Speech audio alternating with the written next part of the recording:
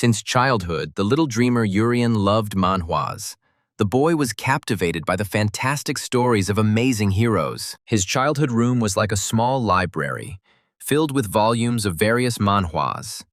It was his sweet world. The naive child, holding his breath, time after time immersed himself in a new story, in the twists and turns of the plot, watching the adventures of the hero. But as Jurian began to grow up, more and more often when the boy read a new story, the main characters began to disappoint him. He increasingly exclaimed that the main character was not cool at all. In Urian's mind, cool was actually something completely different. The boy believed that appearing carefree in ordinary situations, but suppressing everyone with unimaginable power in times of need, that was cool. But such stories were few and far between. And yet Urian continued to read manhwas and dream, completing the stories in his wild imagination. Urian always wanted to become a character who hides his true power from others, but saves everyone during times of terrible disaster. Time passed. The little dreamer grew up and his main occupation became secretly helping weak people, which no one could know about. He watched over lonely old people and helped them unnoticed. One of the old women regularly felt as if her cart was moving on its own. But when the grandmother turned around, there was no one behind her, and Urian managed to hide so as not to catch the eye of the blind old woman. Grandma was perplexed. Somehow she covered this distance too easily, as if she hadn't been pulling a cart loaded with things. She knew perfectly well that it was usually not so easy to climb this mountain, but at this time, her secret assistant was hiding around the corner of the house, holding his breath. Having taken a rest, the grandmother rolled the cart further, saying, "Oh, it's as if someone is helping me." The young man smiled. "It was dangerous. I almost got caught." Adjusting his glasses, the secret assistant decided that we would finish here for today. Otherwise, I would definitely be caught. And the best part was that no one knew. Tomorrow, I need to try to help my uncle with the fruit stand. The main thing is to find a convenient moment when he walks away and doesn't notice the helper. So 10 years of help passed without anyone knowing about it. And after another day of contentment, Urian was hit by an 8-ton truck. The young man saw the car rushing at high speed straight towards Urian too late. He only managed to scream. When he came to, he looked around, asking where I was, but I had definitely been hit. There was no truck, no road, no blood in sight. Suddenly, the young man heard a female voice. An unfamiliar girl told Urian that he had left his world and entered another, a world of sword and magic. He looked up and was surprised to see a girl with wings like an angel. She told him that she was waiting for him, the chosen one with a pure soul. The beauty explained to the surprised young man that she was the goddess of this world. Her name was Hersia, and she was waiting for Jurian to reincarnate him. The boy was taken aback. How could she have waited for him? Could this beauty with wings really know who he was, where he was from? He was the most ordinary person. Hersia exclaimed, "Yes, of course she knows. Jurian is one of the few people who help others not at all for the sake of being noticed." Many gods were amazed by the good deeds of young Jurian, and they watched the life of this unusual youth with amazement all these years. The boy sadly lowered his head and sighed. Everything was clear. He hadn't thought about this when he was planning his secret operations to help others. The young man said thoughtfully, "I tried so hard to make sure that no one knew anything about this secret help to the elderly, but I couldn't deceive the gods." The goddess looked at Urian in surprise, not understanding why the boy was so saddened when he heard her words about the admiration of the gods of the world. Hersia grinned, as expected. Jurian is very interesting. He reacts to everything completely differently than other people usually react. She told the young man that she, the goddess Hersia, wanted to bestow her blessing on him, and that Jurian could become anyone he wanted in this world of magic. If a boy wishes, he can become a hero, a demon king, a dragon, or even the ruler of hell himself. She will fulfill any wish. The goddess offered Jurian to choose who he wanted to be in his new life in the new world. The boy's eyes sparkled. Here it was, the moment. Without much thought, the young man declared that he wanted to be a character who hid his power. Garcia was stunned. How to understand this? But why so? But Urian insisted, stubbornly saying that he wanted to be exactly this kind of character. And if she could, then let her make him exactly like this. The girl asked in surprise what this meant. But Urian stubbornly clenched his fists and explained that this was exactly what he had always lacked. This was what he wanted. When it was unbearably hot outside or indoors, he would secretly fan people and they would feel cool, which made him happy. When no one was there, Urian secretly cleaned the streets. People came out and were surprised. Wow, it's so clean today. It's amazing who cleaned here. But this was not a real character hiding power. Everything was too simple, on an ordinary everyday level, and there was no power. After all, a normal character who hides his strength is always ignored. But he shows everyone his enormous power only at the right moment. And then everyone gasps and exclaims in surprise, looking at the modest hero. Where did he get such strength after all? He was the most ordinary loser. The goddess was puzzled by the young man's unusual wish. She thoughtfully waved her graceful hand in the air, wondering what to do. Then she answered Urian. Everything is clear. You want to get great power, but hide it from everyone and not attract the attention of others. Hertzia announced to the young man that he would be reborn as a commoner in a new world. Urian's face lengthened. It seemed he didn't quite want this. The goddess added that his strength would be greater than that of a hero, a demon king, or a dragon. And the young man exclaimed joyfully, "This is awesome!" But there is one essential condition. As soon as someone finds out about this power, Urian's heart will immediately explode and his life will end. As Urian wished, he will become a man who will have to constantly hide his strength, the guy shouted. Wait, why blow up my heart? Hertzia said, get great power, but go the path of loneliness. I will pray that everything works out for you. With that, she disappeared. 2 years had passed since Urian had arrived in the new world, and he was always wondering, seriously, why the gods didn't like to listen to the end. At this time, toothy monsters appeared in the clearing where the young man was sitting. A pack of wolves, their bloody eyes flashing, approached Urian. He sighed, okay, it doesn't matter. I'm still the strongest, and no one even suspects it. Everything happened the way I always wanted. A few seconds later, the giant, monstrous wolves lay dead in the clearing. The young man instantly killed the deadly monsters. Looking at the dead leader of the wolf pack, Urian grinned. After all, this is an amazing power. It's nice to feel so terrifyingly powerful. Suddenly he saw that one of the monsters growled and flashed its scarlet eyes. The young man exclaimed, God, there were not 5 of them, but more. The surviving monster took to its heels, trying to escape the small, secret strongman who had killed all the other wolves in the pack. Urian was surprised. Wow, when did he manage to run so far? These red wolves are so fast, they run faster than the wind. But he had to catch up with him. And by the way, the young man suddenly thought with surprise, but my heart didn't explode when those evil giant monsters found out about his power. But just in case, he jumped on the back of the fleeing wolf and dealt the monster a crushing blow so that no one else would know about its power. The wolf howled in pain, and the boy told himself that he needed to catch them all so that the villagers would be calmer. And Urian himself, too. The young man rushed forward, examining the surroundings to see if another one or more monsters were hiding there, waiting for their comrades with the prey. Finally, the boy sighed with relief. Everything was fine. Now there were no monsters left nearby, and no people either, which meant his secret was not revealed. In the new world, the reincarnated Urian was only 9 years old. The boy smiled.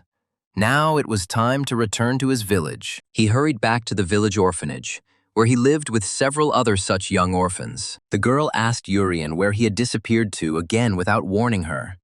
The boy replied, Sorry, sister, I have a sudden stomachache. She said to the boy with concern, You should have warned me. You are too weak. Don't go alone. Otherwise, someone might hurt you. Besides, doesn't he know how many predatory wolf packs there are around? Urian, holding back a smile, apologized to the caring girl. Another orphan boy objected, but there aren't that many wolves these days. Usually you can't even go into the garden because of them. And today there aren't any at all. The orphans cried out. Only the prayers of the priests help us. They drive away the wolves. And we can all get busy with the harvest thanks to them. Everyone in the village would like to see fewer wolves, Urian smiled. Now there are significantly fewer monsters in the area. But then the director of the orphanage flew up to the smiling Urian, grabbed the boy by the hair, and shouted that the kid was just a piece of shit. The director threw Lurian towards the stairs and barked at all the inhabitants of the orphanage. Stop hanging around doing nothing, damn orphans. The girl ran up to the fallen Urian. She carefully stroked the boy on the back, asking with concern how he was feeling. The director growled that he accepted the boy because he was still very young, but he was too weak and completely useless. Ella tugged at the boy and asked, "Yuri, how are you? You need to get up and go to work, otherwise it will be even worse. The director will beat up all the kids." Urian, hiding his smile, asked the director to forgive him. The boy was very pleased, and today he did not get caught pretending to be weak. The director, clenching his fists, barked, "What are you standing there for? Take your brooms and get out, frightened orphans."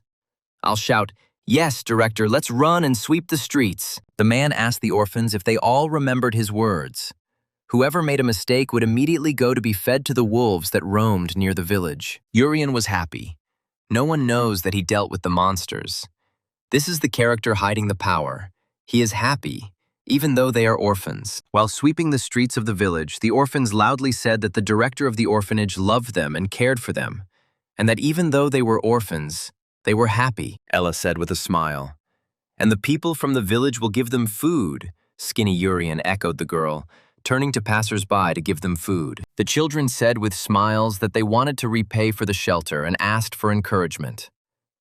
Passers-by were surprised. The children are still cleaning up today. Someone heard that the orphans volunteered themselves. They were so kind. All thanks to the director.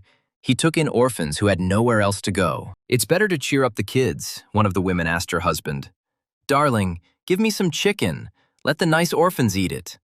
The children licked their lips. Soon, various dishes appeared on a small table, which the kind villagers left for the children cleaning the streets. But as soon as all these goodies went to the table of the director of the shelter, he ate the chicken that was donated to the children with great appetite. And the orphans, who worked all day with brooms in their hands, received only a few boiled potatoes instead of baked chicken. Urian gritted his teeth. That vile director took everything for himself. He deceived the villagers, assuring them that all this food would be eaten by the poor orphans. The younger girl couldn't understand how the delicious, juicy chicken and everything else had turned into nothing but bland, boiled potatoes. She asked Ella, "Sister, that kind aunt gave us chicken for our work. Then why did they only have potatoes on their plates?" The older brother answered the girl, "Just eat. It's better to have a simple potato in your hands than to sit hungry on the street," she sobbed. "It's not fair," Urian muttered through his teeth. "Damn director. Robbing orphans is the last thing you should do." But he pretends to be a noble and kind person in front of others. Suddenly, Ella said with a smile, "Guys, look. Today there is something special." She unfolded a cloth with 4 boiled eggs. Urian exclaimed, "These are eggs." The eternally hungry orphans' mouths started to water. No one believed such happiness. They hadn't eaten eggs for a long time. The girl explained that she hid a few that her aunt gave her. "Eat quickly so we don't get caught or mash the eggs with potatoes." The delighted orphans shouted joyfully, "Hooray for little sister!" The youngest girl said she would eat it right away. "Look at that many boiled eggs!" Urian drooled as he looked at the delicious food. After 2 years of living as an orphan, he had become starved and missed normal, filling food. Seeing the boy's face, Ella handed him her egg and said that he could take her share. The boy looked questioningly at his sister. She told Urian that he was too thin, and the director might fire him because he would no longer be a good worker. The boy exclaimed, "Everything is fine, I'm fine, eat. Otherwise, she will also become thin and weak.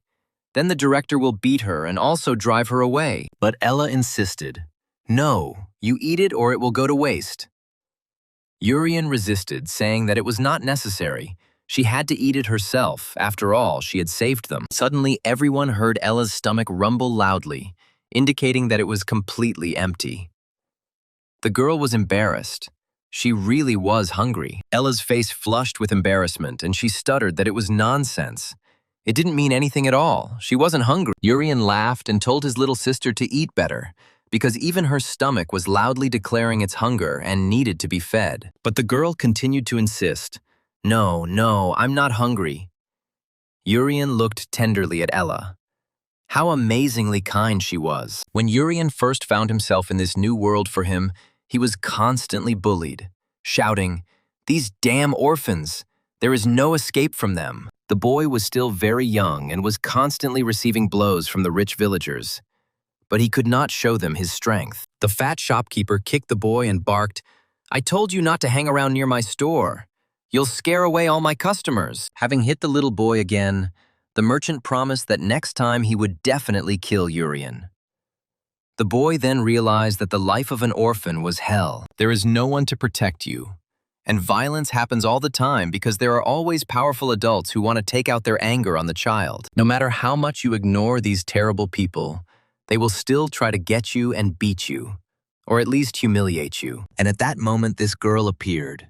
Seeing Urian lying in the dust, she said to him, "So it turns out you are here all alone." She handed the boy some boiled potatoes and said, "My name is Ella." And when Urian had eaten, she invited him to come with her. Ella explained that she lives in an orphanage for village orphans. The director there is, of course, very bad, but there is a roof over her head and food. Urian looked at Ella with wide eyes. It was the first time he had met such a kind person in this world, even though she was also a little orphan. Suddenly, the boy heard Ella's stomach growling loudly, and he realized that she was giving him her portion of food. But she herself remained hungry. She took Urian by the hand and led him to the director of the orphanage. Ella asked the man, "Please take this child into the orphanage." The director thought, "This is a boy. Perhaps he will be able to sell him a little later to one of the villagers as a free worker." Ella assured the director with a smile that this boy would do the job very well. She said for sure that if anything happened, she would help. Urian looked at Ella and thought, "She is so sweet. There is not a drop of malice or envy in her soul. She always thinks about the other children in the orphanage." The boy took the egg Ella offered him and quickly peeled it. But he wasn't going to eat it. He just needed to quickly feed it to Ella. Having stuffed an egg into the confused girl's mouth, Urian suggested to her, "Little sister, let's go together to the Magic Academy." The boy explained to Ella that she would be able to attend classes with the magic professors and eat delicious food to her heart's content in the academy's cafeteria. The other orphans were delighted. Could there really be so much food there? Then they too want to go study at the Magic Academy. Kind Ella hugged all the guys and said, "Great, then let's all go there together. We will all study to become great magicians." The children were delighted. And what warmed their exhausted hearts most of all was the thought that they would finally be able to eat their fill of all the most delicious things. And also that they will study instead of working here for free and receiving slaps and boiled potatoes instead of pay. Ella promised the boys that they would survive at any cost, so that they could all live together, help each other, and stand up for each other. The next day, the director told the children that there was great news. The orphans were wary. It seemed that something had happened. The director of the orphanage told the orphans that Ella would be adopted today, so they should all congratulate the girl on this happy event. Urian's face lengthened, which meant that Ella would be taken away, and he would not be able to see her, and they would not be able to go to the Magic Academy together. Tears welled up in Ella's eyes, and she asked the boys to forgive her for not being able to stay with them and help them any longer. One of the orphans joyfully exclaimed, "No, I'm happy for you. Now life will be easier for you." And the girl added, "So envious, little sister." After a pause, the shelter director said with a smile that this was not all the latest news of the day. The second good news concerned Urian. Turning to the boy, the cruel director of the orphanage said, "Urian, you will become the new victim of the wolf god. Congratulations." Ella was stunned. She exclaimed, "Wait a minute, director. You said something completely different. That you would take care of him if I was adopted." The director asked Urian if the boy knew why wolf packs had not been seen in their village lately, and why they had stopped attacking. Of course, Urian knew this. The wolves did not attack because he simply killed them, and new packs do not come seeing the corpses of monsters. The director smiled bloodthirstily and said that it was not true that they did not come. In fact, the monsters simply did not enter the village. This happens because the villagers feed them regularly. The wolf god is very fond of young meat, especially the meat of children. Urian is very short and thin. It is already clear that he will not become a good worker even after growing up. There is no use for him, and the sacrifice will save the village from the wolves. So the children should congratulate him, Urian thought. Now it's clear why they keep orphans. Ella screamed in horror to the director that she herself would become a victim. But please don't touch Urian. He's still little. The girl threw herself between the boy and the muscular director of the orphanage, determined to protect the baby from death. The director's huge fist appeared in front of Ella.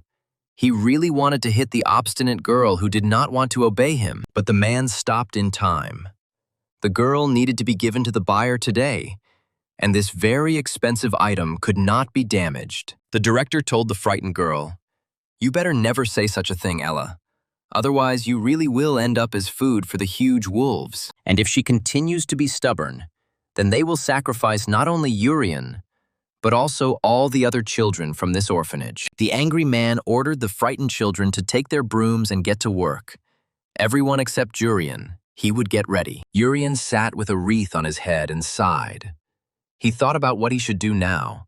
How to survive and not show everyone his superpower. Maybe secretly deal with that wolf god or whoever he is, and then go on a secret journey through the new world. Suddenly, he heard Ella's voice.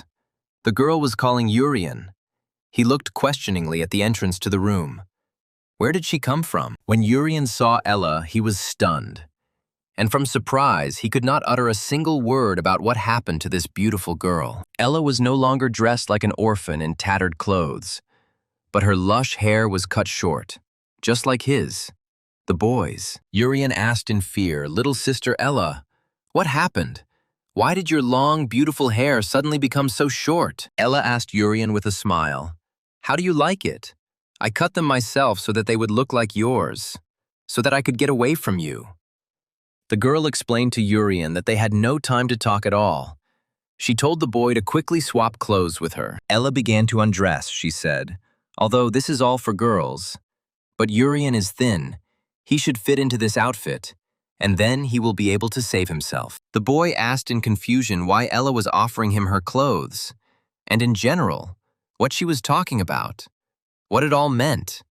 He did not understand. Ella handed Urian her sweater with a smile, and explained that she had said that morning that she herself would become the victim instead of the boy. Urian was amazed why Ella wanted to do this.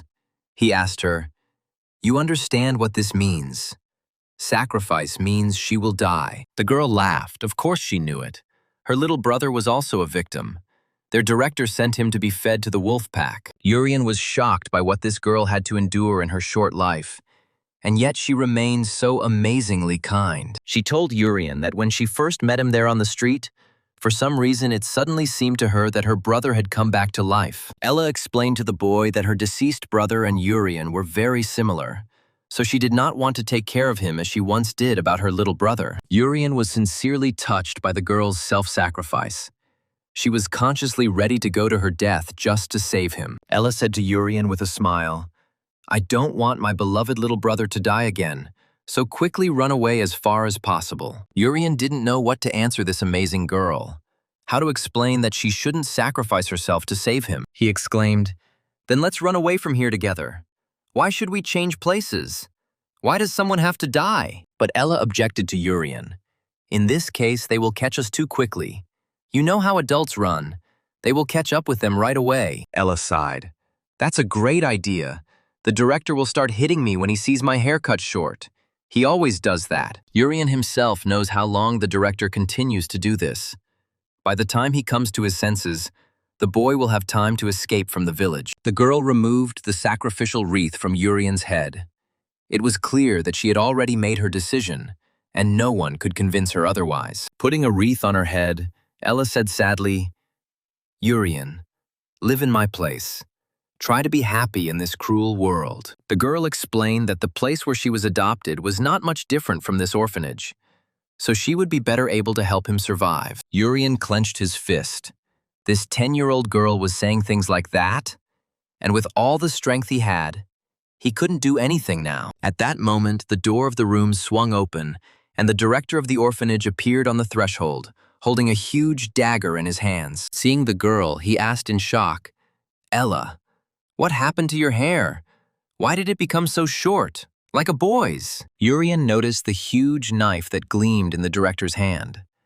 The boy was puzzled as to why the man had brought it. Ella, seeing the director, was a little confused. She said in fear that she just wanted to trim her hair. Urian looked at the knife. The enraged man grabbed the skinny girl by the neck and lifted her up.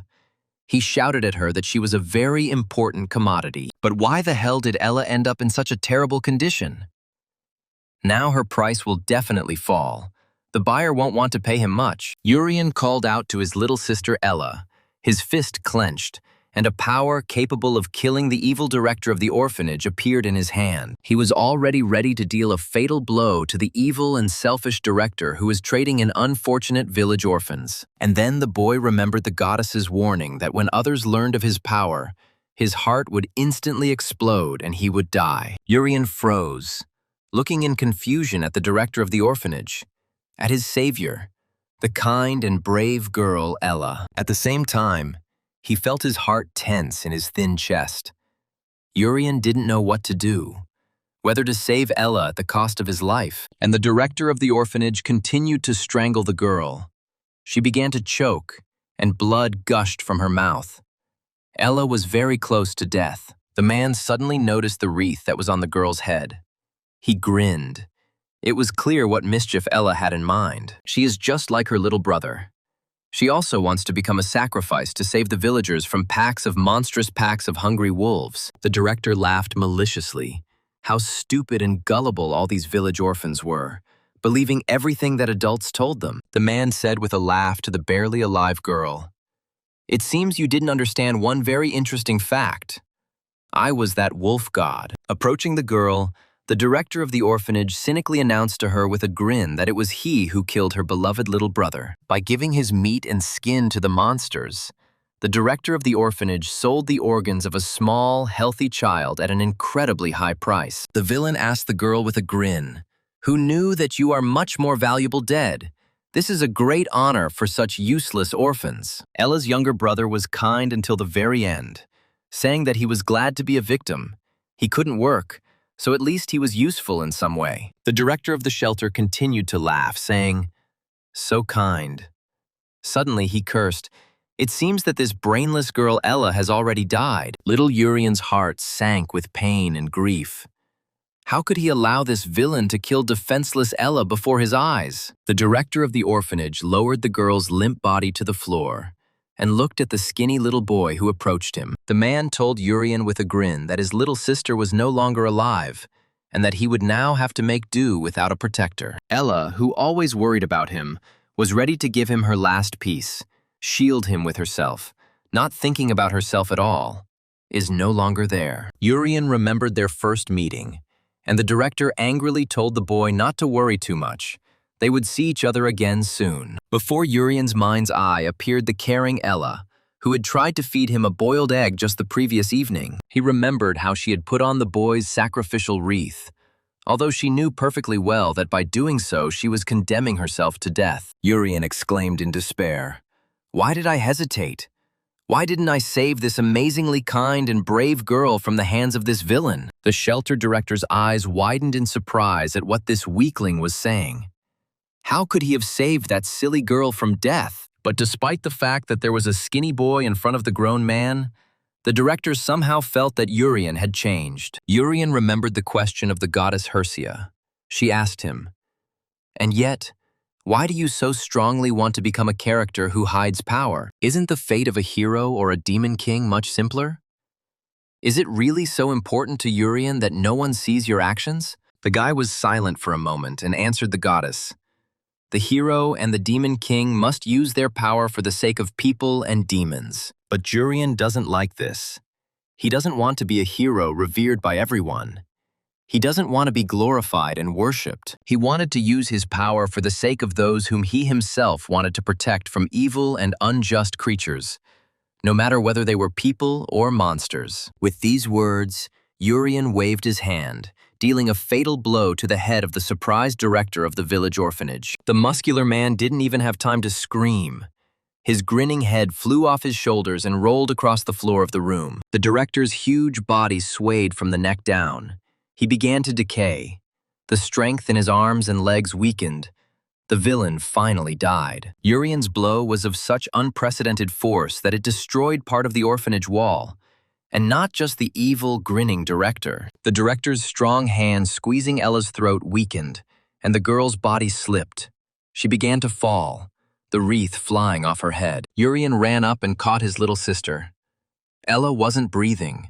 Her thin little body hung silently and powerlessly in the arms of her adopted younger brother. The boy looked at Ella's bloody little mouth and guiltily asked the girl to forgive him for being late and not saving her. Suddenly it seemed to him that Ella sighed almost inaudibly. Urian's eyes widened. Could the girl really have survived after all? He called out to his little sister with hope. And sure enough, the girl turned out to be alive. She sighed again, and a weight literally lifted from Urian's soul. He called Ella with a smile, but the girl did not respond, although she was still alive, but had suffered too much at the hands of the director. While no one was looking, Urian used his healing powers to cure his kind and brave little savior, Ella. Everything around began to shine. Numerous wounds on the child's body immediately healed. Now Ella was completely healthy, and not just alive. Urian burst into tears and quietly said what a relief it was that it was not too late. A little more and he could have been too late to save himself. The boy suddenly realized that he was in a very strange state now. Despite the possibility of death, he was very happy now. He looked inside himself, trying to understand what was happening to him. Perhaps, in the next few seconds, his life in this world would end. But despite this mortal danger, he has no regrets about what he did. That he killed the director. Suddenly, Urian asked in surprise, "But why am I okay despite the fact that I showed my true power to save Ella?" The girl had not yet woken up. Urian looked at the headless body of the evil director of the orphanage lying to the side, and then the boy understood everything. If he kills the villain before everyone understands his true power, then Urian will not die. That's great. He looked at the sacrificial wreath lying on the floor. Now, in a world new to Urian, a truly shocking PSS was born. Young Urian found himself in this magical world thanks to the goddess Hersia. Time passed, and the boy got used to living in a new world for him. 2 years after his reincarnation, Urian used his powers to save the kind and brave Ella from the vile director of the orphanage. 4 more years have passed since then, and Urian still secretly ran away into the forest to fight the giant monsters of the world. Sometimes the monsters were so terrifying that for a second the boy's heart stopped in fear, wondering if he could cope with such a monster. The monsters sensed this fear and tried to scare the child, wondering where such a small child could get such enormous strength. Urian would sometimes tease the monsters by screaming in terror that he had forgotten to drink his milk that morning, and showing that he was unbearably afraid. The young man cursed. Despite the strength granted by Hersia, he had hardly grown in 4 years and was significantly shorter than his peers. The monster watched the child with interest, and when he asked what the average height of a 13-year-old is, the monster attacked the child. This was just what Urian was waiting for. He immediately struck the monster with his fist, punching a hole in the monster's huge body. The enemy screamed and died. The boy looked at the smoking remains of the monster. Over the years, his strength grew stronger, and he had almost completely mastered it. The young man looked at the defeated enemy. He had never seen anything like him before. There were surprisingly many evil monsters in this world. The giant's bloody eyes went out, and the horned head of the slain monster fell onto the grass of the forest clearing. The enemy of the people was killed by the young man. Urian thought about it and was delighted. Eating the deer antlers from this monster's head would surely make him taller. What luck that was! As before, the boy remained the strongest in this world. The abbess of the monastery called the grown-up Ella and Urian to her. The kind nun told them that they were old enough to take the entrance exams to the Magic Academy. Mother Superior, Sister Arlene, asked the boys if they were well prepared for entering the most prestigious academy of magic. Sister Arlene took in the orphans after the director's death.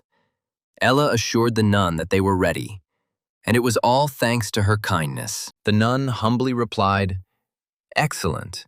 There must be a reason why God took the director and allowed them, the children, to live." Sister Arlene hoped that the Lord's blessing would help the orphans, and during the exam, Jurian and Ella promised that they would definitely be admitted. The Magic Academy is a long-time dream place for poor orphans, where they all wanted to escape from the orphanage and the evil and greedy director. And also, this is a real school of magic, which Jurian so wanted to get into, but in his ordinary previous life, it was an unrealistic dream. Besides, the last 4 years had been too boring.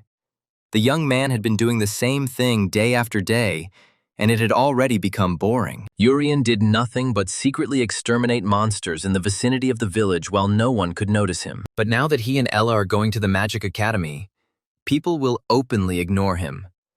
And that's the most interesting thing. Isn't that the whole point of academies in the fantasy world of sword and magic? The main character who is greatly underestimated by everyone. Jurian kept sighing. He was so excited. Finally, his story was taking a serious turn and starting to develop. The orphans arrived at the Royal Academy of Magic, an academy that was once founded by the kingdom's ruling family. A magic school that nurtures the talents of every child, regardless of status, so that people can confront monsters. Today is the entrance exam. One of the applicants was Chris.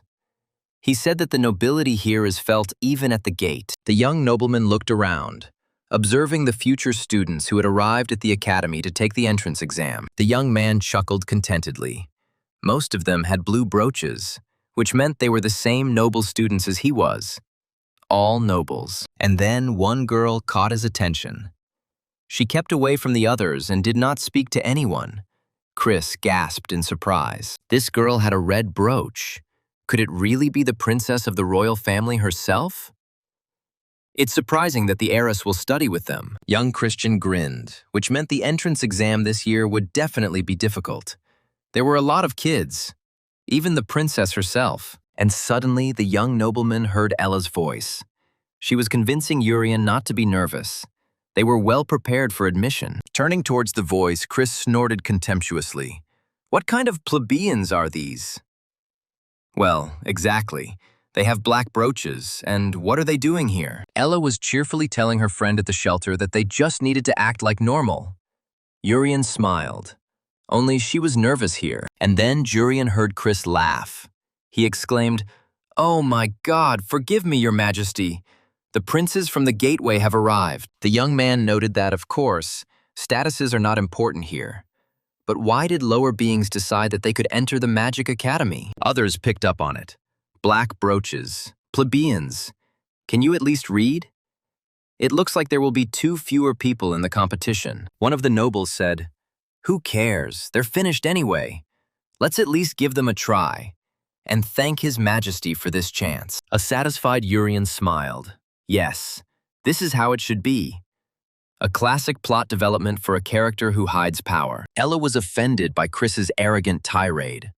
The girl lowered her head and stubbornly said quietly, "It doesn't matter. We'll do it anyway." She grabbed Jurian by the hand and said, "Let's go." The boy confusedly asked Ella what happened, why she got so angry. Ella excitedly told Jurian not to listen to them. You never know what these arrogant, spoiled nobles will say. They don't value people, only their status. And such people never achieve anything serious, either in magic or in their own lives. Jurian, catching up with Ella, asked her, "Wait for me, little sister," the young man thought. What a pity.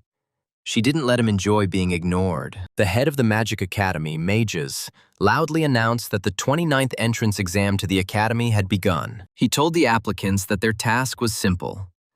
The goal of the students of the Magic Academy was to protect all the people of the world with sword and magic. Therefore, for admission, teachers will test the basic skills of those who wish to enroll in the Magic Academy. Jurian heard behind him, "Hey, look, there's a black brooch. There are commoners here too. He can at least lift a sword." A guy came out to the applicants and introduced himself. "I am the instructor who will conduct a sword skills test. My name is Ka Ryun P." He explained to the guys gathered around him in the hall that in order to pass the tests, they would need to take a training sword. Then they had to cut down the target behind them with one blow. Ka Ryun P waved a piece of paper and the figure behind him flew apart. The applicants were taken aback. The instructor cut up the mannequin with ordinary paper. That was too much. Most were delighted. That was amazing. The instructor restored the figure and asked everyone to approach in turn. Tien was listed first. Karyun P called her name. Tien clenched her fists in fear and replied that she was here. The girl timidly stepped forward. She was visibly nervous before the test. The instructor gave her a sword and calmly told her to start whenever she was ready. Not to worry so much. The exam was not scary. The girl asked in confusion if she would really be disqualified if she didn't cut this dummy the first time with a training sword. Karyun P reassured her that this wasn't entirely true. They didn't have high expectations of applicants. It was important to identify any talent for magic. They will still be at the level of children at first, so they need to try to show something special and give it their all. Tien closed her eyes and slashed with all her might at the dummy with her training sword. Everyone looked at her result with curiosity. The instructor chuckled. The girl cut through the figure to the middle. He praised her and invited the next candidate to take the exam. The next to undergo sword testing was the arrogant nobleman Chris, who was also only able to cut through the dummy halfway. A similar result was shown by Rishal, a young man with a green stone in a brooch, the instructor noted in the report. The middle of the target. Ella was the next one to take the test. The girl clenched her fists. She was sure that she simply had to get in here. Ella responded and stepped forward. Everyone turned to look at the girl with the black stone, and contemptuous laughter could be heard from the crowd of nobles. Urian said to his sister, "I think that if you can get through with a cut only to the middle of the mannequin, then you can handle it very easily." Ella smiled and thanked Urian for his support. Over the years, she had grown to love this boy as if he really were her brother. The girl took the sword in her hands and concentrated. The instructor said that she could begin the test when she was ready to strike. The nobles hissed contemptuously. "I can't believe I have to take the exam with this filth. It won't cut through even half of the figure." Ella heard these taunts, but they didn't affect her. The most important thing for her now was to pass the test and enter the academy. She remembered how their life in the orphanage ended. She still blamed herself for not being able to protect Urian 4 years ago. By studying at a magic academy, she can become stronger, and then no villains will dare to harm her little brother. The girl swung and struck the mannequin, cutting it into 2 pieces at once, and the other entrants gasped in surprise. The instructor's mouth dropped open in surprise. She was the first student in this class who was able to immediately cut through the dummy. Urian smiled happily. His older sister had done a great job and wiped the floor with all those arrogant, clownish nobles. A murmur of surprise ran through the ranks of arrogant young people. Wow, how could a commoner do such an amazing thing? She was the first to cut the mannequin in half. No one could do it. How could a black brooch? What kind of sword is that? We need to take it too. Ella smiled widely and loudly declared that she would be the one to protect her little brother Urian because he was very weak. Karyun P looked at the girl silently. He was trying to understand how she managed to cut the mannequin so easily on the first try.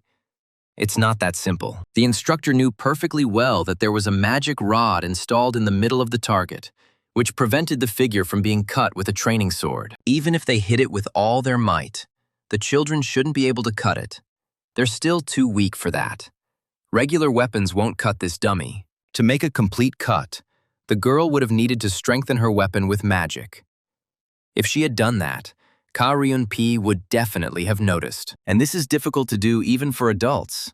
But the girl coped with such a difficult task subconsciously, simply by concentrating. The instructor noted to himself that the girl was talented and announced the next candidate.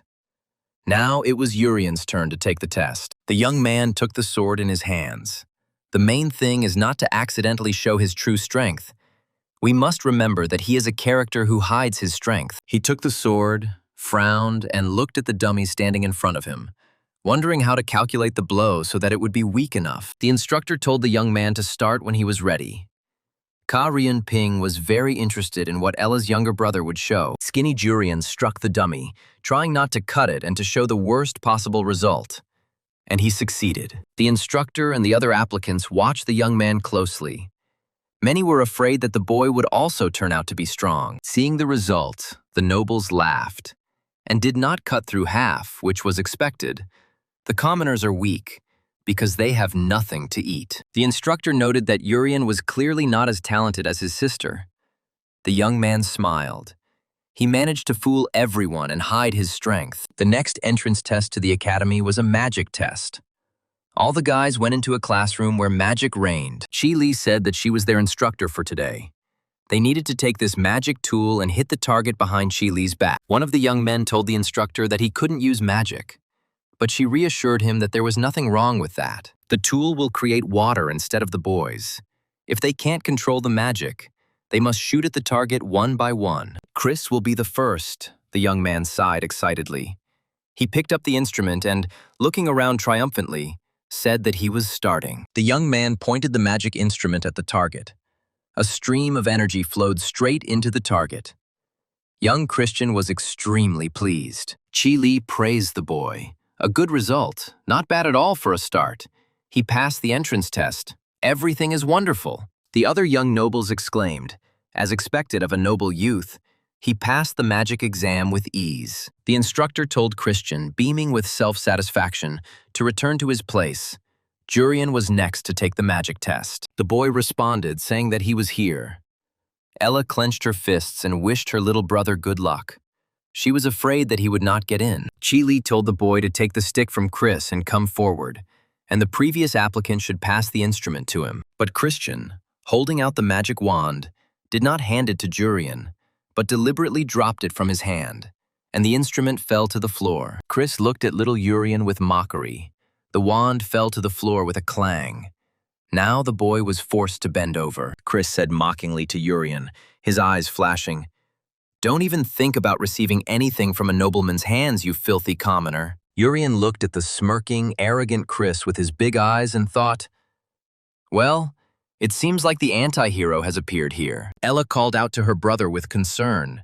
The instructor became indignant, sternly telling the boys, "Hey, don't you dare quarrel among yourselves." But Jurian quickly bent down and picked up his magic wand.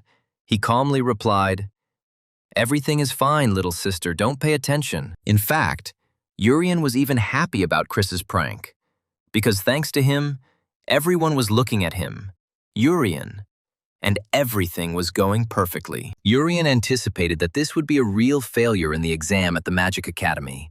All the nobles would be wildly delighted, and Jurian will eventually become an ideal character who hides his strength and who didn't even get into the academy on his first try. The young man decided that he had slightly altered the trajectory of the magical flow so that it would not hit the target directly. And then there will be an excellent scene of failure, because this wand is set up in such a way that any mediocrity can pass this magic exam. He applied just a little force and directed the magical flow away from the target, and a huge amount of energy burst out from the magic ball. Jurian looked questioningly at the magical instrument and gasped. It seemed he had miscalculated the force directed at it. The audience's mouths dropped open in surprise at what was going on with this stick.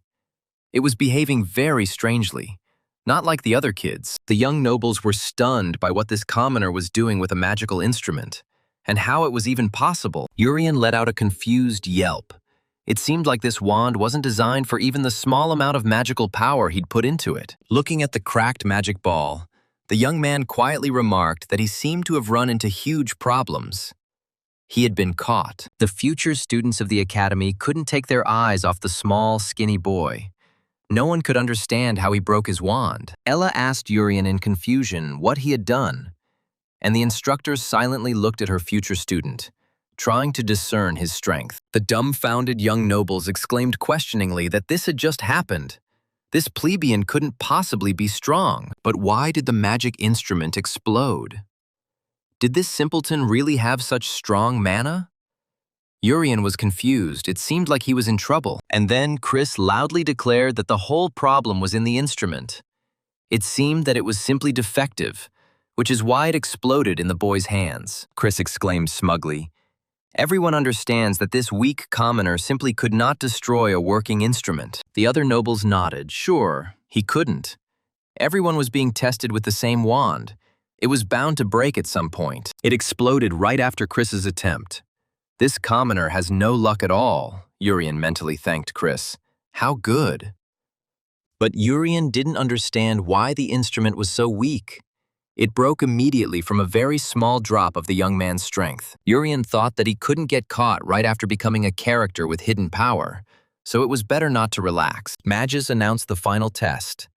Teams of 3 would enter the forest, kill a magical bear, and bring back its fang. The leader said, "No matter how good your skills or mana are, if they can't help you defeat the monsters, prove your courage." Urian thought about it. It turns out the last test is hunting monsters. Ella, seeing that her brother was thinking, called him and said, "Everything is fine." The girl reminded Urian that there was only one step left to fulfill his dream, and he had to do everything possible to take it. The young man answered his sister with a smile that they would try, because they had promised Sister Arlene that they would definitely enter the academy. The head of the academy explained to the children that they would need to gather together according to the color of the brooch's glow. Each team would have its own color. Ella was very surprised. Her brooch suddenly glowed red. She looked around, looking for who would be on her team. Suddenly, Ella heard someone call out to her. An unfamiliar young man said, "I found it. You also have red, which means you are with us." Next to the young man stood a silent princess. Her brooch also glowed red. The guy said, "Come here. We'll go straight to the forest." Chris was indignant. How did it happen that this commoner was on the same team with the princess? Apparently luck. She was just lucky. Urian was pleased. Great. Ella ended up on the same team with strong people, which means she shouldn't be harmed by the monster in the forest. Smiling, Ella waved to her brother, wished him luck, and said that she would go. Their team would immediately set out on a mission. The young man also wished his little sister good luck. Now he needed to figure out with whom he would enter the forest filled with monsters. He was surprised why he didn't have any glow, the nobles whispered. It's lucky we're not on a team with this strange weakling. Urian was glad. It was good that many people ignored him, but did he really not have a team at all? Actually, it shouldn't be like that. Suddenly, Urian heard a boy's voice behind him. He exclaimed, "Oh, I found it!" Also without light. That means we are on the same team. A young man with glasses, very similar to Urian in his past life, addressed him by name, asking, "You are Urian, yes. I remember." The boy explained that he had been watching Urian during the test. He introduced himself. "My name is Rishal. Let's try to pass the test." The girl next to Rishal blushed slightly and said, "And I, Tien. The 3 of us ended up on the same team for this final exam." Urian answered the guys with a smile. "Yes, of course, we will do everything possible." The young man sighed. "What a relief. I have a team." And the young nobles were sneering behind the boys' backs. They were laughing and pointing at them. "Look, what a team they've got there. Black and green have come together as one team. They are the worst of the worst. Despicable weaklings and worthless brats." This is also Richal's 4th attempt to pass the test, but he is absolutely useless. Well, he is a commoner.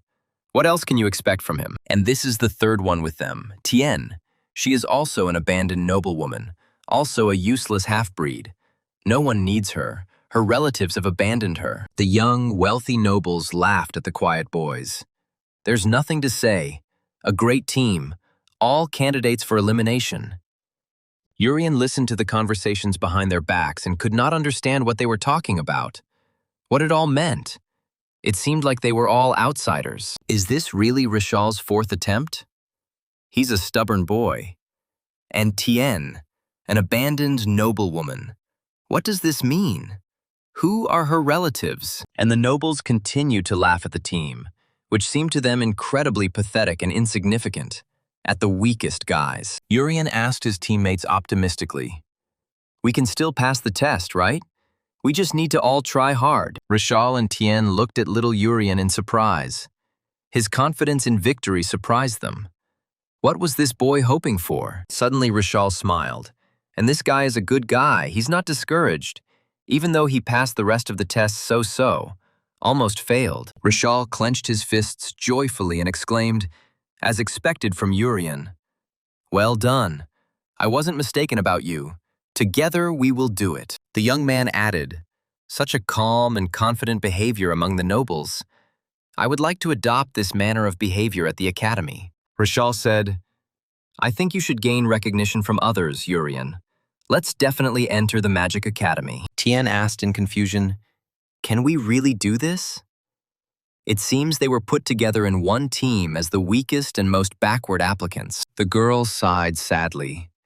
It seems I failed the magic and sword tests. Is there any point in going into the forest to take the final exam? And then Urian realized that it seemed he had gone too far in hiding his strength. He asked again in confusion. Tests of sword and magic. Wait, so if Tien failed these tests, then what about his results?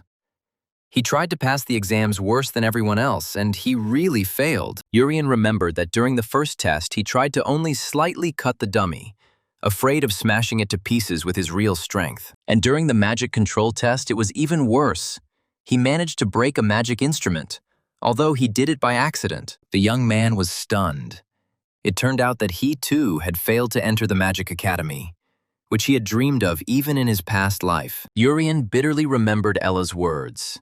She told him, "Let's do everything possible to pass the tests and enter the academy." He muttered quietly, "Little sister, it seems I failed you. I tried too hard to hide my strength and appear weak, that I failed everything." But then Rishal intervened in the conversation. He calmed them down, saying that everything would be fine. They could still enroll in the Magic Academy. Rishal explained that, of course, there was nothing to be proud of. But by the fourth time, I already knew everything. All the previous tests could be failed. Because the last test, the monster hunt, gives the most points. So if they join forces, they can still pass. Urian was very happy. He would be able to go with his little sister.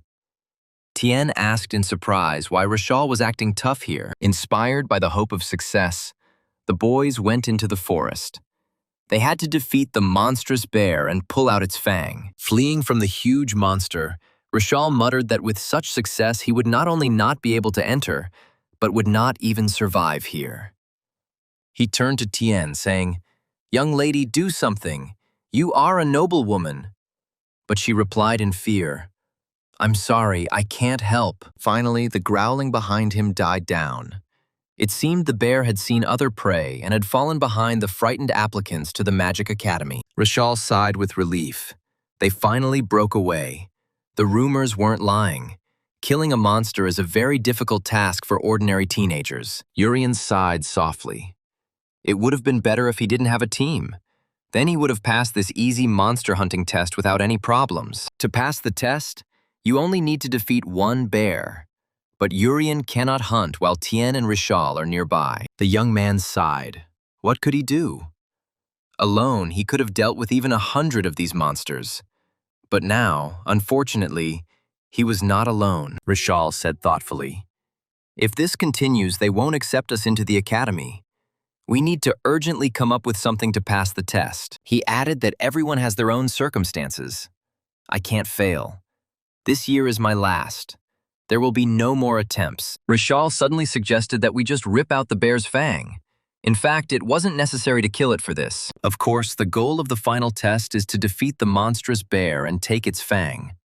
But they are too weak for that. So they need to resort to trickery and simply take the fang from the monster. Because no one will go to check whether they killed the bear or not. Urian asked in surprise, "Is this even possible?"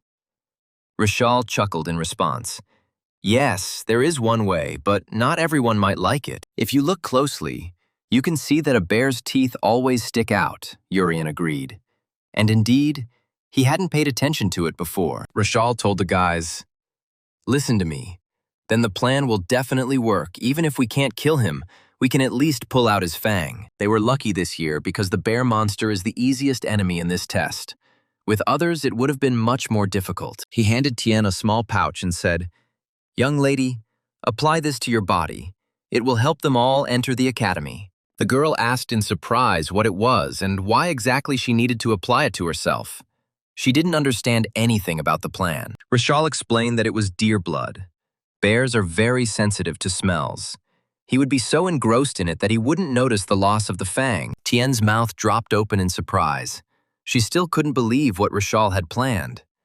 Maybe she had misunderstood him. The girl laughed in confusion, saying that she was not a very good runner, so she would not be able to hide from the hungry monster bear. But Rishal reassured her, yes, everything is fine.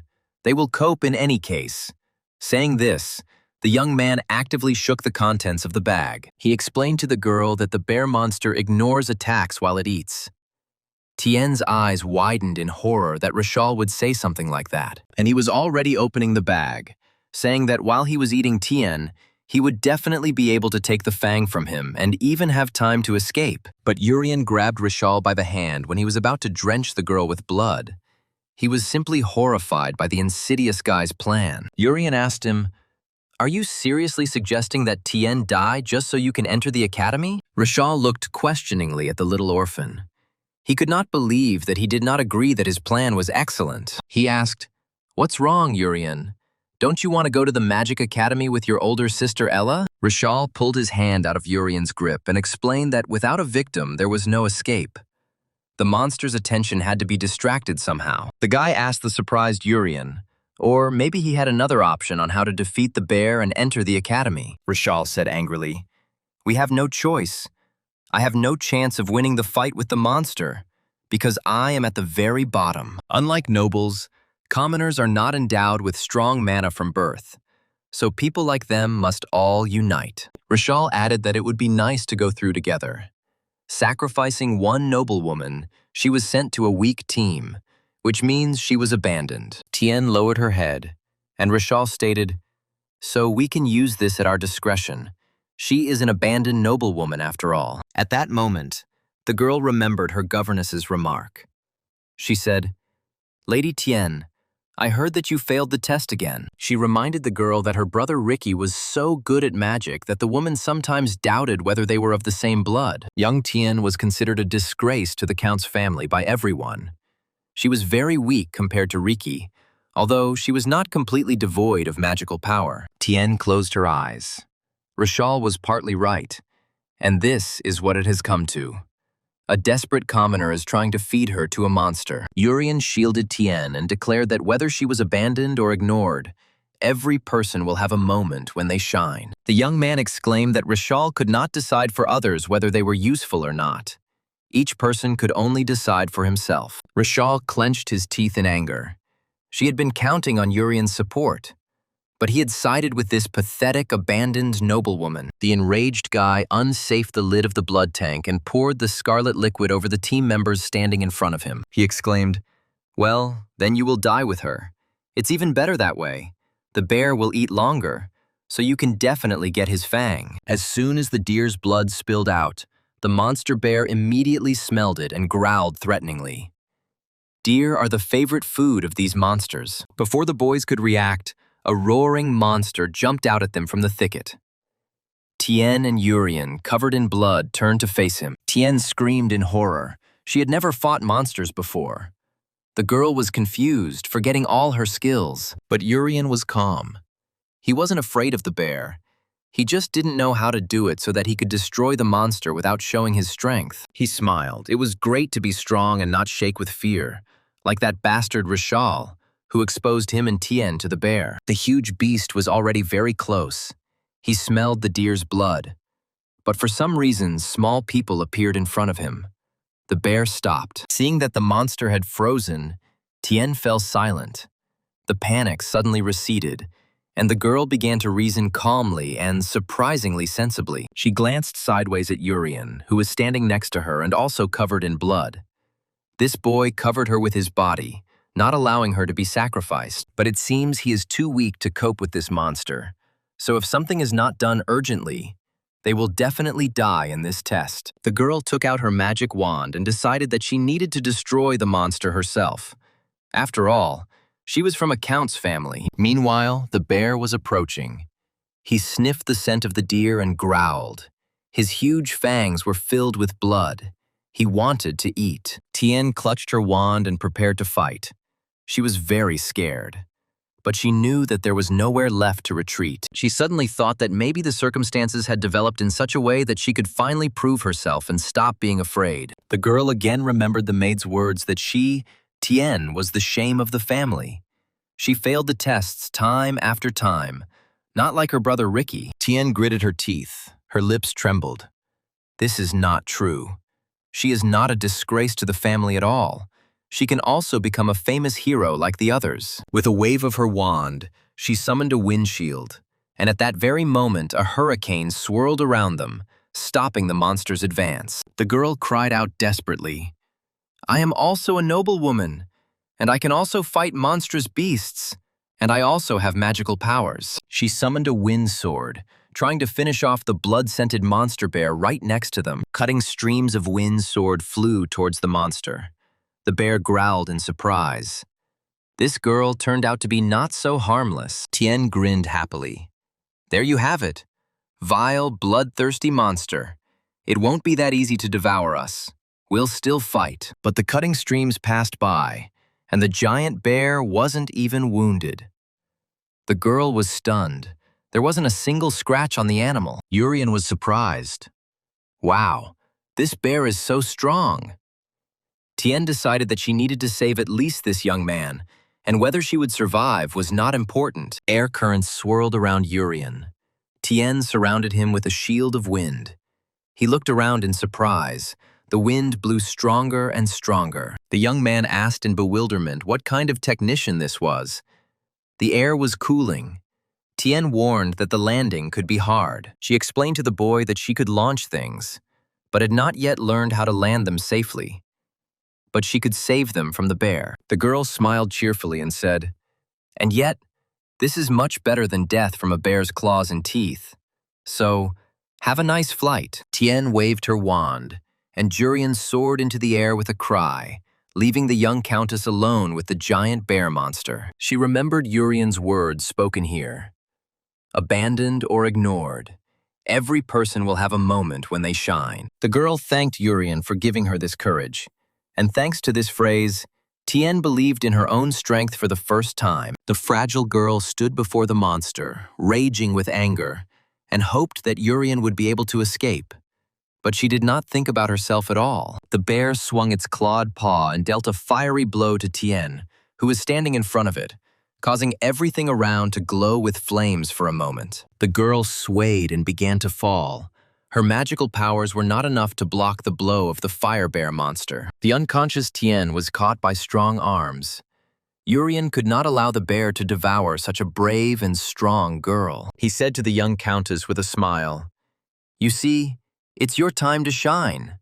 The main thing is to overcome your fear and join the fight." Urien grinned, and the bespectacled man ran away because he was afraid of getting hit. The bear was puzzled about what to do with his small prey. The young man was pleased. It was good that Rishal had escaped, so Urien could save Tien. And the bear turned around and moved towards the children, growling. Baring his teeth, the bear roared and swung his fiery paw at the teenagers again. They both smelled so enticingly of deer blood. Urien dealt the monster a fatal blow and said, "First, I'll take the fangs. After all, I need to pass this final exam." Blood gushed from the giant bear's enormous body. He growled and fell onto the grass of the lawn, his fangs ready to be taken. The young man asked with a smile, "Perhaps it would be worthwhile to make a little fun of that idiot Rishal when he came back to take a look. By the way, where did Rishal run? I don't see him nearby." And the guy ran to a prearranged place.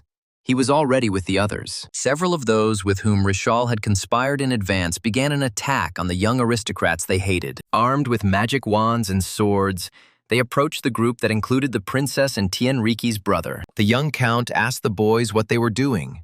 Swords and wands should only be drawn against monsters, and not against their own kind. One of the conspirators turned to Ella and shouted, "Hey, commoner, come here to us. I will help you pass this exam." Ricky objected.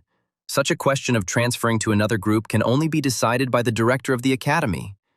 Why are they trying to lure her away? The conspirator exclaimed, "We will make all the nobles fail the test, and we will pass it ourselves."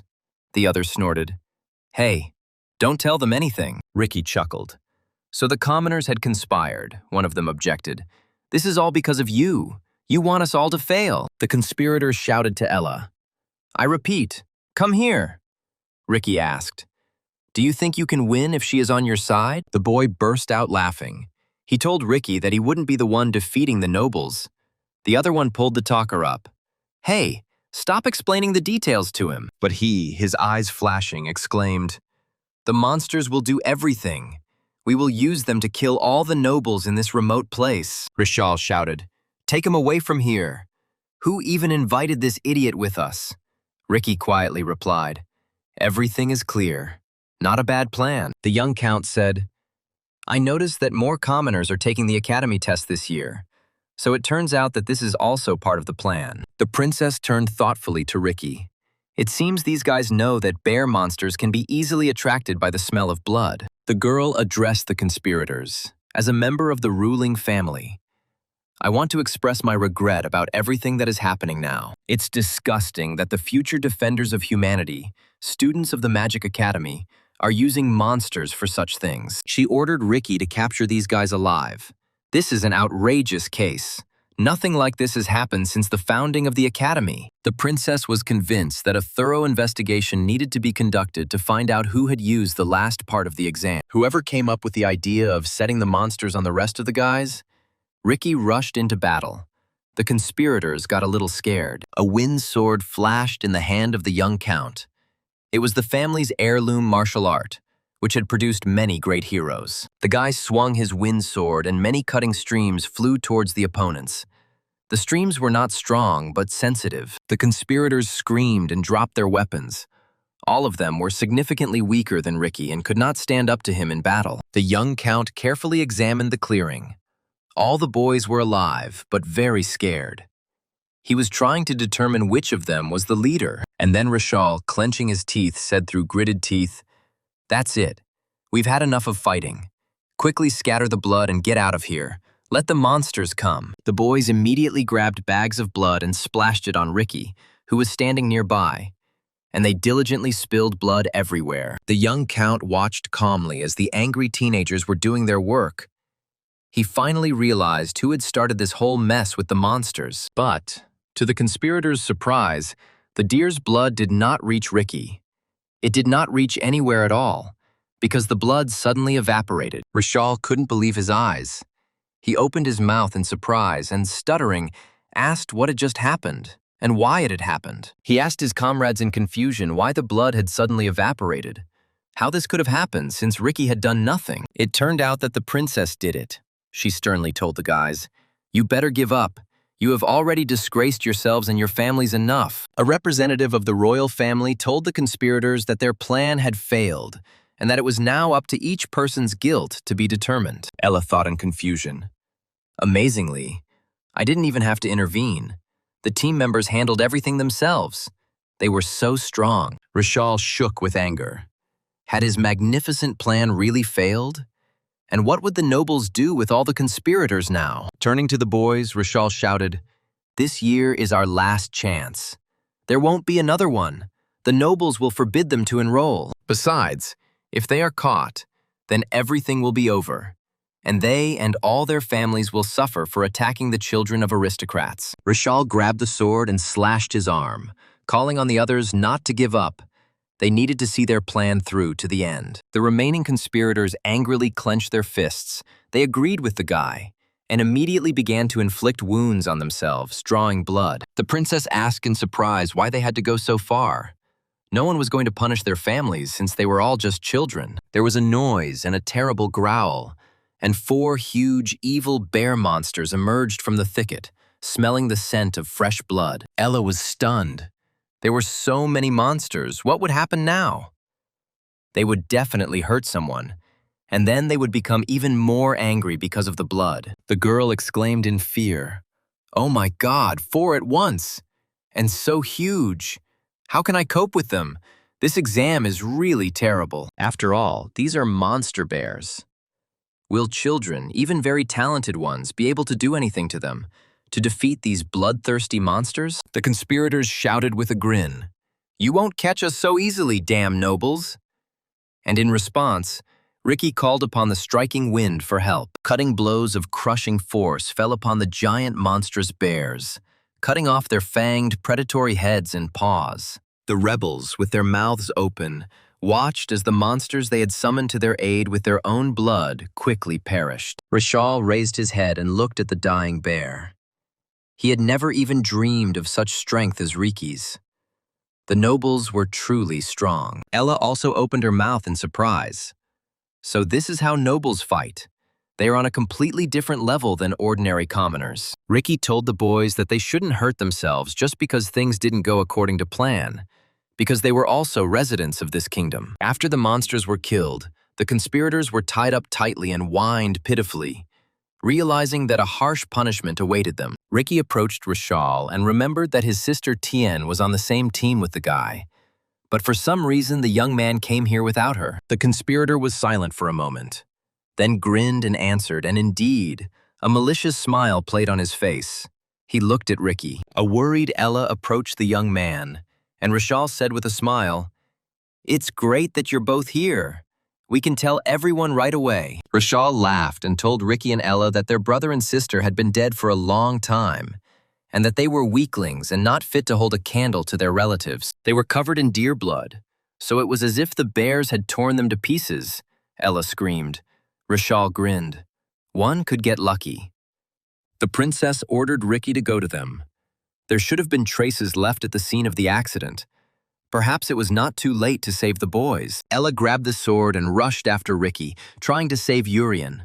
But the princess ordered the girl to stay here, next to her. She shuddered and, without turning around, asked the young, imperious mistress why she should stay here instead of going with Ricky. Ella timidly reminded the princess that her younger brother was there, and she had once sworn to always protect him from all sorts of dangers. The princess said to the girl with a sigh, "I understand how you feel. It's hard to hear about this happening to your family." She explained to Ella that if she followed Ricky, she would only get in the way, and perhaps the young count would have to engage in battle. If everything happened exactly as that evil, bespectacled Rishal said, then the scene of the tragedy could be covered in someone's blood. The monsters will smell blood and start gathering.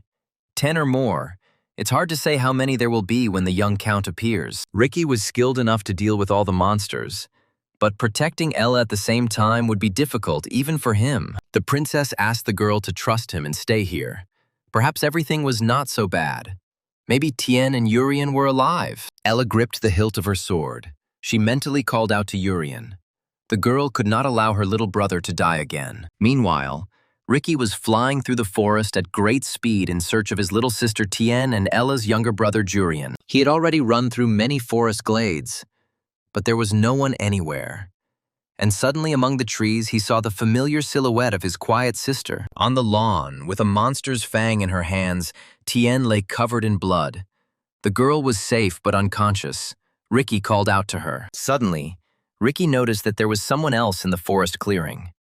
He looked questioningly at the strange stranger in the academy uniform. The young count stopped, ready to engage in battle, the thought flashing through his mind that it was this man who had wounded his weak sister. Ricky couldn't tell who was in front of him because the boy was wearing a knight's helmet, which didn't allow him to see his face. The stranger in the helmet was surprised to see Ricky in the clearing. He said in confusion how strange it was that it wasn't the bespectacled man who returned to their clearing. Ricky noticed that the stranger had a black brooch in his helmet, which meant they hadn't caught all the evil commoner conspirators. The guy looked at his sister again. She still hadn't come to her senses. Or maybe she had already died. Maybe this freak killed his Tien. Ricky didn't take his eyes off his sister's face. It was as calm and a little sad as always. Would she never speak? The boy rushed towards the stranger in the helmet, shouting how he dared attack his beloved sister, how he dared kill a weak girl. Ricky's eyes flashed with anger as he attacked the helmeted youth with his family's wind sword, not thinking that he could kill the teenager. Their swords met with a clang, but to Ricky's surprise, this short youth was not inferior to him in strength, and the wind sword stopped. Ricky looked questioningly at the boy. How he was able to block his attack. Not even every adult could do that. Urian asked Tien's brother with a grin if it wasn't too dangerous to attack so suddenly. And Ricky was amazed at how quickly the boy reacted. Ricky asked the stranger if he thought he would escape unharmed after treacherously wounding his sister Tien. The young count was becoming more and more surprised. This commoner could also strengthen his sword with magic. Urian was surprised at whom he had wounded. Urian suggested that Ricky calm down for a second and listen. It was clear that he could have misunderstood the whole situation in this clearing. The teenager explained to Ricky that he did not want to harm Tien in any way. But Ricky did not listen to him. He called upon the power of the magical wind for help. Urien remembered how recently the wind of Tien lifted him from the ground and threw him high up towards him. And Rika's wind was probably much stronger. And indeed, a stream of hurricane wind threw Urien quite far from the guy, but he managed to cut the stream with his sword. Stopping at the edge of the forest, the young man noticed that it was dangerous. Urien cursed under his breath. Ricky almost broke his helmet. Throwing the young man away, Ricky covered himself and his sister with a shield of wind and leaned over the girl. He realized with relief that she was alive. The young count said thoughtfully, "A suspicious helmet. My sister unconscious and next to him a surprisingly strong young commoner." Looking at the young man in the helmet, Ricky noticed that he did not look like the attackers. Urien thanked the young gentleman count with a grin. Ricky said, "To acknowledge your amazing moves that allowed you to dodge 2 of my attacks, I will introduce myself." The guy introduced himself. "My name is Ricky. I serve the spirit of the wind Vi, the eldest son of the Viscount. I am entering the Magic Academy with my sister." The young man politely replied, "Yes, of course. Nice to meet you. My name is Yuri Seon-kun. I am also applying to this Magic Academy." The young count asked his new acquaintance, Yuri Song-kun, "You say you are not part of those attackers? Then answer me a question." Ricky was very interested in who did this to his dear sister Tien. Who dared to attack her? She is a very weak girl. Urien was surprised. "Well, the wind. It gets stronger when Ricky is angry," the young man answered thoughtfully. "With his sister, well, everything is fine with her." The young man remembered how he caught her, who had lost consciousness after the attack of the monster bear, and carried her out from under the blow of the huge monster. He explained to Ricky that he had to knock her out, but it didn't harm her in any way. The wind started swirling around him again. Ricky was angry. Urien asked the young count if he was even listening to him.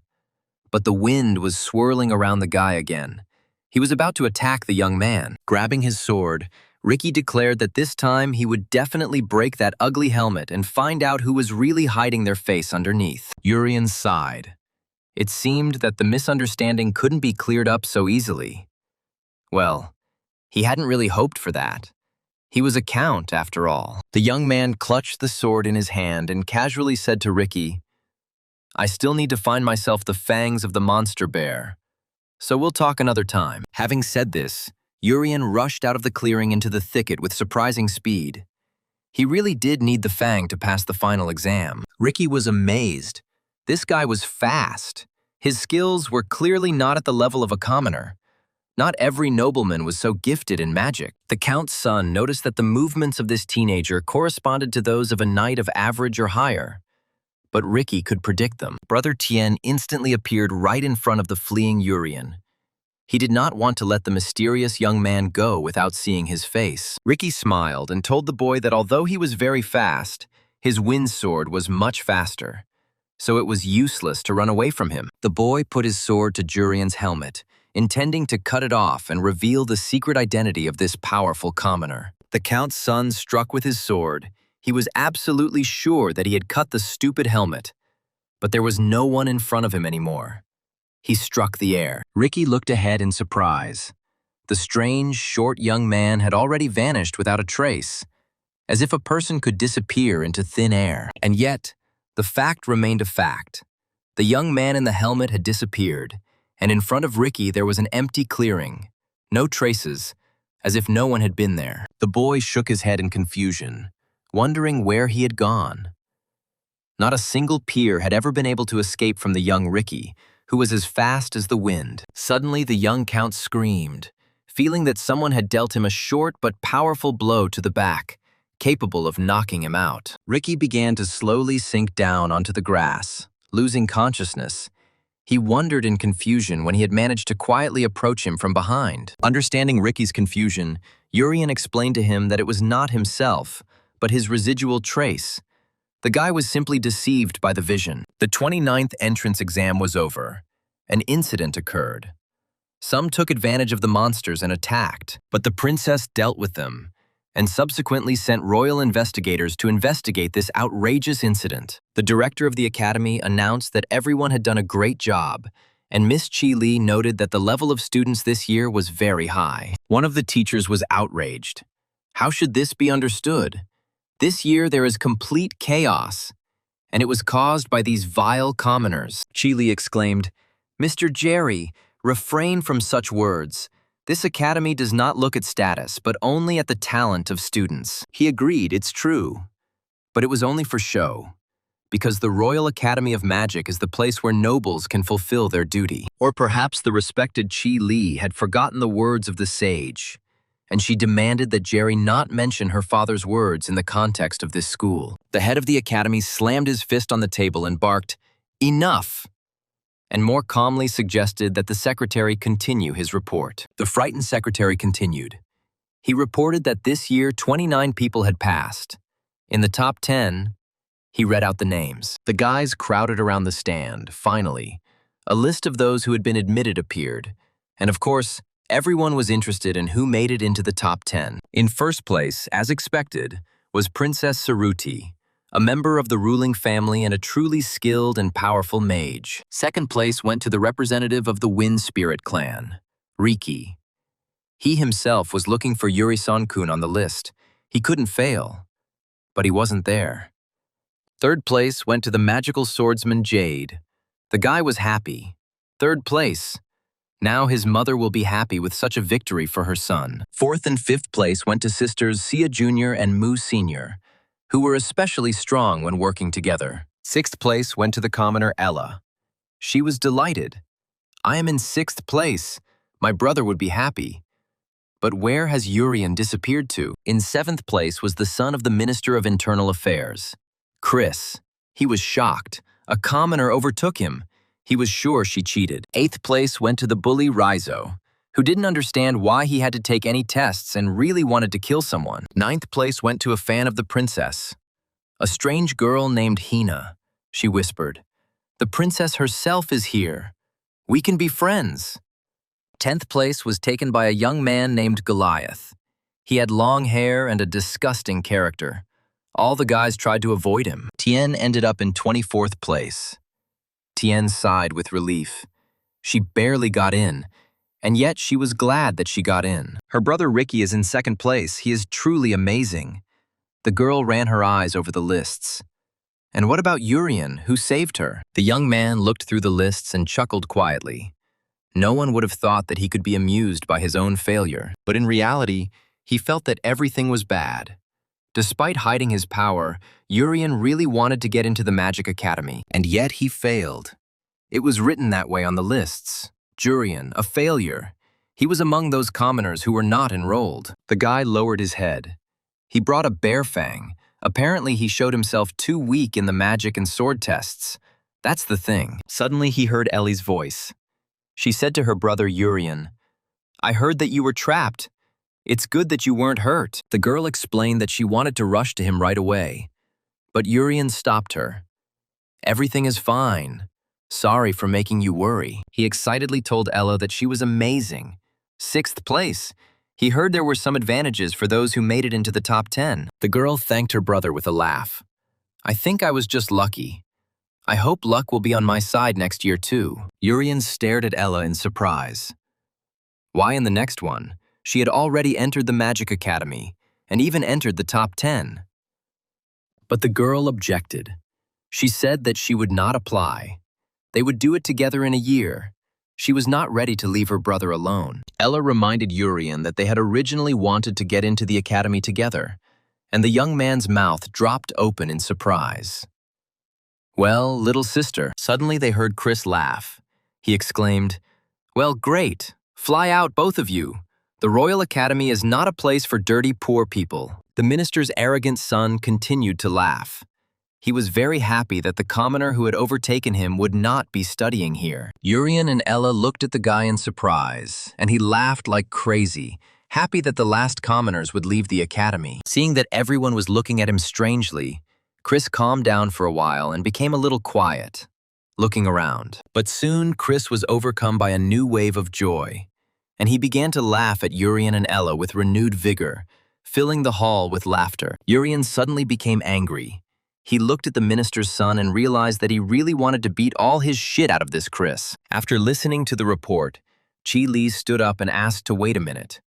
She stated that she categorically disagreed with the results. The head of the academy chuckled in surprise and said, "But it seemed to me that everything was expected.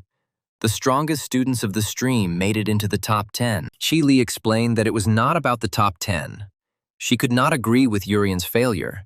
This boy should have entered. The commission secretary said that Ella's younger brother, who placed 6th, brought the lower jaw, but it was unlikely that he had obtained it himself. Ka Ryun-Pi said thoughtfully, compared to his older sister, he was not proficient with a sword, and he did not have much prospects in battle. But the magic teacher insisted that this boy had a huge talent in magic, and she paid attention to it. Meanwhile, in the hall, Chris was mockingly laughing at 2 orphans who had dreamed of entering the Magic Academy since childhood. A delighted Chris began to dance and repeat, "Failed, failed, failed, talentless commoner and weakling." This dance looked disgusting, but the minister's son didn't care about it.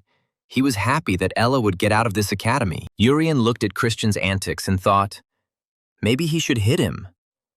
But he didn't do it anyway, so at least punish this freak. Then one of the admissions committee members ran out into the hall and excitedly told the kids that he had an urgent announcement. Among the 29 applicants, they will choose one more who will be admitted. The nobles began to chatter. Apparently it was me. I couldn't fail. An employee of the Magic Academy said that they had already decided on a candidate. It was Urian. He was applying with a magical profile. The nobles, especially Chris, were shocked why a commoner was chosen separately. Isn't this the first Royal Academy of Magic? Ella congratulated Urian. Now they would be admitted together. The young man could not believe that they had really accepted him. What was going on? Chi Li said at the professor's council, "I don't understand how Urian could have failed at all. He has enormous magical potential. Not only does he have enough magical powers to blow up the magical device used for testing, he was able to instantly limit his power, preventing a catastrophe. He simply masterfully controls his abilities." Chi Li was sure that if they let him go now, it would be a huge loss for the kingdom. No one knew where he would go. Jerry objected when the monster bear appeared. If Tien hadn't pushed him away, he would have died. He had little real combat experience. Chi Li retorted, "That's how they earn money at school. In the future, this boy will surely be able to overtake both first and second place." Jerry wondered what this love for commoners was about. Did Li really think that a commoner deserved a place in this school? Chi Li replied, "I think that if anyone doesn't deserve it, it's you, Professor Jerry. The teacher is so blatantly discriminating against the student." The head of the academy slammed his fist on the table again. "Enough! The magic school is a haven for talented warriors. Status doesn't matter." Mages added, "Besides, I trust the opinion and experience of Professor Chi Li.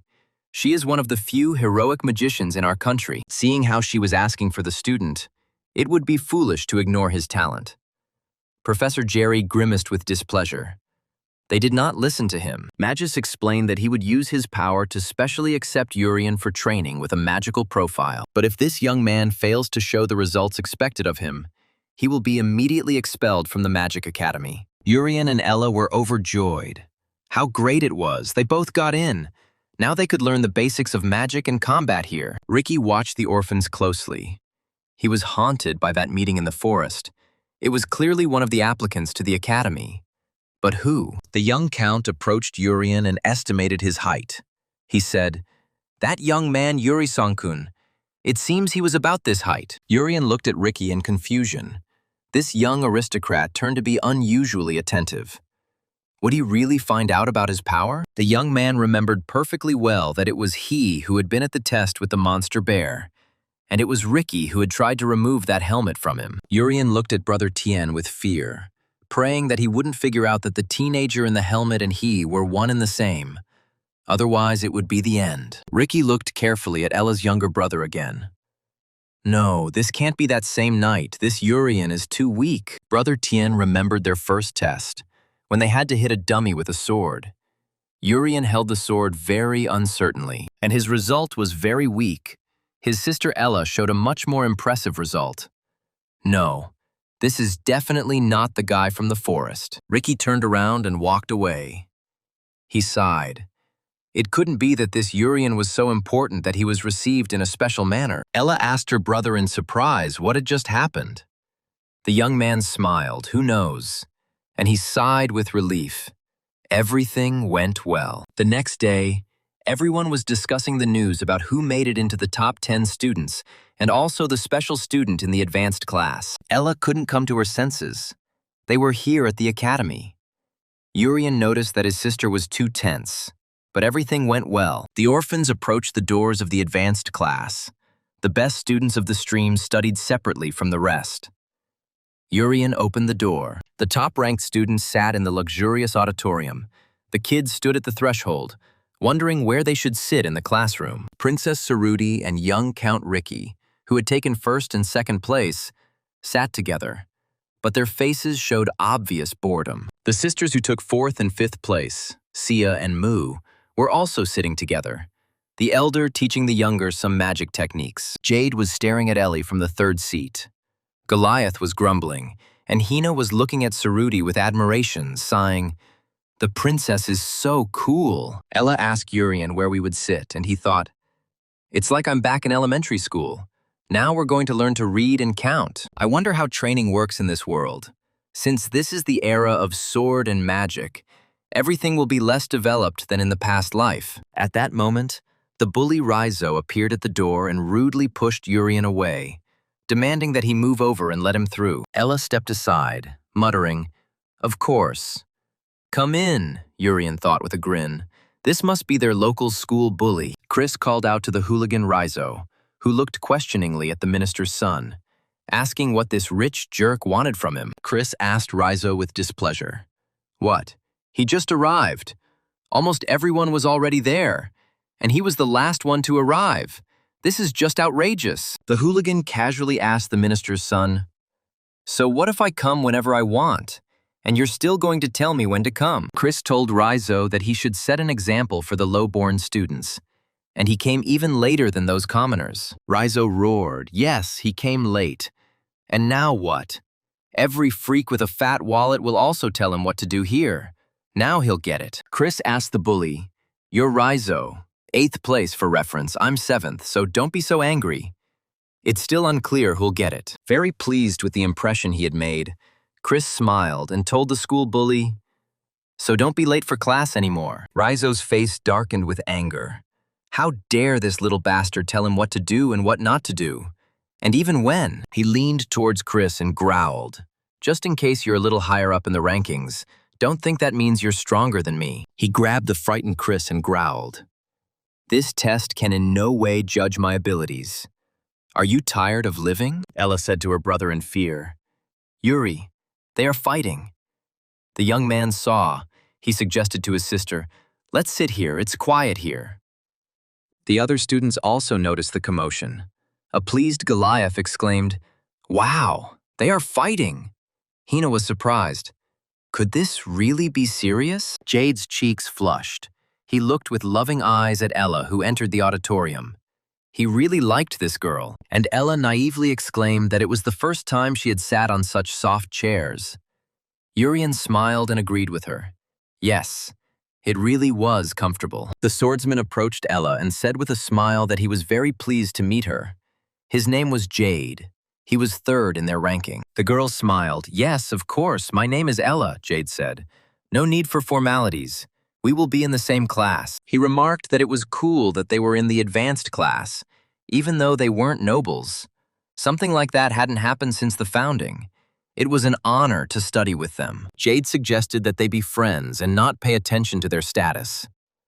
Urian thought, "What a bastard.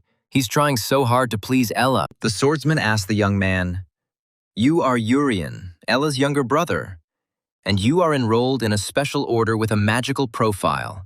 That's cool." Urian thanked Jade and explained that he was not Ella's biological brother. It was just for information. The swordsman's eyes widened in surprise. The swordsman said that Ella is an excellent swordsman and fully deserves to be in the Academy's advanced class. He turned to Urian. "I can't wait to see what you can do if you got into this class. I hope you show yourself." Urian watched Jade with a smile. What a fine fellow. He quickly pulled himself together. It seems like a worthy young man, even though he is a nobleman. The atmosphere in the advanced class was tense, although outwardly everything looked very calm as the guys got used to each other. The first day at the Royal Magic Academy finally ended. Urian and Ella were returning from classes, discussing the events. Urian noted that there was nothing special on the first day. Ella agreed with her little brother. Today, they were all getting to know each other. The young man said dreamily, apparently, "Normal lessons will start tomorrow. I wonder what will happen there. Probably some magical secrets." Ella reminded her brother that they had ended up in the Magic Academy, where they had always dreamed of going, since childhood, when they were still in the orphanage. She suggested to the young man, "Let's enjoy this before the rest of the orphans get here." Urian agreed. "It will be more difficult later." Suddenly, voices were heard behind me. Wow, they really are commoners. Who would have thought? I wonder what happened. They really study here. This was unthinkable before, but this year the standards have been lowered significantly. If the advanced class is made up of vile commoners, if I were a year younger, I would also have ended up in the advanced class, Urian thought. Second year, of course.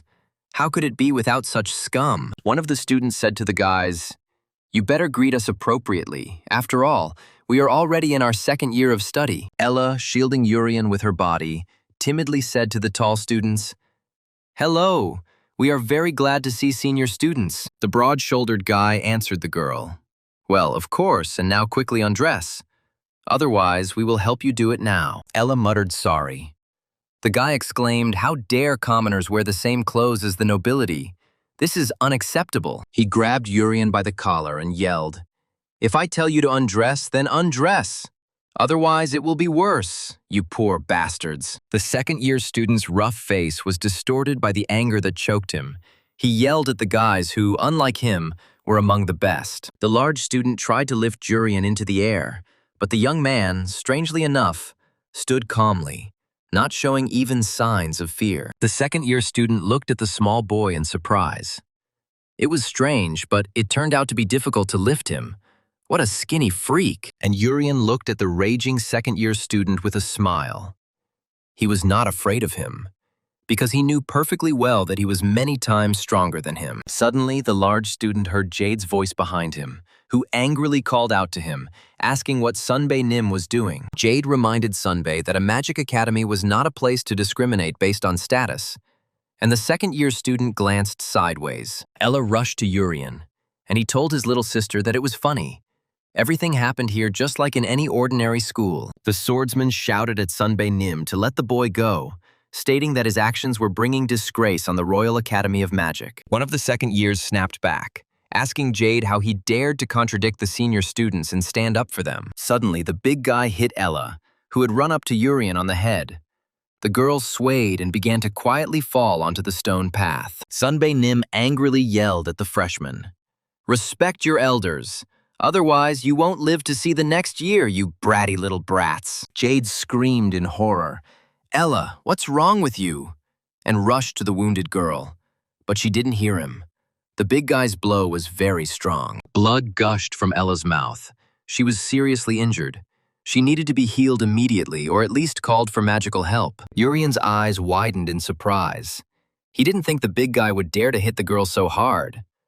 But it happened. Anger flashed in Urian's eyes, and he asked Nim belligerently how he, a stupid brute, dared to hit his older sister Ella. Hero Class President Hai-Won was calmly drinking tea in the large office of the head of the Royal Magic Academy, Majesa. The head thanked her for taking on the advanced class.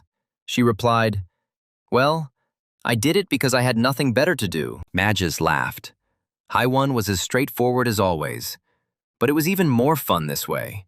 Otherwise, the other professors here were so terribly serious. The principal warned Hai-Won that this year's class would be one of the most compelling causes in the school's history. So he approached her. The girl became wary and asked in surprise, "Are there any good reasons?" Well, Majus was apparently talking about those unusual brother and sister. Despite the fact that the nobility was against it, these guys entered in a special order and took a place in the advanced class, didn't they? Hai-Won understood why the girl was accepted. She was a commoner, but the way she instinctively charged the sword with mana was simply amazing. If she had been an aristocrat, her place would have been assured. Mages confirmed, yes, Miss Ella was truly incredibly talented. But Haiwan was absolutely sure that the same could not be said about the girl's brother. He had not yet shown himself in any way, and yet he was accepted. Yes, Chi Li insisted that he had hidden talent, but unlike his sister, he had not yet been able to prove himself, showing himself to be weak. However, the head of the academy received him in a special manner. Haiwan asked, "It must have something to do with that very reason." The head of the academy asked Haiwan if she thought the school was what it should be, or just an outlet for the children of aristocrats. The academy was supposed to nurture talent regardless of status. But in reality, the academy became a place of prestige. If this continues, it will lead to the fall of the kingdom. Haiwan replied to the leader that since childhood, she was only taught to fight, so she takes his word for it. It will be better. She relies on his judgment and the reason he mentioned. The leader thanked Hyo. The director looked out the window. Haiwan noticed that they were being bullied right under the windows. The head was alarmed. What were they doing? They needed to be stopped. But Haiwan stopped Majus. Wait, it's better to just watch. It's never too late to intervene. Let the guys prove themselves. The girl was very curious about the reason why this seemingly unremarkable child was accepted here. So, the enraged elder Nim hit Ella with his fist, wounding the girl. He barked at her to respect her elders and not get in his way. Seeing that Ella was seriously injured, Jade was very scared. The young magical swordsman from the nobility really liked this girl. Ella lost consciousness and began to fall, splashing her own blood, which seriously angered her adopted little brother. The young man didn't expect that a big guy like Nim would beat a girl from his first year. Even in his world, it would be considered shameful. Urien instantly broke free from Nim's clutches and rushed to his wounded older sister Ella, who was falling onto the stone pavement. Jade asked Urien to take Ella to the medical center. Everyone understood that the girl urgently needed help. Otherwise, she would die. The enraged magical swordsman promised to take these scoundrels to the academy administration to investigate the attack on Ella. One of the second-year students was stunned by such impudence. Is this Jade? Seriously, they are the scoundrels. They are already 15 years old, and Nim couldn't understand anything. What kind of nonsense was this? When this little bastard broke free, I didn't relax. How could he do this? Urien bent over his wounded older friend, whom he considered a sister. A thin stream of blood ran from the girl's mouth. The young man remembered when that jerk Nim hit Ella. He filled his fist with mana. Did he really want to kill this kind girl? The image of the blow appeared before Urien's eyes again. What a scoundrel. He was clearly stronger than Ella, and she didn't expect the attack. Urien clenched his teeth. Nim had completely lost his mind. How dare he stand up and attack? He should give him a good thrashing. But he can't reveal his strength. Meanwhile, Jade had a fight with Nim. He was also very angry at the second-year student for hitting the girl he liked. The big guy was perplexed. What nonsense was this? This kid was much smaller than me, but so strong. Could a first-year student really beat him, Nima? Jade tried his best. He really wanted to show himself in front of Ella. He wanted her to admire him as her savior. Nim clenched his teeth. He felt that he was losing. A little more, and this little brat would drag him to the administration by the scruff of the neck, like a puppy. The big man shouted in desperation to his slender companion, Nigel. "Use magic immediately! Let's restore the honor of our elders!" The guy obediently took out his magic wand, but suddenly stopped. He asked the big guy in fear, and he didn't get anything confused. "Using magic on academy grounds is prohibited," Nim barked. "Shut up." Suddenly, Urien told Jade to move away. The boy was surprised why Urien hadn't gone to the medical center yet. But at that moment, the young man used healing, instantly healing Ella's wounds. The young man answered Jade, "I cured her, so don't worry, I'll handle the rest myself." All the students' mouths dropped open in surprise. Nigel, who specialized in magic, immediately extinguished his wand and stared at the skinny young man in shock. The same reaction was felt by the senior observers who were watching everything that was happening from the window of the director's office of the Magic Academy. Ella woke up and looked at Urien with fear. He smiled. "Sister, you're okay. I cured you. but don't overwork yourself. And now Urian decided to show the noble students the first way he learned to hide his enormous magical powers. But turning to the students, Urian was stunned. They all looked at him with their jaws dropped, and the older students even shook slightly. The young man didn't understand what was wrong with their faces. They looked as if Jurian had just destroyed a dozen monsters at once before their very eyes. Haiwan asked the director of the Magic Academy if he had given this commoner boy special treatment knowing this. Magus was silent. In fact, he didn't know anything for sure, but he could assume that something similar would happen to these orphans. The young man didn't understand why they were all staring at him like that. Ella also looked at Urian in surprise. She didn't suspect anything. Jade asked his classmate in confusion what he was doing. How Ella had recovered so quickly. She was seriously injured after all. Urian was surprised. I mean, how did she recover? I cured her. What are you talking about? Ella carefully told her brother that healing doesn't happen quickly. Before Urian's eyes, orphans appeared with a lesson in common sense, they shouted. In 2 years, we will also go to magic school. This lesson in common sense from the younger orphans was about healing magic. Lessons he had missed at the time because they were unnecessary. Use healing to heal wounds. This can take anywhere from 5 to 15 minutes. Even a priest needs at least 5 minutes. The orphans shouted, "Let's not do stupid things like full instant healing." Today's episode of Common Sense is over. Urian was stunned. He didn't even know. It's even strange how they can't instantly heal people. That's why he lit up with such power, Nigel exclaimed.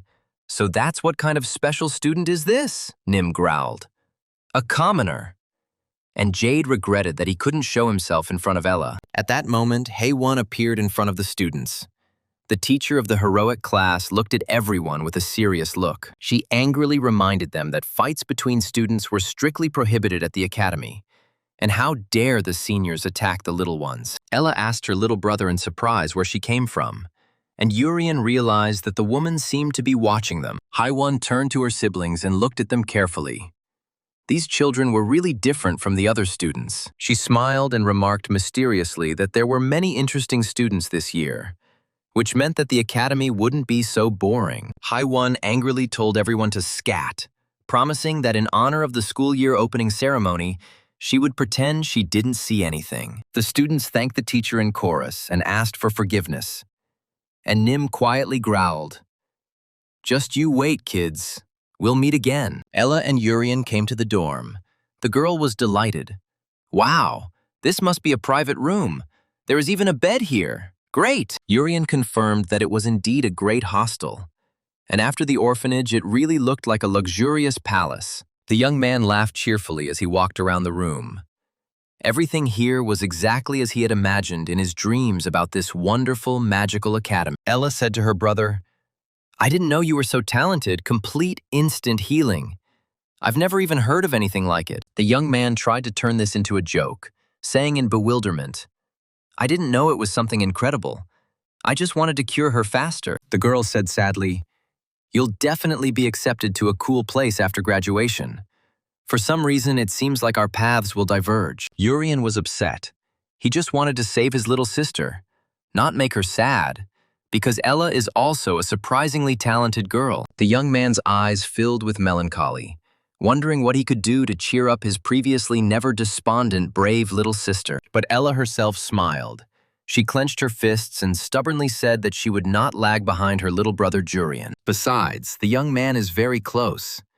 Ella is also in the advanced class, which means she just needs to try hard, and she will be able to distinguish herself. She suggested to Urian, "Let's support each other until the very end."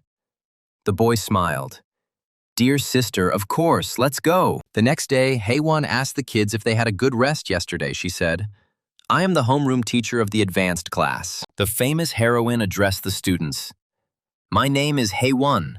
Let's be friends, because we have a long way to go."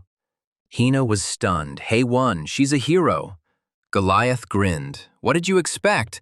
This is an advanced class, the best teach here," Urian said in surprise. "So yesterday in the yard it was our class teacher," Ella whispered.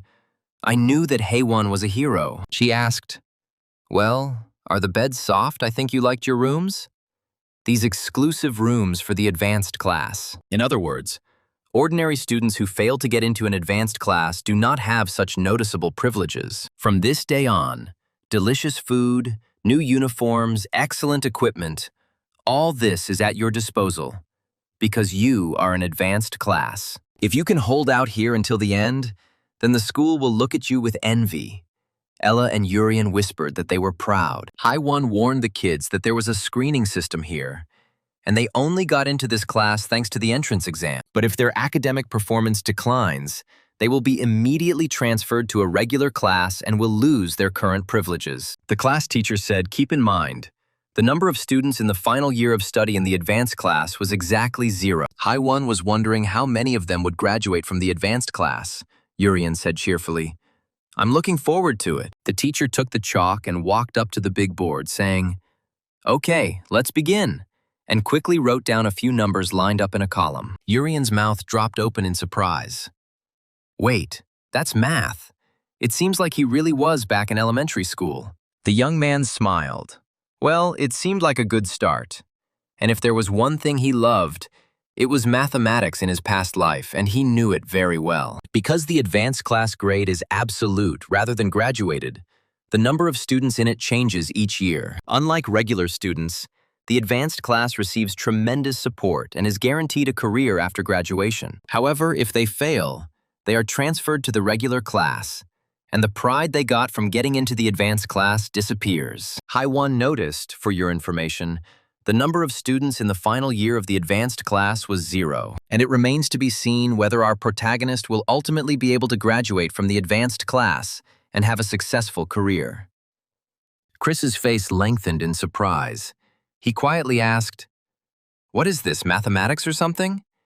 He thought they were about to start studying magic. Haiwan looked with a smile at the surprised and confused faces of this year's top students at the academy. Many of them were at a loss. Chris raised his hand and asked, Teacher, can I ask a question? Haiwan said, Yes, of course I can. They came here to study. The minister's son stood up and asked why we needed mathematics at the Magic Academy. I want to study magic, that's why we applied. The famous heroine asked Chris with a smile, Why do you need magic? And what are you going to do when you have mastered it enough? Chris replied, Because I want to become a strong sorcerer like you and help the kingdom. Haiwan smiled. That's a great answer. But to become stronger, the guys don't need mana or even magic. More than anything else, they need knowledge about the world. That is, science. The teacher added that if you have knowledge, you can easily surpass yourself. Hina was surprised, and what kind of knowledge this is? Haiwan lit a small fire and asked the guys, For example, what do I need to do to make my fire become much bigger? Chris immediately replied, You need to use more mana. Then the flame will become bigger and stronger. The more mana, the stronger the magic. The teacher praised him. Everything was correct. And in that same second, the size of her flame increased several times. Now a huge stream was burning on his finger. Haiwan explained that indeed, this is usually done by using a large amount of mana, which can be very draining. But what if there is no more mana to add? The hero's strength runs out. What to do then? Let the girl with the bun answer. Hina replied that if there is no mana, other sorcerers need to use support spells. Juan said, That is incorrect. Well, that's one possible way. But there's a much better way to increase the power and size of fire without using mana. A stream of wind swirled in Haiwan's other hand, and the students looked at their homeroom teacher in surprise. Not understanding anything, she explained that it was the wind, and now she was combining these two phenomena into one, and was offering to see what the result would be. The boys fell silent and looked in amazement at the giant fiery whirlwind that Juan had created after combining fire and wind. She explained that when fire meets wind, the fire begins to grow rapidly, Urian mentally added. It is a combustion reaction. Haiwan explained to the class that this was knowledge, and that was why they shouldn't focus only on increasing their mana reserves. First of all, they need to study, comprehend science, knowledge about the world, and today they will start with a simple test to understand the level of their knowledge. The teacher quickly handed out test sheets to the children. The students fell silent, immersed in solving the problems. Many were studying at home. The fountain pens squeaked. This was the very first written test, and everyone wanted to show their best side to the teacher. After a while, Haewon said loudly, "Stop, okay? Now let's check the answers you wrote. They will say a lot." Having glanced over the collected sheets of paper, the teacher exclaimed in surprise, "Wow, 3 of them got an excellent result." Chris was very worried. The teacher announced that Princess Saruti had done the best on the test. The girl modestly lowered her eyes. Everyone here always praised her. Hina smiled enthusiastically and thought, "This is not surprising for a princess. She is the best in everything. Such a smart and beautiful girl." Haewon also mentioned Raizo, the bully said in surprise. But only 3 of them were doing everything right. So, was he really one of them? Chris was amazed that Raizo had answered without mistakes. This bastard, this bully, asked the minister's son, "Hey, why are you sweating so much?" Raizo warned Chris sternly. "Just don't tell him you have any mistakes." The smug rich man sweated even more from fear, and the bully was advancing. "You are an aristocrat with an advantage in admission. A diligent bastard, 7th on the list. So cool." Rizzo threatened the minister's son, saying that the ratings change once a month, but I'm not interested in the rankings at all. The main thing is not to be eliminated. The bully looked at the timid Chris with a grin and said, "So from tomorrow onwards, you'll have to try harder. Otherwise, you'll only have yourself to blame." A frightened Chris gasped. He himself knew that he had to try harder. A commoner had already overtaken him. His parents would be simply furious. A high watt continued to announce the best students who did well on the test. Chris's heart sank. He dreamed of being the best, but the teacher announced, and the last one to cope with everything was Urian. The young man smiled. In fact, it did not surprise him at all. Princess Saruti looked at the young man in surprise. She was sure that these orphans had never studied anywhere in particular. Sia also stared wide-eyed at the inconspicuous boy, whom everyone considered the last weakling in the entire stream of students. Ricky glanced sideways at the boy. He was annoyed that he had overtaken him, and old suspicions about him were stirred up in him. Chris asked dismissively how this commoner could pass the test without making any mistakes, when even the aristocrats couldn't pass it completely. Ella asked Urian in surprise where he had learned the answers to all the questions. She knew for sure that they hadn't learned this in the monastery, and the young man chuckled smugly. After all, the knowledge he had once acquired while studying the school curriculum had come in handy. In his past life, he was a student at a Republican high school in the Republic of Korea, suffering from private education. The example Haewon wrote on the board, Urian can easily calculate in her head. So this test is complete nonsense for him. It was elementary. Now the young man was sure that he would become the best here. His school knowledge from his past life would be quite enough. Goliath laughed, cool. A commoner made almost all the aristocrats in this class. Many here have something to think about. Jade leaned towards Urian and said with a smile, "I won't lose to you." And the young man was not at all against competing with him. Haewon said that the simple tests were over, and now she wanted to give the students something, and a badge appeared in her hand. The teacher placed the advanced class badge on her hand and cast a simple spell. She needed to multiply the object, and then one badge turned into 11, and each student in the class received their own badge. The kids smiled, and the magic began. Haewon explained that this was an advanced class badge that they had to attach to their vests to show others their status. Additionally, with these badges, the class's students have access to the very best of the First Royal Magic Academy. For example, they get access to the best food, prepared exclusively for talented students from the advanced class. Urian and Ella were stunned. This was real meat. For orphans who grew up on boiled potatoes, the table looked simply amazing. Ella immediately grabbed a huge piece. She exclaimed, "Urian, it melts in your mouth." "The advanced class is the best. The food here is so delicious," she told her brother. "I want to be here forever."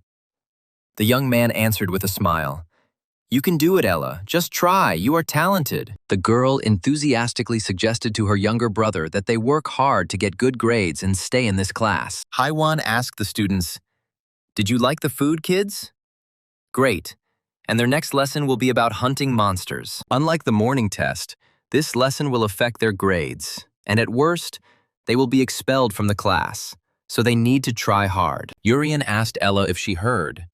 Haewon said that it will affect the grades.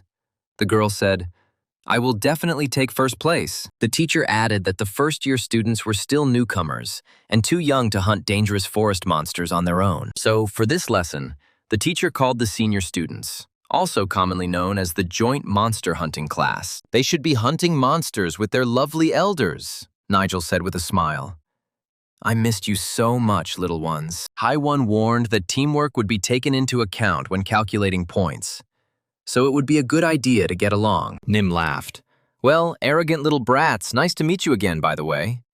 The teacher said that teamwork is important. Nigel stuck his tongue out at the little one and said, If I tell her you didn't listen, your grades will get a lot worse, right? Don't be afraid. We are not vindictive, but we can be both good and bad depending on your actions. Jade warned his classmates, Ella, Urian. I'm sorry, but I hope you'll listen to them, otherwise they'll all get bad grades. The magic swordsman sighed. Although this is very unfair, but I must remain in the advanced class at any cost. This is important. The young man clenched his fist. He really wanted to show himself tough in front of Ella. But still, the interests of his family were more important to him. Ella answered Jade that they also wanted to stay in this class, but there was a reasonable limit to everything. Urian sighed. What should he do? Urian asked Jade and Ella if the senior students would think highly of us even if we obeyed them. But they were angry with us. Look how they giggle, Urian thought feverishly. He knew one thing. He couldn't let these freaks ruin his grades. And then an idea struck Urian. Now he knew exactly how to get out of this situation and earn excellent grades for the group. He turned to the elders. I beg your pardon, dear elders. They did not understand, dear elders, whether this is good or bad. The young man smiled broadly and asked the stunned second-year students, Maybe we could make an interesting bet. Nigel grimaced contemptuously. How dare this commoner offer us a bet? And anyway, what can you do, newbie? But Urian ignored Nigel's snort and said they would show the seniors what they could really do. Nim and Nigel thought about it. It was a bit of a stretch to refuse such an offer, but this little cheeky kid insisted. Nigel still had doubts. He remembered the power of Urian's magic, and his noble pride objected to a bet with a vile commoner. Urian didn't back down. He was convinced that even though they were newcomers, they were capable of surprising the seasoned second-year students at the academy. Finally, Nigel agreed. He shouted, Well, as you wish. If you turn out to be weak, blame yourselves, because you asked for it. He grabbed the weapon stand, which contained the swords they were supposed to use to hunt forest monsters in class. Nigel threw the weapon rack towards the advanced class students, giving them the first choice of weapons. Nick's companion shouted to the boys, Get your swords and everything else you might need during the battle in the forest. Nigel explained to the little ones that there would be a training fight now. They would recognize the first years as equals if they won this fight. Nim licked his lips bloodthirstily and warned the fry, Keep in mind this is a real sword, so don't get hurt, but that's possible. Because the teachers can't tell whether you are hit by a monster or a human, Urian asked in confusion. So this will be a training fight. The young man asked the second-year students in bewilderment. Do you want us to fight with real swords? If we win, you will leave us alone. Nigel laughed. Don't be so scared. We're not that bad. We just want to restore the rightful respect of the younger generation for the older generation. The first-year students thanked him unanimously, and Jade even shed a tear, whispering, Mom, I'll still stay in the advanced class. Ella asked Urian which sword she should take. He answered, Any, sister, you will win anyway, the girl laughed. Nigel quietly told his friend Nim not to hold back, who angrily replied, Of course, we have to deal with these commoners. Soon everyone was armed, and a fight began in a forest clearing between first and second-year students. Everyone understood that this was no joke. The big man Nim's personal sword flashed in his hands. He targeted the commoner Ella, who had decided to contradict him, as his opponent. He struck her with a scream, but the girl managed to block it. She turned out to be not so weak. It was not for nothing that she studied in an advanced class. Nim looked at the girl in surprise. It turned out to be difficult to beat the commoners. These little animals seem to be ready for anything here. The big guy realized that the commoner had filled the sword with mana, which was strange for first-year students, since they had just entered the academy. The second-year swordsman decided that he too needed to strengthen his weapon, and at the same time take care of his defense. Who knows these little guys? Ella remembered yesterday. I couldn't protect myself, let alone Urian, because I couldn't stay calm in time. The girl was convinced that she wouldn't screw up like that today.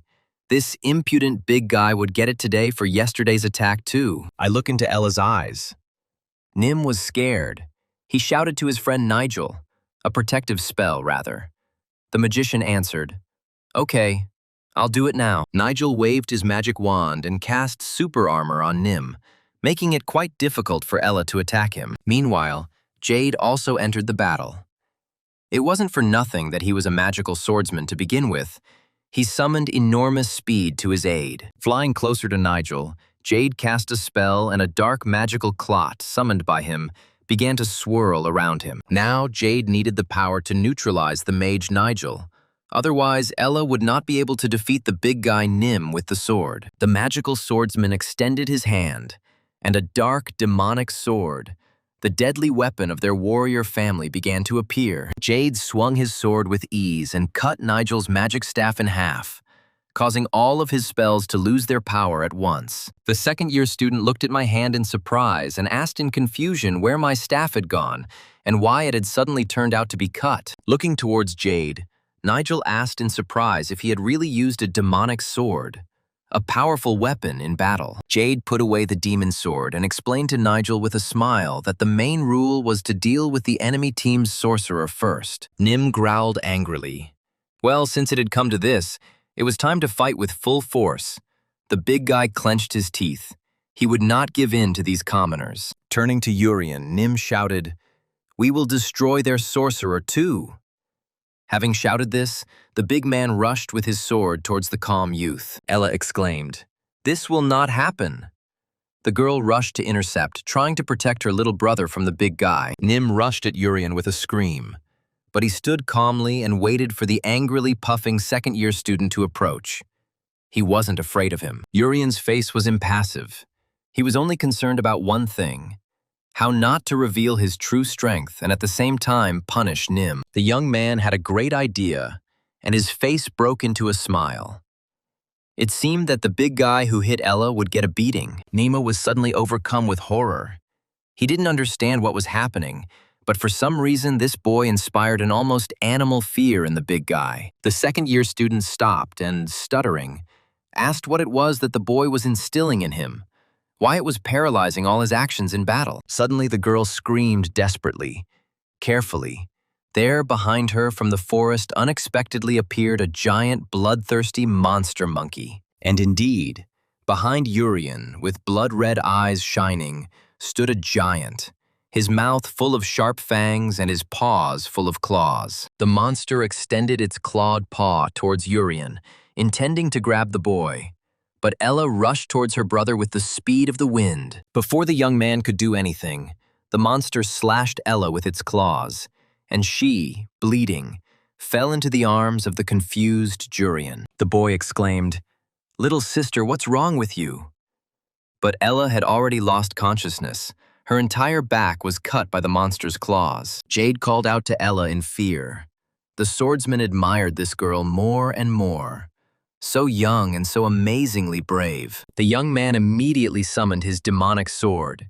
He must defeat the monster immediately and save everyone, and most importantly, save Ella. Flying above the roaring monster, Jade used the second form of the demonic sword, Spiral, and without thinking, rushed at the monster. The magical swordsman instantly pierced the monster's huge head with the spinning demonic sword, killing the monster on the spot. The fanged head of the bloody monkey shattered into pieces, flooding the forest clearing with blood.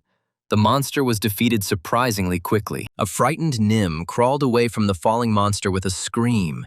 If it hadn't been for Jade's attack, the big guy would have run away from the monkey. Nim muttered, stuttering, "That boy had killed the monster with one blow." But the monster had already managed to wound that impudent commoner. Urian told Ella that his little sister had scared him. Was she okay? The girl answered, Yes, everything is fine. The wound on her back does not hurt at all. The big guy's mouth dropped open in surprise. A complete instant healing, meaning they weren't imagining things yesterday in the academy courtyard. This is the advanced class. At that moment, Jade ran up to the guys, offering Ella to take his vest because her cape was torn. Nim clenched his teeth angrily. These little ones turned out to be strong, he had to admit it. If they had fought, the older ones could have suffered. The big guy casually told the guys, "You've passed, small fry, we won't report you." Urian was surprised. Was it really that easy? After a short silence, Nim added, looking at Urian, "But this mud-blooded idiot, I'll tell you about you. You heal in a strange way." Urian noticed that Nim had a good body. "But this was only a protective spell," Nigel exclaimed. "Right, idiot. Now die." The big guy yelled at the magician, asking if he could do anything himself.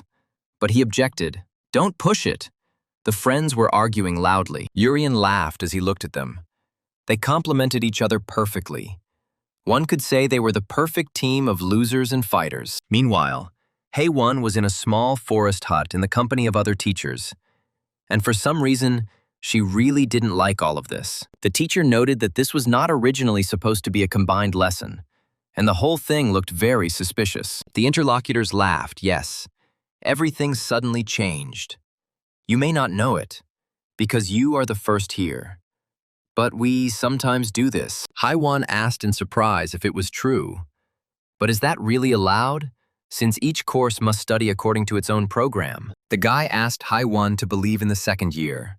And the teachers also need a rest. The heroine was surprised. "I'm older, but she's on first-name terms with me." Hei-won chuckled and put the glass of drink on the table. But why did the theory lesson suddenly change to a monster hunting lesson? The heroine noticed. And these two are trying too hard to calm me down. Well, their intentions are obvious, but what to do? Looking at the smiling interlocutors, Hei-won said, "Since we have wonderful second-year students, my students will not suffer." They nodded vigorously and laughed. Of course not. On the contrary, the elders will protect the little ones in case of unexpected attacks by animals. The more Hei-won looked at these people, the more she realized that there were cunning and evil traps prepared for the little ones. The heroine thought about what to do with these scoundrels. How dare they pester my first students and even try to harm them, praise their courage, or perhaps kill them on the spot for attempting to kill the future defenders of the kingdom from evil monsters. Hei-won's interlocutors suddenly fell silent. They looked at the renowned warrior with concern, wondering if she had really understood everything. They knew perfectly well that this girl could easily kill them with just a single finger, and nothing would happen to her for it. She was a heroine after all. After some thought, Hei-won decided, okay, let's wait for now, after all. This is an advanced class. They are all very talented and strong. Laryl was very surprised. So this is the family using the demon sword, and it seems to be Jade, the newcomer this year. The guy asked the big guy, "Have you made sure there are no mudbloods?" Nim obediently replied, "Yes, we only brought him." Jade frowned, and he kept wondering what was going on. Why the elders suddenly called him to go with them. Why they created such a mystery. The guy waiting for Nim and Nigel in the clearing nodded to the boys and said patronizingly, "Okay, that was a great job." Jade recognized the guy. It was Laryl, number 1 in the second-year advanced class.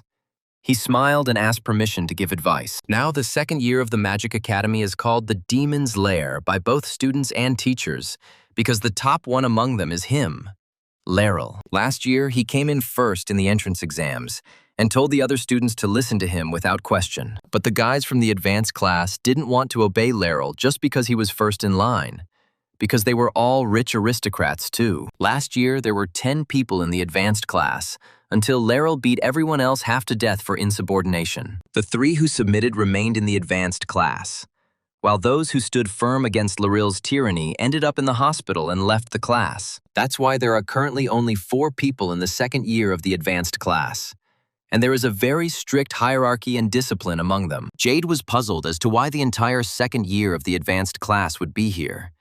It was all clearly a setup. But who was doing it? Laryl told Jade that before the boy came to this clearing, he heard something about his family. Jade frowned. A bad start. The second-year demon continued. Jade is from a family that uses a demonic sword, so he has a lot of responsibility in his hands. And Laryl also knows that if Jade can't graduate from this advanced class at the academy, then his entire family will fall. That's true. Jade remembered his conversation with his father in their family castle. The young man was very surprised that there were other magical instruments. He found it very strange that people who couldn't use a demon sword could easily use mana swords as if it was nothing. The young man then asked his father why various magical instruments were becoming more and more popular in the kingdom. Very often, a magic wand is used, which can easily create water, or a magic sword, which releases fire at the enemy. As they, the demon sword family, were falling into decline, Jade's father sighed and said to his son, saying that he was their last hope. He took the heir by the shoulders and warned him that he was obliged to graduate from the advanced class of the Magic Academy, no matter what the cost. Father insisted that this was the only way they could prove to everyone in this kingdom that the Demon Sword family was still alive and well. He repeated to his son, "Listen, no matter what, if you can't finish the advanced class, his mother, brother, sister, and he, his father, will die." Laryl smiled and told Jade that he would let him graduate from the Academy's advanced class if the boy behaved sensibly. Jade was very surprised. What does Laryl have to do with it? How can he guarantee completion of the advanced class of a completely different course? Laryl explained to the young man that this new class was now being watched by people of such stature that it was difficult for Jade to even imagine their strength. The second-year student added that these important people gave them the task and guaranteed that they would not be expelled if they helped complete it. For serious people like them, graduating from the Academy's advanced class is a common thing. Jade was surprised. "Ah, so that's how things are." Laryl chuckled, of course. So Jade should go to these commoners and do as he tells him, and no nonsense. The second-year student's face suddenly became arrogant, and he asked the young man if this was much easier than fighting for a place in the advanced class. Laryl stated that he was helping Jade because his family was going through a difficult time, and he had the opportunity to become a worthy son. Jade returned to his classmates. Ella worriedly asked him if he was okay, and Urian asked if the older boys had beaten him. The girl went to Jade, saying that he had not returned for so long that they were already starting to worry. And Urian asked where the elders had gone. Urian was worried that the disgruntled second years would go and talk about how badly they worked as a team. But Jade's sword appeared in his hand. The young man did not expect an attack from his classmate. He stared at Jade in surprise, since they seemed to be considered friends. Urian shouted fearfully at Ella to be careful. The girl looked at her little brother in confusion, not understanding what was going on. Jade's demonic sword flashed through the air and he quickly attacked his classmates, whom Laryl was so eager to kill. Urian managed to shield Ella, who was stunned by the surprise, and a palisade of demonic swords instantly grew around the boys. The boy asked Jade if he thought it was a bad joke. Why did he capture them with these family things of his? As he left, Jade warned Urian to be careful with those swords, and not get too close to them if he wanted to survive. There is a very high voltage between these demonic swords, and if you accidentally touch them, simple treatment will not help. Urian smiled, so Jade made this magic trap with his demonic sword, and the guy is very capable. Jade apologized to Urian and Ella for this prank, and asked the guys to stay there for now. It would be better for everyone, especially for them. The boy explained to his classmates that the elders told him that he could monopolize all the points in the practical lesson of monster hunting. Jade added with a sigh, "You see, I have to stay in the advanced class, but it's normal for commoners to be eliminated." The young man promised his classmates that he would let them out when the lesson was over, and apologized again to the stunned kids. Ella asked her little brother in surprise what Jade was doing, why he locked them here, and even fenced them in with an electric fence. Laryl hit Jade a few times and remarked irritably, "I thought I clearly told him to cut off the commoner's limbs." The second-year student asked the boy in surprise if he was really trying to disobey the people above. He and his family seemed tired of living. Jade raised his battered face to the Academy demon.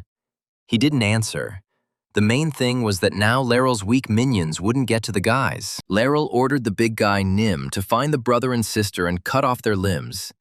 He obediently stood at attention and went to look. A second-year top student explained to Jade that it seemed like the people at the top refused to accept the fact that there were commoners in the magic school. And the second-year student's task is to kill these impudent commoners who dared to infiltrate even the advanced class of the Magic Academy. Laryl warned Jade that other teachers couldn't get in here.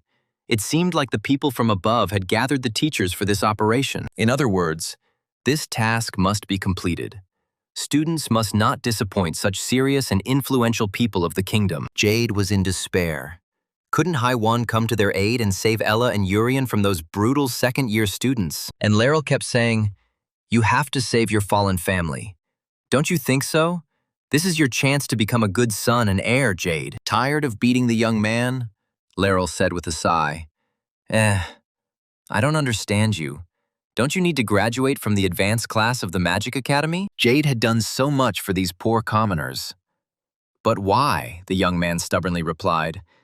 "They were not poor commoners." He raised his battered and bloodied face to his tormentor and firmly answered the second-year student that his classmates' names were Ella and Urian. Laryl was surprised. Jade had only been enrolled a day or two ago. Was that enough time to get so close to his classmates? Jade clenched his fist, but his voice didn't waver. And he explained to Laryl that he wasn't saying that because they had become close. Ella is simply a talented swordsman and is quite worthy of studying in the advanced class of the Magic Academy, as proven by the exams. Although Urian is weak in combat and lacks skills in magic, he is a very intelligent young man and is capable of achieving a lot during his training. This boy will definitely become a wonderful adult, kind and fair, who will lead their kingdom to prosperity. Urian also has amazing healing abilities. In the future, he will be loved by many and will cure many in the kingdom. Jade was absolutely sure that these guys had a wonderful future, and Laryl, or his patrons, had no right to deprive them of it. The young man firmly said that Ella and Urian would be of greater benefit than any aristocrat who discriminated against them simply because of their status. Laryl chuckled. "Useful, you say?" "Yes, perhaps they could be useful someday if they remained alive today." The sophomore looked into Jade's eyes and reminded him that his family would be doomed to despair, all because the boy had disobeyed. Laryl said that disobeying powerful aristocrats was a crime, and it would lead the Jade family to an even faster decline and death. The sophomore asked Jade if he thought about his naive, innocent brother and sister, who still knew nothing about the world. The young man remembered his younger brothers, Seed and Hazel. How happy they were that Jade got into the advanced class, and even in third place. Jade then laughed happily along with the kids, asking if this was really wonderful. And the kids unanimously repeated that it was very cool. Seed asked his older brother, "Well, since everything is so good, then probably their father will smile again, and their big family will be happy again." The young man's mouth fell open in surprise. Did so much really depend on his success at the Magic Academy? He had to not disappoint them all. Jade tensed up and pulled himself together. He couldn't show the children how difficult everything was. They had enough already. After all, their father really was always gloomy. He hugged his brother and sister and laughed, saying, "Of course, everything will be fine. They should believe in him, and he will never let them down." Jade then promised the younger ones that he would definitely graduate from the advanced class. What would happen to them, to his father, and also to his mother? Laryl extended his hand to Jade and said that it was not too late. He just had to take his hand, agree to cooperate with them, and that was all. He asked Jade what was wrong with prioritizing family over the future of the country. What wrong his brother and sister had done. Laryl convinced Jade, no matter how much he resisted, that today these commoners would die. The teachers would not save them. Everything was perfectly organized. The second-year demon persistently extended his hand to Jade, urging him to get ready and kill them himself, assuring him that he was not angry with him. Laryl suggested that Jade live like successful aristocrats, without showing pity to pathetic commoners who were not even worthy of their attention. Instead of answering, Jade slapped Laryl's outstretched hand, unwilling to submit to someone who was forcing him to choose between family and friends. The young man shouted to the stunned second-year student, "Get lost! I will never do that!" Laryl's mouth dropped open in surprise. The boy is stubborn. Beaten and bruised, Jade cried out, "My friends and family, I can protect them all, and I will not follow the lead of high-born killers. Laryl narrowed his eyes angrily. He didn't expect this kid to be so stubborn and to defend some pathetic commoners. The second-year student warned Jade that he would regret it. His demonic sword began to appear in the young man's hand. He decided to fight. Laryl spent a long time persuading Jade, trying to press on his love for his family, reminding him that if he dropped out of class, the family would die. The second-year student didn't want to admit it, but Jade turned out to be very strong in spirit. And as a magical swordsman, he was also quite gifted. Jade made the final decision to fight. He couldn't let Laryl and his subordinates kill his classmates and friends. The magical swordsman was afraid that if he lost this battle, Ella and little Urian would be in great trouble and might die. Laryl took out a magic dagger and warned Jade that he would stab him 10 times and then find the commoners and kill them himself. Jade was surprised why Laryl used a short dagger for combat. It was very inconvenient, and the risk of getting injured was high. A demonic sword appeared in the young man's hand.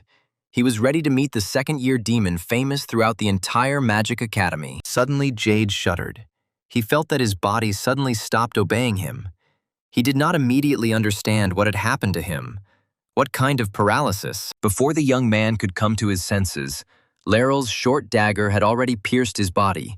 Blood gushed out, and Jade cried out in surprise and pain. Laryl, looking with pleasure at the suffering of the young man, answered his question, saying that he had indeed used long swords before. The second-year student smiled evilly and continued, "But if you use this dagger, you can look at your victim up close and see the pain." Laryl threw the wounded Jade away from himself and said that there were still 9 more blows to be dealt. Now the young man could not resist. Laryl's classmate laughed. "The boy is ready." The ability to restrict movement, no matter how many times you've seen it, it's still creepy. The second one thoughtfully told Jade that they too had disobeyed Laryl at first. But in the end, they had no choice. After all, Laryl doesn't fight. He beats his victims until they submit, he warned Jade. In 10 seconds, he will hit again. Laryl started counting down. 7, 6, 5. At some point, Jade couldn't move.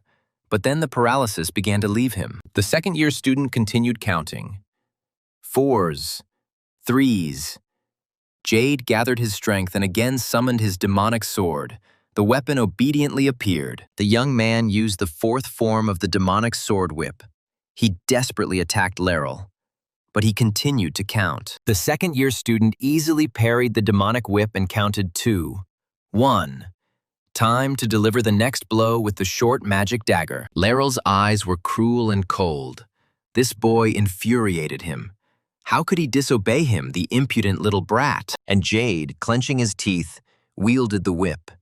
He wanted at all costs to stop this heartless killer of his classmates. And then the young man felt Laryl strike him again with a dagger, this time from behind. Jade's hands trembled. The whip fell out. Jade groaned faintly, but clenched his teeth and endured the pain. He didn't want to please his tormentor with screams. It was better to endure the sensations. Laryl looked at the young man with interest and smiled contentedly, saying that Jade had a great expression on his face. It was nice to see. The young man's body trembled, and Laryl began to count another 10 seconds. He mockingly began to count out loud. 10, 9, 8. He stood over the crumpled Jade and counted. 6, 5, 4, 3, as the boy's blood dripped from the short dagger. Suddenly, Jade straightened up and used the 3rd form of the demonic sword spear. Several spears flew at Laryl at once, but the leader of the second-year advanced class didn't move. He repelled the attack of the demonic spears and continued his countdown. Laryl's classmate was delighted. "It's amazing Jade can create so many copies.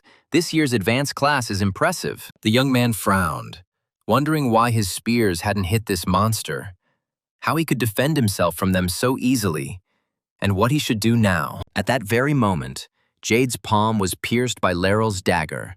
A stream of blood gushed out, and with each blow, the pain became more and more excruciating. Jade couldn't take it anymore and started screaming. The second-year student methodically tormented the young man, still hoping that he would submit to him and kill his friends. Laryl raised the bloody dagger and began the countdown to the next blow again. 10, 9, 8, 7, 6, 5. Meanwhile, Urian was trying to figure out how to get Ella out of here without showing her that he had enormous power. The girl became thoughtful. Finally, she told her brother that no matter how you look at it, what Jade said about the glasses, Urian finished for her. Yes, it was definitely a lie. Ella asked Urian with concern if Jade would be okay. It seemed like the older students were threatening him with something again. Urian, after a pause, replied that if it were only those two idiots, Nim and Nigel, Jade would be completely fine. He is stronger. But for some reason, Urian had a bad feeling. He realized that those two were just pawns, and behind them stood someone much stronger. And in another part of the forest, Jade received another blow from Laril's magical dagger and fell powerlessly to his knees on the ground. Not far from the bloody youth stood the shaking giant Nim. He clenched his fists and tried to stop the chattering of his own teeth. Despite his imposing figure, Nim was very afraid of killing students at the Magic Academy, as it was a real crime. Laril approached Nim and said contemptuously that if they were going to continue to be cowards, then they should get out of here. They were here for one purpose: to kill. A trembling Nim stuttered and apologized to Laril, who, without turning around, again headed towards the exhausted, stubborn youth. Approaching the guy lying face down, Laril asked Jade if he was still alive there or not. Now he was going to kill these brother and sister. Laril stood over the wounded first-year student and said, "In the end, your attempts to stop me were futile. They will die." The Academy's chief tormentor summed it up contemptuously. "Your actions were senseless, and you brought only ruin to your family." Laril sat down next to the stubborn teenager and asked, "Do you regret, Jade, why you ended up in this state? What happened to you?" The second-year student continued to admonish. "Why did your family have to suffer? Why couldn't you pull yourself together, Jade, and agree to everything?" The guy tried to convince the stubborn man, saying, "I can still save them, Jade. Why don't we kill these commoners together and become famous?" Jade answered Laril in a weak voice. "The duration of the movement restriction is 5 seconds. The reload time of the dagger is 10 seconds. Laril, covered in the boy's blood, looked at his stubborn victim in shock. The boy was still resisting. The second-year student grimaced and shouted in despair. "What do you know about this? Do you think it changed anything? You're still weaker than me." Enraged, Laril thrust the dagger into Jade's hand as he lay on the ground, shaking with anger that he couldn't bend it. The young man howled in horrific pain. He no longer had the strength to hold back his screams. His entire body was covered in bleeding wounds. Laril couldn't believe that the boy was still resisting. In that time, he could have broken the will of any other student at the academy. Hitting him harder, he asked Jade what he was thinking, why he didn't obey him, why he was so unbearably stubborn. After all, he needs to graduate from the advanced class of the academy, or he will allow his family to fall, destroy all his relatives. Laril couldn't understand why Jade was doing so much for these commoners. Were they really that dear to him?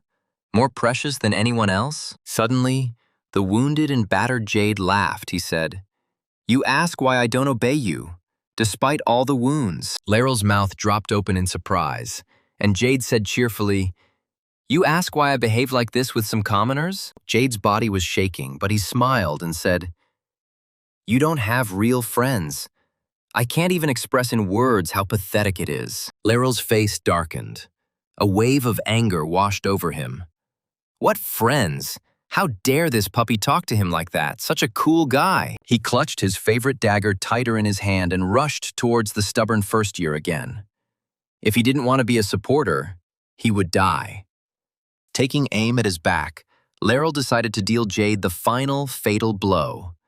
Enough of this kind of talk here. The guy had almost touched Jade's body when suddenly his dagger vibrated. Laril stared in surprise at his favorite weapon. He froze and looked around questioningly to see who could have affected the magic dagger so much that it stopped obeying. Suddenly, Laril received a swift blow. Someone knocked the dagger out of his hand. The blade flew up with a ringing sound. The guy looked back. Jade rose from the ground and also looked around. He was wondering who dared to stand up for him and hit Laril himself. Suddenly, the young man heard Urian's mocking voice. "So you've decided to monopolize our points for the lesson.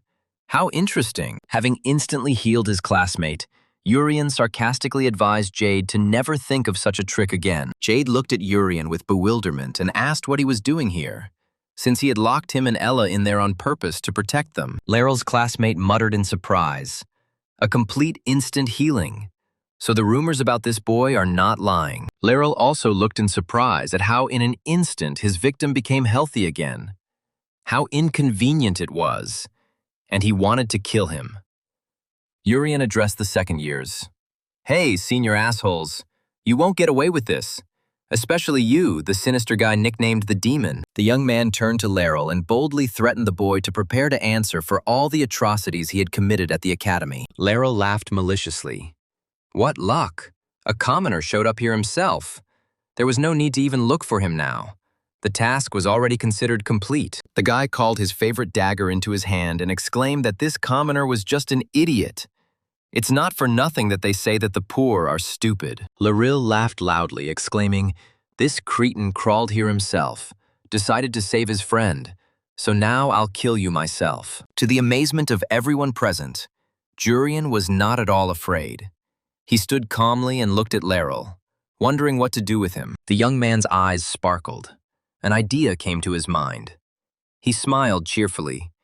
Urian definitely had no intention of forgiving this rich monster. The second-year students looked in amazement at the thin, self-confident Urian. Who would have thought that this young man would come here himself? Laryl was delighted.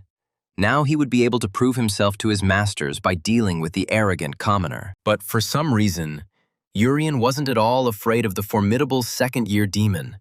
A strange, confident smile played across the first year's face. Seeing Laryl aiming at Urian, Jade summoned a spiral-shaped demonic sword and charged at the second-year student. Laryl turned to Jade in surprise.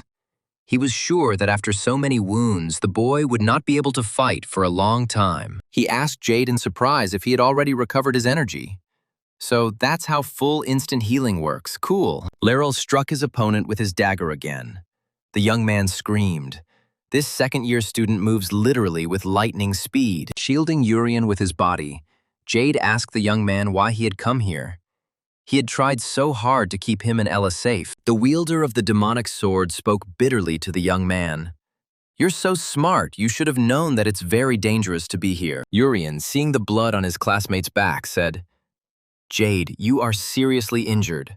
I thought I healed you, but it seems I missed something. Jade stared at the young man in surprise. He replied that Urian was wrong. He had excellent, even unique healing abilities. Urian smiled happily. Thank God his older sister was now completely safe from these idiots. The young man explained that Ella was now under the protection of the princess's team, and Urian explained the current situation to Saruti and Riki. Jade sighed with relief. Thank God. He most likely wouldn't dare attack Princess Laryl, and he wouldn't be able to handle Riki either. Laryl angrily asked the boys what they were whispering about. He was already getting lonely. It was time to stop this calf-like tenderness. Jade looked at the top 1 second year with apprehension, and Urian laughed in response, lonely, saying, well, that's a good comment. Urian's classmate gasped in horror. Laryl's aura was full of killing intent. This second-year student was an amazingly bloodthirsty guy. The young man told Urian to get ready to run away. Laryl turned out to be much more dangerous than he thought.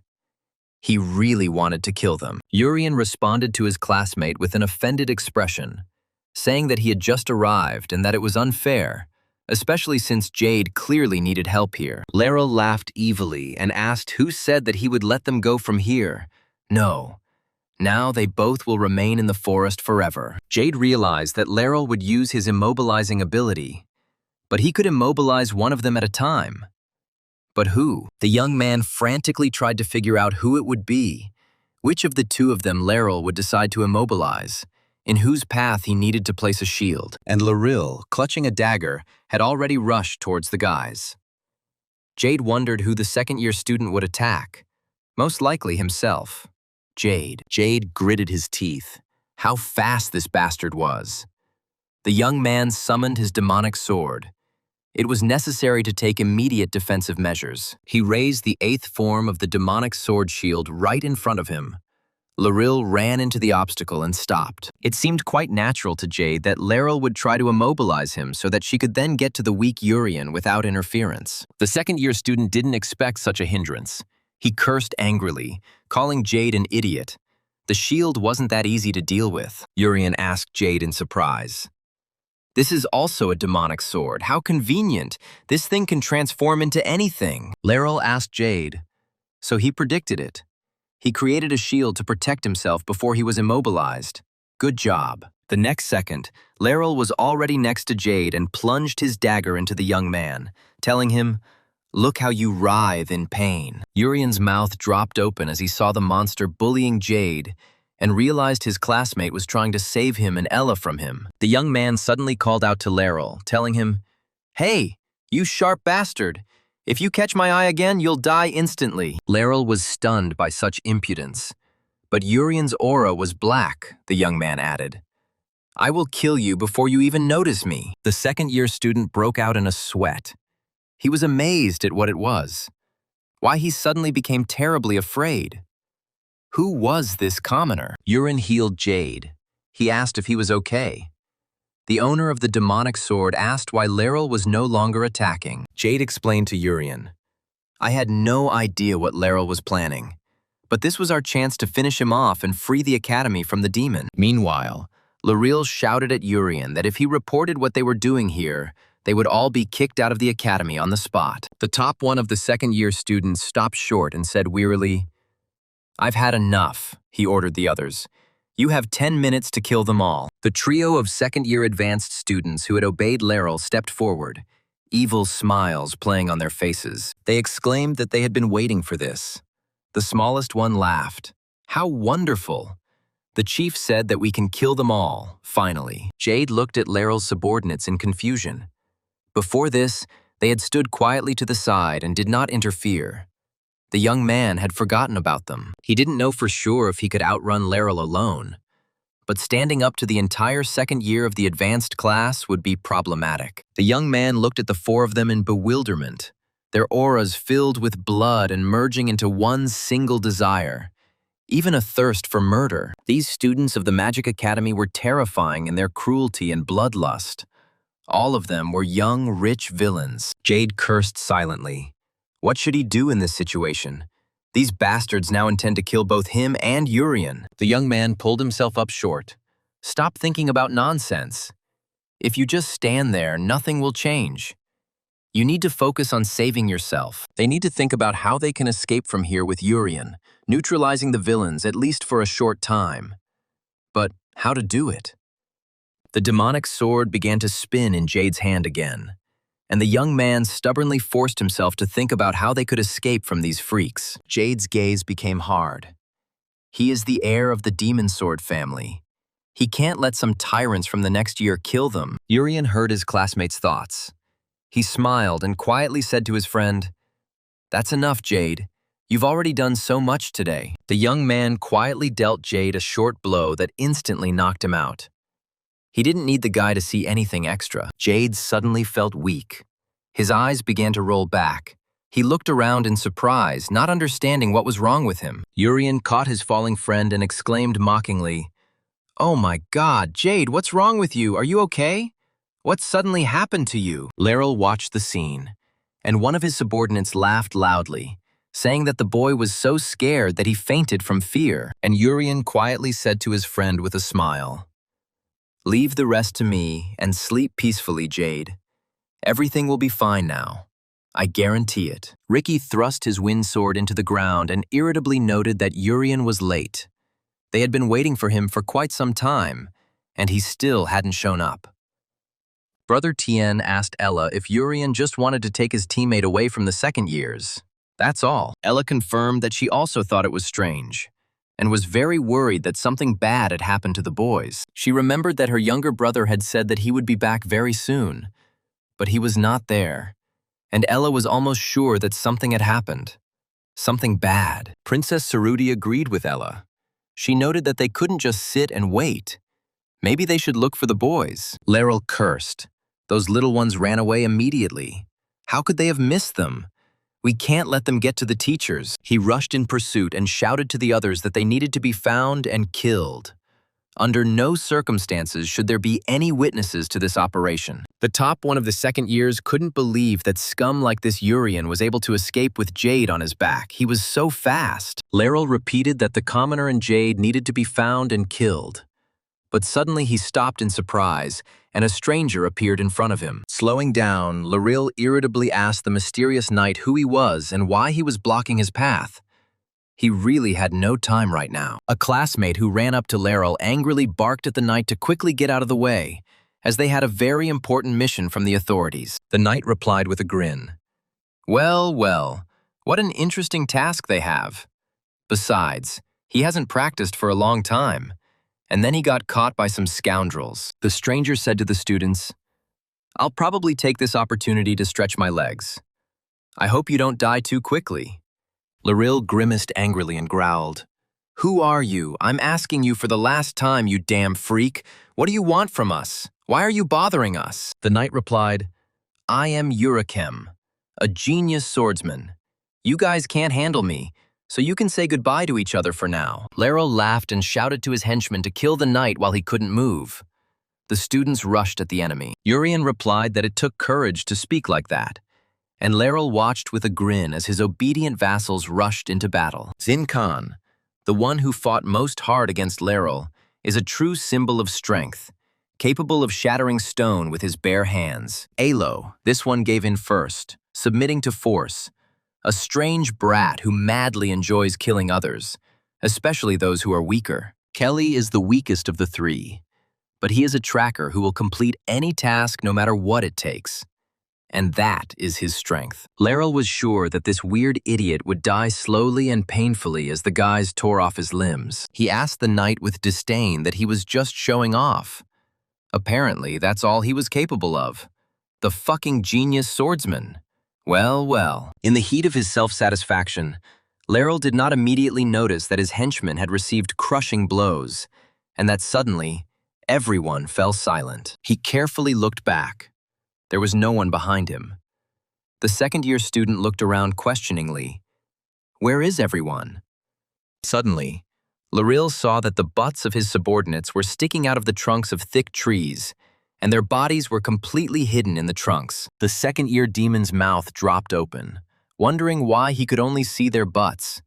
What kind of force had fused them into these solid trees? The knight took up his sword and explained to Laryl that his immobilization wasn't working on him. Well, enough of these pathetic tricks. It was time to warm up. Laryl was furious. This pathetic buffoon called his superpower to immobilize a pathetic trick.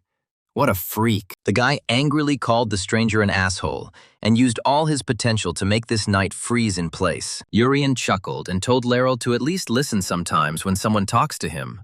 Otherwise, he will never understand anything. Laryl lunged with a short dagger, but the knight caught the blade with 2 fingers and repeated, I told you it wouldn't work. The stranger asked the leader of the second-year advanced class with a grin. Is that by any chance the only thing you can do? The boy gritted his teeth in anger.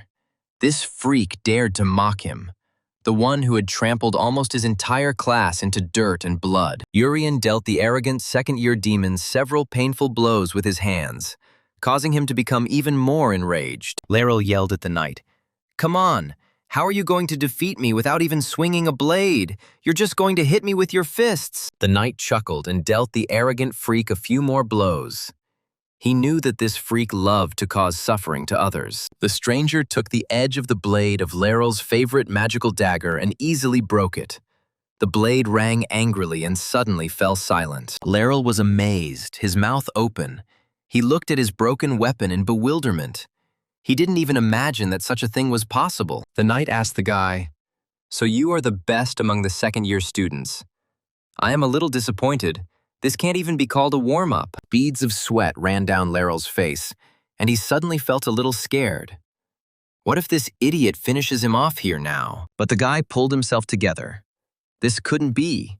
He suddenly smiled broadly. Well, he'll have to take up his old weapon again, he said to his opponent with a smile. It has been 4 years since I held a long sword in my hands. It is time to remember about it. The knight exclaimed quite loudly, How interesting. You won't disappoint me again, really. Show me finally what you are capable of. Liril once again glared at his opponent, trying to at least slow down his movements so that he could safely attack him from behind. The knight reminded the student with a grin. I told you it doesn't work, so don't waste your mana on it. The guy, clutching the sword, asked his opponent, why do you think that this is the only skill I have? It's even somehow offensive. In fact, Liril won first place among the second-year students for his speed. He flew past the knight, hitting him with his sword. Urien looked at his shoulder. His cloak was stained with blood and several drops of brown liquid were visible on the ground. Liril smiled maliciously. He was distinguished by the fact that he was so fast that his movements did not even catch the eye of his opponents. A year ago, there was an assault incident in the advanced class, where this idiot beat his classmates half to death. The reason the academy failed to hold Liril accountable for his crime was, among other things, because of the speed. The verdict is that despite Liril's shortcomings, his abilities cannot be ignored. He has the skills the kingdom needs. The villain smugly asked the knight if he really thought he could move at the same speed. No one else could do that. And speed equals strength, which is why he topped the list of the best students at the First Royal Academy of Magic last year. Liril noticed that the knight had really tough skin. He planned to cut off his left hand, but unfortunately, it didn't work out. The student said, "You're lucky you only got off with a cut." The knight glanced sideways at his cloak smeared with fresh blood. He replied, "Oh, that's what you mean. But it's not my blood. There's not a single scratch on my body. It was just accidentally smeared on by someone quick." Liril asked him in confusion what he was talking about. The guy didn't even notice that his chest was cut and his entire suit was covered in blood from this wound. The guy slowly lowered his eyes and looked at himself. He was stunned by surprise, seeing a stream of his own blood and a huge wound. He gasped in confusion. How could this have happened when this idiot had managed to wound him, and with his, Liril's, wild speed? The knight sighed heavily, putting his sword back into its sheath. It looks like I won't get the workout I so badly needed. Well, that's a shame. Liril clutched the wound on his chest and cried out in despair that he was a valuable asset to the kingdom. No one dared attack or injure him. The guy shouted arrogantly, "Attacking me is an act of aggression against the kingdom. Anyone, even an aristocrat, will be punished for this." The knight chuckled, simply brilliant, especially considering your plan to kill the guys from the first-year advanced class. Urien remembered how Liril had tormented the brave Jade, striking the young man one blow after another, deliberately causing pain to the younger one. How the arrogant monster stood with a bloody dagger and admired the suffering of his victim, a youth younger and weaker than him. In Urien's mind's eye, he again saw the exhausted Jade as he had found him in the clearing, lying exhausted on the ground. The knight glanced at the frightened tormentor who, without a shadow of a doubt, was tormenting the weak and preparing to kill him and Ella. He warned Liril that it wouldn't end with his head stuck in a tree. At least, not for the bastard Liril personally. The second-year demon asked the knight in fear who he was and why he suddenly decided to punish him when others had not done so. The swordsman's eyes flashed, and he replied that he would have to kill Liril if he told who he really was. So there was no point. Ricky suddenly became wary and turned his head in the direction where the battle between Liril and a very strong knight unknown to the guy was taking place. The princess asked her classmates. They all feel this strong mana. It is somewhere very close to them, in the forest. Ricky immediately recognized this mana. He met this person during the entrance exam. The young man was sure that it was Uriskun. The princess asked if this was the one Ricky had pointed out as the culprit of the incident at the entrance exam. But what did he want? Ricky took advantage of the wind and rushed to the battle site. The princess turned to Ella, telling her to move. They were in a hurry. The young man rushed with the speed of the wind, hurrying to meet again with the strong knight hiding behind the name Uriskun and the helmet. And so Ricky ran out into the forest clearing. The sight that met his eyes amazed the young man. Everyone in the academy knew about Liril's terrible fame, and now this monster lay in a pool of blood at the knight's feet. Ricky knew that Liril, although a villain, was the best among the second-year students. The knight stood over Liril's prostrate body with a sword in his hands. The boy didn't move. He was still alive, but he had lost a lot of blood. Ricky drew his wind sword and called out to Uriskun, and they met again. And again this meeting took place in the forest of monsters. The knight turned to the young man and remarked in a friendly manner that Ricky could simply call him Juris, since they were, so to speak, friends. The boy ignored the remark, noting that even Laryl, the best among the second-year students, was no match for Uriskun. Ricky was surprised. The knight possessed such enormous power. And yet, he was going to kill the students, Urien objected. I didn't kill anyone. The youth gripped the hilt of the windsword and said, So you refuse to answer? Not that it matters much. Ricky prepared to fight the knight and warned Uriskun that he would soon have to speak, whether he wanted to or not. The knight asked the young man if he really considered himself stronger than Laryl. Ricky did not answer, but the currents of wind swirled more furiously. Ricky warned Uriskun, If you think you can defeat me again, you better think twice. I won't give up.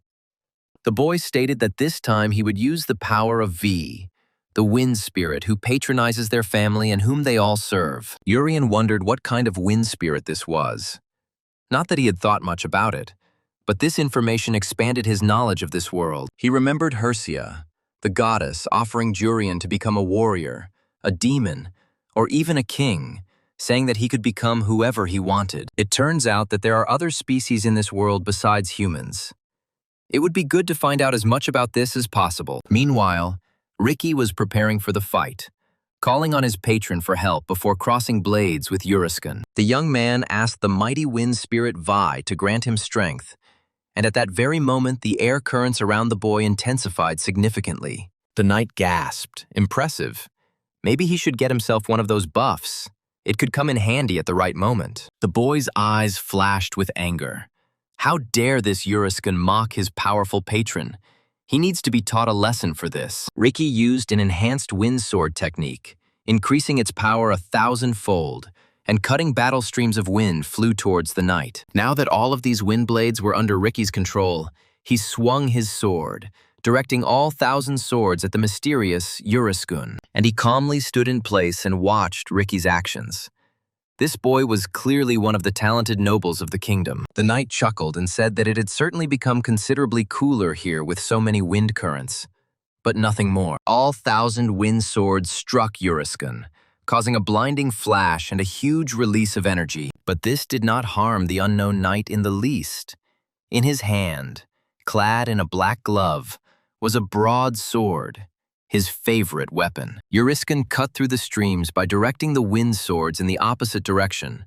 Ricky's attack was easily repelled by the strange knight. The warrior sarcastically remarked that Ricky would have to come up with something better if he really wanted to even try to win. Ricky stared at Uriskun, trying to figure out where his weak spot was, to find at least some kind of breach in the knight's defense. Suddenly, the boy realized that after the victory, Uriskun had lost his vigilance. This was his only chance, and he needed to take advantage of it. Ricky decided that he would finish off the boastful knight with one blow, and then he would definitely take off his helmet and see his true face. Noticing the young man's movements, the knight said with a grin, "Oh, that's exactly what I'm talking about. You're repeating the same mistakes again." Uriskun said to Ricky, "A surprise riddle for you. I seem to be here, but you better watch your back, so where am I really?" The guy froze in bewilderment. He didn't understand what kind of trick this was. Maybe it was just a diversionary tactic. Who knows? This night, suddenly a voice was heard behind Ricky, and the answer was that he saw an afterimage in front of him. Having said this, the knight knocked Ricky out. Losing consciousness, the guy muttered, "Why are you doing this? This is such a cheap move. You should have continued fighting me." Hitting Ricky on the back, Jurien added in his helmet, "At least you are much better than that bastard Laryl, cleaner and braver." The joint forest hunting lesson for predatory monsters for first-year advanced students was urgently cancelled. This happened because Uriskun was recently considered the prime suspect in the entrance exam incident. Investigators believed that he was the one who used monsters to attack the nobles. And now he appeared again and attacked the students. An angry Hei-Won quickly opened the doors of the First Royal Magic Academy's principal's office and walked in quickly. Magus greeted the celebrated heroine and, recently the class teacher of the new advanced class, with a smile.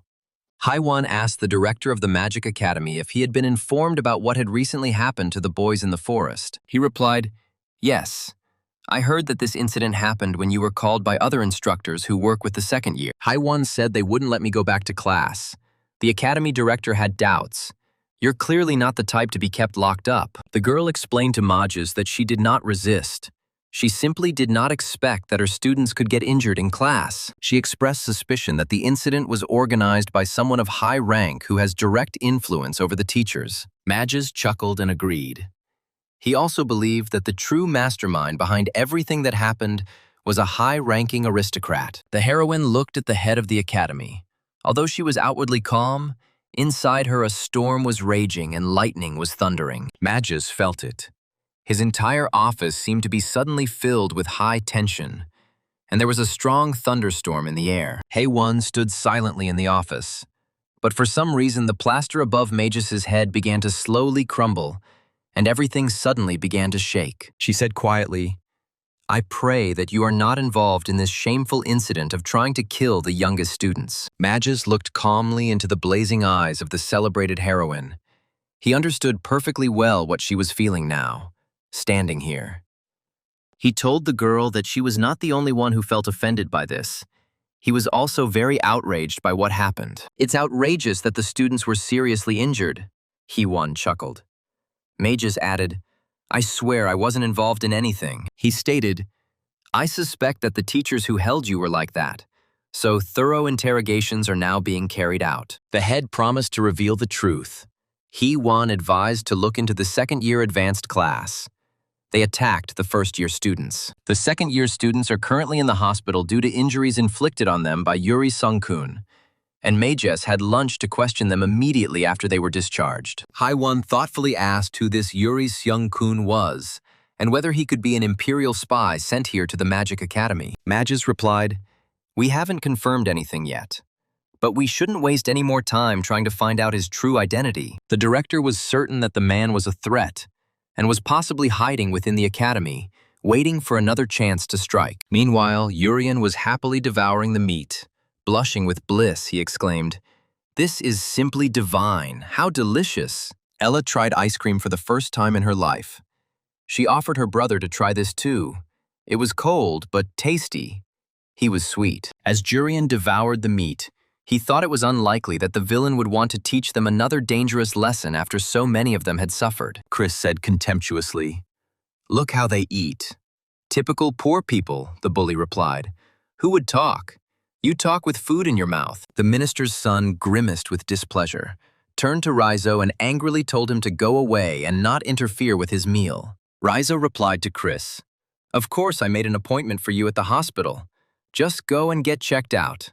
Otherwise, you seem nervous." Hina, looking at the orphans, noticed that they said that Ella and Urian were also attacked, but they seemed to be fine.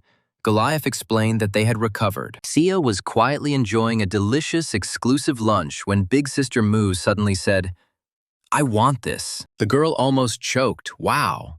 Statements that this happened to her sister. Sia carefully glanced sideways at the older one. She quietly asked Moo what she was talking about. But after following the direction of the girl's gaze, she understood everything. At that moment, he entered the hall. Jade smiled widely and greeted Ella and Urian. The young man was finally released from the hospital and he also went to lunch. Seeing the appetite of his brother and sister, he sighed with relief. "Thank God, you both are okay," Urian asked. "Jade, are you feeling better?" The guy answered with a smile. "Yes, I lost consciousness, but my body is fine. I can't understand how this could have happened." Ella, seeing Jade, ran up to him and said, "I heard you sacrificed yourself to protect us." The guy blushed deeply. The girl asked Jade, "From now on, don't go anywhere alone. Let's stick together. We are good friends, aren't we?" The young man literally lit up when he heard this from Ella. Was she really suggesting that they stick together? How long had he been waiting for this from her? Urian mumbled with his mouth full that Ella valued things in rank. Firstly, Urian. Secondly, the lunch menu. And thirdly, Jade. But even this caustic remark from Urian couldn't completely ruin Jade's mood. He was still glad about Ella's words. The joint monster hunting lesson came to an end, and all the first-year students of the advanced class returned to their seats. So several months passed, and Jurian again found himself in danger of expulsion because he was still hiding his true strength. Mages warned him, "Jurian, honor student of magic, if you fail this exam, you will be expelled from the Magic Academy." The young man grinned and replied that of course he understood everything perfectly well and hoped to successfully pass the midterm exam in magic. The director reminded him that you were originally accepted as an honor student of the magic department, but with one condition. He was warned that low grades would lead to expulsion, but the director was confident that he would pass the exam with ease. Professor Mages cleared his throat and turned to the students, asking permission to explain everything to them all. Tests awaited them soon. It's time for the midterm exams. This will be a serious special exam on monster hunting for the advanced class. Each student will enter the Forest of Fortitude, and if they score 20 points, the exam will be considered passed. Raizo frowned. 20 points, what the hell? What a waste of time and energy, Chris scolded him. How dare you say that? But Mages supported the bully with a smile, noting that this was an excellent question from Raizo. It was time to tell them something important. All monsters in this world are divided into a total of 5 classes or levels. The higher the level, the more dangerous the enemy. Monster animals such as wolves, bears, tigers, and the like belong to the first, simplest, and easiest level. Weapon-shaped monsters such as swords, bows, and axes are Tier 2 and will be more difficult to deal with. Monsters in the form of natural disasters such as typhoons, torrential rains, and earthquakes belong to the 3rd level. Monsters in the form of various severe infectious diseases, as well as depression and the like, belong to the 4th level. And finally, the only level 5 monster that exists in the world is time. This monster is extremely difficult to defeat. Some of the boys may have already realized that the monster's strength increases along with their deadly ability to kill people. Although the connection with humans itself remains unclear, one thing is certain. Monsters are the enemies of humanity. Jurian listened with interest. Raizo noted impatiently, "That's understandable, but what are these 20 points?" Chris again pulled the bully up to stop being rude. The headmaster of the Royal Magic Academy once again praised the bully, saying that Raizo had once again asked a relevant, brilliant question. Destroying a level 1 monster gives a student 2 points, while anyone who manages to destroy a level 2 monster gets 5. The chief was sure that details could be omitted, Goliath muttered. So, he wants us to hunt and earn 20 points each. The exam is given 5 days. It is conducted individually. They must prove that studying in the advanced class is not in vain. Jurian chuckled. And how should he kill monsters without revealing his abilities? It's better to secretly track down 2nd-level monsters. Mu asked the director of the Magic Academy, what about 3rd-level monsters? How many points are worth for destroying them? Mages smiled. Among the first-year students who asked this question, Mu is the 3rd. Such monsters are worth 20 points. However, if first-year students encounter 3rd-level monsters, they must immediately run away from them to save their lives. Ka Rian P supported the academy director, explaining to the boys that a 3rd-level monster could not be defeated alone. Ka said that they won't be working with 3rd-level monsters in this exam. Chi Li cheerfully waved to her favorite Jurian. Hai Wan stepped forward and assured the students that no one would be able to interfere with the exam this time. Not even a monster or Yuri Sung-kun. The homeroom teacher of the advanced class stated that she would personally oversee the monster hunting exam. So the Haiwan kids can only concentrate on the exam, Jurian chuckled. Everything is getting better and better. The midterm exam is under very close scrutiny.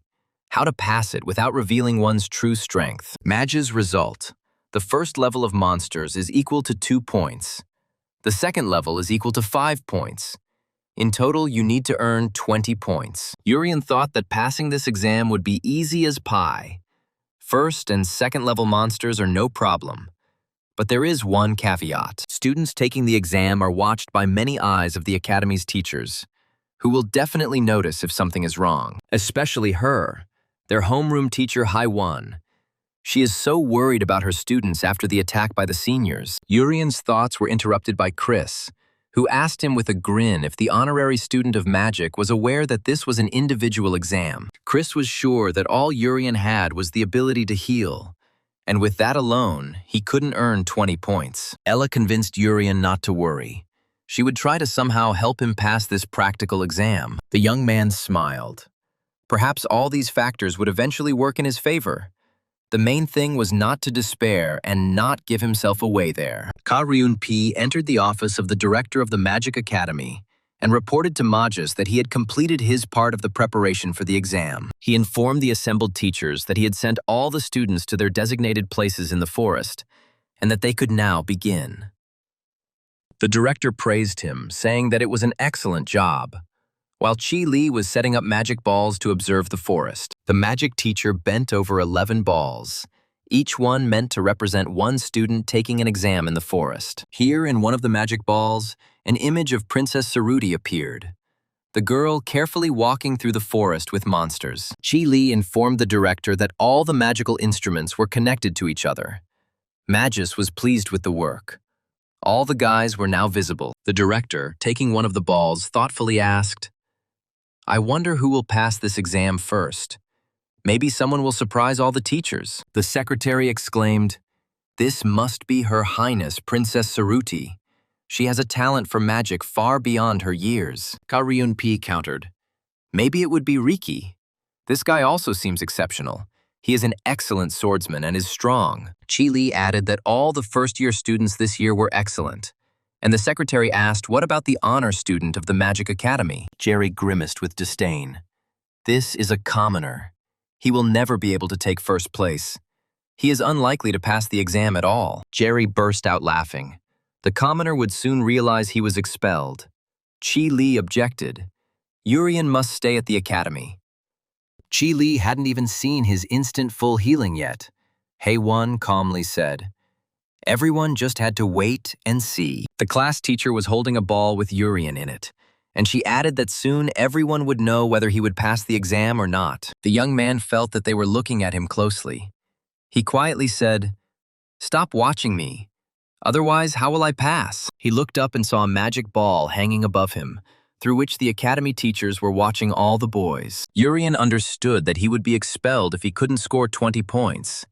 But how could he do this without revealing his abilities? The young man looked at the ball spying on him and thought, "I wonder what the strength standard of these balls is. Maybe he could break it." Besides, if you think about it, isn't instant full healing an incredible skill in this world? But Urian is still alive. He wondered whether the standard of strength only applied in combat, or whether strength could also be expressed in other, more peaceful ways. While the young man was pondering, a giant, vile, monstrous rat appeared behind him, clearly aiming for the quiet Urian. Turning to the monster, the boy calmly said, "Ugh, what a vile creature! And why did it even stomp into this clearing to see him?" In response, the rat opened its huge mouth and hissed threateningly at the young man. Urian understood that he needed to come up with something urgently. He glanced sideways at the magic ball. It was obvious that many eyes were watching him now. But the rat wasn't going to give up either. So what should he do? And the ball hung over the forest clearing, Urian thought. He must do what the teachers were already familiar with, so as not to reveal his power to them. The young man took out his magic wand and directed a powerful stream of water straight into the rat's mouth. The monster jumped in surprise. Chi Li was delighted, exclaiming that Urian's water attack was certainly magnificent. Her disciple did not hesitate and attacked the monster. She had never seen a student use the wand she had made so gracefully, and Jerry agreed. It was not bad. Ka-ryun P supported. Urian certainly has impressive mana. However, it is too weak to destroy the giant rat. And indeed, the rat, although stunned by the stream of water, was quite alive. Streams of water were flowing from its thick fur, forming puddles. Urian, looking at her, laughed very loudly, saying to the monster, "Look how wet you are. You could just die laughing." As expected, using such a small amount of force does not bother Urian's heart at all.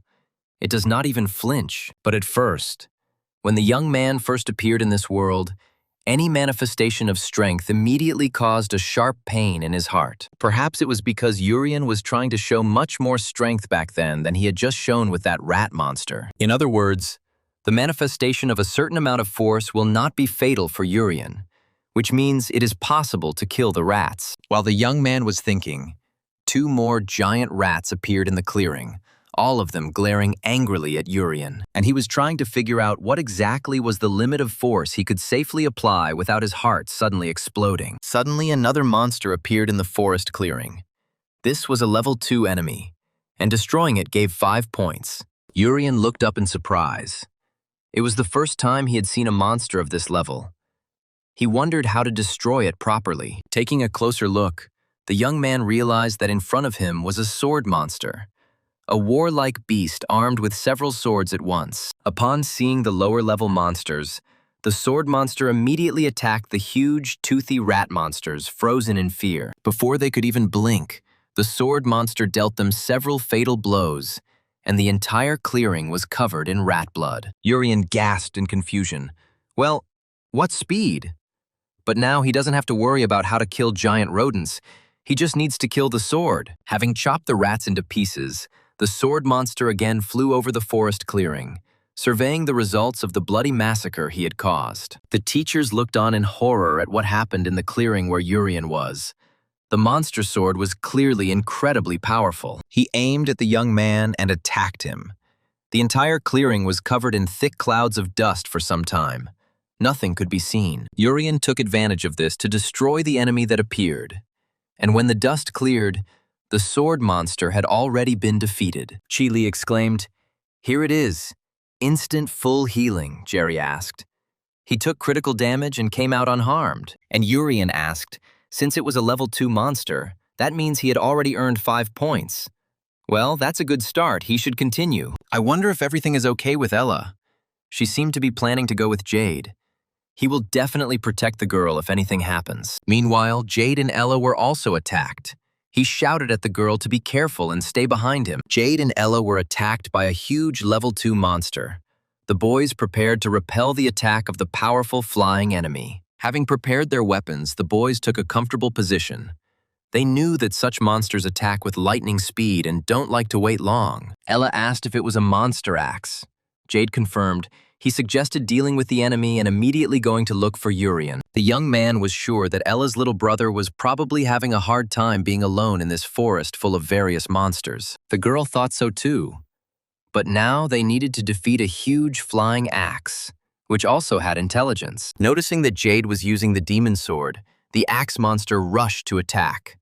For some reason, this powerful weapon caused anger in him. The duel between Jade and the axe monster began. The guy put all his strength into controlling the demonic sword. But the enemy was strong. Jade gritted his teeth. The enemy was pressing forward. A little more and he would not be able to withstand such a furious attack. The guy knew that Ella was much weaker than him. The young man was puzzled as to why the monster was so strong. There shouldn't have been such powerful enemies here. It was dangerous. Suddenly, Ella stood next to Jade and strengthened his demon sword with the power of her blade to counter the axe. The girl was scared and screamed, putting all her strength into fighting off the powerful monster opponent. Jade frowned and clenched his teeth. He felt that the monster axe was starting to weaken. He needed to make one last push and defeat it. The young man struck and pushed back the monster that was attacking him and Ella. The girl also struck the enemy, and the axe monster retreated. Jade thanked Ella for helping him repel the attack, but she objected. There was no need to say that. They were good friends after all. The young man's cheeks flushed. He confirmed, "Yes, they are close friends." Ella looked at her hands in surprise, saying, "My hands are still shaking." Level 2 monsters are much stronger than level 1 monsters. If Urian gets hit by a level 2 monster, it will be bad. Ella was afraid that her brother might get seriously injured before he had a chance to use his healing gift. She suggested to Jade, "Let's quickly deal with this flying axe monster and go look for Urian quickly." Jade smiled back. He liked this girl more and more. He was ready to do anything for her, just to make her happy. He replied to Ella, "Okay, Urian will probably need our help to earn points to pass this exam." After coming face to face with a level 2 monster, Ella and Jade gained confidence in their own abilities and their friendship. Jade realized that the axe monster was strong, but not invincible, and Ella wondered if she could deal any damage to the monster. However, the joy of these two soon turned to despair, because a new enemy appeared before them. one that was clearly beyond their strength. The boy and girl noticed that a third-level hurricane monster, even stronger than the axe monster, had appeared in the sky above the clearing. The new enemy attacked the weaker monster first. The axe creaked pitifully and quickly retreated from the clearing. All the teachers stared at the magic balls, watching the progress of the first-year advanced class students. Ka-ryun P watched Urian closely, trying to understand how this boy with no combat experience managed to defeat the sword monster. So far, everything was going well, with the boys in different parts of the forest successfully completing the task and defeating the various monsters attacking them. But suddenly, the images on the balls disappeared. The magic balls themselves suddenly began to crack and crumble, and everything froze. Chi Li exclaimed in surprise. That's why her magic balls were collapsing. That means something clearly just happened in the forest. At this moment, the observer reported to the director that in zones A2, B3, and C1, one third-level monster was spotted. Jerry's mouth dropped open as the third-level observer said there were currently a total of 3 such monsters spotted. Magus thought, "This is strange. In fact, this forest is a forest intended for first-year students of the Magic Academy. This means that only level 1 and 2 monsters should have appeared there. But today, level 3 monsters appeared." The director realized that this was clearly an unusual incident. He jumped up and called out to Ka-ryun P, Jerry, and Hai-Wan, the strong fighters. Magus ordered them to go to the squares where third-level monsters were spotted. Jerry clearly did not want to go into the forest. The Academy's director stated that they must protect the students, who are the future of this kingdom, no matter what happens. Meanwhile, a third-level hurricane monster howled menacingly above the boys, and the trees creaked pitifully from the strong wind. Ella looked at her opponent with fear. The girl didn't understand what was happening now, what kind of strange situation this was during the exam. Having collected her thoughts, Ella began to reason, okay, this is a third-level monster, but what exactly is it? First of all, they need to understand what this thing is, where they should start in order to defeat this giant monster. It's possible. Ella and Jade looked at the new enemy and figured out how they should attack it in order to damage this wind monster. Jade mistook Ella's thoughtfulness for fear. He shouted at the girl to concentrate. She did not understand what the guy meant. Jade told her friend with a smile that the teachers would probably arrive here soon. But for now, she just shouldn't lose heart. Ella smiled back and said, okay, she really liked that guy too. He was so sweet and always encouraged her. But then she remembered about Urian. Was everything okay with him? He could also have encountered similarly strong monsters in the forest. Suddenly, the girl felt her body rising into the air. She screamed, not understanding what was happening to her, why she was flying. Jade extended his hand to her and shouted for her to grab his hand. Ella tensed in fear, but still did not let go of the sword. She made an effort to reach, despite the flow of wind, for the strong hand of the boy, which he extended to save her from the monster. Finally, she grabbed Jade's hand. He shouted for Ella not to let go, no matter what happened. The demon's sword would hold them. The young man thrust the demonic sword into the ground and tried to hold himself and keep Ella close to him until help arrived. Suddenly, Jade noticed that the axe monster had returned to the clearing. It had quietly crept up behind her and was aiming to attack the girl unexpectedly. He shouted at Ella to dodge the axe attack, and at that very second, a giant monster's blow whistled right next to him. Both Jade and Ella were thrown back, screaming, clods of earth flying around them as this second-level monster took revenge on them for the attack. The boys were lying on the ground next to a huge rut left by the axe monster. Jade asked if Ella was okay, and she confirmed it. Jade smiled and sighed. This is quite a test for them, one crisis after another. It's unlikely that the midterms were intended to be like this. Right above the guys hung 2 monsters, second and third levels. Now they were no longer in conflict, but were looking at the people. The boy and girl carefully rose from the ground and looked at their enemies, whose eyes were glaring angrily at the students. Jade once again called upon his powerful weapon, the demon's sword, as the monsters were clearly about to attack them again. Ella also picked up her sword from the ground. Although she was not as strong as her friend, she did not intend to give up without a fight. Jade told the girl that in order to save themselves, they had to break past the enemies and hide in the forest. Here, in the clearing, they could die. The monster axe appeared in the boy's path again. its bloody eye gleaming angrily and not intending to let the first years go. Jade realized that a giant axe was about to strike, which meant he had to defend himself. Streams of swords began to swirl in front of the young man. Seizing the moment of attack, the guy immediately used the 8th form of the demonic sword shield and blocked the blow of the axe. The monster never expected that this boy would be able to stop him, but the axe attack was smashed against the demonic sword's strong shield. Jade smiled contentedly. As expected, he was able to block this blow. He saved both himself and his dear Ella. The girl didn't waste any time either. She strengthened her sword with magic as much as possible and rushed to attack the axe monster. Ella flew up from behind and struck the monster. The axe monster clearly didn't expect such amazing agility and courage from the girl. The girl struck the enemy's ghostly body with her sword, trying to inflict significant damage on the enemy, and perhaps even kill him. But seeing the result of her attack, Ella hissed in displeasure. She hadn't managed to kill the monster, but she had still caused some damage. One of the monster's wing hung limply. Ella chopped off his shoulder. This blow was not enough for final victory. A worried Jade ran up to the girl and told Ella that he was okay. The shield had blocked the attack of that mad axe monster. Running up to Ella, Jade suddenly remembered her recent conversation with her mother. She asked her son if what he told his father was true. The mother asked the young man if he really intended to sacrifice himself to protect their almost dying family. Jade told his mother that he was completely fine.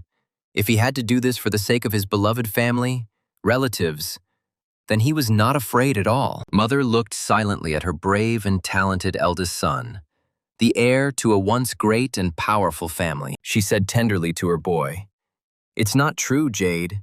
You can't not be afraid at all. It's normal to be afraid of danger." She took her son by the hands and explained that he did not need to sacrifice himself for the sake of his family. That would be completely wrong. He must use his power to protect himself, his friends and fellow citizens, and he does not have to worry about his family. This is their role as the wielders of the magical demonic sword. Jade whispered the name of his beloved mother. In fact, Jade didn't show his best when he met Laurel in the forest back then. He was truly afraid for his family. If he had fought seriously, the family would have been destroyed by an important nobleman. But if he had not driven out Laurel, he would have lost a friend. So, actually, Jade thought that this was a problem for which he should sacrifice himself. But Urian quickly healed him. And then Ella told Jade with such delight that he wanted to sacrifice himself to protect him and Urian. He was so brave. Later, his younger brother and sister showered him with praise and cheerfully asked Jade to make sure that their brother didn't get hurt next time. But now, in this dangerous situation, he, as the owner of the demonic sword, must show himself as nobly as possible. And suddenly, a flaming skull appeared right above the sword monster. This was the first form of the demonic sword that Jade used. The giant dark sword cut through the second-level monster, destroying the beast. Now the guy used almost all of his strength. Ella was stunned. What was this? Was Jade really so incredibly strong? He just destroyed this axe with one blow. The girl didn't understand what kind of weapon her classmate was using. She didn't see anything at all. Apparently it was some kind of family equipment. She looked at the guy with admiration and thought that Jade was really amazing, but so surprisingly modest and timid. But before she could breathe a sigh of relief, a third-level hurricane monster appeared in the clearing with a howl, bringing cold. The girl did not immediately understand what was happening, why the clearing suddenly darkened.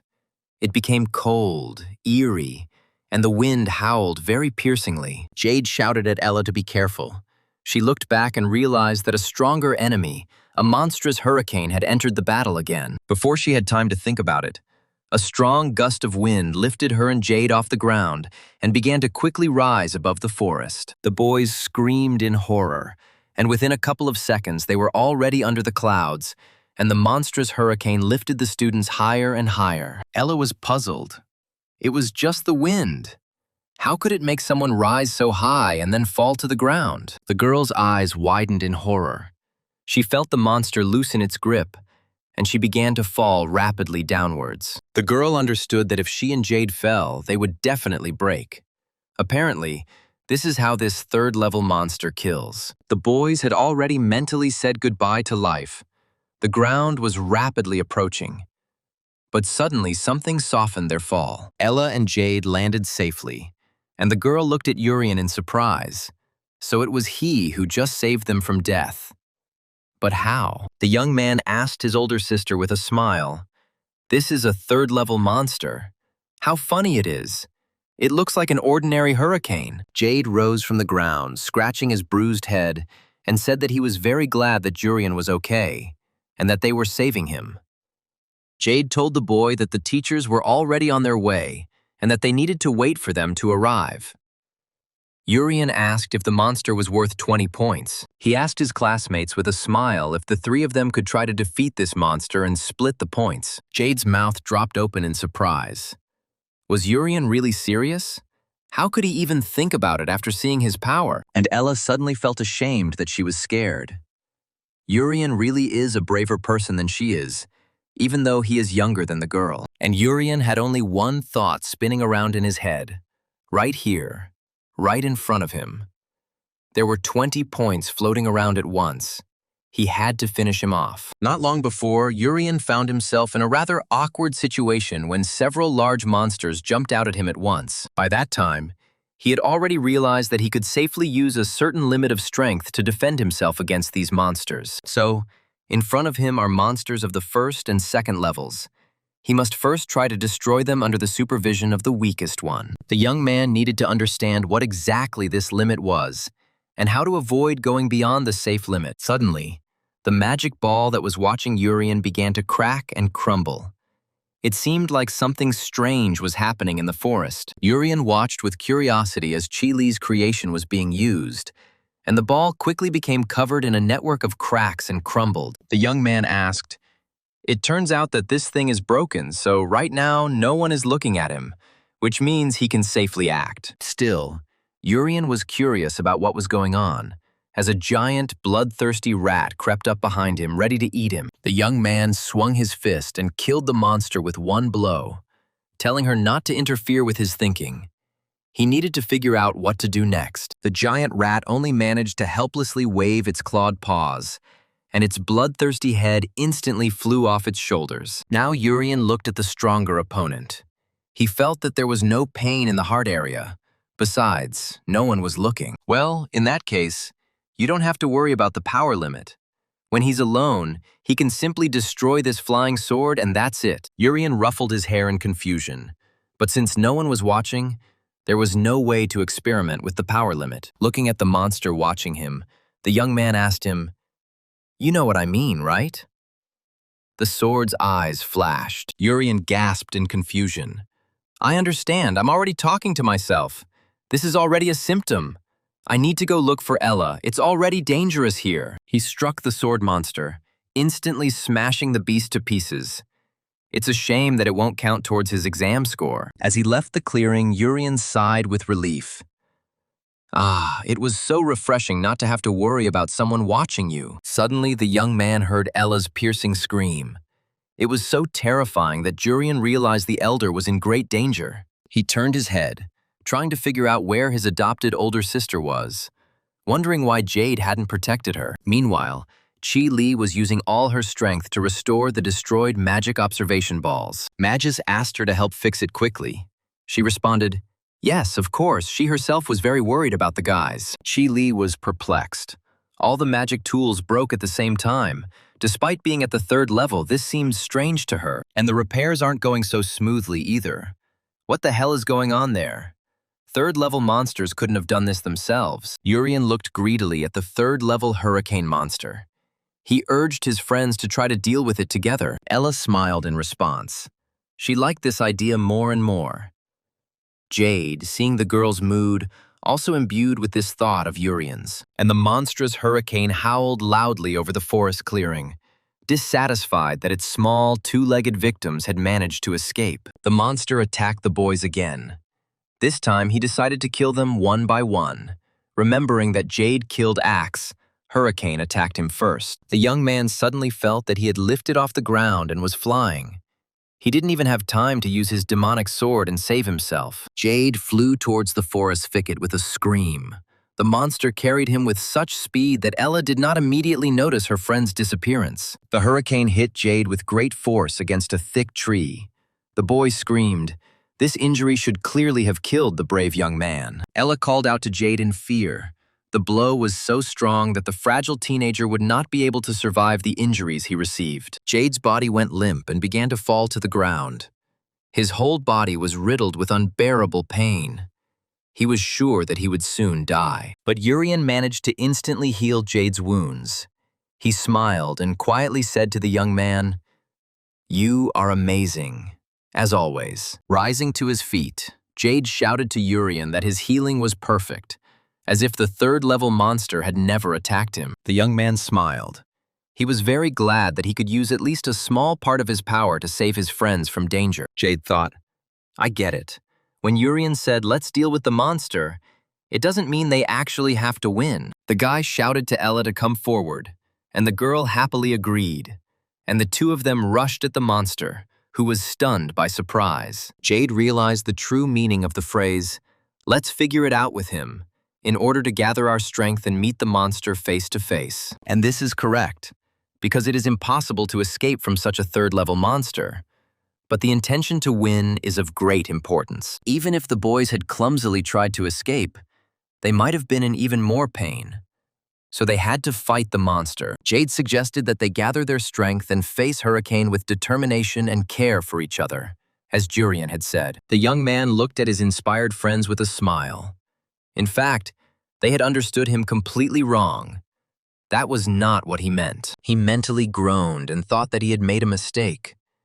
They all should have just run away from this monstrous hurricane monster. And in the confusion, Urian would have simply secretly captured this windblower and would have received 20 points, and the midterm exam would have been passed. Now Ella and Jade desperately attack the monster, stunned by such impudence. But their strength is clearly insufficient to defeat him. Urian watched their desperate attempts and wondered how they could deal with this powerful monster in such a situation. And then Ricky appeared in the clearing.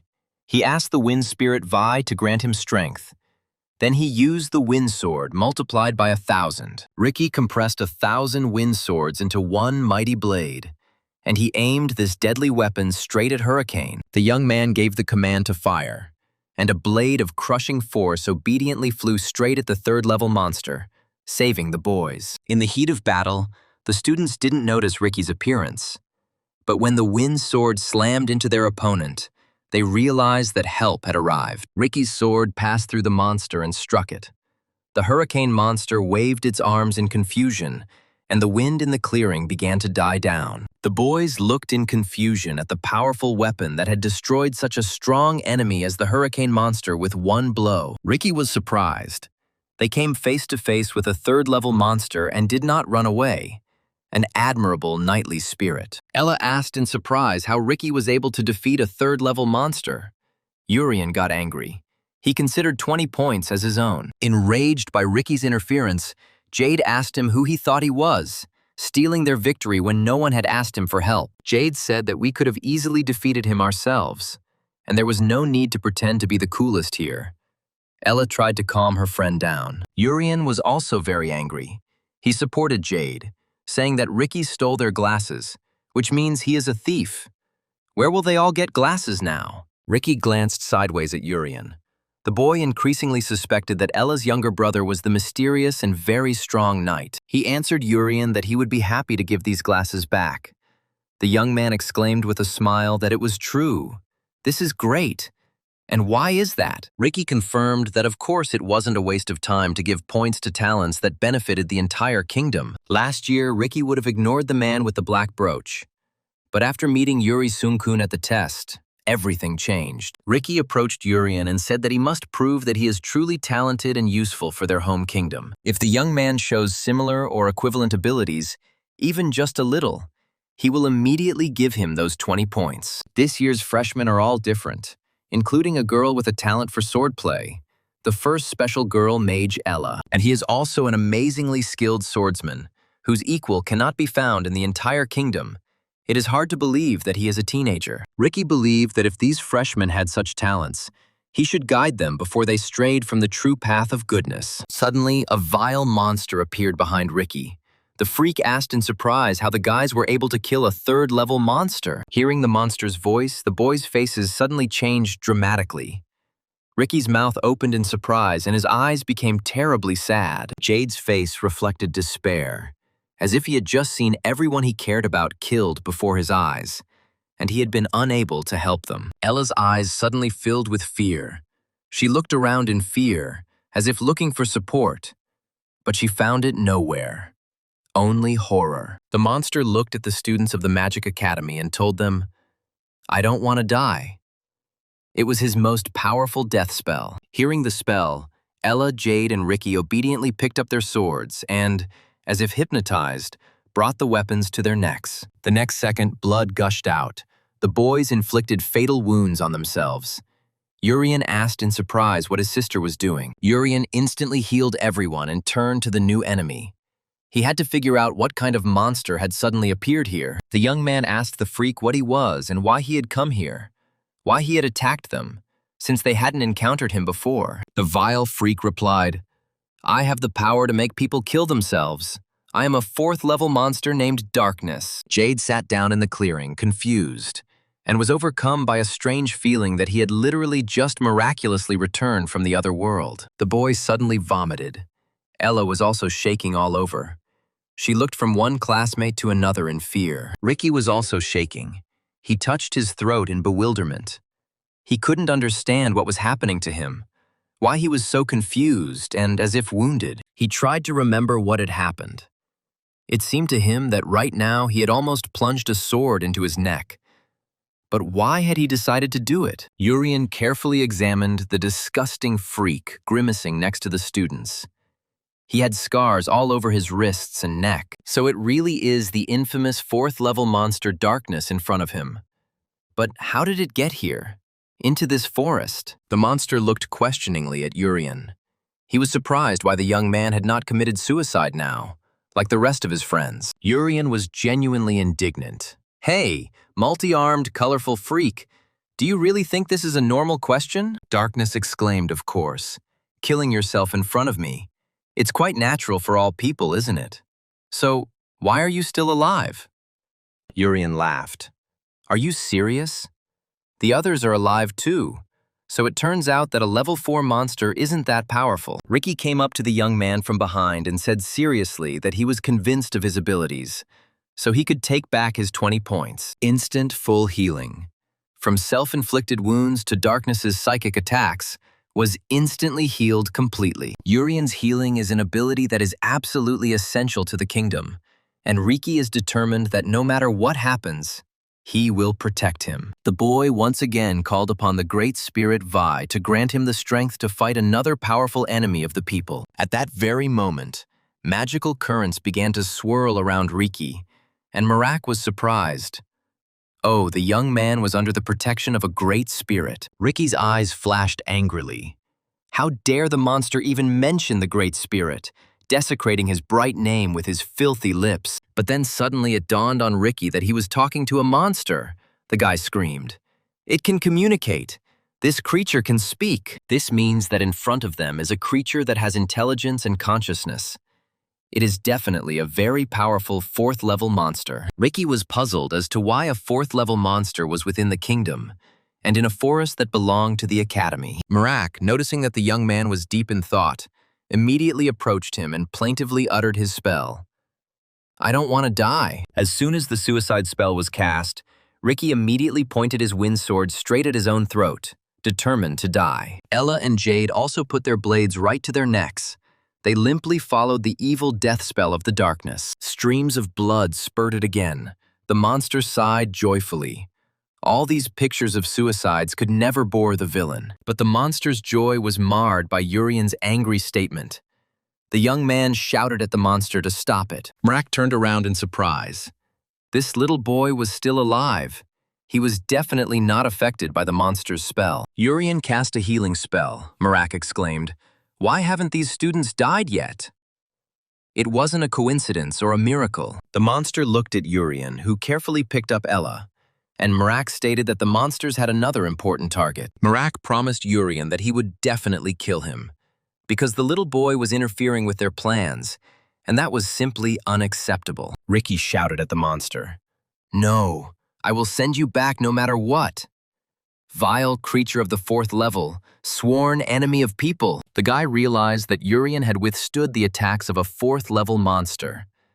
This was simply amazing magical power for a commoner. Urian asked Riki if he was okay, although nothing else could be expected from the 2nd-ranked advanced class of the academy. And also instant full healing even from attacks of a 4th level monster.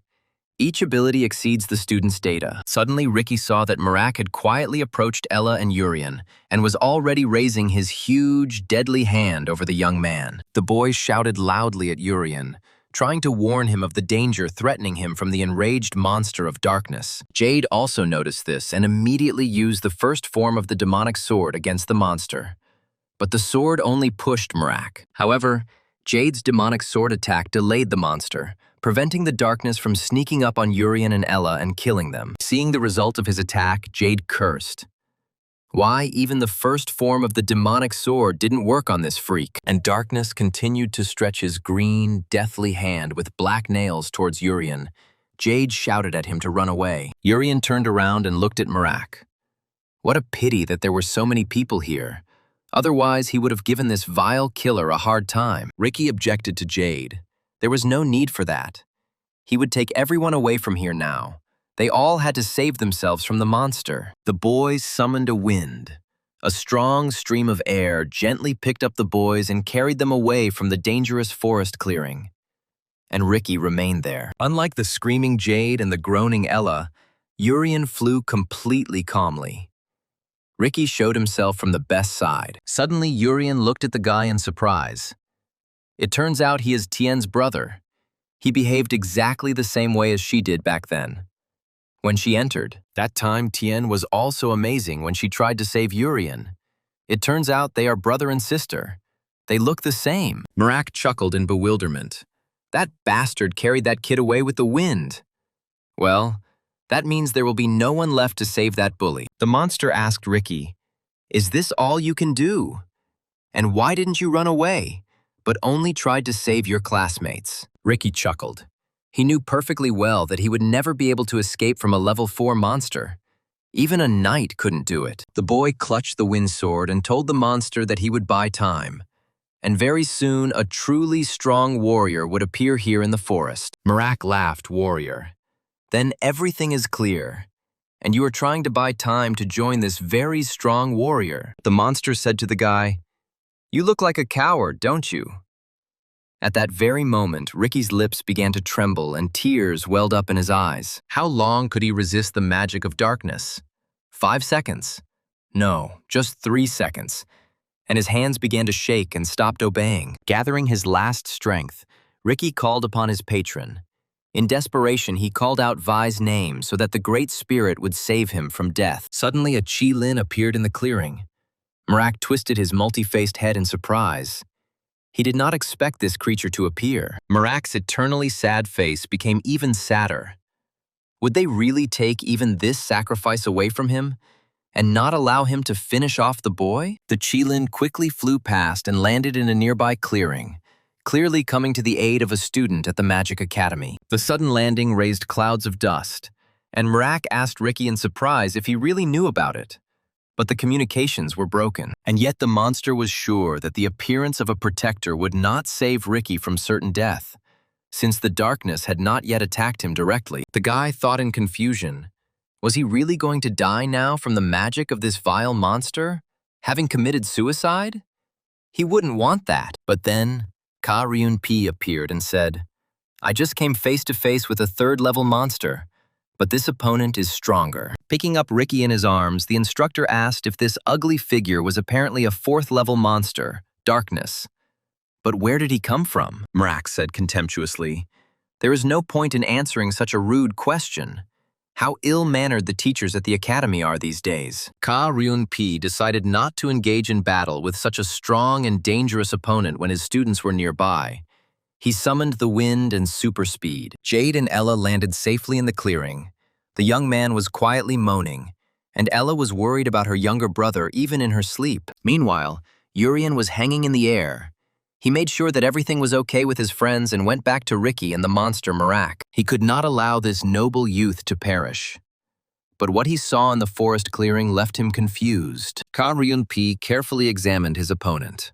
The cuts on his hands, the wounds on his neck. There was no doubt. It was darkness himself in front of him. The instructor thoughtfully noted that this specific appearance, scars and wounds, this is clearly a fourth-level monster, an enemy of people, darkness. The six-armed, multi-faced monster grinned. Well, the academy teachers recognize him, which means he's popular among people. Ka-ryun-pi knew that fourth-tier monsters were the enemy's main force, and if they appeared in the kingdom, it would be an emergency. He grabbed Ricky and called on the wind and super speed to help him. He needed to urgently alert the country's leadership about this danger. In a matter of seconds, Ricky and Ka-ryun-pi moved away from the clearing where the monstrous killer of people, Merak, was located. Ricky covered his ears. The young man wondered in bewilderment how the wind could make such a strong sound. With such flights, it wouldn't take long for him to go deaf, but Merak wasn't going to let them go.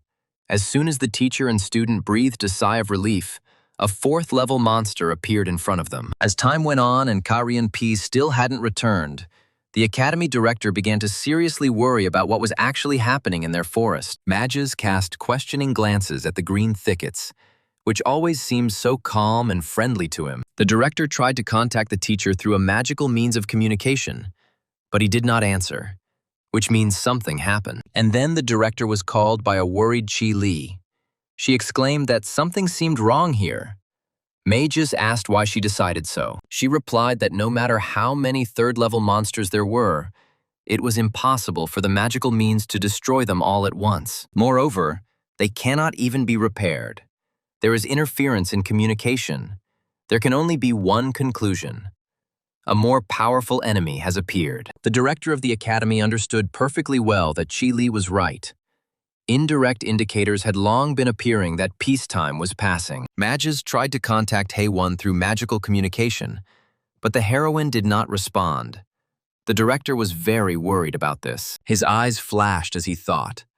Third-level monsters suddenly appeared in the forest for first-year students during the exam. Then, at the same time, an unnatural destruction of communication devices occurred.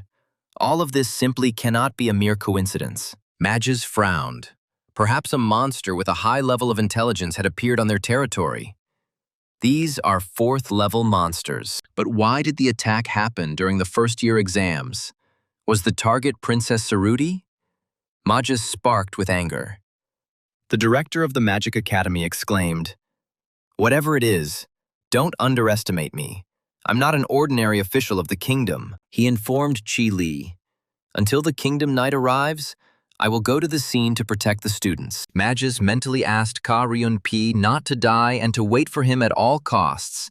He was already on his way to help them, and the fencing instructor already realized that they had failed to escape from the fourth-level monster that had invaded the kingdom. Merak philosophically noted that perhaps, looking at each other like this, the warrior man thinks that they are the same. Because that is true. The monster stretched out his vile hands towards the teacher, trying to grab him and strangle him. He tried to show how much stronger he was. Merak growled that the little man should know his place. He would never even come close to being comparable to a high-level monster. Ricky called out to the teacher, warning him of the danger threatening him.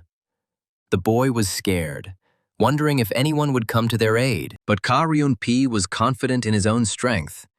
He made a barely noticeable movement with his hand to push away the ugly hands that were reaching out. Suddenly, the teacher jumped up, and in Merak's hands remained only his jacket, always thrown over his shoulder like a cape. Rushing forward, Ka-ryun-pi summoned his wind sword, also given to him by the great wind spirit V, whom he served faithfully. Immediately next to the man's right hand, a powerful sword began to glow. It was significantly more powerful than the weapon that young Ricky wielded. Having strengthened his sword with magic, the servant of Vi rushed into battle.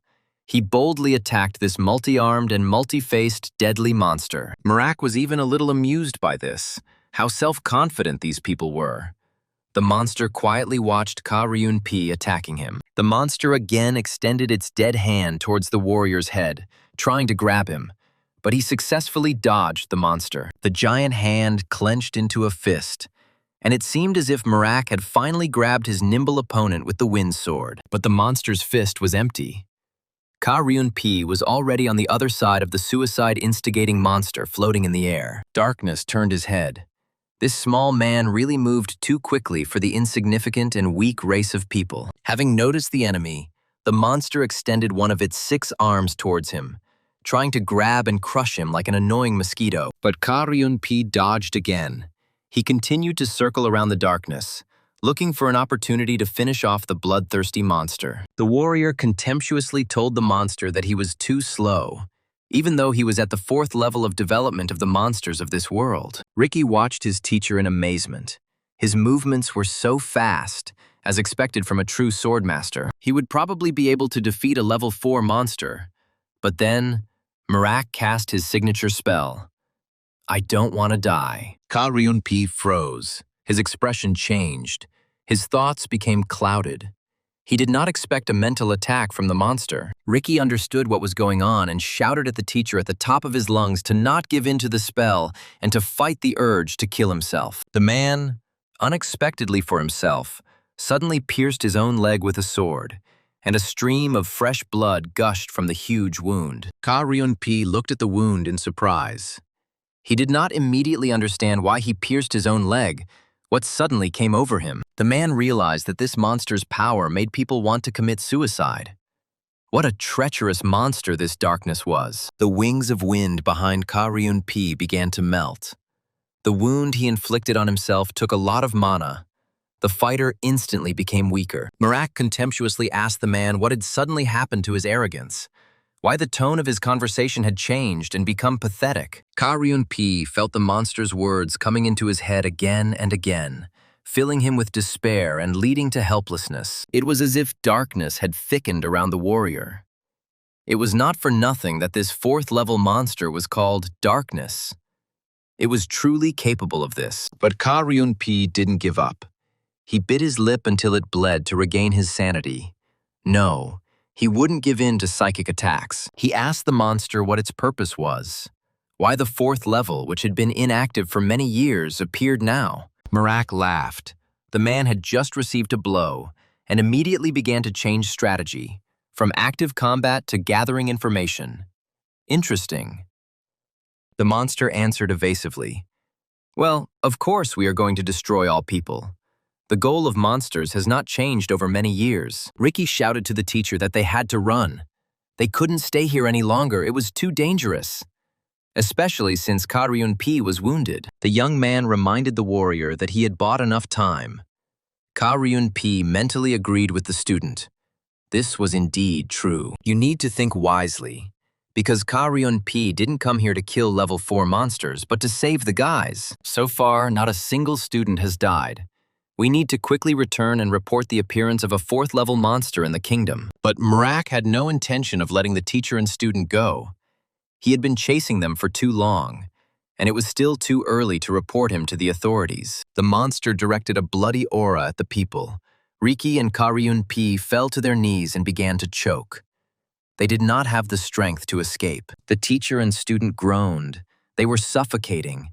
Now the darkness attacked them directly, without any psychic attacks, simply killed. Merak was delighted.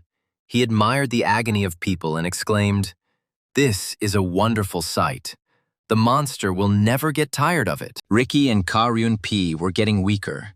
The young man had already lost consciousness, but the man was still trying to resist the magical influence. But now the warrior buried his nose in the ground. The monster's huge hand hovered over the people, and the satisfied Merak said to them, "Good night." At that moment, Tien suddenly felt uneasy. She stopped in the middle of the corridor, and everything inside the girl went cold. Tien quietly asked if something had happened to her brother. It couldn't just be like that. The girl walked towards him with concern, and Merak's pleasure was interrupted again. He noticed a magical glow under his hand. He stared at his hand in surprise. The monster couldn't believe his eyes. It was a 6-winged creature. Where did it come from? And at the most inopportune moment, Another bummer. Taking a closer look, Marak asked, "Father, is this really the Great Spirit of the Wind V in front of him? And why did the Great Spirit come to the world of people?" The six-winged one was indignant. "Great Wind Spirit V. Am I your friend or something like that? How dare you not use it?" The angry Great Spirit instantly tore off one of the monster's vile, deathly blue arms, and Marak screamed in fear. The monster stared at the Great Wind Spirit Vi in surprise, wondering why she came here. Was it really because of these little people? Among the only 4 great spirits in this world, Vi is the most selfish being with a nasty, harsh personality. Marak respectfully apologized, saying that he had been rude to the Great Spirit. He had lacked respect, and he deserved to be punished by the spirit. However, everyone knows that great spirits do not interfere in the affairs of people and monsters. But what is the Great Spirit of the Winds doing here now? The six-winged girl covered the dying people with her body. She did not immediately answer the darkness's question. She knew that the monster was partly right. The beings that control nature and order in this world are called the 4 great spirits. They are the strongest and wisest. Each of the great spirits has its own character, power, and, of course, admirers among people and other creatures of this world. Among the spirits, the most selfish with a disgusting character is the beauty and aesthete Vi, the great spirit of the wind, strong and capricious. Receiving no answer, Marak carefully repeated his question about what the higher being was doing here in the forest, among pathetic people and monsters. Vi collected her thoughts. She knew for sure that she had to protect her servants at any cost, even if it meant finishing off this darkness. She calmly answered the monster, "I am only here to negotiate," even though it may seem strange to such a worm. Marak was truly surprised at what the great spirit who controls everything in this world was going to negotiate with him about. Vi said, "Don't kill the 2 behind me. Instead, I won't interfere even if you kill all the other people in the forest." Great Spirit Vi knew that after all, darkness didn't come here to kill these 2, did he? So why insist on it? Marak asked how it was that the Great Spirit, directly involved in maintaining nature, was negotiating with me. And all this for the sake of 2 saccharine people. For the monster, it was incomprehensible how a higher being could condescend to these pathetic creatures. Vi smiled cheerfully. "Yes, these guys really do look good. And I like beautiful things. That means I don't like you." Marak remained silent. He had to be very careful with Vi, otherwise she might just tear him to pieces in a fit of violent rage. He said cautiously, "Initially, when it comes to great spirits, they would not interfere directly." Vi objected. "Nonsense." Vi hurried Marak. "Decide quickly. Don't achieve your goal and die at my hands. Or agree and quickly get out of here." The monster was outraged. "This is how negotiations are. Is this an offer or a threat? One thing is clear. These people are dear to the Great Spirit of the Wind, V. It is also obvious that fighting the Great Spirit to kill these 2 is not in line with the goal, but it appeared to protect them. But then, in the future, they will borrow all the power of the Great Spirit to protect other people and fight monsters of all levels. So it would be better for the monsters if darkness went against the Great Spirit right now and killed these 2 humans," Vi said contemptuously to the monster. "Look at yourself. Who do you think you are that you decided to go against the Great Spirit of this world?" She directed a resounding snap of her graceful fingers in the direction of the ugly killer monster who was about to contradict her. The force of Vi's blow was such that Marak was immediately torn to pieces and scattered across the forest clearing. The monster was terrified by such force. The multi-faced monster looked around in confusion, slowly beginning to collect its scattered parts and restore its body. Vi asked the monster, "Do you even know how to negotiate? Accept your punishment? And die." 4 more times a painful death. The darkness howled in horror as this fragile beauty scattered his parts across the clearing again, dealing a painful blow to his half-dead body. The mistress of the winds of this world snapped her fingers again, and a deafening explosion resounded across the clearing, tearing the monster apart. She explained to the monster, "You see, I am negotiating because, after all, I am a great person, unlike monsters." Vi looked at the pieces of darkness scattered around and added, Right now, I can just destroy you on the spot. What was left of the darkness after V's second click looked pitiful.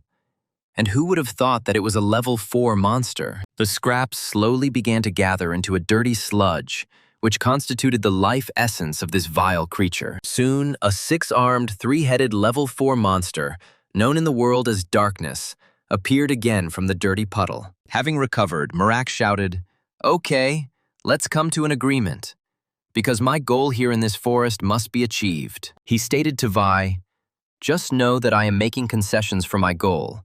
The Great Spirit roared for the villain to quickly disappear while he is still alive. The darkness did not keep itself waiting long. It immediately rushed out of the forest clearing before the angry Great Spirit wiped it off the face of the earth. Vi asked in surprise if it was time for the monsters to start moving again. Then her charges would need a lot of strength. She turned to those who had faithfully served and worshipped her, to those who had been nearly killed by that hideous suicide monster, Merak. Vi passionately pressed herself against Ricky's handsome face. She exclaimed that they hadn't seen each other for a long time. The guy coughed hoarsely. The girl pounded the boy's head with her small fists and screamed, "Wake up! Let me hear your voice, Ricky!" Feeling the even breathing of the handsome young man, Vi sighed with relief and said, "I'm glad you're alive and finally safe." Vi glanced sideways and looked at Ka Ryun-P lying next to Ricky. He was also a handsome young man, but now he had turned into a warrior. She shed her light on the handsome man lying unconscious, who, like Ricky, had faithfully served and worshipped her all this time. Vi noted with regret that Ka Ryun-P still did not use the power she had given him in gratitude for his service to the spirit. The great spirit of the wind calmed down a little. Her 2 faithful knights remained alive, and everything else in this forest worried her very little. But Merak was tearing and throwing rage. He was forced to run away from the Great Spirit. This girl tore 2 little people out of his hands. The monster howled angrily. What a humiliating situation this was. The little 6-winged girl almost destroyed him and drove him away. Darkness exclaimed, "We can't waste any more time. We will fulfill the purpose of our stay here in this vile forest." And then the monster was going to trample the growing young seedlings until this unpleasant sensation became refreshing. The angry monster promised that no one would get out of here alive today. This forest would be filled with fresh human blood. The monster gathered its strength, preparing to fill the entire forest space with a feeling of despair, grief, and a desire for suicide. The darkness concentrated and released a powerful column of its murderous, depressive energy into the sky, killing everything living and bright. But before the monster could finish the action, he noticed with surprise that he was not alone here. Merak stared at the young man in surprise. Suddenly, Merak recognized him. This was the same boy who didn't let him kill those little kids. Could it be that he had returned again? And indeed, Urien stood before Merak. He told the monster that he had hesitated again, and this almost cost his sister her life. Even when Ella was injured, he couldn't find a way to solve it without revealing his abilities. But now was the time. Merak didn't understand what the boy was talking about. The only thing that surprised him was that the boy didn't run away with all the other children. Leaning towards Urien, the monster said, "Don't worry. Even if you run away, everyone in this forest will still die a painful death." The bloodthirsty darkness cried out, "Disappear! All hope here today will turn into despair and fear, leading everyone to death." The monster grabbed Urien by the neck and began to strangle him. Merak remembered that suggestion magic had no effect on this naughty kid. "Please," Darkness said, "you know that the hands of someone who tries to commit suicide are more desperate than anyone else's, right?" It seemed that the teenager was not resisting at all, and the monster was already ready to celebrate victory. At least he had finally killed one of the little ones. But suddenly Urien calmly grabbed Merak's hand and tore it away from his throat. The young man yanked the monster's hand so hard that the hand flew off. Urien said, "Hey you! You always try to act like you're making others commit suicide. Stop talking that nonsense." The guy told the stunned monster, "You can't kill anyone because you're nothing. An empty space, just a screaming freak." Blood gushed from the monster's eyes. He was extremely outraged that today everyone was trying to humiliate him, the great and deadly one. A huge number of predatory dead hands with black nails reached out to Urien, trying to finish off this insolent little fellow. Urian suddenly remembered how, just recently, Ella, obeying the spell of the monster darkness, pierced her delicate thin neck with a sword. He calmly said to the monster, "I have correctly assessed your strength. From now on, I will not hesitate and will simply destroy you, vile creature." Streams of energy swirled around Urian's fist. He concentrated his power and dealt a crushing blow to the monster. The force of this blow was such that a clearing was formed in the forest, and as a result of the attack, the 4th-level monster Darkness was destroyed. With the appearance of a level 4 monster that had been hiding for the past few years, an emergency meeting was called in the Kingdom of Rarente. King Brehedin reported that there had been no noticeable movement of 4th-tier monsters over the past few years. But then one of them appeared on the examination grounds of the Royal Magic Academy, threatening students and teachers. Magus explained that at that time, the teacher and student Ricky, who were at the scene, protected the students from the darkness. After this, they lost consciousness but remained unharmed. It seems that the great wind spirit Vi protected them from the evil monster. Viscount Drade suggested that perhaps the great spirit V had engaged in a fierce battle with a level 4 monster and killed it. Drade asked. Everyone had seen this incident, hadn't they? And it was lucky that all the students and teachers remained alive in the forest. Magus said, "I can't even imagine what kind of struggle could have led to the forest landscape becoming so unusual." Viscount Reyes asked if the level 4 monster was stronger than before. Surely its strength had been growing over the past few years. One of the nobles groaned. If a single 4th-level monster can fight a great spirit, then humanity has no hope. Viscount Zertis sternly shouted at the aristocrats to calm down and stop their pitiful chatter.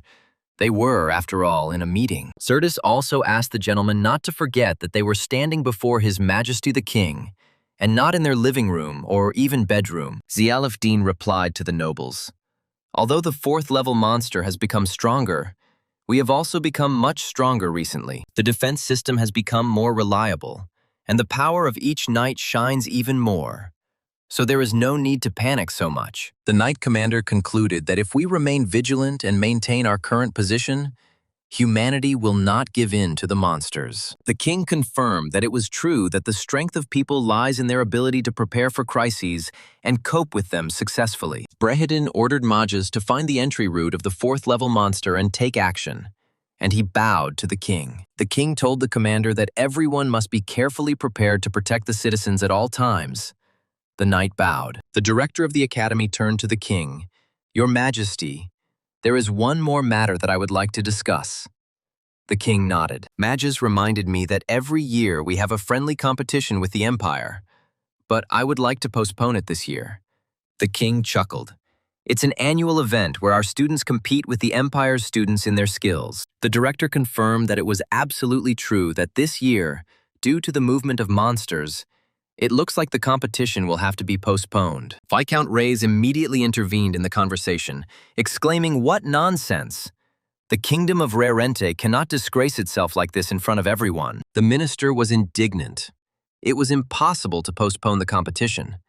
"Have you forgotten the Empire's recent statement regarding this monster? While the Empire, our rivals, displays such confidence, our kingdom simply cannot show cowardice." The Empire had suffered a series of defeats in the last 3 years.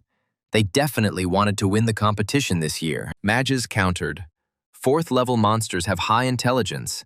They would never have appeared in the academy without a reason. The nobles shouted about how other countries would treat Rarenta then, and that in the future we might lose our dominance in the war with the monsters. But the director of the academy did not agree, he said. "Nevertheless, we cannot expose students, both our own and those from outside, to danger." Certus thought, "Indeed, if the monsters suddenly attack, we won't be able to attack if the knights are deployed." Magus said we were overconfident and we are in danger. More than one level 4 monster might appear at the competition. Viscount Reyes, covered in gold, asked in confusion if this meant that if monsters suddenly appeared here, we would lose. The king loudly ordered everyone to stop. The ruler believed that the opinions of both sides were fair, and everyone had their own arguments. Without confirmation of the purpose of the monster's appearance, holding an event may not be a very good, even dangerous, idea. But if we refuse to compete, The Empire will use our refusal as a pretext to engage in political maneuvering. In other words, the Kingdom of Ryrente is faced with a very difficult dilemma, whether to hold the competition or abandon it. The king suggested that in that case, let's ask the students of the Royal Academy of Magic directly what they think. The director of the academy opened his mouth in surprise. Did His Majesty really want to base such a decision on the opinions of the students? The king ordered to bring those who fought bravely against darkness, Ka Ryun Pi and the student Riki. Magus obeyed the ruler. In addition, Brehedin ordered to bring a special student of magic, Urian. The king wanted to see this unusual young man. Soon, the director of the Magic Academy, along with Ka Ryun Pi, Riki, and Urian, arrived in the capital of the kingdom and went to the palace. Urian was noticeably worried. He didn't understand what could have happened, why he and Riki were suddenly invited to King Brehedin himself. And so they all found themselves in the throne room. Magus reported to His Majesty. He brought teacher Ka Ryun Pi, students Riki and Urian. The king ordered everyone to raise their heads. During the recent attack by the dark monster, their calm reaction deserved praise. Urian thought that this was true, the king, but he continued, "Thanks to your courage, peace and tranquility in the kingdom were preserved." One of those present quietly asked, "Is this guy a student or a commoner?"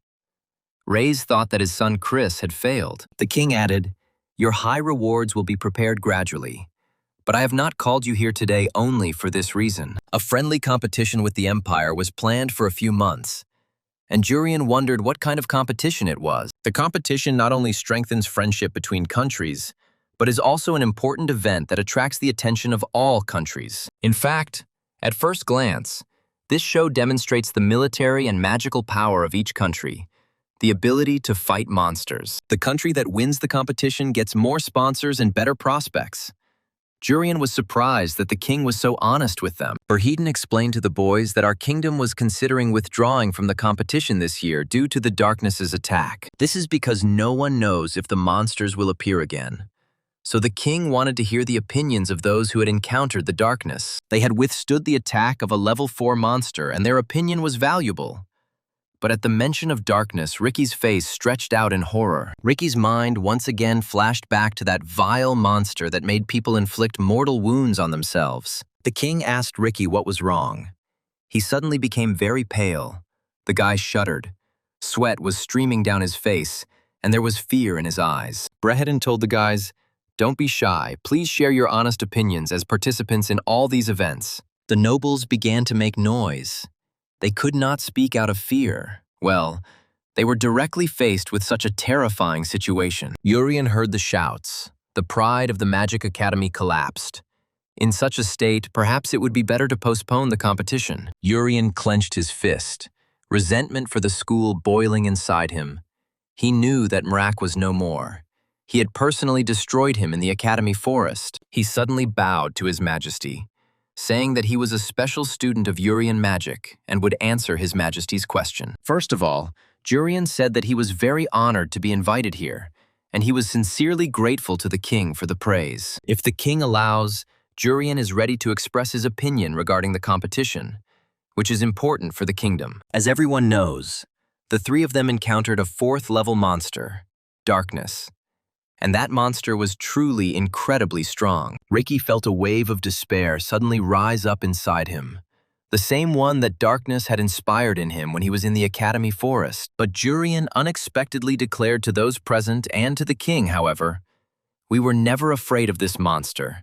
This helped us to endure." The young man explained that instead of panicking, the three of them focused on finding ways to overcome this problem and save everyone else. And if a level 4 monster appears at the competition again this year, it won't be able to disrupt the important event. This time, they, the students of the Royal Academy of Magic, will show that they can defeat a 4th-level monster, no matter who it is. Viscount Zertis exclaimed in surprise, "Wow! Wow!" Director Magus turned around and looked at the impudent boy in confusion. One of the nobles asked with a grin what was wrong with this commoner. Reyes replied that he had no idea what kind of insolence he had. The commander of the Royal Knights, Zialeftine, looked closely at this brave young man, trying to understand why Jurian said this. The king looked at the boys thoughtfully. The ruler really liked the boy's bold speech. He had no fear of the enemy at all. Suddenly, the king burst out laughing and exclaimed, "Excellent! This is very good. This is exactly the answer everyone expected from the students of the academy." Brehedin stated with a smile that inviting the guys here was the right decision, which means the competition will take place this year. Urian's mouth dropped open in surprise. The reaction was different from what he expected, and the king addressed Urian with his personal order. The king ordered Urian to become the representative of the kingdom and take part in the competition. All the aristocrats were shocked. Urian also did not expect that the ruler of the kingdom of Brehedin himself would give him such an honor. The young man opened his mouth in surprise. How could this be possible? Viscount Reyes begged King Brehedin to reconsider, as this competition was a source of pride for the entire great kingdom of Reyrenta. How could a commoner be made a representative of the kingdom? Reza was ashamed of how other countries and empires would perceive them. Magus angrily rebuked Reyes, reminding him that Urian was not a commoner, but a special student of the academy specializing in magic. Minister Reyes snorted in displeasure at Magus and demanded that he stop his stupid jokes. How did they even get him? Suddenly, Ricky entered the argument. Urian can overcome the attack of a level 4 monster with his instant full healing. Urian looked questioningly at Ricky, who continued that the young man could play a simply amazing role in this competition. Urian couldn't believe his ears. Why Ricky was suddenly behaving like this? He had always treated him suspiciously, almost dismissively. Marquise Ricasezo arrogantly remarked that instantaneous complete healing was impossible. The boy from the academy must have gotten something wrong. Ricasezo explained in a mentor-like tone that healing technically meant the regeneration of body tissues. They could not be restored immediately. It is about helping with regeneration to speed up healing, not about directly healing wounds or curing all diseases. Therefore, instant healing was theoretically impossible, Jurian realized, which is why people were so surprised back then. Ricasezo suggested that it was illusion magic that made them not feel pain. Ricky was indignant. That was not the point. Ricky stated that Urian's healing was obvious, but the academy director stopped the young man's angry statements with a gesture, deciding to take the floor. Magus, holding back his anger, said to the Marquis Ricasezo, "The magic you know is not the whole world. There are sorcerers better than you." Ricasezo almost choked with indignation, but only the presence of the king stopped the magician from further arguing with Magus. And the director of the academy suggested that, "Why don't we demonstrate here to prove instant, complete healing?" Viscount Reyes asked in bewilderment how to prove this. Ricasezo grumbled, "Prove it or not, it's simply impossible to do." Magus asked Urian if he could do it. The young man confirmed that he was ready to heal any wound right here and now. Urian was perplexed as to how everything had ended so strangely. After all, he had just tried to help the academy for a moment. What had happened? The young man firmly declared to everyone present that instant complete healing was entirely possible, and that this was not a fantasy or an illusion. The aristocrats made a noise of surprise. Could this really be true? But how could this be verified in practice? Maybe the commoner was lying. Everyone was puzzled as to how they could test it. They wouldn't inflict wounds on themselves in the hope that this upstart would be able to heal. Xerxes stepped forward. 4 years ago, he received a scar on the battlefield. Initially, it was twice as big, and it has been undergoing treatment for several years. But despite long treatment, this scar has not healed completely. If complete healing is possible, the scar must heal. Magus objected. Wait a minute, Duke Xerxes. Jurian's healing is the ability to heal freshly received wounds. Healing an old scar was a different matter entirely, and the director was afraid that Jurian might not be able to heal the Duke's scar completely. Reyes grumbled. Are you suggesting we harm someone in a situation where we don't know if the healing is real? Ricasezo noted that a scar is also a wound. If it is truly an instant complete healing, then it should heal completely immediately. Magus shouted at the Marquis, "How dare you doubt my words?" And Jurian asked to be allowed to try once. In fact, Urian himself was very curious to know if he could heal the scar too. The Marquis was right. It was also a wound. The director of the academy asked Urian if he agreed. The young man answered in the affirmative. Everyone froze. Looking at Xerxes and his healer, Urian approached the Duke and suggested, "Let's begin." He extended his hand to the wide scar and began healing with life energy. The Duke watched in surprise as the brown stripes on his strong arm began to instantly disappear, as if there had never been a wound there. Urian finished. Xerxes' hand was completely healthy. He looked at it in bewilderment and could not believe that this was reality. He stuttered as he told everyone that his painful, huge scar had disappeared completely. Not even the slightest trace remained, and that his arm didn't hurt. And the skin on my hand became clean and soft, like a 3-year-old child's. This is simply an amazing talent of the young academy student. The aristocrats present in the hall opened their mouths in surprise. Could this really be true? And could this boy perform such miracles? Even the most vicious opponents of Urian's jaws dropped. The scar really did disappear, which means the boy will be a great magician. The king also looked at the result of the experiment in surprise, and the boy turned out to be a truly extremely talented sorcerer. Everyone was vying with each other to ask, "Xerxes, if the scar had really disappeared, how could a commoner perform such amazing magic?" But the Duke felt that not only the scar had disappeared, even the sore throat, which had been like a cold, had also instantly gone away. He declared that it was not an illusion or a delusion. Urian's instant full healing was definitely real. It worked perfectly. The commander of the knights quietly said to the king, "Your Majesty, this is not just a pleasant surprise. This is literally a revolution in medicine. If you use instant full healing on the battlefield or in everyday life, it will have wonderful effects. Moreover, if the kingdom can commercialize the healing, it will significantly advance medical technology." Urian was very pleased with the result, which meant it worked on scars too, and fat aristocrats were already shouting at him from all sides. Viscount Reyes asked the young man how many times a day he could use his instant full healing to heal. The young man was surprised.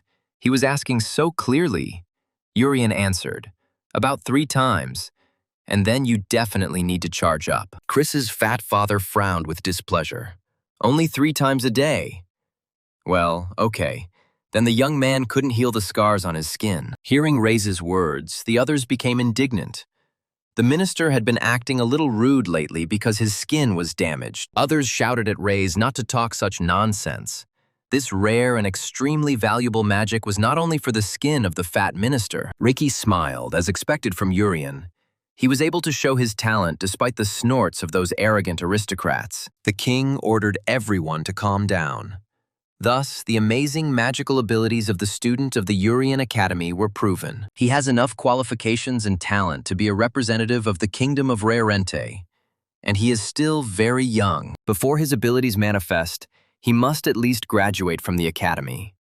The director will provide him with support. The king turned again to the student Jurian. The young man knelt down and bowed to His Majesty, the ruler of the kingdom. Brehadin told the young man to represent Rarente at the upcoming magic competition and contribute to the development of the kingdom. The young man responded with an enthusiastic exclamation.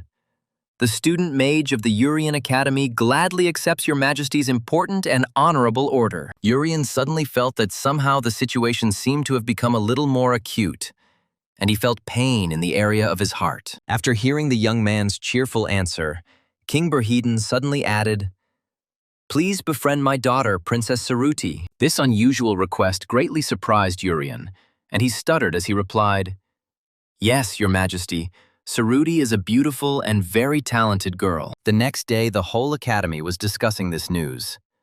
Chris was angry. It was incredible. Urian was directly recognized as king. But what angered Chris even more was that His Majesty had appointed Jurian as a representative member of the first year at the competition. The young man answered Chris with a smile that he didn't even know how this could happen. Ella exclaimed, "Amazing! I'm very proud of you." And Jade added with a smile that Urian's healing deserved recognition. Chris shuddered with anger. The commoner walked around him. Chris arrogantly stated, "I can't put my pride on the line and agree to this. First, Urian has to defeat him in combat." Jade reminded Chris that His Majesty recognized Urian, or Chris did not agree with the king. He was ready to challenge the decision of the country's ruler. But suddenly Urian answered Chris, "Okay, let's fight, since you insist on it so much. But then there is no point in complaining to Daddy. Ella and Jade stared at the boy in surprise.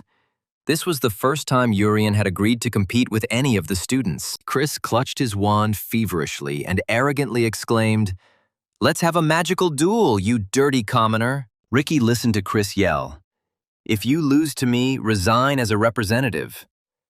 He was very ashamed of Chris's behavior. Sisters Sia and Moo also lowered their eyes.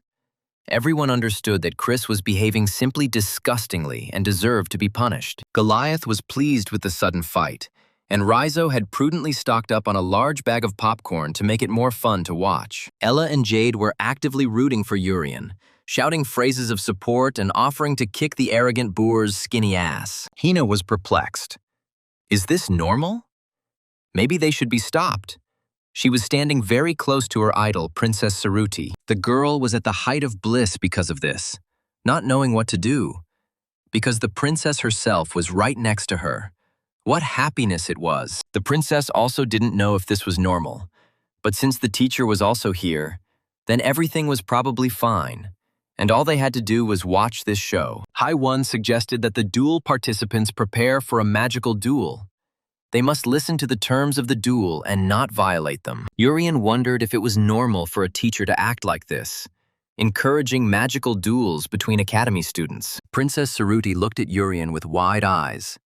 She did not understand how he was able to receive approval from her father, the king of Brehedin himself. The girl decided that she would look after Urian to understand how talented this orphan boy from the common people was. Hai-One warned that the fight was conducted according to the rules of the magic school, and it would be conducted with the condition that no harm would be caused to each other. The teacher asked the students if they were comfortable with the conditions of a magical duel within the walls of the First Royal Academy of Magic. Chris, as always, grimaced with displeasure and arrogantly said, "I think we should agree to the proposed conditions for a magical duel." The minister's son arrogantly declared that if it were not for the conditions of the Magic Academy, the commoner could have suffered seriously at his hands. Urian replied that Chris was indeed persistent and was methodically asking for a good beating, which could be arranged if that was what he wanted. Hai-One stopped the students' bickering by drawing a battlefield on the floor and began explaining the concept of the upcoming magical duel. She extended her hand, and soon a magic coin began to sparkle in her hands.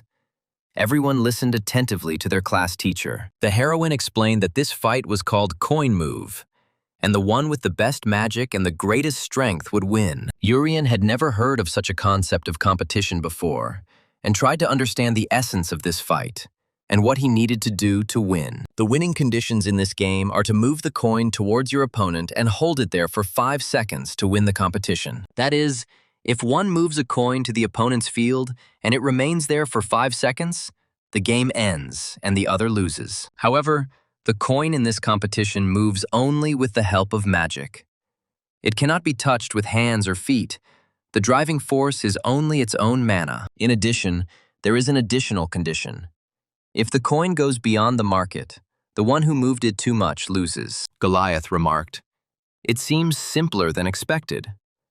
Rizzo countered, "It may seem simple at first glance, but it is far from so." Sia said that essentially, you need stronger magic than your opponent to move the coin, and lack of control leads to loss. Jade added that players may intentionally reduce their power midway to create a situation that is outside the rules of the game. The princess concluded, "So, from strength to control, it all depends on strategy. It's simple, but in this match you still need to take a lot into account." Ella once again shouted words of support to her younger brother, and wished him to finally wipe the nose of that arrogant, rich tyrant, Chris. And Chris contemptuously declared to the entire audience, "Commoner, I have long wanted to crush you, like a vile insect that has settled here." Urian replied, "Well, try it if you can.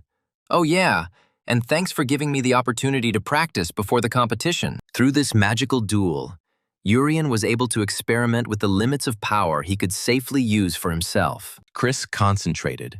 He pulled himself together, persuading himself not to rush.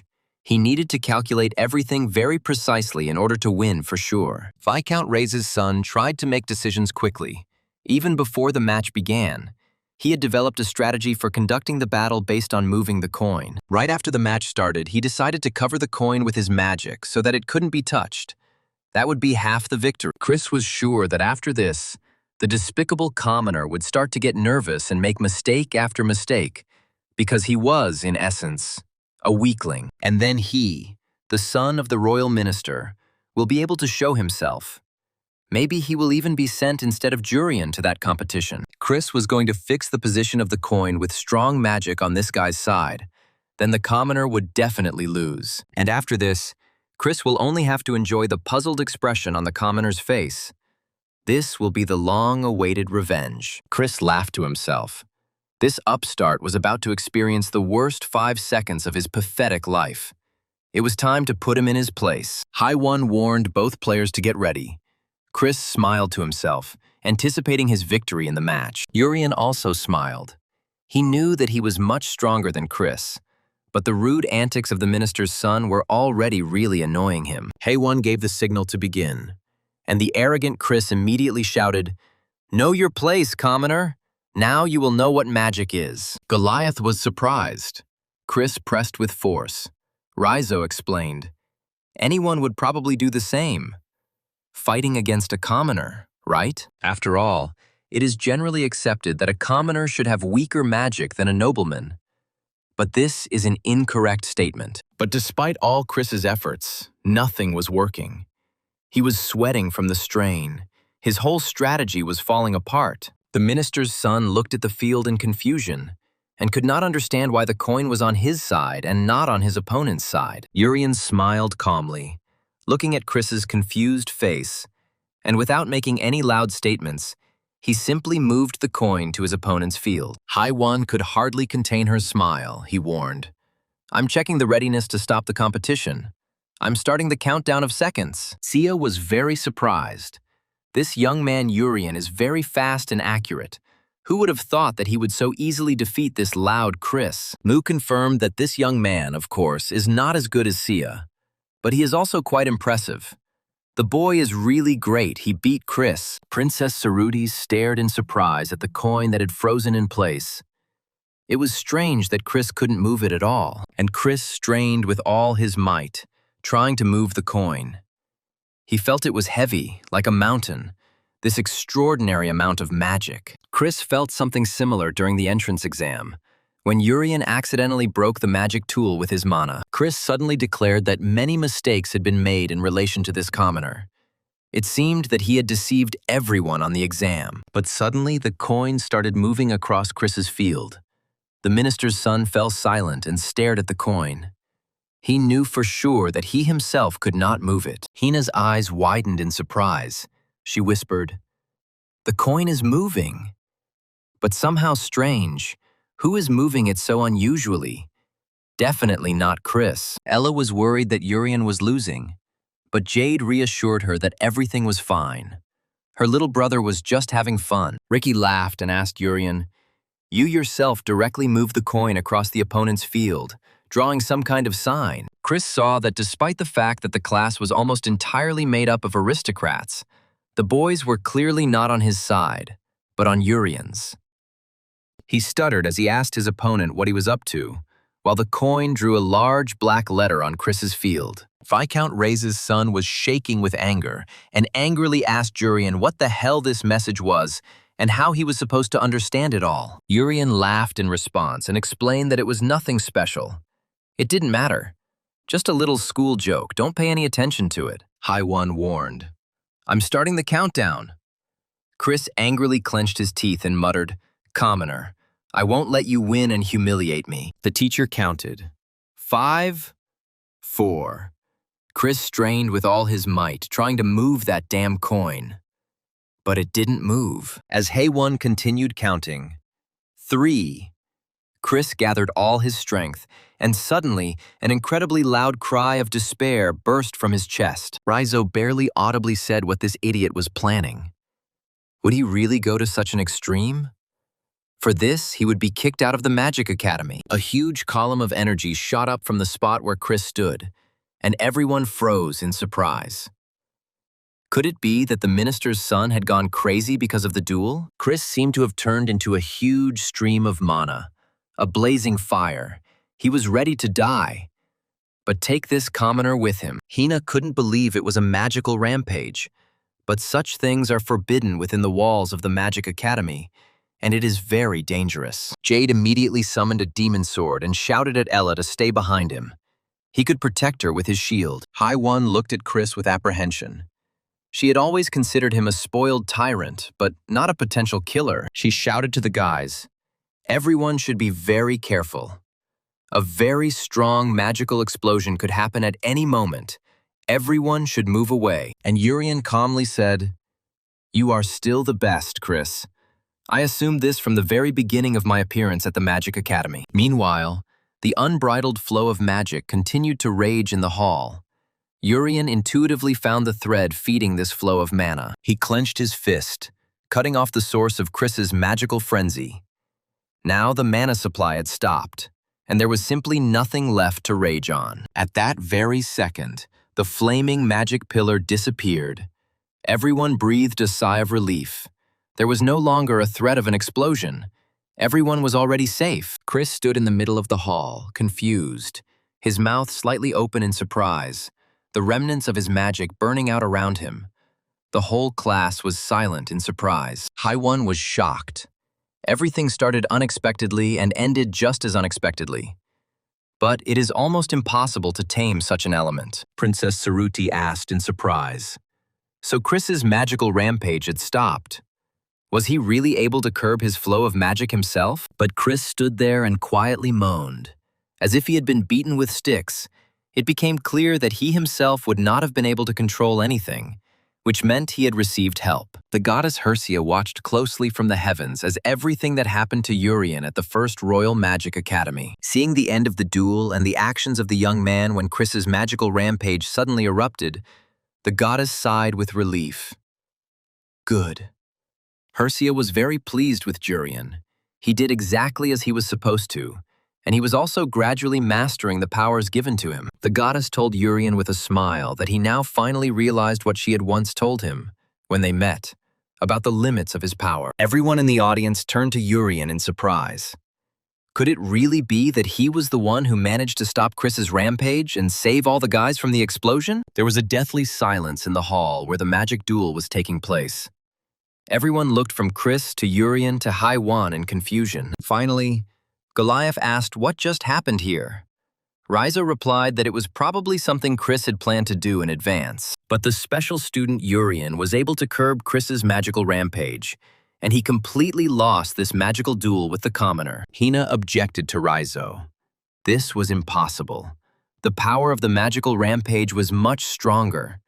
Besides, it was very unstable and unpredictable. So, suppressing a magical rampage like this alone is beyond the power of even an adult wizard, let alone an ordinary first-year student. Princess Saruti's admirer was sure that this was unrealistic. But nevertheless, Chris's magical rampage was suppressed by Urian. The young man smiled. He felt that the goddess Hersia was speaking to him, and he was very glad that he did not disappoint his heavenly patroness. When Urian first took the magic test, he failed to control his power, causing the magic tool to break. At that time, there was someone who noticed a surge of magical power in the young man. But nevertheless, Urian's heart did not break. Today, during the magical duel, the same thing happened. Was the threat of a broken heart a lie? That was the thought that came to the young man. It is clear that if you use enormous force on a weak body, the heart may burst, unable to withstand the enormous load. In other words, the standard of strength is clear. It seems the goddess had something else in mind when she warned him, endowing him with unprecedented strength. She then told the stunned Urian, "The moment your true power is revealed, your heart will break and you will die." Turning to the goddess, Urian asked, "Hersia, can this be the standard of a hero's strength? Did I understand your words back then correctly?" The goddess smiled joyfully.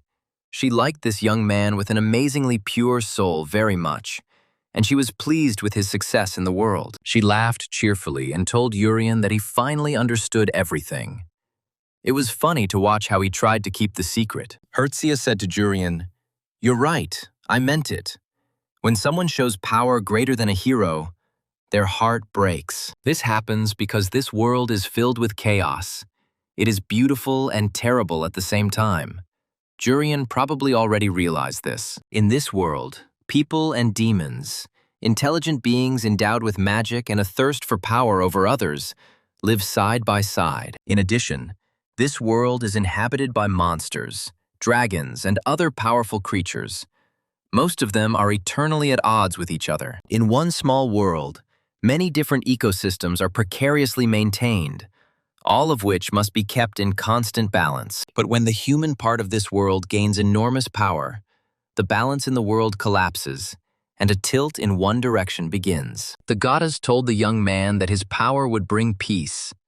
He was an incredibly powerful being who must walk a lonely path. Urian healed his dual opponent, Chris, who, after a magical rampage, found himself completely wounded by his own magic. When Chris woke up, he looked around. Everyone was looking at him with a grin, and this made the minister's spoiled son even more angry. Haiwan asked Chris if he would admit his defeat. Rizzo laughed. Loser, trash, die of shame. And how much showing off there was. Chris said that he wanted to repeat the duel, but something just went wrong today. He couldn't just lose this fight to Urian. Everyone in the room laughed. Chris's stubbornness was simply funny, and Ella even clapped her hands. Well done, he doesn't give up. Seeing the reaction of his classmates, Chris gritted his teeth and sighed. He realized that he had greatly lowered his authority by losing the duel. He clenched his fist. He needed to gather his strength and, no matter what, admit defeat, and not pretend to be an all-powerful fool. Chris lowered his head and said, "The competition is an important event for the pride of our kingdom. That is why the result is more important than status." The guy, having gathered his strength, said, "This is my defeat from the special student of the magical profile Urian. I admit that I lost to him." Haiwan smiled. She was glad that Chris stopped grimacing and admitted his defeat, although it was very difficult for him to do so. Addressing everyone, she explained that all people must be able to admit their failure. Only then will they be able to grow further. The teacher approached the upset and almost crying Chris and told him, "It was a good duel, Chris. You understood a lot." Urian mentally thanked Chris. Thanks to him, the young man learned about the standard of his strength. Now many things will be much easier. Haiwan summed up the results. The friendly competition with the Empire has been confirmed. 10 Academy students are participating. These are the best students from advanced classes who have demonstrated maximum results during their studies and current exams. 5 representative participants will now be announced. They will take part in the competition as representatives of the first year. The first to be recognized as a king is Jurian. His healing will undoubtedly play a significant role in group battles. The second Saruti is undoubtedly the best first-year student, excelling in all aspects befitting a representative. Next up is Ricky. He has outstanding abilities. There is no first-year student who can defeat him in close combat. And rounding out the top 5 are sisters Sia and Mu. The sisters believed that it was natural. Each of them possessed excellent abilities. But when sisters join forces, they truly become the strongest, as the midterms showed. So, here are the 5 who represent the first year of the first Royal Magic Academy in the competition. The boys were given a dress uniform, which they must wear to international competitions to defend the country's honor. Rizzo was disappointed, he said with resentment, that of course it didn't really bother him. Let them go and represent our kingdom. But I would still like to know what the criteria were for selecting representatives to participate in this prestigious magic competition. The bully was absolutely sure that he was stronger than these guys. But for some reason, he was not chosen as an honorary representative. Haiwan smiled. Everyone was probably curious as to why these particular advanced class students from the Magic Academy were chosen. To put it very briefly, there were no selection criteria because there was no longer any need for them. Because with the exception of Urian, the other 4 were able to defeat a level 3 monster in this midterm exam. Of course, the sisters Sia and Mu have joined forces. But this does not make them any less skilled and powerful fighters and sorceresses. Jade was stunned. They all managed to defeat a 3rd-level monster. Wow! The princess and Ricky, of course, but even they did it. The guy felt a little ashamed, but he and Ella also fought with Hurricane. But Ricky came and finished off their monster. Mu calmly said that everything was simple. And Sia teased Jade, because he always joked about being stronger than them in terms of rating. Haiwan added that they would initially set detailed criteria to select representatives for the competition. But a first-year student's victory over a third-level monster is something that doesn't need to be compared with any grades or criteria. This is considered an exceptional achievement. Raizo remains silent. There really was nothing to object to this. This is truly very cool. So far, the only time a first-year student has ever defeated such a monster was the student council president Deus. Goliath asked in surprise if Deus had actually defeated a level 3 monster. Hina asked if it was possible at our age. Ella was perplexed and silent. Her classmates were truly incredibly strong people. She herself had been able to verify this more than once, and so had her brother. She remembered the third-level hurricane monster that attacked them. Although she and Jade fought with it, they did not kill it. The girl mentally promised that she would become stronger and would definitely be there for her Urian, because she was his older sister. But Urian didn't like the dress uniform. He looked at it, and the design seemed a bit old-fashioned and too pompous to him. While Urian was critically examining the formal suit, Sia approached him and called out to the special student who looked back. Without further ado, the girl asked Urian if he wanted to be with her. They could make a great couple. Mu, hearing her sister's statement, was stunned by what Sia was doing. Why was she making such proposals to some commoner? Ella, hearing this, opened her mouth in surprise. She did not want to admit it, but she was very angry at such a proposal from Sia. And Sia explained to Urian that with such abilities, together they could transform from the strongest into invincible. That's awesome. Besides, Sia can make Urian a nobleman by marrying him. Isn't that good? The young man didn't immediately find what to say. Finally, Urian couldn't stand it any longer and indignantly asked the girl what she was talking about. Sia was genuinely surprised. And what exactly did she say? Urian explained. I don't like this. Are you stupid or something? Marriage is something you do with someone you love, not with someone who is right for you. Sia was silent for a moment, and then told Urian that he was still such a naive child. Many guys in his place would agree. While Urian was fighting off one sister, the second one quietly approached him and laid her head on his shoulder. He glanced sideways at her. Sia immediately stood up for the younger one and warned the young man not to insult her sister or be rude to her under any circumstances. She repeated thoughtfully, "Marriage is what you do with the one you love." That's really true. I forgot something very important. Mu turned to her sister in surprise. She didn't understand whether they needed this guy or not. Urian looked at her. They are really strange. Then, Haiwan appeared in a dress and hat and said, "The explanation is over, so everyone pack your things. We are leaving right now." Hina asked in surprise where they were going. Goliath didn't understand when Haiwan had even managed to change her clothes and pack her suitcase. Hyo replied, "To the Empire. They were originally supposed to leave in the morning, but were a little delayed watching an interesting match." Jurian grimaced slightly. Weren't things moving too fast? Monsters, a king, a duel, a competition, and now an empire. Soon, the students of the Magic Academy found themselves within the borders of a vast empire, where an international competition was to take place. Ella was delighted with how beautiful it was here. She had never seen such big cities, spacious squares, and, most importantly, the sea. So this is the empire. How great that they came here together with the competition participants.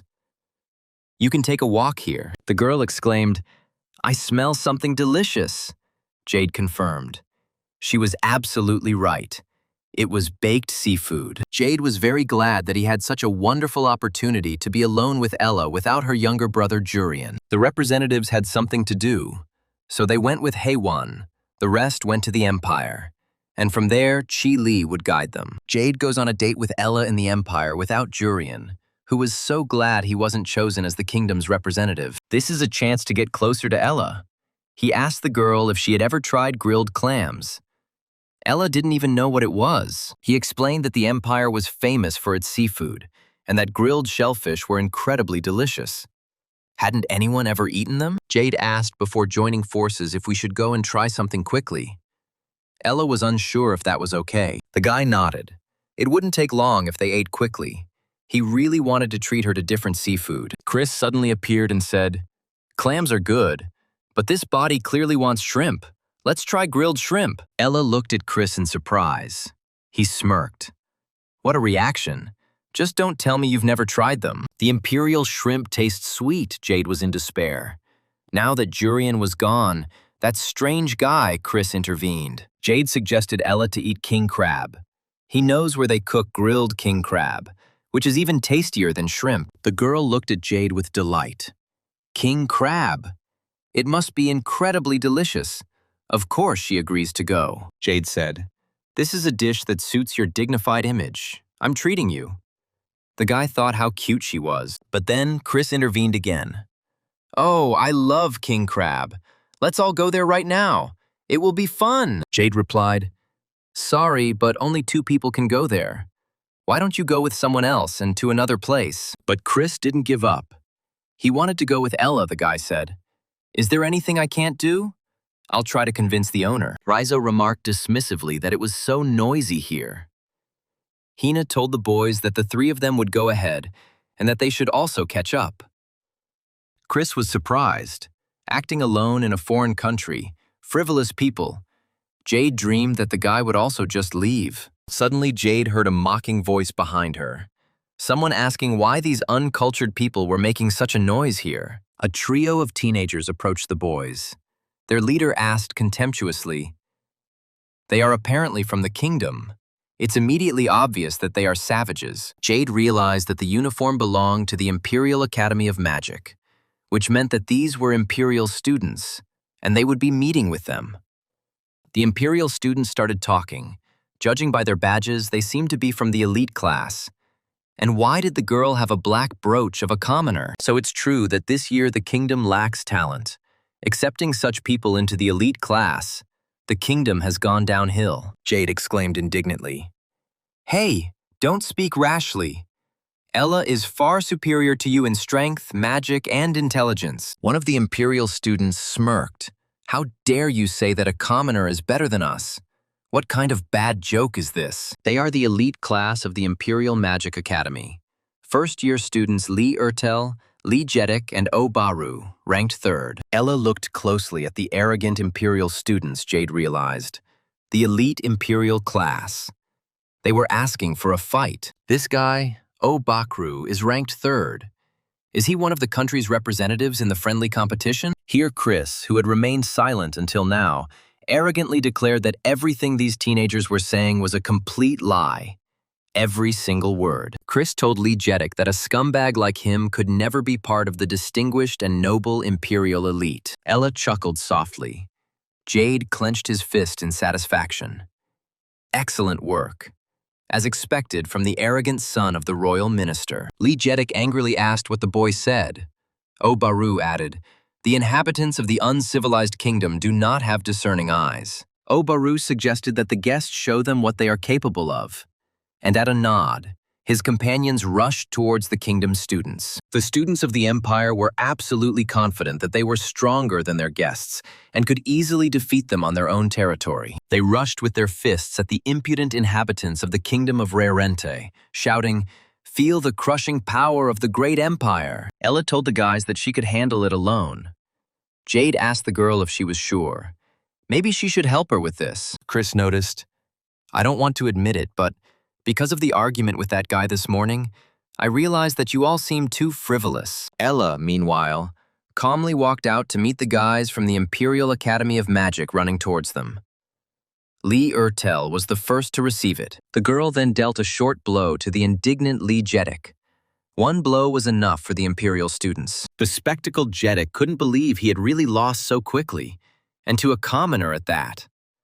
What an incredible shame for him. And Ella noticed with a smile that Jedek was too slow and weak. Could he really be from the elite class of the academy? Oh, Bakru angrily shouted at his classmates. "Stupid idiots! This is a disgrace to the great empire. How could they lose to a girl?" He declared that he would now show him how to fight. And Baru summoned 2 stone swords capable of killing strong monsters. But then a skull appeared above his head. It was the first form of a demonic sword of terrifying power. It was not to be trifled with. Oh, Bakru looked up in surprise. Wow, these guys… The student clenched his teeth. He didn't expect these savages to give such a fight back. Jade warned us that if it's just a fight, we'll accept it.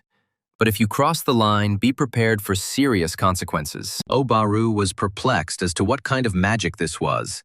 Apparently it was a demonic sword, but it was a terrifyingly powerful and rare weapon. He asked Jade why he wasn't with the distinguished members, since he possessed immense strength and rare weapons. Jade and Ella looked at each other questioningly. Not knowing what to answer the Imperial student, Jade really deserved to be there. The young man smiled and said, "Well, we have a lot of outstanding guys." And Ella added, "We will never lose. Our students are the best." Oh, Bakru looked at the guests silently, he thought. Who said that the kingdom lacks talent this year? This is an absolute lie. Suddenly, he heard the indignant voice of the first-year student Ryu Se behind him. She asked Baru, "What did I just see?" The girl asked with a grin, "Baru, are you scared?" The students of the Great Empire are scared of some kingdom called Rarente. The top one of the elite first-year class of the Imperial Magic Academy, Ryu Se, appeared in the square, her right eye closed. The three Imperial students shook and exclaimed, "Ryu Se, it's not that. We're not scared at all, they're just stronger." But the girl didn't listen to them. She clenched her fist and filled it with mana, saying that they had disgraced the Great Empire and would pay for it. Ryu Se immediately attacked her own classmates, directing a blow of enormous force at them. The guests were amazed by this. The Imperial elite students screamed in horror at Ryu Se to stop, saying that they were innocent and shouldn't attack. Unexpectedly for everyone, Jade used the 8th form of the demonic sword shield and blocked the Imperial students from the attack. Baru and his companions stared at Jade in surprise. They had already mentally said goodbye to their lives. Because Ryu Se knows no mercy. The guys asked Jade why he was there, why he saved them, because they were the ones who attacked them first and wanted to beat them up and scare them badly. Jade shouted at Ryu Se, "This was too much. If I hadn't blocked the attack, it wouldn't have ended with just injuries." Ryu Se asked, "What are you talking about? What attack? Blocked what? Are you seriously deluding yourself into thinking you blocked my attack?" She exclaimed, "It was just a warm-up and… You idiot! Now there will be a real attack. You definitely won't be able to block it." Jade was surprised at how aggressive their freshman leader was. She was actually attacking them, and it was getting out of control. The boy once again used the 8th form of the demon sword, turning it into a huge shield to defend against Ryusei's attack. The girl once again released a stream of destructive energy towards her classmates, who were defended by the guests. Chris was surprised that he couldn't completely block an attack of this level, but he should at least help Jade do it. And he strengthened the demonic shield with his defensive magic to stop this aggressive Imperial-class girl. Ryusei's eyes flashed, and she asked angrily, "Are you saying that you can stop an attack of this level to some extent?" And she struck the opponents with magical power. A bright flash flashed.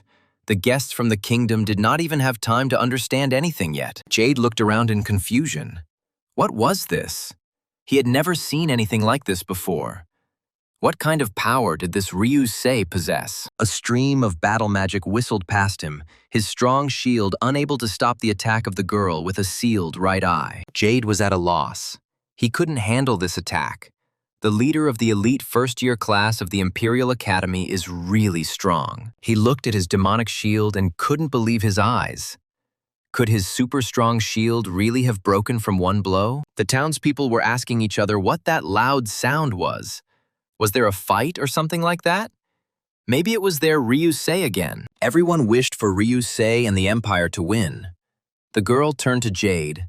"Since you said so, block my attack if you can." She explained to the boy that those who brought shame on the Empire would only face despair, and that they, as guests, should not interfere with this. Now, Ryu Se will strike Jade with magical power to discourage the other guardians from interfering in his affairs. The girl clenched her fist and filled it with mana, preparing to hit Jade, who was stunned by surprise. But suddenly, the mana disappeared. She looked around questioningly, not understanding where her magical power had suddenly disappeared to, since she had just felt it. Ricky, who suddenly appeared in the square, Use the wind to move towards the confused Jade and protect him. The boy teleported to his classmate and placed a wide wind sword right in front of Ryusei, blocking the unarmed Jade from striking him. He told the girl to step back. He would not allow her to attack their friend, who was now unable to defend himself. The girl didn't move, and Ricky used a hurricane. A strong stream of wind threw Ryusei further away, but she was able to stop. This Imperial Magic Academy student was truly amazingly strong and stubborn. She wasn't going to give up easily. She asked Ricky, who had just made her magic power disappear.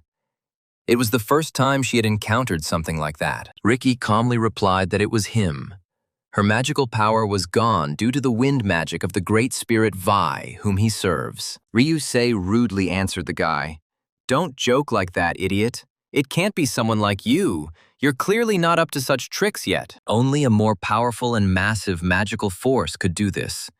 And you do not possess such power, although you are also quite strong." Suddenly, Ryusei's gaze stopped on the fragile figure of Urien. He was standing right there in the square, magical power emanating from him. He looked closely at the girl who tried to kill his friends, an angry magical glow emanating from Urien's calm eyes. Ryusei flinched and opened her mouth in surprise. She whispered, "That's right. It was you who just took away my hand's strength." The girl shouted to Urien, "Don't stand still. Come forward. I will use all my power against you. We must fight you." The girl heard, "I also like to watch fights. But the showdown will take place at a friendly competition." Haiwon added that it was time to stop the current dispute between the members. "As a teacher, I can't pretend not to see it." Ryusei recognized the teacher, the former warrior Hye-won, and when she managed to sneak up, the woman noticed that the girl's hair was so soft. The girl jumped into the boat and shouted to the others, "Come on, let's get ready and leave." And her classmates obediently rushed after her. Ryusei told the boys, "We will see each other at a friendly competition. Residents of the Kingdom of Ryrente.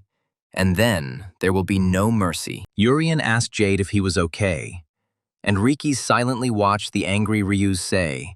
He realized how dangerous this girl was. It was a rare occasion when Jade was truly glad that Urien was here, because he really could have died now. The young man suddenly remembered how Ryusei's magical power seemed to disappear from her clenched fist in an instant, saving him. Jade suddenly remembered how Urien had clenched his fist this morning during his duel with Chris, after which the magical riot had died down. Chris's mana flow stopped, and the explosion did not happen.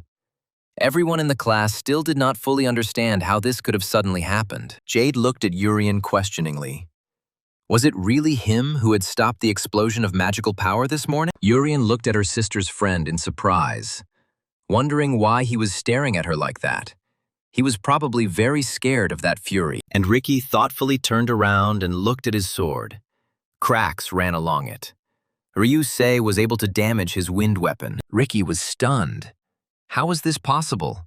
He was sure that no human could do this. Because this weapon was given to him by Vi herself. He remembered the moment of the attack, whether it could have happened at that time. But Urien had already managed to deprive her fist of magical power. It was obviously a normal punch with no magical power, yet it destroyed his sword. This girl is surprisingly strong. Ricky told Urien that they could let their guard down in this competition.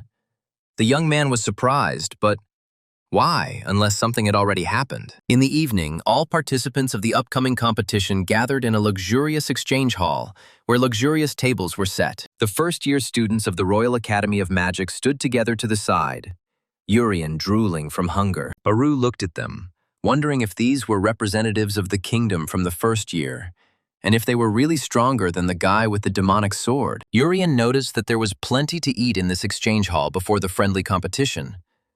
When would they let people sit at the tables? The famous Deus, the first-ranked third-year student at the Royal School of Magic and head of the student council, approached the princess. Saruti smiled. "Deus, please feel free to speak casually. I am not a princess at the moment, but a student." Deus laughed, saying that Saruti had grown noticeably. He hadn't seen her for a long time. This student was considered the best in the Royal Academy, Sia said quietly. Deus is the only outstanding student in the third year. Urien grinned. and his hair is like a three-pointed spear. Haiwan asked the guys with a smile. Well, is everyone here? We need to check if anyone got lost on the way to the important competition. There is only one representative from the third year, Deus. But he is surprisingly strong, so he is worth an entire squad of fighters and sorcerers. The second year is represented by 4 people. They look around with delight and stare at the real knights in the hall. Well, the first year is represented by the 5 most gifted students of the Royal Academy of Magic, all, it seems, in their places. Haiwan concluded. There are only 10 representatives and everyone is here. We can calmly begin the grand opening ceremony. Deus came up to her and said, Teacher, it's been a long time since we've seen each other.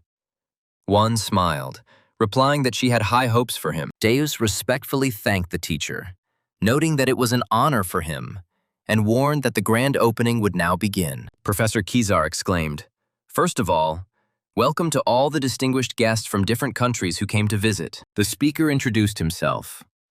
I am Professor Kizar from the Imperial Academy, and I sincerely welcome all of you, our dear friends. For the past 7 years, the Empire and the Kingdom have held friendly competitions annually, strengthening the friendship between the countries. And during this event, students can learn from each other and grow.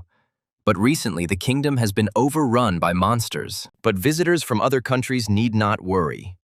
The Empire has the power to withstand even a level 5 attack. From now on, the great Empire will take the lead in protecting everyone. Magus frowned. Kizar was clearly trying to humiliate them. Then a representative of the kingdom came out and said, Nice to meet you. I'm Professor Jerry from the Royal Academy of Magic. Through this competition, students from both countries will learn from each other and build friendships. Kizar bowed to his director, who praised him. This speech definitely dealt a painful blow to the kingdom's pride. Jerry continued, And I hope that in every country there will be outstanding talent. We all came here today knowing 2 things. First, these are the outstanding students of our kingdom who successfully withstood the attack of a 4th-level monster on their own. This achievement will certainly go down in history, once again proving the greatness of the kingdom and its glorious young knights and future heroes. And secondly, the Empire is currently suffering a series of defeats in 3 friendly matches against our kingdom of Rarente. If the Empire can learn at least a little about the kingdom's magic through this competition, there will be a great magic academy here. Let this friendly match be a reminder that in order to protect others, you must first become strong. Now, in the remaining time, everyone was invited to strengthen the spirit of camaraderie, and the competition itself will take place in 2 days. Urian shouted, Well, now that the boring speeches are over, shouldn't we go and eat, my king crab? I've noticed it for a long time now, and apparently there were grilled clams too. Delicious.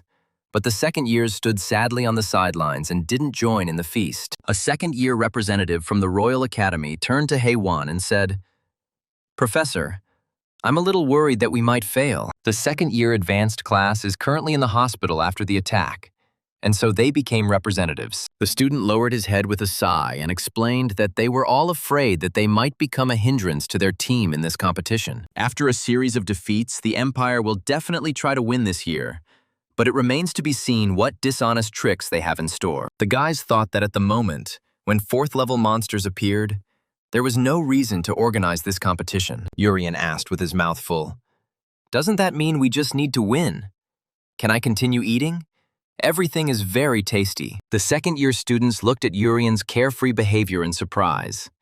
It seemed like this young man was not afraid of anything here. Princess Saruti and Ricky approached the boys and confidently said that they would never lose, even if the game was unfair. Sisters Sia and Mu were intrigued by what kind of foul play they were talking about. It sounds funny. It would be interesting to see. The second-year students looked at the strong first-year students in confusion. They knew that the guys had killed the 3rd-level monsters. Haiwan told the boys that a person's strength lies not in their position or status, but in their essence, inner world, and faith. It doesn't matter whether you belong to an advanced class or whether you occupy this position because you are an outstanding person. She reminded the boys that they were participants, not substitutes for an advanced class.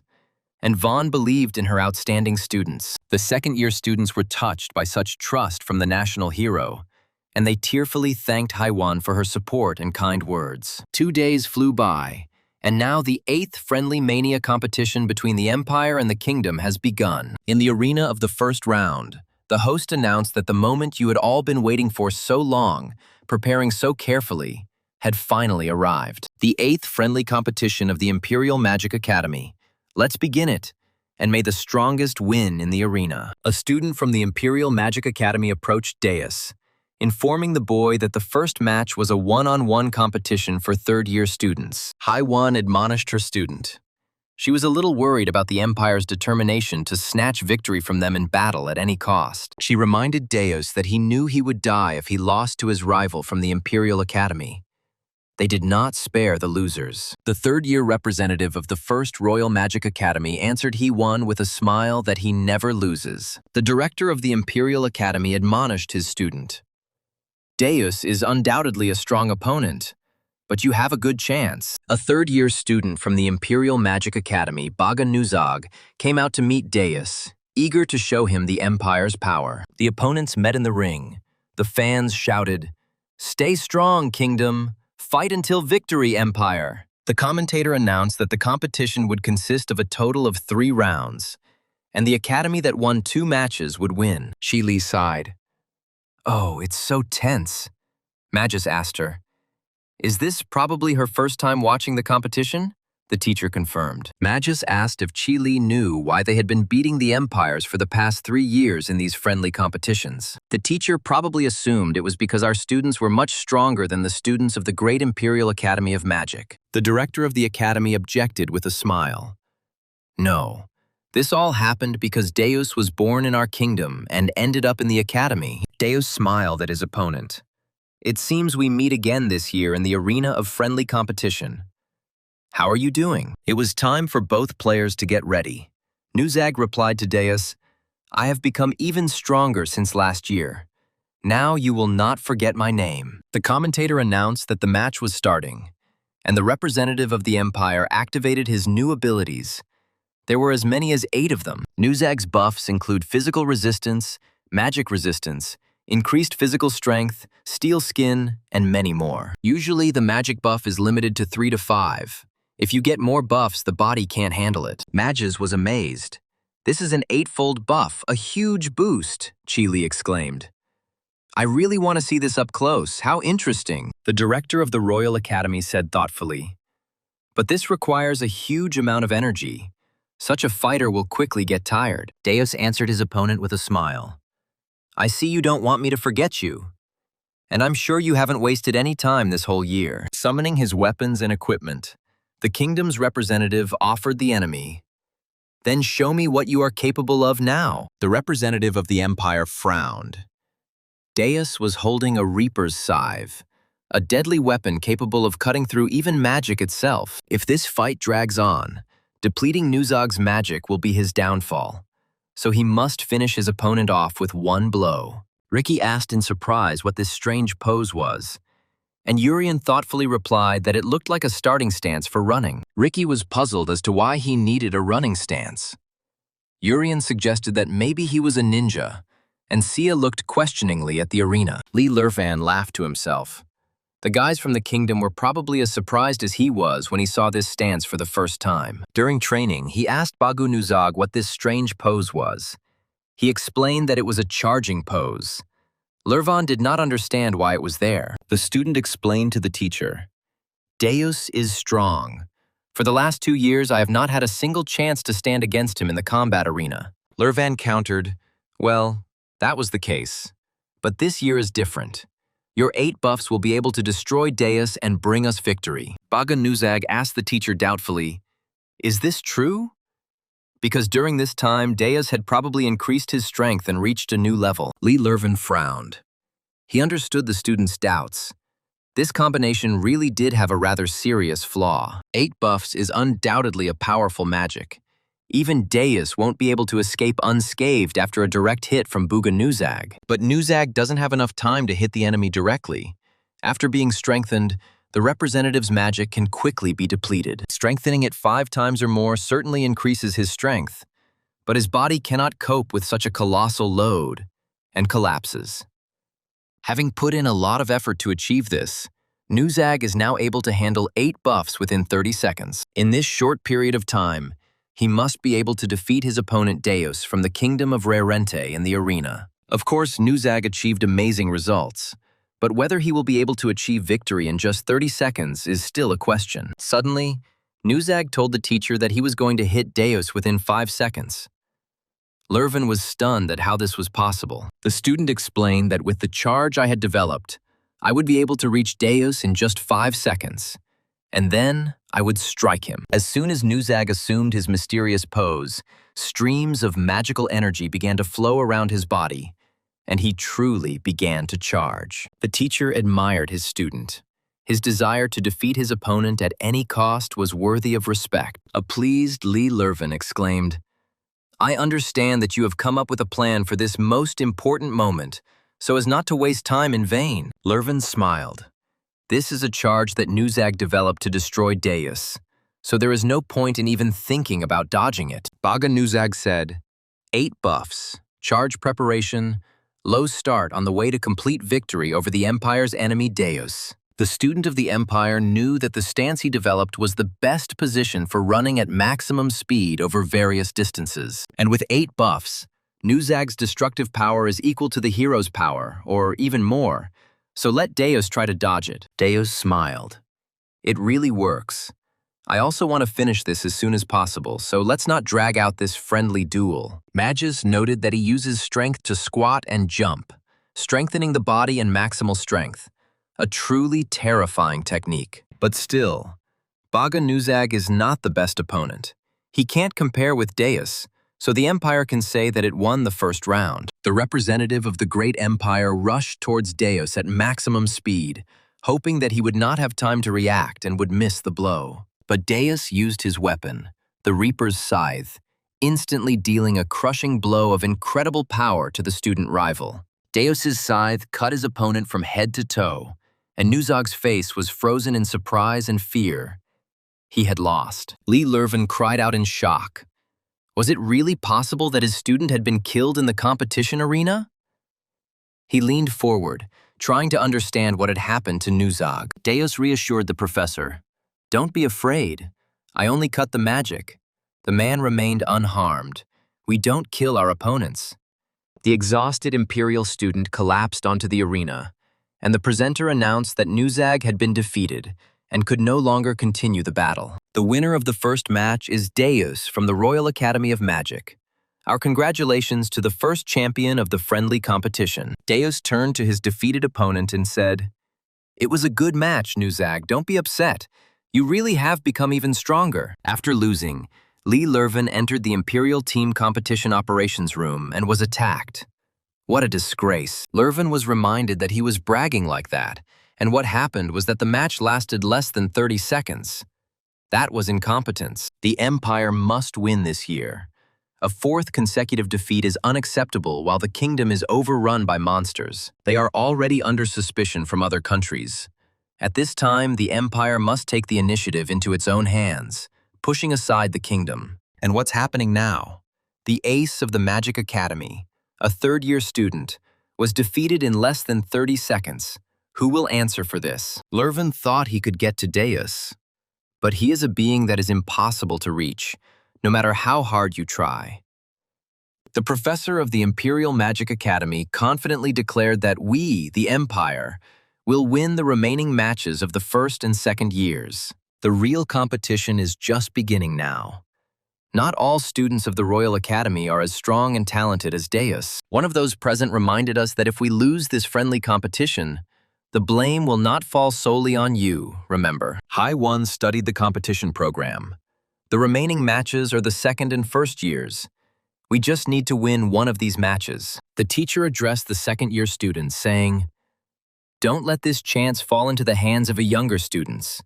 You are seniors, after all." The 2nd-year students, inspired by the speech of the renowned High One, clenched their fists and headed to the competition arena with the students of the Empire. The former advanced class student of the Royal Academy of Magic clenched his fists.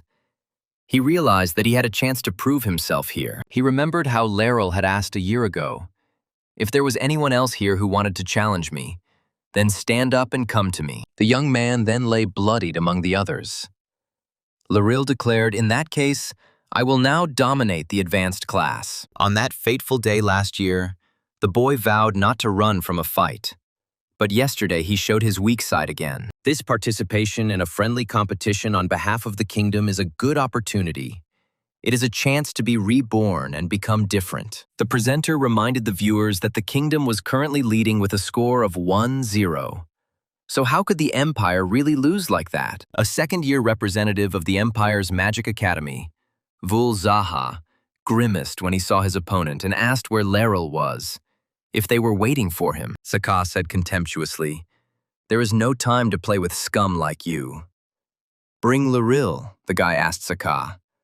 "Do you have problems?" The student of the kingdom chuckled. "Liril is now having fun with your mommy." Zaha jumped. "Are you kidding me like that?" Meanwhile, the presenter reported that this might be the last match of the second year in a 4-on-4 format in such a competition. The match was announced to begin, and the second-year students of the Royal Academy of Magic clenched their fists, preparing to defeat their opponents from the Empire. The host announced the match, Kingdom versus Empire.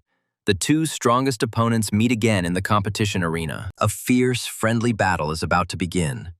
The kingdom has taken the initiative and is currently in the lead. Will the Empire be able to win the remaining matches? Or will it be a clear victory for the Kingdom of Rente, as has happened 3 years in a row? The second match, which will decide the fate of the friendly competition, the second-year match in a 4-on-4 format, begins right now. The fans loudly chanted, "Kingdom, go ahead, finish it all right now.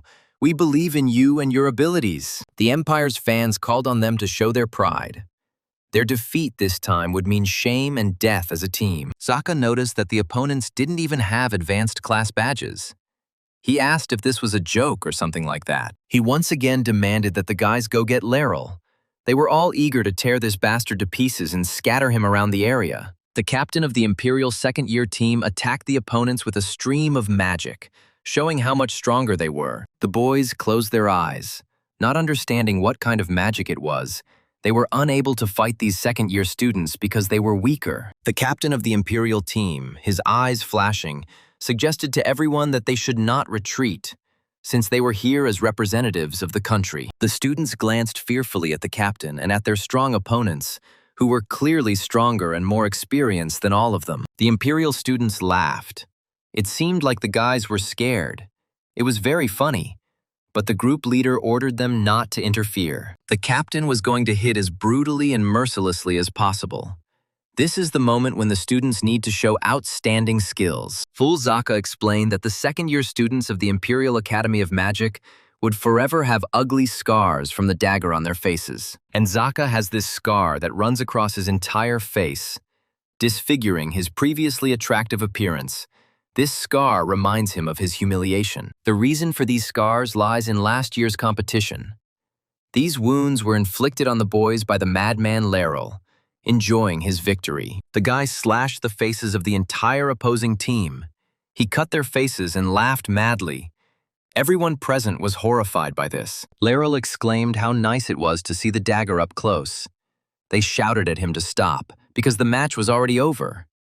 But he did not hear. The boys spent a whole year honing their skills to get revenge on Liril, and now they will have to fight these bugs. Not him. The captain of the Royal Academy students ordered everyone to take their positions. They must fight while protecting their mage as much as possible. The captain of the Imperial students asked his men, "Guys, are we really going to fight these kids? They're weaklings." Zaha accelerated as fast as he could and moved towards the team of second-year students from the Royal Academy of Magic, without them even noticing. No one had time to understand anything, and Zaha was already standing in front of the enemy team's mage, who was stunned by surprise. That's speed. Everyone looked at Zaha in shock. No one could understand when he even started moving. It seemed like he had just been standing and chatting with his people. Zaha said, "I prepared for a year to beat Liril. And because of the humiliation I received last year, I can't wash it off." The guy exclaimed, "I must kill Liril with my own hands, and bugs like you will never be able to stop me." He instantly dealt the guys several blows. They helplessly fell to the arena floor. Blood gushed out. Only the team's mage was saved. Elal lay on the floor and wondered what hit him. It happened so quickly that he couldn't even understand what it was. He gritted his teeth. They were still alive, which meant he had to get up and continue the fight. They were representatives of an entire kingdom here now. The guy got to his feet and shouted to the others, "Don't get distracted. Be careful of the enemy's sudden attack. Deploy your defense." Zaka asked contemptuously, "Are you really the same second-year students as me? Somehow your level doesn't correspond to this." The kingdom's second-year players were back on their feet. Zaha's shots were painful, and those who weren't hit were very happy about it. The magician quietly told the captain that Zaka hadn't hit him. Elal was surprised. Usually the team's magician is the first to be neutralized.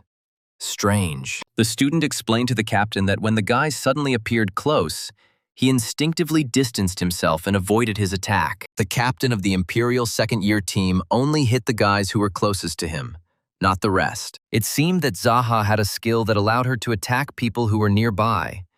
Elal was delighted. Here it was, the enemy's weak spot. The Imperial students noticed that those guys were up to something.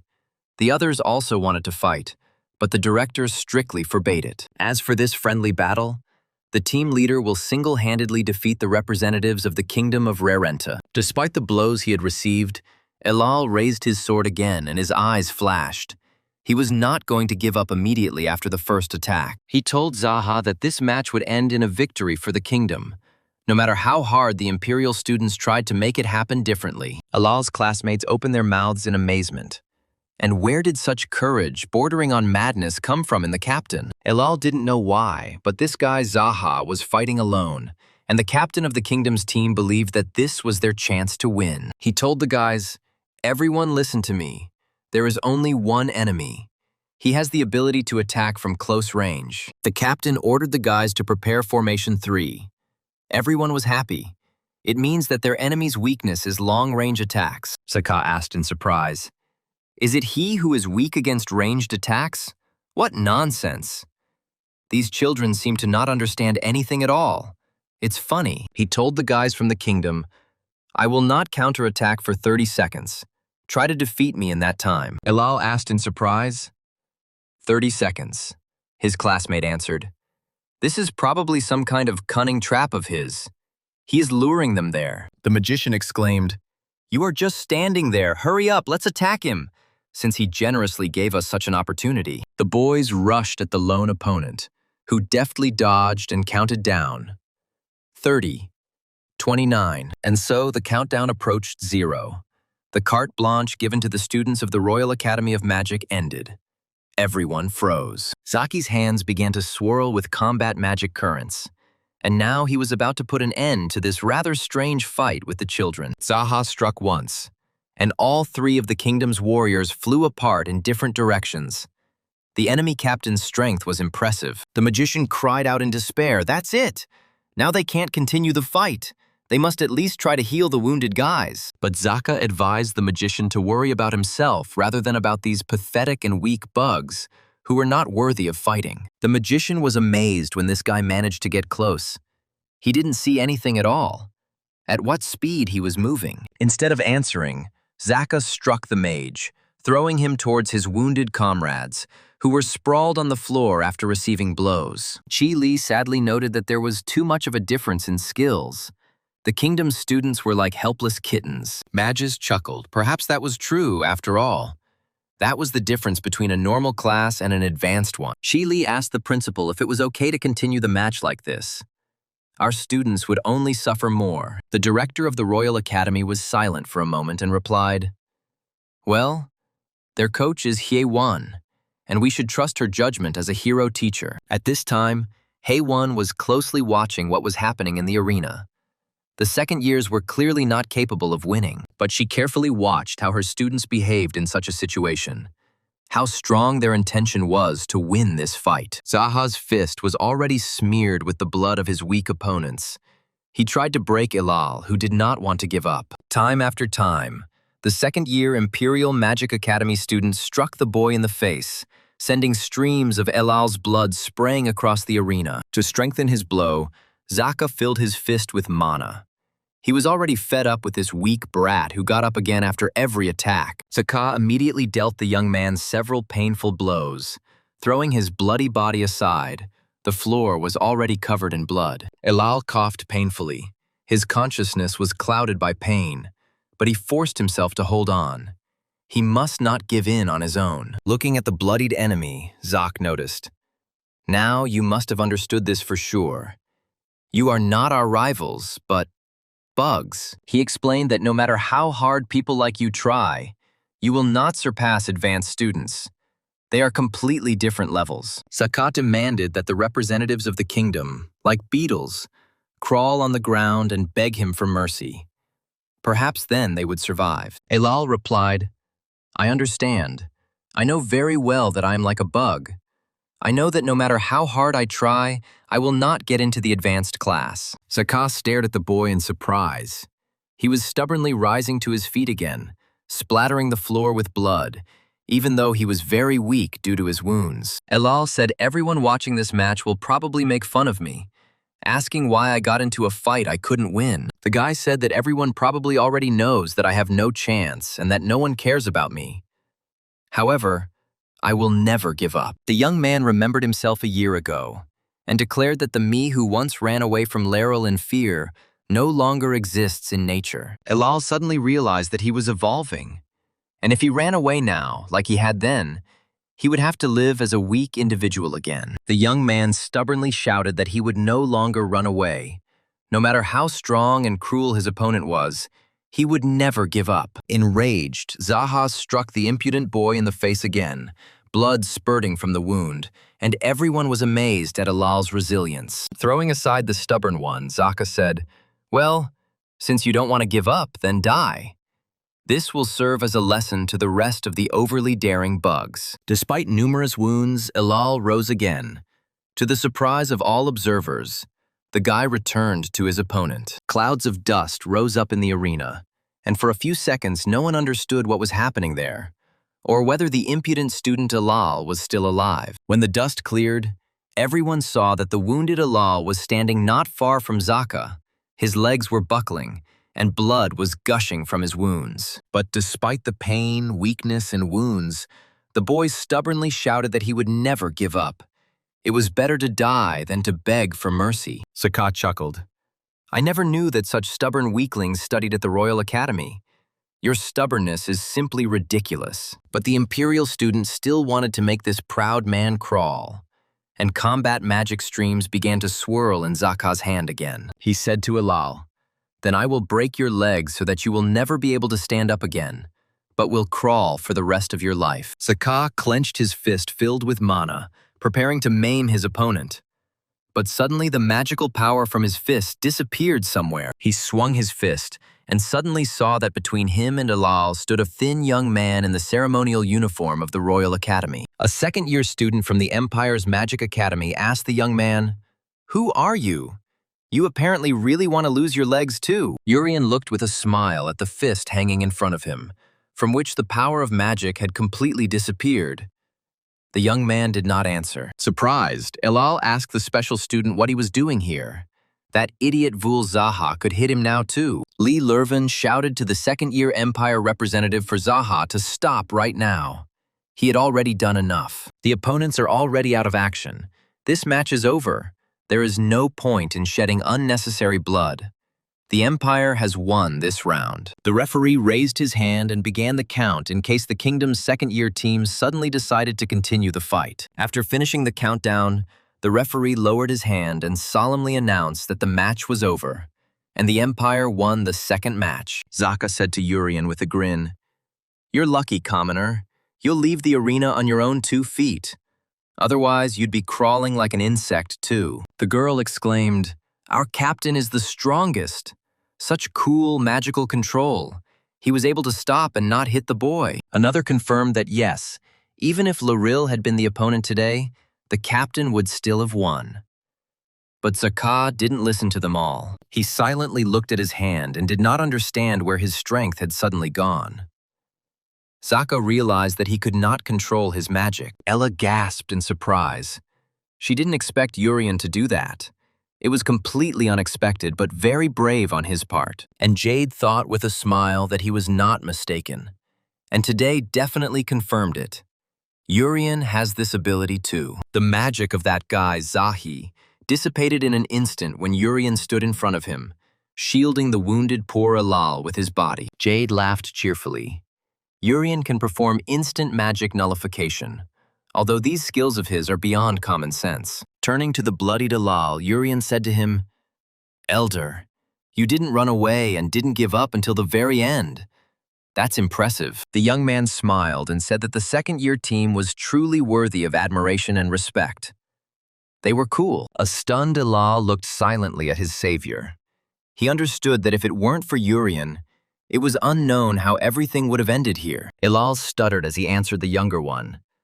Well, even though I didn't do anything, and yet, yes, for the first time in my life, I didn't run away from a fight." The guy suddenly burst into tears. For the first time in his life, he was truly able to overcome his fear and pain and stand firm against the force to the end. But suddenly, Ilal's strength left him. He swayed slightly. His eyes rolled back, and he, just like his teammates, fell to the floor. The spectators screamed. The student fainted. "We need a doctor. Call doctors to the arena quickly. All the fighters need treatment." The fans were genuinely indignant, wondering if the guys from the Empire were too harsh. How could they allow students to fight so harshly? Urian looked at the second-year students with a smile. Despite the difference in strength, they fought bravely. They definitely all needed to be healed. He extended his hand, ready to use his signature instant full heal on the boys to get them back on their feet. But as soon as the young man bent over Alal, Viscount Reyes ran into the arena and shouted at the special student to stop. The minister asked Urian what he was trying to do. He must not waste his unique gift of healing. Urian looked questioningly at the fat man and replied that he wanted to heal this guy, who had been badly injured in the battle with the Empire. Reyes yelled, "No way! Your healing has a limited number of uses. It can't be wasted on these losers." The minister shouted that Urian should use his healing ability to prepare for the next match. The young man objected, confused, that if he didn't heal Alal now, he might suffer side effects from such injuries. Reyes stated that this place was not created for students to heal each other. The event cost them too much. The minister demanded that Urian hand over the patient to the medical team that had rushed out and prepare for the next match. Urian watched as the medics rushed in and tried to heal the badly injured second-year students of the Royal Academy. All the representatives of the kingdom watched this scene in horror. Ella could not believe that her brother would back down from these guys. Ricky was also surprised why Urian allowed others to do the healing when he could completely heal them instantly. Sisters Sia and Mu watched the events unwaveringly, wondering if this young man would disappoint them and not help those second-year students. Princess Saruti also kept her eyes on Urian, hoping that the boy would not listen to the fat minister and would cure him. Haiwan didn't interfere. She wanted to give Urian a chance to show his character and stand his ground by healing the wounded boys. Fire burst from the heroine's eyes. She was incredibly infuriated by these palace henchmen who did not value human lives. The healers who arrived at the arena pointed their magic wands at the boys, trying to heal their wounds. But so far, they were unsuccessful. The healer informed the leader that the healing was going hard. The boys' condition was critical. They had sustained too much damage. The doctor ordered that first aid be stopped and that the injured students be immediately transferred to a special room. The brigade commander frowned. This is a condition that cannot be cured by healing. This year, the Empire has become much stronger. Urian pushed the healer away and approached the boys. He was very surprised that one of the kingdom's representatives was doing here. Seeing the young man heading towards the students, the healer shouted, "Hey, they are still being treated.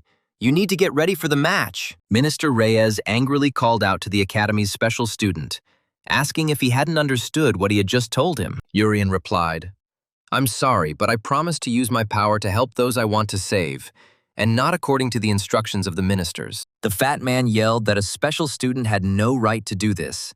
He was obliged to take care of his abilities and use them wisely. The young man approached the injured boys and instantly healed them.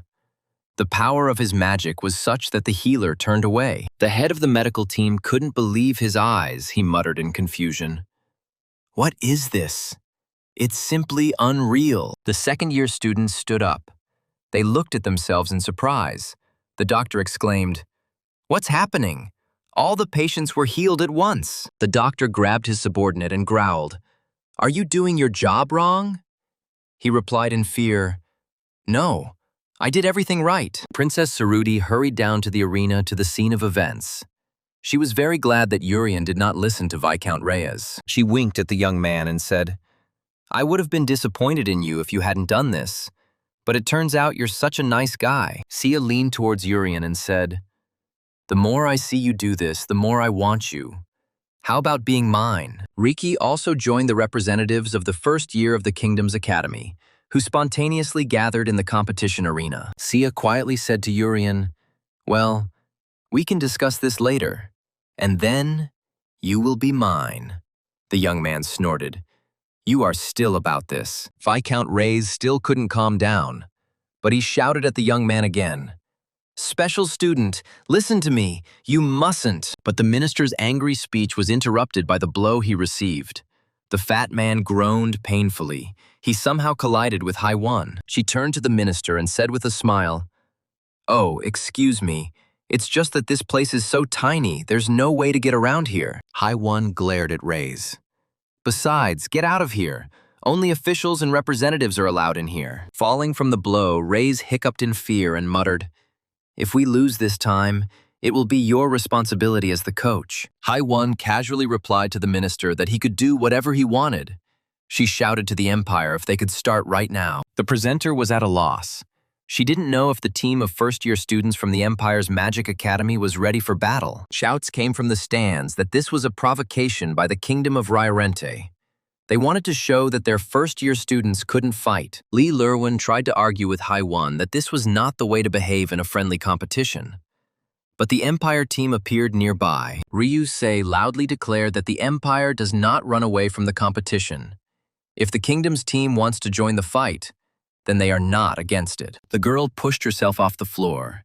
She was in a hurry to meet that mysterious guy who had managed to deprive her of her magical powers the day before. She crouched down on the floor, preparing to launch into the arena at the head of her team.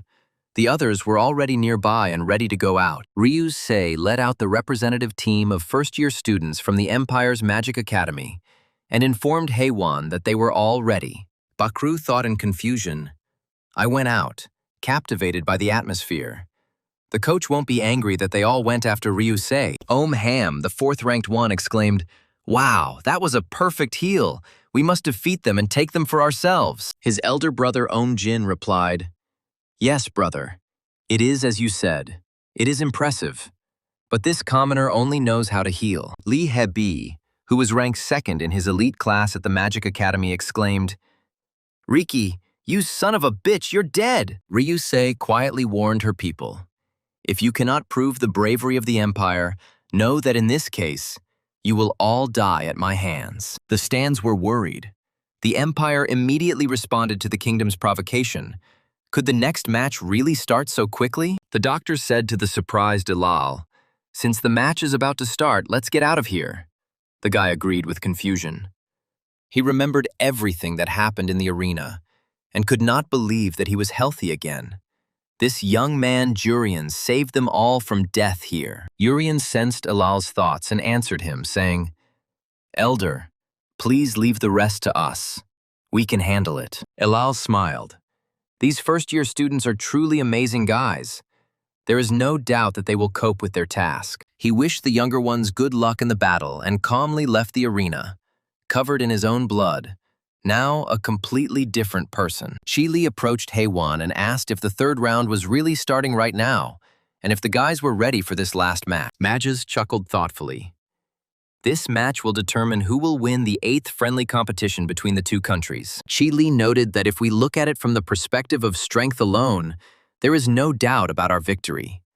But there is concern. Magisa was also concerned about the intentions of the Empire, which was suspiciously persistent in promoting the camaraderie of this competition. Haiwan said that the Empire had been experiencing years of defeat, and to wash it away, they insisted on competition even in dangerous times. In this match, they will try to win by any means necessary, in which case, the Haiwan kids just need to win as usual. So, The final round of the 8th friendly magic competition between the Kingdom of Ryrenta and the Empire begins. The presenter exclaimed, "We have reached the final match. The academy that wins this round will be the winner of the competition." The Kingdom of Ryrente is represented by the 5 best students of the advanced class, who have shown excellent results in their studies and exams. An equally strong team of academy students represents the Empire. The battle between the 2 rivals will end today. And now the 8th friendly competition, a 5-on-5 first-year match will begin, and the stands will burst into applause. Ryusei told Urien that this time he would not be able to escape. They would definitely measure their strength. The girl was sure that she would win. Urien chuckled, but he wasn't really planning on running away from her. It was strange that she decided that way. Well, girls always think things through. Suddenly, the attention of the participants and fans was drawn to the unexpected appearance of a representative of the competition organizers. He took the microphone, greeted everyone, and introduced himself, saying that he was Lee Ailes, the General Secretary of the friendly competition. Lee Ailes said the competition this year is as fierce as last year, thanks to the excellent and strong field. Therefore, for players who compete in exciting games, the Secretariat will add a special rule to the final match. Chili wondered what kind of special rule they were referring to by suddenly changing the competition rules at the last minute. Mages asked if they had come up with this because they were losing. The Empire must have had some dirty trick planned. Lee Ailes said that a first-year 5-on-5 match is essentially a continuation of a second-year match, and it's not very interesting to watch. A huge tower called the Cosmic Bloom suddenly appeared in the arena, and everyone stared at the structure in surprise. Lee Ailes explained to everyone that the goal of our newly prepared 5-on-5 match was to draw a sword at the top of this tower. The sword, symbolizing victory in the final match, is located at the top of this huge tower, and only the strongest can reach it. The tower is divided into a total of 5 rooms, each of which will house 1 player from the Empire and 1 from the Kingdom. For example, Group A will consist of the number 1 student of the Empire and the number 1 student of the Kingdom, and they will have a duel. The student who wins the duel can go up the stairs and continue the competition with another student. This means that the more teammates that rise to the top, the more advantage they will have in trying to get hold of the sword. The coach of the Royal School of Magic objected. Wait a minute. This is a rule that was not announced to the Kingdom in advance. The Kingdom's group specializes in team battles, but due to a rule change, it has become an individual match. Lee Lervin said our members were also selected as a team, but the Empire will follow the new instructions from the Secretariat. The competition's Secretary General stated that he would not accept any objections because this was a general decision of the Secretariat. Haewon said with a smirk, "You bastards of the Empire, you planned this and prepared a competition to lure us here." She exclaimed, "Okay, let's start the competition, because my little ones won't run away anywhere and will win against the Empire's chicks in any case." The boys gasped, and all the students headed towards the high tower, which was to become the arena for the final duel between the 2 teams. The host announced that if everyone agreed, then the final round of the 8th friendly competition would begin right now. The Secretariat representative said, "Let the exciting game begin. Members of the participating teams, please go to the tower." The Imperial Academy's first-year team, led by Ryusei, was the first to head to the tower. It seemed like these guys knew everything in advance. The first-year students from the Royal Academy's advanced class, led by Princess Saruti, also stepped towards the entrance of the arena tower. The entrance to the tower lit up. It seemed like it was a portal that would transport each participant to the room of their battle. In the Situation Room, the professor reported to the director that the players from the Empire and the Kingdom had just entered the match tower. The director laughed contentedly. "That's good. So the Empire's victory is already half achieved. These guys are one team. Among them, a commoner who can only use healing, and sisters who become stronger when they unite. Compared to them, the Great Empire's team is excellent, consisting only of players with good individual skills." The director of the Imperial Academy exclaimed, "Fight hard in the individual competition arena, you fucking degenerates of the Kingdom." Urien, having entered the portal, was transported to some room. A bright light was shining in his eyes. He intuitively covered his eyes with his hand and looked around. The young man gasped. How light it was here. I wonder where I am. Urien's eyes gradually got used to the light. and he was able to examine the room. At the other end of the room, he saw Baru. He was also looking closely at the guy. Urian was surprised. So that means he is my opponent. So, the first pair of opponents was like this.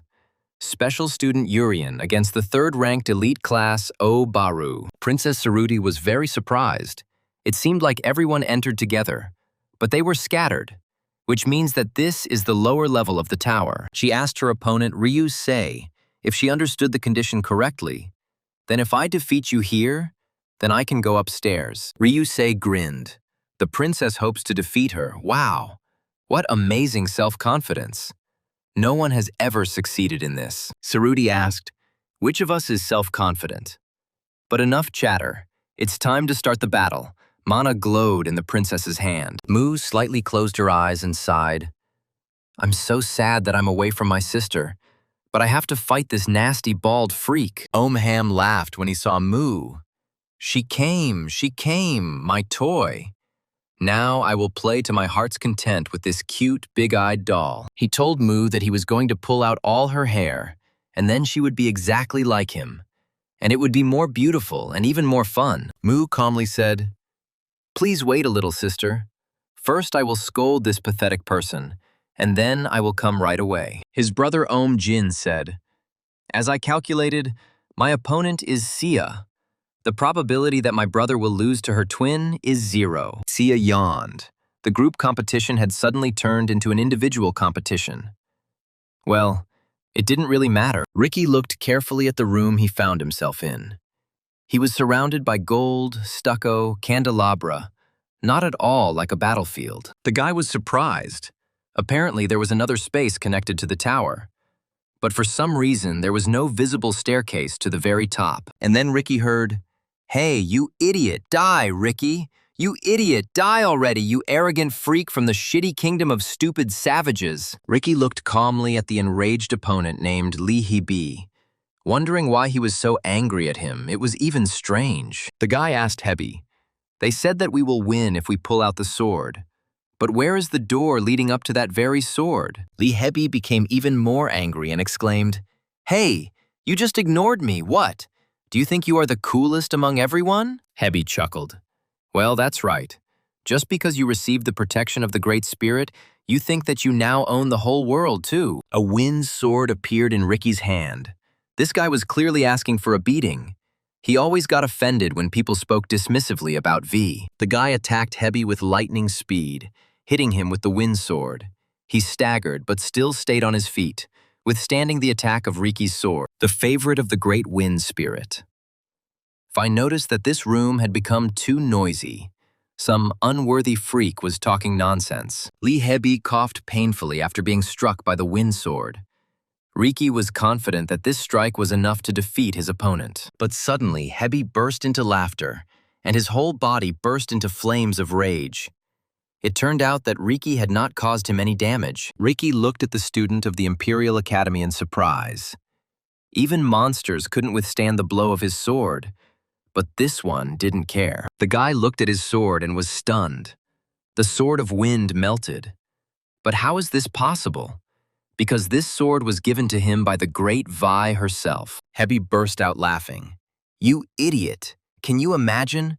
You are no longer the only one who has received the blessing and protection of the Great Spirit. The Imperial student said that his body had received the protection of Al, the Great Fire Spirit, and he, Lee Hee-bi, intended to have some fun here now. The guy chuckled contemptuously.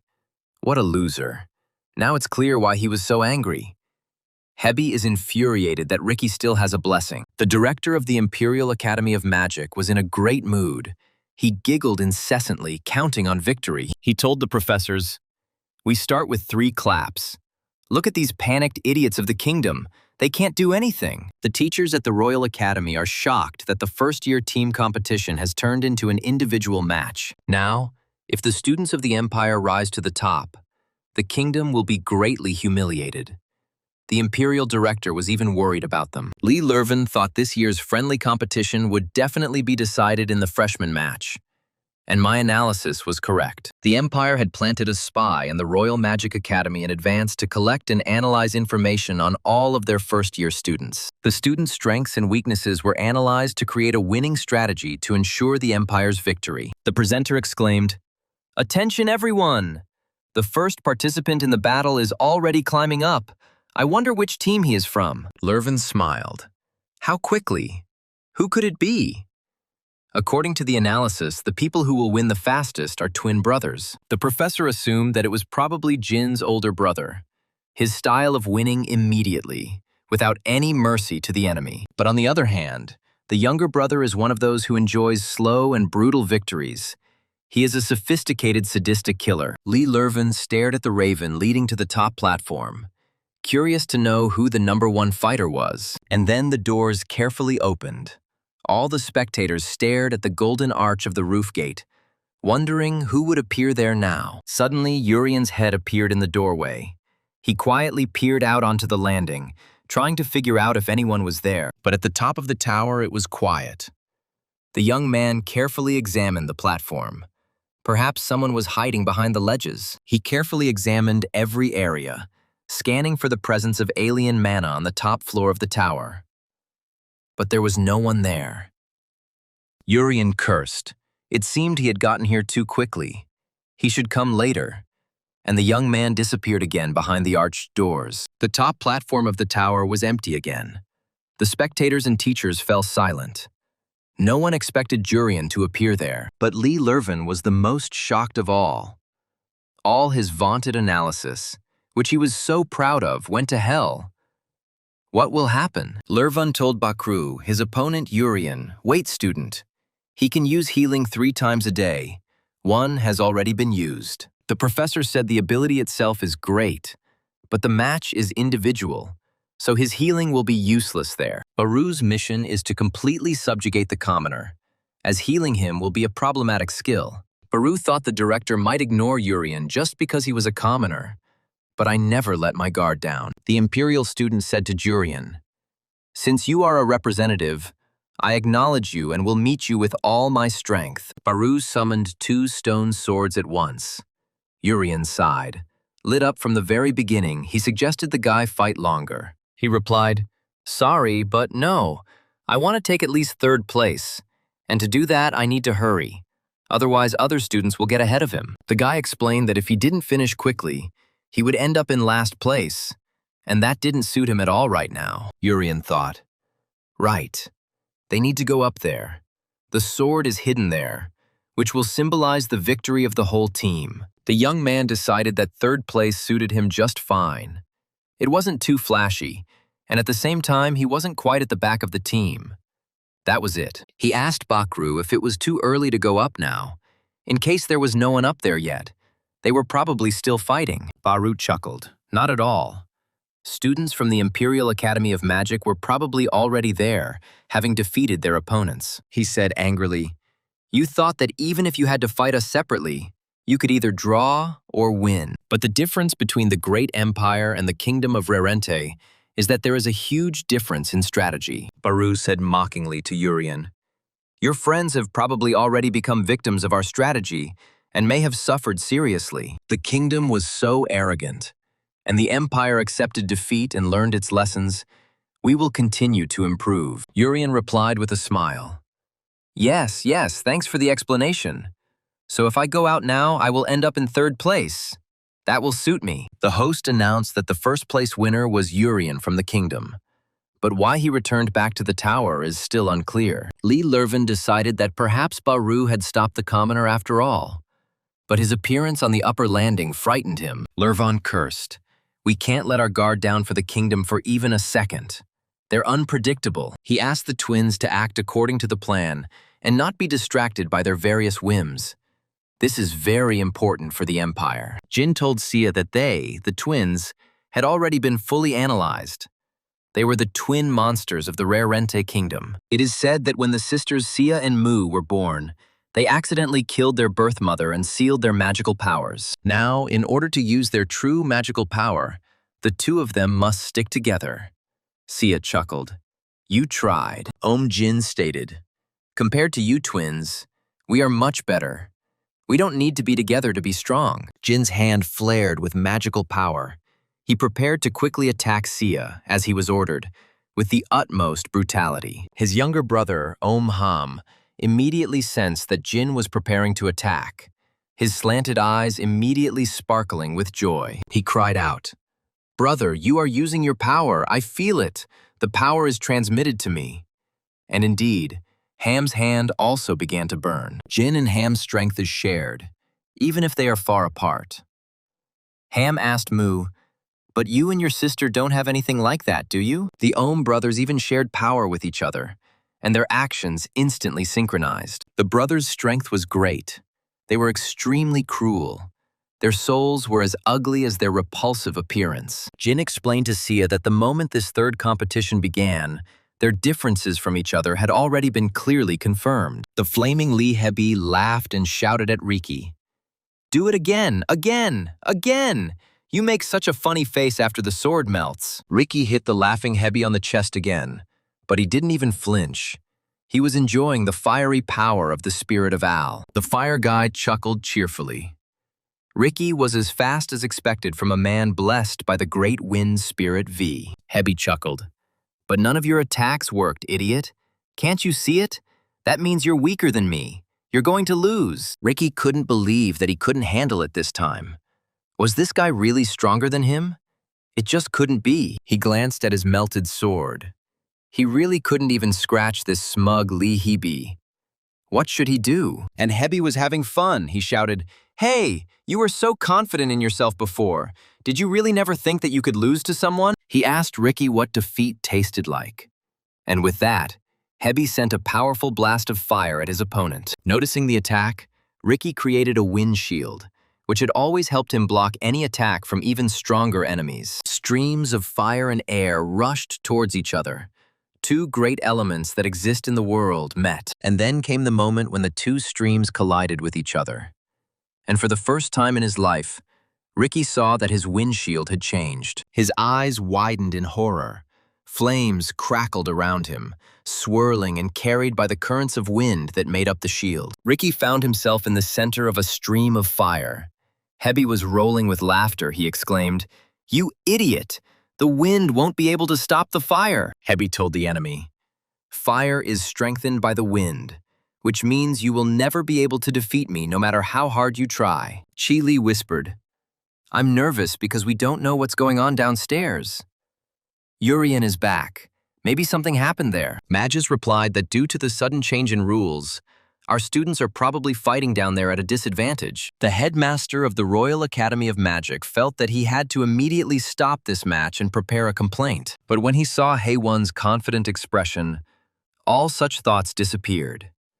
It seemed like she wasn't worried about the boys at all. And Haewon said quietly with a smile, "Now you can slowly start winning, my dear talented kids." The flames around Riki grew more and more fierce. His windshield turned into a fire shield. The boy felt himself getting hot. He gathered his strength and pushed back the streams of fire. This was all becoming very dangerous.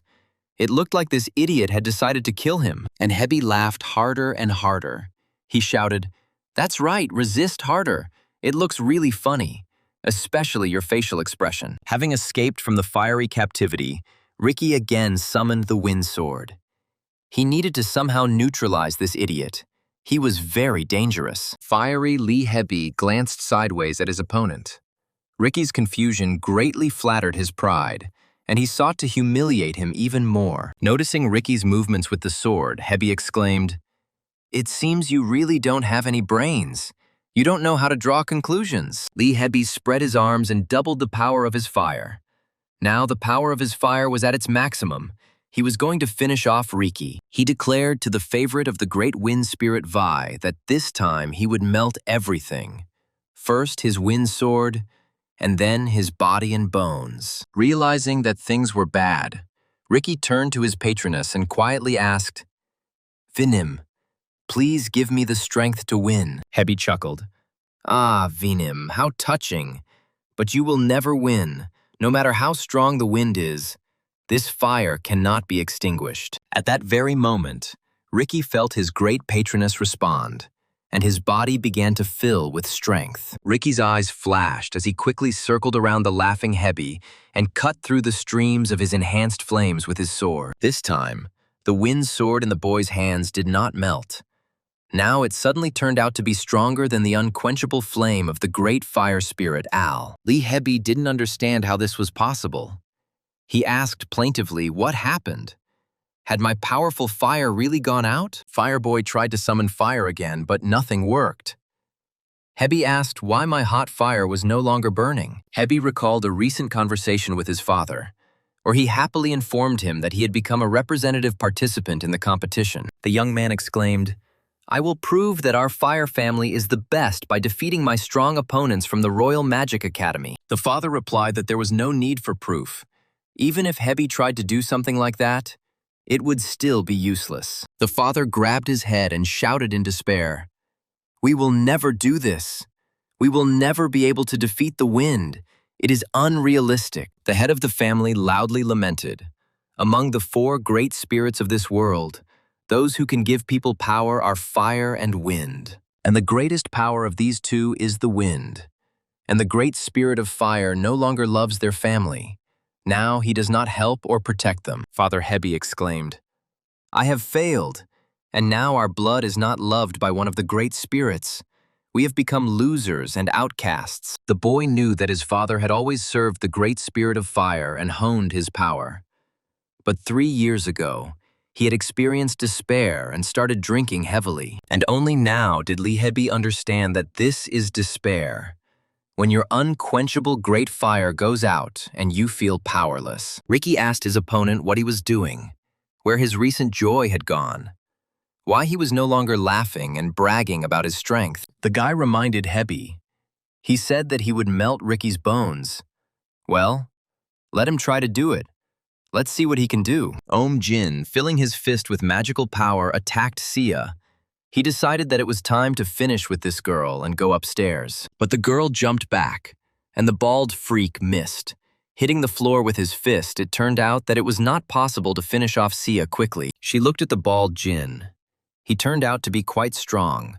This time she dodged, but still had to do something with him. And Jin continued to attack the girl, his failures angering him more and more, and the magical power in his hand became even stronger. While Sia successfully dodged, figuring out how to defeat this freak, I wondered how long this mana reserve would last him. She smiled and remarked, "Yes, it really is a useful striking force. But you don't really know how to use it, bald guy." Jin grimaced even more and asked angrily, "Useful one, I think you haven't fully realized the situation here yet. He said you can't even use your power. I wonder how long you can be so carefree and daring." An angry Jin stated, "Well, you won't last long anyway, so everything is going according to plan. There don't seem to be any deviations." Sia laughed. "So you are one of those who always act according to plan. So boring. You are unpopular among students, especially girls." The girl thought, "The individual match is getting a little annoying. I wonder if I should do this or not." Now the magical fire was burning in both of Jin's hands. He irritably asked the girl, "Do you think you're very popular?" Sia continued to irritate Jin by saying, "Oh, it's not just your missing hair, but you don't even have eyes to see." At that moment, the door to the room where Sia and Jin were fighting quietly opened, and the opponents shuddered at who had come here. Urian stood at the threshold. He gasped in confusion and said that he was lost. The young man noticed that Sia was having a very hard time right now. Urian asked loudly, deliberately, if anyone knew where my room was, because all the doors here looked the same. Sia looked at Urian in surprise and asked how he got there. She was incredibly happy that help had finally arrived for her. Jin's fists sparkled with magical power, his anger flaring up as this girl bullied him mercilessly. He increased the flow of magic even more and said, "I am very curious how long you will behave so carefree and daring." He asked, "I wonder what expression you will have on your face when you cry and beg me to spare you and not destroy you." Sia chuckled, magical power in both hands. "It's really quite a useful ability. But what made you think you'd win?" When Urian entered the room, Jin was surprised where this boy came from. He should have already been lying unconscious. Sia exclaimed joyfully. Urian, it's great that you came here. It means you've already dealt with your opponent. You're quick. Jin didn't like this idea. This guy was a special student. His opponent was supposed to be Baru. Did he really die? But Jin was sure that Baru couldn't lose to a guy who only used healing. And Urian again asked where his room was. Urian didn't know if it was against the rules for him to come here. Maybe it could get him into trouble. Sia was puzzled by what Urian was doing here. Whether he was really lost or had come specifically to save her from that bald freak Jin. Of course, she wanted to think that he came to save her. She suddenly remembered an old conversation with her younger sister in the academy library. Mu then asked her sister, "Do you know about the prince on a white horse?" Sia was surprised. "What kind of prince on a white horse is he? Is he from the empire?" The younger one answered, "No, it's a person who appears and helps you when you're in trouble." Sia asked, "But he's probably strong." Mu read that instead of being strong, he recklessly does everything he can to protect the person he loves. The younger sister shrugged her shoulders in bewilderment. It seemed they were referring to a completely stupid person. It was all very difficult to understand. Sia replied thoughtfully. So he's trying to protect the one he loves no matter the danger. Well, that's very brave. She decided that here he was, her white-haired prince. And Urian said to Sia, "Since this is how it happened, let's go out together. But you will go ahead." Jin remarked dismissively that the boy's appearance was a minor variable, and that everything would go according to their plan in the end. Urian noticed that almost all of Jin's body was already ablaze with magic. The bald man muttered angrily, "I just need to get rid of you." Ham immediately sensed his older brother's anger and his intention to kill the annoying opponents, and the younger one smiled. He exclaimed, "I understand you, brother. You want to end this quickly? Well, you are the elder, you of course know better." Ham turned to the defeated Mu and said, "I wanted to play longer, but I think my brother wants to end this quickly." Mu waited in horror for what would happen next. She was already badly beaten and lying on the floor in the hands of a vile, bald, sadist pervert. Suddenly Ham stood up, his body blazing with blue magical fire. Mu noticed that he suddenly began to change. She watched quietly. The same thing happened with Jin. His opponents noticed that the beginnings of hair seemed to appear on his bald head. He was changing. Mu was surprised. Ham's rather wide, slanted eyes suddenly narrowed and began to roll back. The girl looked at him with interest. But Jin, on the contrary, his eternally closed eyes began to open. Both brothers Ham and Jin suddenly united into one. In this state, the brothers' strength was equal to 100%.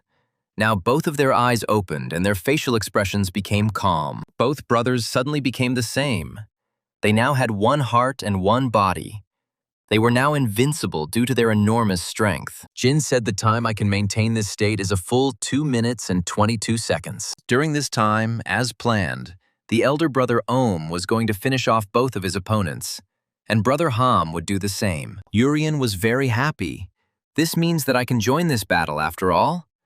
Jin said that it does not contradict the rules. Jin replied contemptuously that he would gladly finish him off too. That was all Urian wanted.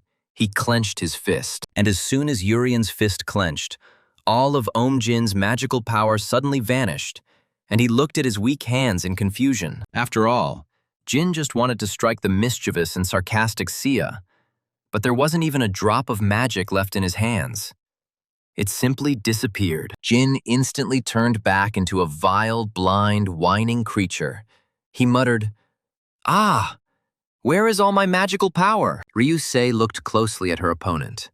She noticed a red stone on Saruti's chest, which meant that the princess herself was in front of her. The representative of the empire said to the princess, "Everything around sounds like everyone is fighting fiercely.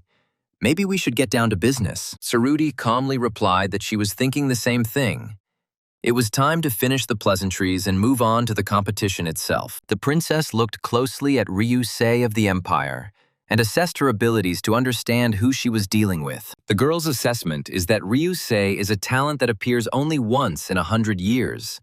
This girl is incredibly strong and quite dangerous. Her special ability is a magical strike that causes an explosion, and a scarlet magical power glows in the girl's hand. She warned Saruti that the blow was merely a greeting, so that she could assess who she was dealing with in the competition. Ryusei directed a magical blow towards the princess, which had previously shattered the demonic shield that Jade had put up. Saruti realized that the girl was using her special ability. She was attacking with an explosion of magical power, which is called Jirugi. A scarlet explosion thundered. The tower vibrated slightly. Ryusei's strength was truly extremely great, especially for a teenager. But this blow did not harm Princess Saruti at all. Soon the smoke cleared, and Ryusei noticed that her opponent was unharmed. Saruti's index finger turned pink as she used her power to block the Imperial Academy representative's attack. Princess Saruti wasn't worried about Ryusei's special ability, because she knew full well that she could easily block it. Ryusei asked the girl, "I'm curious what you're planning to do after you graduate from the Royal Academy of Magic." Saruti didn't understand the question. What does it mean? What to do? If she is learning magic, then she will continue to practice it. That is probably clear. Ryusei said, "You are a member of the royal family. What kind of life are you going to live after studying? You will take care of flowers in the castle." Saruti remained silent. There was a lot of truth in Ryusei's words. She really was a princess, and much had already been decided without her participation. Ryusei clenched her fist. "You don't even need to graduate with honors. You're a princess. Your life will definitely be very easy." The princess replied, "You are absolutely right. I am not the eldest daughter, and I have a brother who will inherit the throne of the kingdom of Rarente." Saruti wouldn't have had to graduate with honors if she had been her former self, who looked like a houseplant. The princess generated a magical flow and told Ryusei that she would also greet her, showing only a small part of her power. The representative of the Imperial School of Magic, caught up in the powerful current, crashed into the wall of the room where the competition was taking place. The impact dented the wall of the room, and Ryusei freed herself from the gap. Her opponent turned out to be no weak, pampered girl. The Imperial Magic Academy students suddenly noticed with surprise that Saruti was using his fingers. But that couldn't be right. Ryusei glanced at the girl's flaming index finger. There was no doubt that she had that surprisingly rare gift. The next second, the princess's index finger became normal again. She suppressed the magic, becoming a very ordinary girl. Now the middle finger on Saruti's hand was on fire, she answered Ryusei. She was going to use her power to save the world. Ryusei climbed out of the wall and jumped back down to the floor, feeling humiliated by this calm beauty from the palace. The Empire representative's fist flared up again. She wanted to deliver a counter-blow, this time much more powerful. Ryusei said sarcastically, "So, you're going to save the world? Well then, try to survive until then. Or at least survive the attack." Fire burst from the girl's eye. She concentrated enormous magical power in her fist. She could not afford to lose. Another magical explosion flew towards the princess, but Saruti was ready. She activated the magic of her middle finger. Everyone noticed that the tower in the arena was visibly shaking, and the spectators began to whisper about what was going on there that made the building shake. Lee Ailes clenched his teeth and groaned softly. He had not imagined that attacks of such devastating power would occur in the tower. The Secretary General of this competition mentally asked Ryusei to be gentle, because the tower was supported by his magic. He knew that if the girl had attacked with all her might, the tower would have already collapsed. At this rate, Lee Ailes could have fallen before the tower. Deprived of magic and beaten, Sia Omjin kept repeating, "Everything is going according to plan. It is a very minor variable." Sia asked Urien in surprise where he was going. He replied, "We have to get up. Stop hitting him and follow me." Having abandoned the bald man, Sia asked Urien how we could get up, and he replied that if we kept going, we might find a way. Lee Lervin exclaimed, "They cheated. It can't be that the kingdom's students came out first. It's not a fair fight." The presenter announced that Ricky and Moo had reached the top of the tower, taking second and third place in the competition, respectively. Ricky declared, seeing the new obstacle, that the Empire was playing unfairly. The rules had suddenly changed again. This was low. The sword, symbolizing victory in the final round, shone literally 2 steps away from Ricky and Moo. but they could not approach it. The competition organizers posted guards around the sword to prevent the kingdom's boys from drawing it. The guard explained that this was not a sudden change in the rules.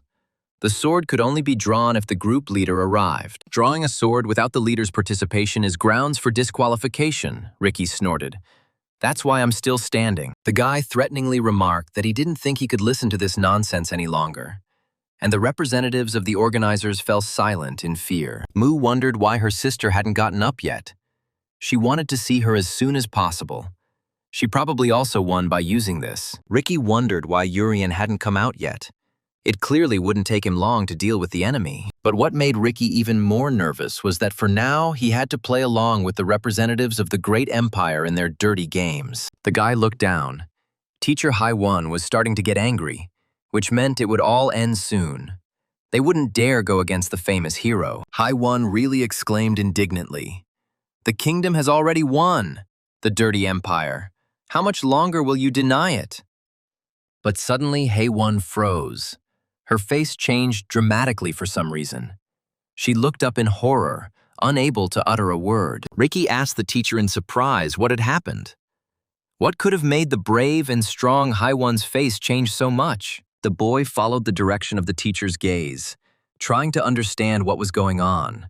What had happened that made her suddenly freeze like that? But Ricky saw only the blue midday sky. What did she see that the eye of an ordinary person cannot see, Hyo? Tell me. What caused that expression on her face? Hee-won muttered. Was that fourth-level monsters appeared here, several at once? Mu didn't notice anything. She sighed sadly because she wanted to see her sister as soon as possible.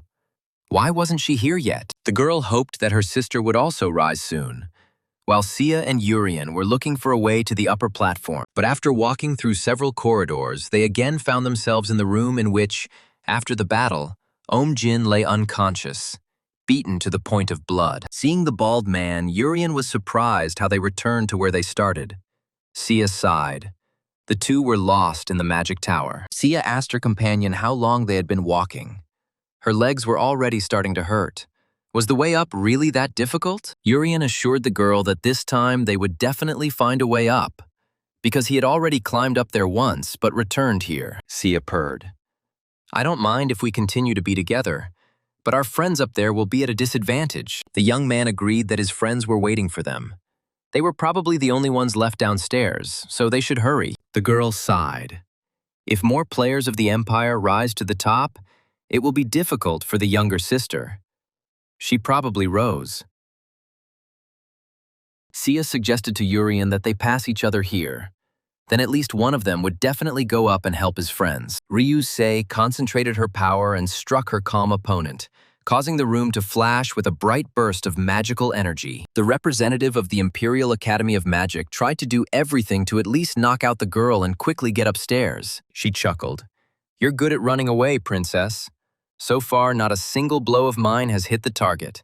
That's even commendable." Sia replied that Ryu-sei was too obvious in her attacks, so it wasn't very difficult to figure out her next move. Saruti thought.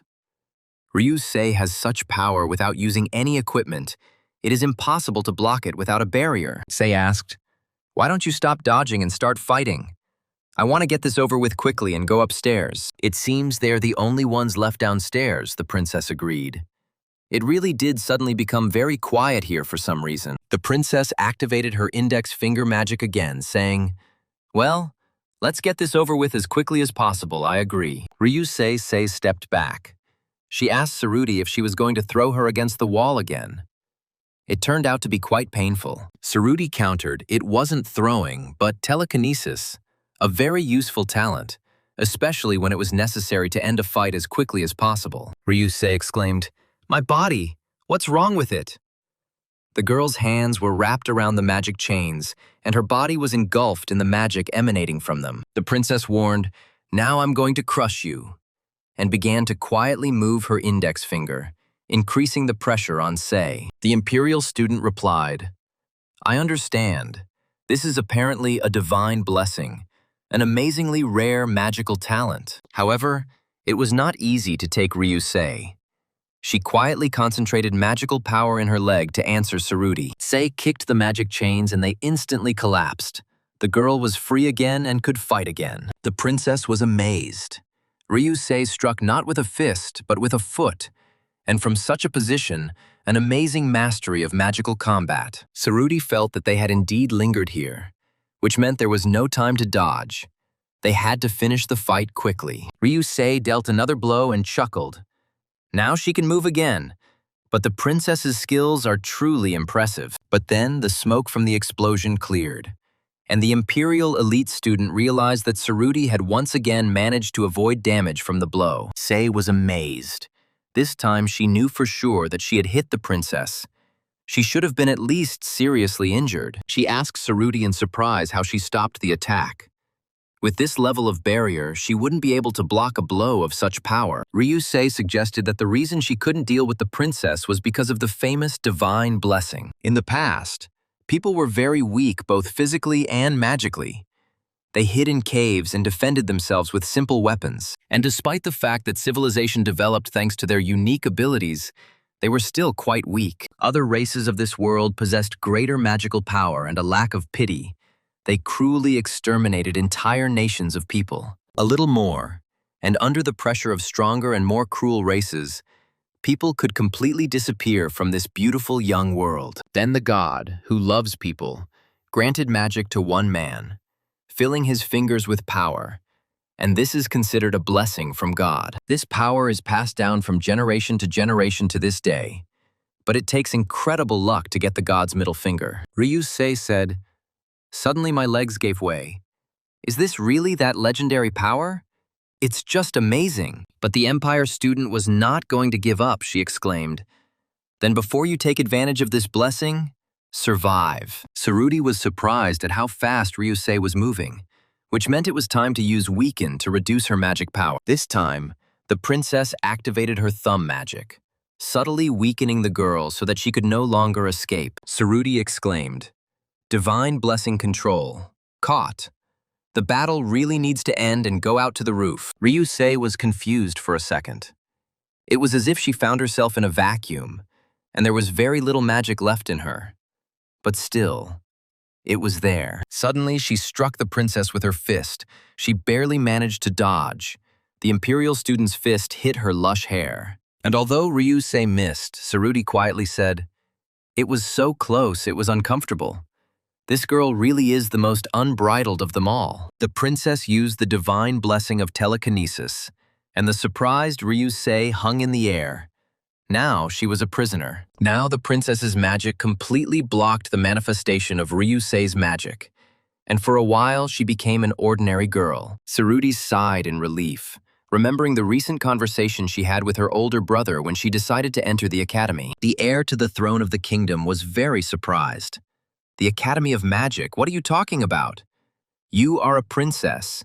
There is no need for this." She then answered her brother in the same way as Ryusei does now, that she uses this power to save people and fight monsters. Ryusei, once again pressed against the wall, was silent for a moment and replied, "You received this power and got out of your cozy greenhouse." The girl lowered her head. Then she added, "I also left the greenhouse because of force, but I did it by no means of my own free will." Because Ryusei has this power, she was simply thrown out of the warm world into the cold one, like an unwanted puppy. She jumped down to the floor of the room and said that for this reason she curses this power. But unfortunately, the power is a part of her. A magical power glowed in the hand of the Imperial Academy student, she said. "I would also like to be as weak as you." Saruti replied that she would not fall for such a cheap provocation. Right now, they were simply opponents in a competition. The princess activated her little finger magic and suggested that Sei settle this right now. Otherwise, her friends upstairs were already waiting for her. Ryusei silently looked at Princess Saruti.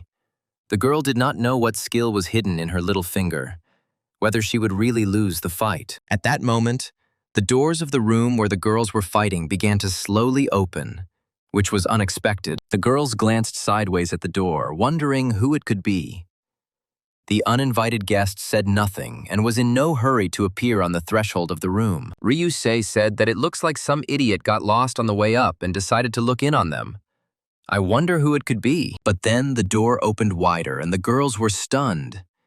It was not one of their classmates standing on the threshold, but something unexpected. The princess couldn't believe that what all their teachers had feared had really happened.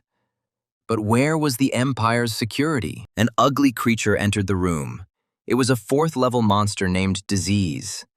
But how did it end up in this tower?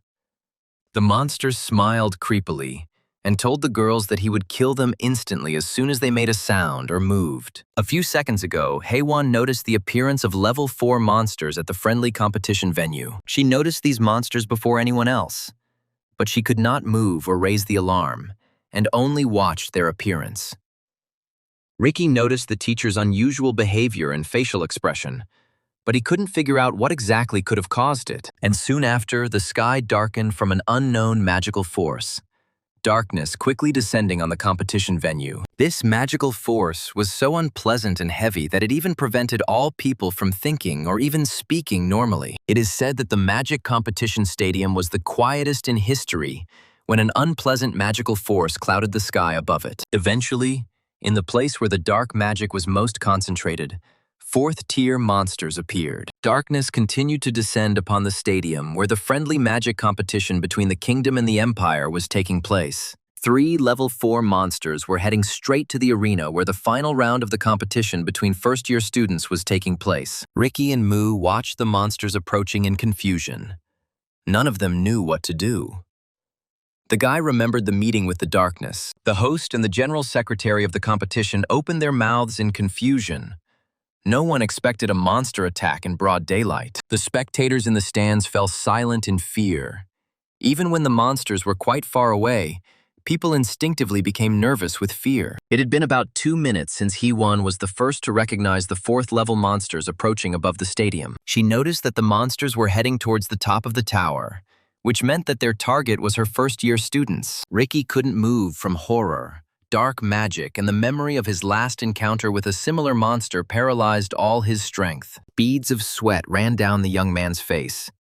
He understood that he had to do something, to confront the monsters, but he was paralyzed by fear. He was like a fish out of water, just helplessly opening his mouth, feeling the sweat treacherously dripping from his face onto the floor. While everyone held their breath, the first one to move was the terrifying 4th-level monster named Disease. Moo looked in horror at the monster that had landed on the top platform of the tower.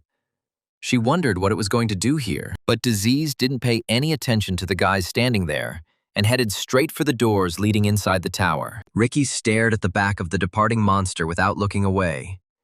It seemed he knew exactly where to go and who to find there. Disease opened the door and quickly entered the tower. No one dared to stop him. Everyone just silently watched the monster go. And then the door slammed behind the monster, and Ricky and Moo continued to look there, wondering who he was hunting now. Ricky asked in confusion, wondering why he went inside. The stunned Moo babbled, "My little sister is walking around somewhere there." At that moment, Haewon landed on the top of the tower. She came to protect her babies and fight the monsters. She looked down and saw her student in the stadium arena. Just how could she forget that he was also at the competition? Deos stood below and looked questioningly at the teacher, waiting for instructions from her. He was ready to help Haewon eliminate the monsters. The boy called out to the teacher. He understood that any unnecessary actions could interfere with Haewon's ability to deal with the uninvited guests of the show. Their eyes met, and he understood everything. Instantly pushing off from the ground, he rushed towards the entrance to the competition tower. Deus moved so quickly that some didn't even notice his movements. He was rushing inside to save the first-year students. A couple more steps and he would find himself inside, where Disease had gone in search of the monster's pre-selected attack target. Haewon said with relief, "Then I leave it to you, Deus. I hope you can crush the 4th-level monster Disease." The teacher's body was filled with energy. She decided that in this case, she would stand on this side and fight the rest of the monsters. Suddenly, a green-eyed girl appeared next to Haewon and turned to Hironim with a smile. She hadn't seen her idol for a long time. The girl sat next to the famous heroine and smiled sweetly. Haewon realized that something was definitely wrong here. These were monsters. She asked the girl, "Nellie, what are you doing here?" She quietly laughed in response. Yes, it was Nellie, the little cutie from the heroes group. Nellie said to the heroine Haiwan with a smile, "I can't believe I see you so fast and decisive again. Do you remember me?" Haiwan replied, "Of course I remember. How could I forget you? But why are you here right now? What are you doing here?" Nellie laughed again and suddenly asked Haiwan, "Then, Hero-nim, why did you kill us? Why did you abandon all of us? Why?" Haiwan felt the energy of the monster. Yes, it was him in front of her. The fourth-level monster that causes grief in people. The girl suddenly started wailing. "I trusted only you in our group." Blood started flowing from her eyes and her face started to slide off like dough. Nellie continued to cry bloody tears, and her face began to transform into the ugly face of a depression monster. And now the deathly pale monster exclaimed, "Why do I have to be so ugly? Why do I have to be dead?" Depression screamed, "It's all your fault, Haiwan. You ruined our entire group. But you're still alive, so die." Haiwan lowered her head slightly, and the monster screamed, "Die. You must die like us." Streams of dark magic were thickening around her. The heroine calmly remarked, "You're still playing those disgusting games, Depression. But you won't play those tricks on me." She dropped to her knees and instantly cut through Nellie's illusory body with multiple blows of a weapon that looked very much like a laser. At that very moment, the mirror wall created by the monster crumbled into pieces, and part of the monster's body was damaged. The despair monster hopped on one leg because the other one had been cut off and had not yet recovered from Haiwan's swift attack. The monster laughed. As expected from a former hero, "You withstand mental attacks well. You even cut off my arms and legs," the monster asked with a grin. "I suppose you weren't happy to meet your former teammate, who had already died." Haiwan wanted to answer the monster, but changed her mind. These creatures can take advantage of everything and try to turn it against you. Flames burst from the girl's eyes. Her aura sparkled. She was ready to engage the monster and finish it off on the spot. The monster, noticing her mood, laughed and suggested leaving everything as it was. He said that they did not come to fight. He said, "Haiwan, just don't move for 5 minutes. Now because you destroyed the other me, I want to kill you all. But I endure it." Haiwan was surprised. They destroyed another one of his. She knew that the higher the level of monsters, the stronger they are, but their numbers are much smaller. Among all the monsters in this world, there are only 8 level 4 monsters, and there can be a maximum of 2 identical monsters of the same type. In other words, initially there were 2 fourth-level depressions, and now there is only 1. But who destroyed it? Haiwan asked the monster, "Even though 3 of the 8 Mari came, you say you didn't come to fight. Did you come for a picnic?" Depression was indignant, not Mari, but men. "And please refrain from unnecessary provocations." The monster was extremely angry at the girl. Flying closer, the freak repeated, "I'm telling you again, we're not here to fight. Is it really that hard for you to understand?" Having flown over the tower, the monster said, "This is just a threat. Do not make any movements for 5 minutes. That will be enough for us." Depression threatened that if you don't listen, things will get much worse for everyone, especially since the fourth-level monsters are very angry. The Depression companion released one of its many arms to show Haiwan the possible consequences of her actions. The stump of an arm separated from a huge chain of other similar stumps. Everyone watched attentively what the monster was showing them. The monster separated a small drop from the stump of the arm and carefully pulled it. It was a large, concentrated drop of blood. Soon, a drop of blood developed into a bacterium capable of quickly causing a deadly epidemic and killing hundreds of thousands of people. Depression threatened Haiwan. "We will kill everyone, from your students to your colleagues and everyone around you. Think about whether you should take such a risk." The other monster still held the deadly bacteria in his hand, showing with his whole appearance that he was ready to release it at any moment. Haiwan realized that he was trying to restrict her movements. Even though they were just monsters, their movements were well planned. Ricky stood on the top platform of the tower, looked at the monsters and did not dare move, only quietly muttered, "Fourth-level monsters." The guy clenched his teeth. He was both ashamed and scared at the same time. He understood perfectly well that the disease had gone after one of his friends. He quietly turned to his patroness, whispering, "Vinim, please help me." He knew that the great wind V could do anything. The girl heard the call of her favorite. She shuddered, leaned forward, but then sighed and remained in the same place. She could not. V said quietly, "I'm sorry, Ricky, but last time I made a deal, so this time, unfortunately, you'll have to figure it out on your own." The eyes of the mistress of the winds became very sad. She sighed, "I can't interfere. Who knew that the monsters would attack you again?" Disease asked menacingly, "Which of you is the princess? You little pests are so similar to each other that I don't see any difference." The girls silently looked at the suddenly appeared monster, trying to figure out how best to act in this unusual situation. Unexpectedly, Ryusei timidly replied that she was the princess. Saruti shuddered. Why did a student of the Imperial Academy do such a thing? And Ryusei asked the monster what would happen if she said this. Would he kill her right away? Or did he want something from her? What was the matter? Disease silently looked at Sei and said, "Small human pests are the fundamental evil of this world. They lie as much as they breathe." He chuckled. "I guess I'll never know if you're lying, but I have to complete the task anyway, so I'll have to play it safe." Saruti thought. An instinctive feeling of fear arose. Could it be a fourth-level monster?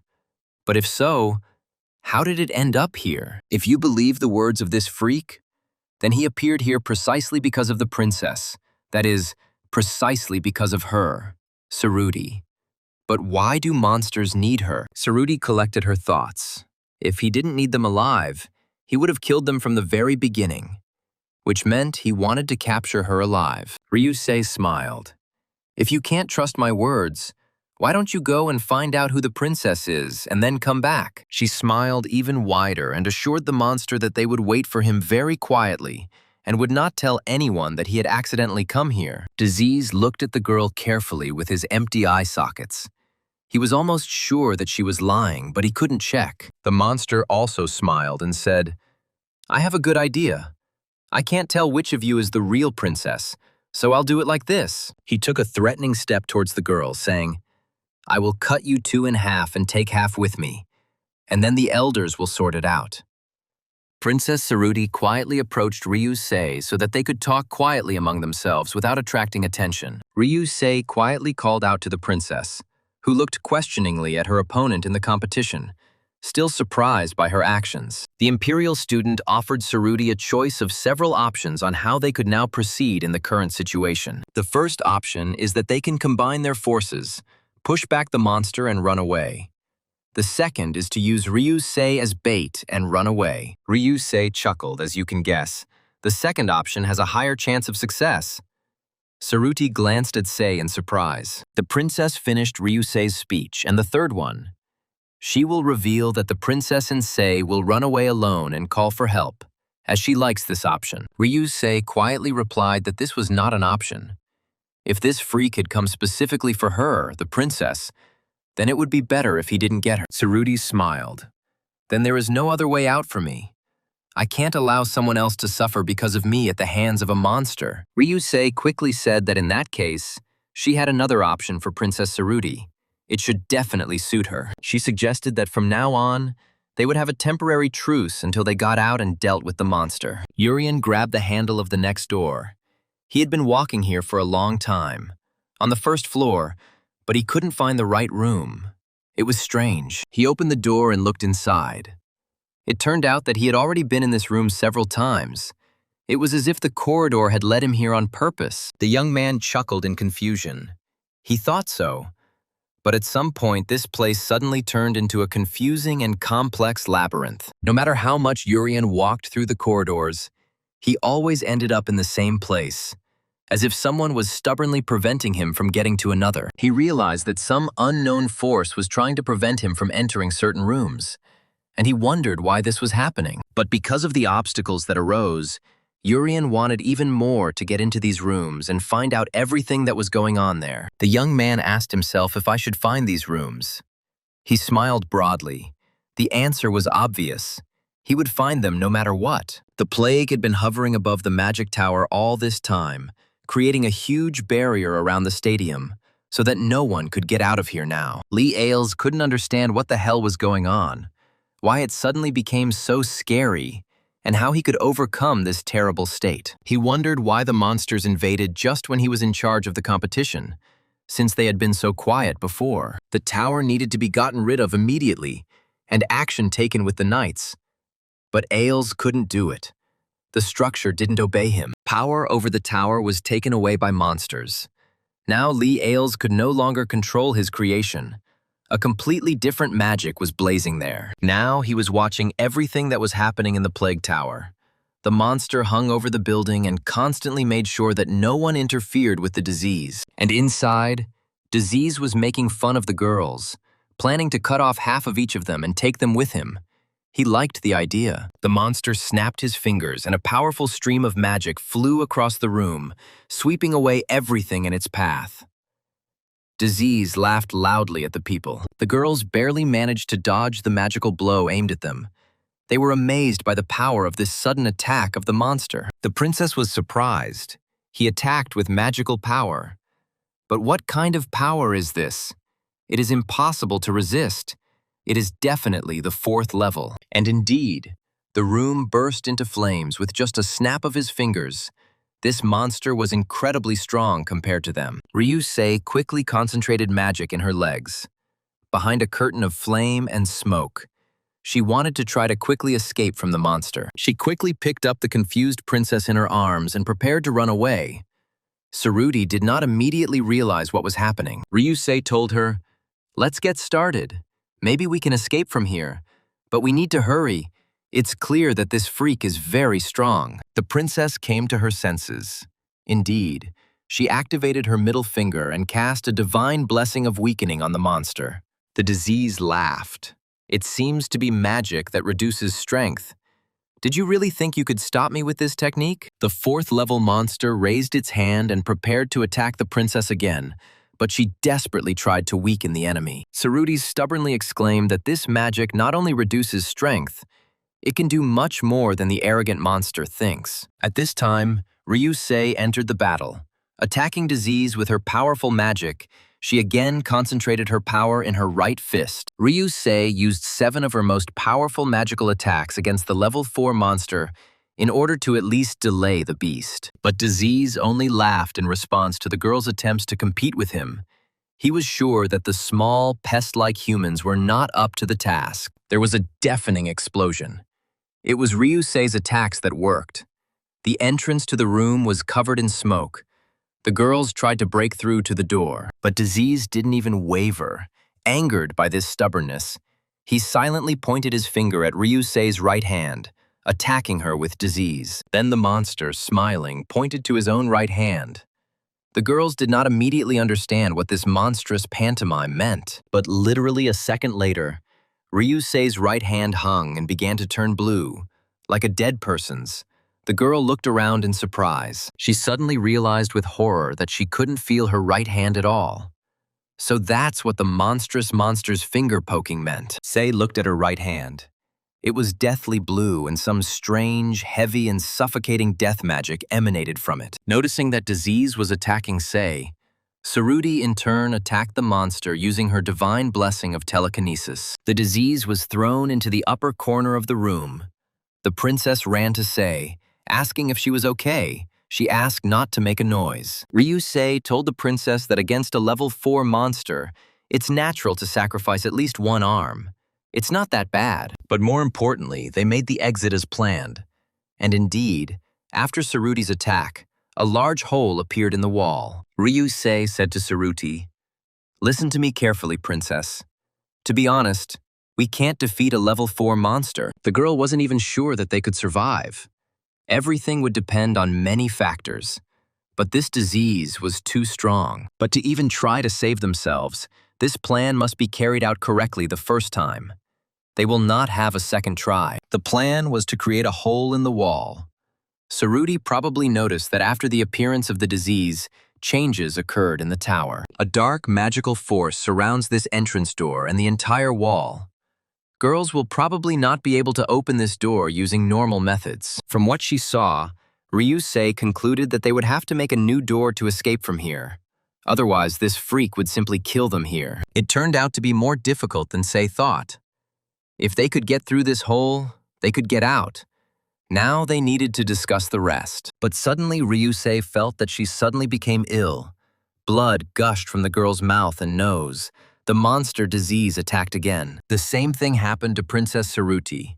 The girl swayed slightly and thin streams of blood ran down her sweet face. Disease returned to the room again and pointed to his chest, which meant that he was going to attack one of the girls with disease. But the fourth-level monster decided that it was better to attack both of them, because these girls turned out to be too nimble and warlike. The monster said, "We were born to kill you humans.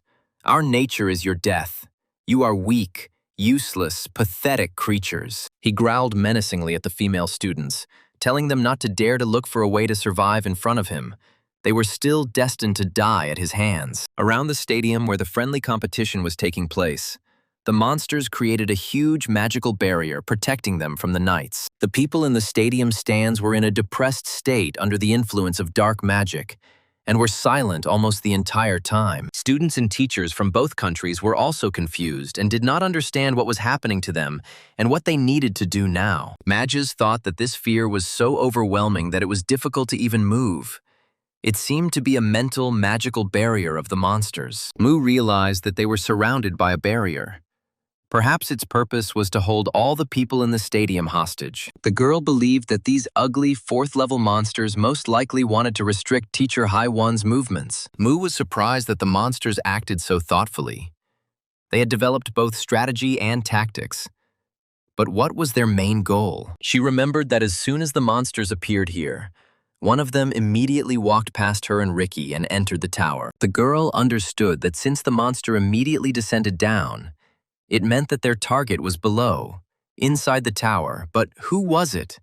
Could it really be her sister? And Ricky was sure that the monster's target was the princess, who had not yet arrived. The monsters stopped the teacher in order to get to the princess. The young man clenched his teeth in anger. And for the sake of their attack, these scumbags are holding other people hostage. Hateful monsters. Ricky turned to Haiwan in desperation. "Teacher, maybe there's something more important than our lives right now that needs to be saved. After all, there is something that the kingdom really needs.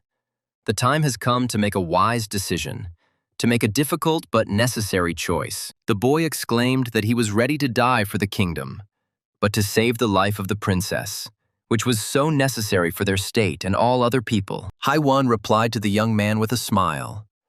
"Ricky, do you really think that I am such an incompetent teacher? The protector has already gone there." Ricky suddenly remembered that Deus had sneaked into the tower without the monsters noticing. So that was who Haiwan had sent to help the princess. Haiwan extended her hand and summoned her flaming sword. Ricky called out to the teacher in fear. He didn't understand what she was going to do. Depression, seeing Haiwan's movement, exclaimed, "As I thought, you are one of those who abandoned their comrades before, and now it's the same." The monster screamed, "Your selfish actions will cost the lives of all people." But Haiwan cut the monster off, telling it to shut up. The hero glared at Depression and said, "I'm already angry enough, so just stop." The monster suddenly fell silent. Before anyone could understand anything, Depression's ugly three-faced head separated from its body, struck with lightning speed by Vaughn's sword. The fourth-level monster's head landed with a thud on the floor of the tower's upper platform and rolled to the side, leaving the monster at a loss. And Haiwan, looking at her flaming sword, turned to the plague hanging in the air and said with a smile, "You will be next." The Depression's companion still hung over the tower, and one of its hands held the pathogen of a terrible, deadly disease. The plague was just waiting for the signal to release its bacteria into the people sitting in the stadium stands, frozen with terrible fear. Depression raised his head from the floor and said, "To use so much energy even after that incident, it's just amazing." The monster added, as expected, "You are a pest who was once called a hero, but you have become very weak and cannot kill us. But as a result of the former hero's prank, all the other people here will face a painful and quick death." Chuma, hearing the words of his brother, immediately prepared a bacterium to launch into the mass of people located under their magical barrier. The monster filled the pathogen with magic, and it seemed to come to life. Now it was ready to bring death to all the people under the barrier. The plague is a creature that only wants the end of humanity. It was born to kill as many people as possible and as quickly as possible. Haiwan warned Plague, "If you were going to kill someone in front of me, you should have brought at least a level 5 with you." She immediately dealt several precise blows with her sword to the newly recovered Depression, cutting through the body of the vile monster. The same thing happened with Plague. Haiwan used her sword so fast that the 4th-level monsters were a little taken aback at first. After chopping up the hideous bodies of the monsters, Haiwan calmly returned to the top of the tower, where 2 students from her class were waiting for her. Ricky and Move froze in fear. They were very worried about their homeroom teacher, who was rushing straight towards the monsters. But when they saw that both 4th-level monsters had turned into salad, the boys opened their mouths in surprise. What a cool teacher they had. Moo couldn't believe her eyes. Haiwan chopped up the enemies and calmly returned to the guys. She was not afraid of these monsters at all. The girl calmly returned to the top platform of the tower, as if she had done something completely ordinary and not at all remarkable. Ricky was stunned. She cut down 2 4th-level monsters at once. So this is what the power of the former hero of the Kingdom of Rarenta is like. Suddenly, Haiwan felt weak. Her head was spinning, and blood started pouring out of her nose. The teacher realized that Plague had attacked. Ricky asked the teacher what happened, why her face suddenly changed so much, and why her nose was bleeding. Haiwan remained silent. She realized that these vile 4th-level monsters had decided to kill the people trapped by the barrier in the stadium after all. Depression's severed body laughed. The monster was genuinely happy with Vaughn's behavior, because now their hands were untied. Laughing, Depression exclaimed, "Amazing! Even after the hero's power disappeared, you, Haiwan, are still quite a strong fighter." Having collected the body parts back together, Depression noticed, however, "You, a former hero, will not be able to destroy us. Your strength is already too weak." Nu asked in surprise, "What is this, instant regeneration? What kind of magical power is this? Why do they recover again and again?" Haiwan, wiping the blood from her face, asked, "Do you really think I can't kill you, you worthless bastards? How stupid to believe that." Chuma croaked in response, "The stupidest one here is you, vile heroine Haiwan. You shouldn't think about how to destroy us." The monster reminded the former hero that she had a more serious task: how to make monsters kill fewer people. Having said this, Chuma released the bacteria from his hand and, flicking his finger at it, threw it straight into the stands, which were packed with people. The magical bacteria glowed and began to quietly descend, spreading the black magic of the deadly plague disease around itself. Tsurugi felt that it was difficult for her to breathe. Maybe the disease had struck her and Ryusei's hearts. But then, why was the blood flowing? The princess thought, no, her heart doesn't seem to hurt. Maybe she has problems with her respiratory system. But that's not so important. The girl clenched her hand into a fist and felt that her body was getting colder. Something was clearly wrong with her body. But it was unclear what exactly. No, it's still heart problems. The princess looked up at the monster and saw what he was showing them, what he decided to strike. Disease smiled broadly and pointed his finger to the middle of his chest. The girls couldn't understand what exactly he had affected in their bodies. Streams of blood flowed from the 4th-level monster's empty eye sockets, as if it were laughing at its victims until they cried blood. Ryusei thought, this was not an attack with the intention of killing us. If a monster of this level fought seriously, we would have already been dead. She told Tsurugi that the order must have been given to capture the princess alive. That's the only reason we're still alive. Sei suggested changing the plan before the disease found out who the princess was. She wanted to sacrifice herself so that the princess would survive. She explained that one of the reasons for her actions was that the chances of both of them surviving against the monster were 0. Tsurugi clenched her teeth, sobs choking her. She considered herself guilty that a 4th-level monster had attacked them and killed them. She suddenly remembered herself several years ago, when she constantly watched her older brother's activities with delight. Tsurugi then thanked her brother for his hard work and training, and he was surprised to see the little girl back on the training field. The girl exclaimed that she was so envious of her brother, and he was surprised why she envied these constant, tiring training sessions. But the princess did not pay attention to her older brother's grumbling. She enthusiastically asked what her brother had learned today. Her eyes sparkled. She asked, "You learned powerful swordsmanship, powerful magic. I also want to grow up and learn this." Suruti exclaimed that she would learn everything when she went to the academy. The prince asked the little girl to stop talking nonsense. He stated that the girl did not need to learn all these things. Then the prince casually asked the maid if his bath was ready yet. Hearing that the bath was ready, the prince went there, leaving his younger sister in the hall, as if not wanting to continue this conversation. Realizing that the princess was upset, the governess tried to explain her older brother's behavior by saying that he was very tired. She told Suruti that the prince was very tired now. In another situation, he would certainly have spoken to her completely differently. The princess asked Melissa if she got good grades at the Magic Academy. Would everyone treat her differently? Suruti burst into tears, saying through her tears, "I don't like that they always keep me locked up in the castle, not letting me go anywhere. Unlike my brother." The princess sobbed.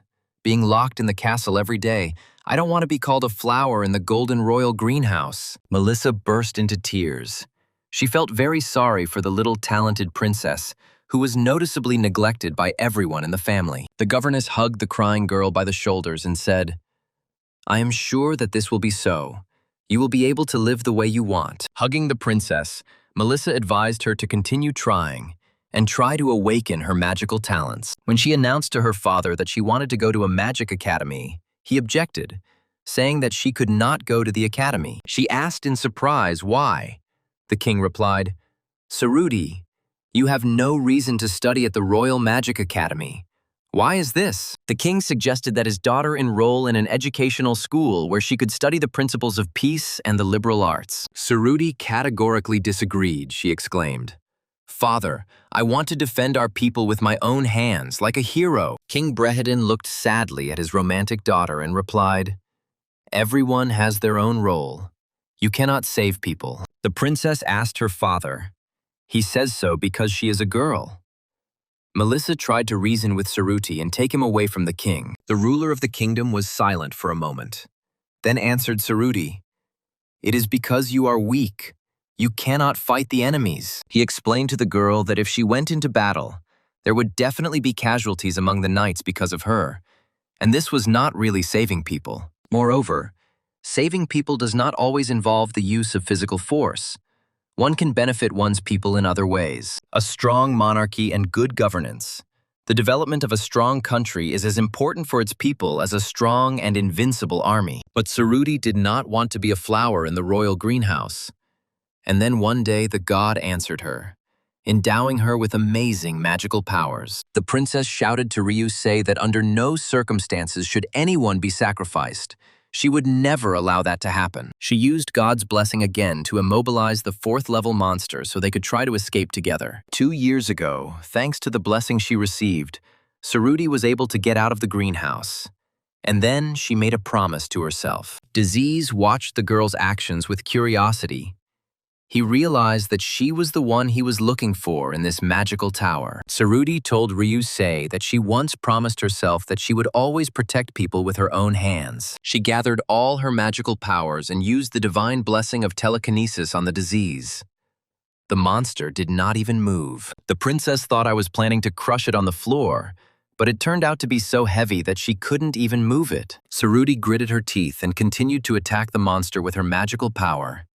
She cannot lose to the monster. Finally, she decided to change tactics and use the divine blessing control, commanding Disease to lie down on the floor. He laughed and pointed at himself in surprise. This little brat was giving him orders. That was just ridiculous. Those arrogant little people. But suddenly the monster swayed and fell to one knee, and the princess was able to at least partially subdue the 4th-level monster. Ryusei was stunned. Wow, the princess managed to control this monster. She really has amazing power. The disease was on its knees, trying to get out of control and get back on its feet. It had found its target, and it was time to leave here. Suruti felt him resisting. She held him down to the floor with all her strength, not allowing him to rise to his feet. She thought, Even so, he only dropped to one knee. It turns out that this is my current level of strength. Still not enough for a fight. And yet, at this rate, there would be no casualties. But then Disease raised its head and said, I understand. You are the real princess. Saruti's mouth dropped open in surprise as this freak realized that she was the princess. Apparently, he knew something about her talents. Ryusei shouted for Saruti to quickly move as far away from her as possible. She would try to kill this level 4 monster now. At this time, Disease pointed 2 fingers at the girls. And they did not immediately understand how this monster planned to attack them this time. The Disease, without rising from his knees, put both fingers to his eyes. He decided to blind the obstinate girls in order to weaken them. At that very moment, streams of blood gushed from Princess Saruti's eyes, as if someone had gouged out her eyes, and the girl's body was overcome with pain. The same thing happened to Ryusei. She whispered in confusion that she couldn't see anything. What did that freak do to them? Did he really blind her? The Disease got back on its feet, he said. This is the very hand that received the divine blessing. I need it. He demanded that the princess give him this very hand. He came here for the hand with a magical divine blessing. Ryusei shouted at the monster to get away from her. She would not give him the hand with the divine blessing. It was not for him. The Disease laughed. It seems the girl had injured her brain. He poked himself in the head, thereby inflicting a fatal injury on Ryusei. The girl screamed, swayed, and her head began to turn blue, just like her half-dead right hand. The Disease had mortally wounded her. The princess saw nothing and tried to understand what was happening in the room. Why Ryusei, who had been constantly talking, suddenly fell silent. Saruti called out, asking Ryusei what was wrong. She begged her to answer. The princess was horrified at the thought that Sei was dead. Continuing to call Ryusei, the princess approached almost right up to the widely smiling monster, who looked at her melancholy with a smile. And Saruti remembered the words her father had once told her. If you enter into battle, there will definitely be casualties because of you. The princess thought with horror. If only I had not tried to get out of the castle greenhouse. If only I had not dreamed of anything. Saruti sobbed. If only I hadn't wanted to be acknowledged, none of this would have happened.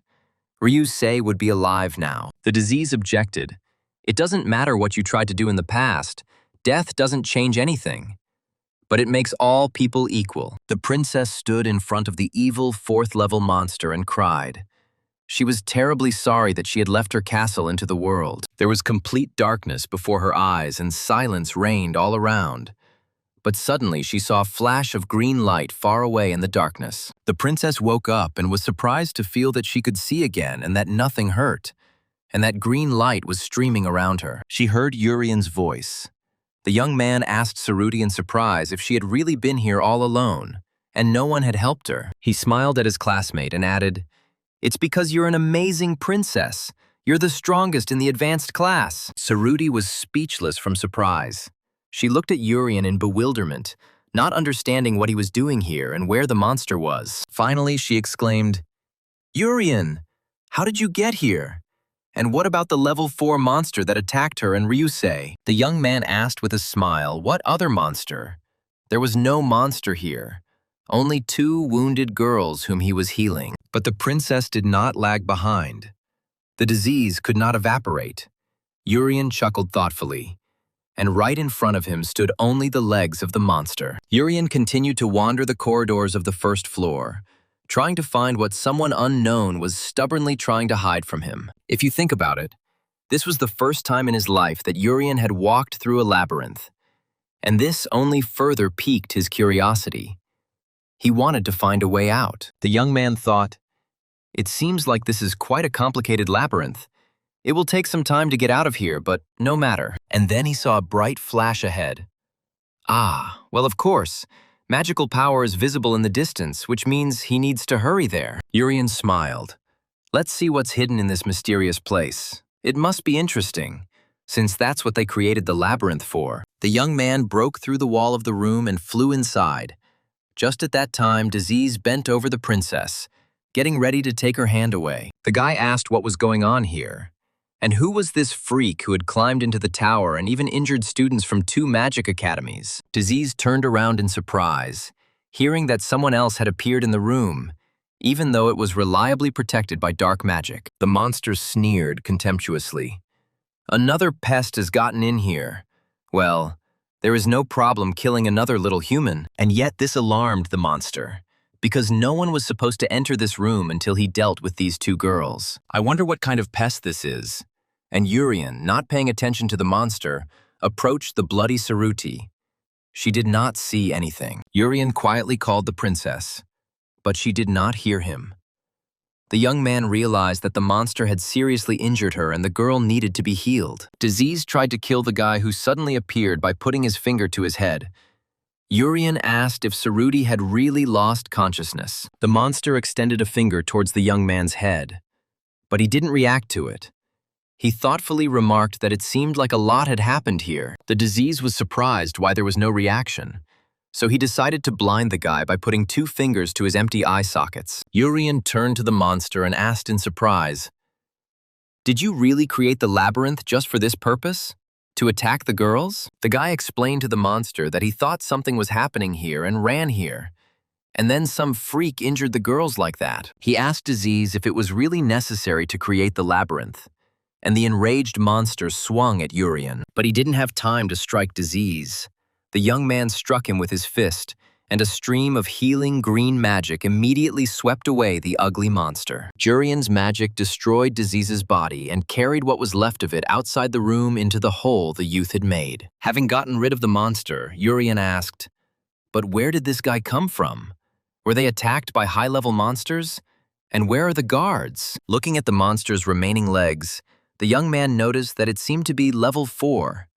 These monsters were all so ugly. He turned to the bloodied girls and said, "Now it's time to take care of them while they are both still alive and can be cured." Urian applied healing, and soon the princess opened her eyes in surprise and looked around in confusion, looking for where the monster was. Ryusei sat on the floor and silently examined her right hand, which Disease had injured first. The hand was completely healthy. She said in confusion, "All the wounds inflicted by the 4th-level monster were healed in an instant." "Amazing," Sei said to the guy. "I knew you were the strongest," he replied. "I'm just an ordinary commoner," Sei objected. "You can't fool my eyes." Saruti looked at her hands in surprise. This was the first time she had experienced Urian's healing and was amazed at its effectiveness. The girl thought, "I have seen this several times from the outside, but to experience it like this for myself is a completely different impression." She looked at the thin young man and wondered how many people he could save with this amazing ability. The princess again remembered her father's words. He had told her then that in order to save people, it was not necessary to use physical force. Saruti's lips twitched. She realized that Urian had truly earned her father's approval. Compared to him, she was just a weakling. Urian noticed the princess's excitement and reminded her that she was able to withstand a level 4 monster, which was very cool. He smiled at the girl and said that only a few could boast of such an achievement. So she was an amazingly strong girl. But Saruti still couldn't recover from the shock she had received. She looked at Urian and then at Ryusei in confusion. Suddenly her cheeks flushed and she began to stutter. Urian wondered if I had praised her too unexpectedly. She was a princess after all. And then the guy realized that he had suddenly attracted too much attention to himself, without even noticing it. And this was not right. Ryusei asked the princess if everything was all right with the divine blessing. Saruti gasped in confusion. She had completely forgotten about it. She activated the magic and answered, "Yes, everything is fine." Ryusei was surprised. How strange it was. Why the monster did not take the princess's hand? After all, the 4th-level monster's goal was the blessing of the god. He could have taken it by simply extending his hand. Why didn't he do it? Ryusei suggested that maybe he had another goal. Urian supported the girl. Perhaps this is indeed the case. In any case, it's a miracle that Disease probably thought the girls were dead and left. We need to leave before he comes back again. Ryusei suggested going through the hole she made in the wall. We need to hurry and tell about the attack of a strong monster. And then the girl's gaze fell on another hole. in comparison to which hers was just a barely noticeable little hole in the wall. She froze and stared in bewilderment at the huge hole in the wall, at what enormous power this creature must have possessed. Sei asked what that big hole was. I had to use magic attacks 7 times to make a hole. It was probably disease that made such a huge hole in the wall, Urien was surprised. But wasn't it just an ordinary wall? Ryusei looked at her hand again in surprise. She could feel it again. It wasn't blue, and it still worked perfectly. The girl grabbed her head, mentally cursing. For a second, she went crazy when she thought that she almost died. Suddenly, she realized, no, she really had died at the hands of this monster of disease, and if she had not been healed, she would have definitely died. And this is not the end. That 4th-level monster did not disappear, but simply hid. He can come back here for them at any moment. Then Ryusei came to her senses. But why did she suddenly become so calm? Surely there were still monsters like him left. Tsurugi asked how Urien had gotten there, and the young man replied that he was just walking and saw this hole and decided to look inside. Ryusei watched the young man and understood that something was wrong here. For some reason, he did not want to say that he came here to save them. Tsurugi thought, this means that the disease left before this. Urien was very lucky that he did not encounter the 4th level. But then, Ryusei took Urien by the shoulder. He looked at the girl in surprise. Did she really understand that it was he who broke the wall? He said that Ryusei surprised him. What was the matter? The girl answered. She understood that his healing was not only on the physical level. She shouted that it was perfectly normal for her and Princess Tsurugi to panic after this attack from a level 4 monster. But looking into Urien's eyes and talking to him, making plans without feeling fear, this is not normal. This should not be. Sei shook Urien by the shoulders and asked if he now understood what a great deed he had accomplished. The young man screamed in horror. Tsurugi thought in surprise.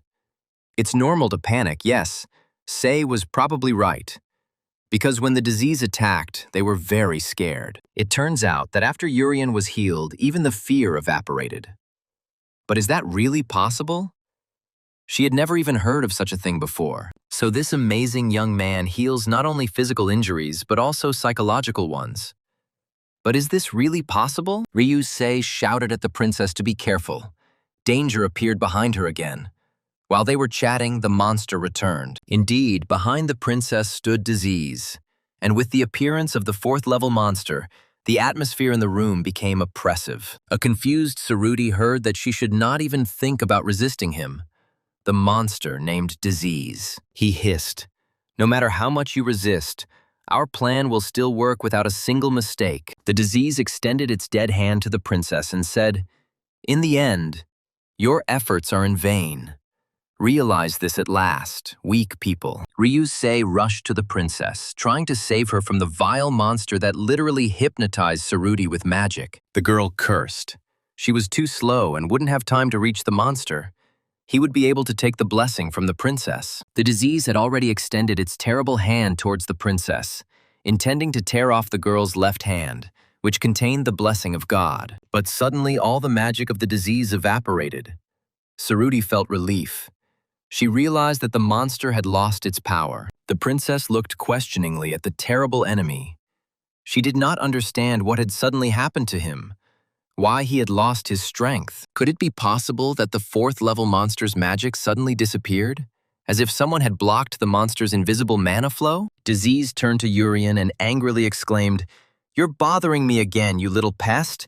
Now I'll definitely deal with you." Urien stood to the side. He caught the flow of the monster's mana and squeezed it in his fist. As soon as the young man did this, the monster's magic immediately disappeared. Last time, the guy was afraid that the tower would break, so he lightly hit the monster. But he quickly recovered. You have to take into account. Ryusei Frey flew up to the confused princess, her fist glowing with scarlet magical power. She was about to attack the vile monster. Disease laughed scornfully that her pathetic attack wouldn't work anyway.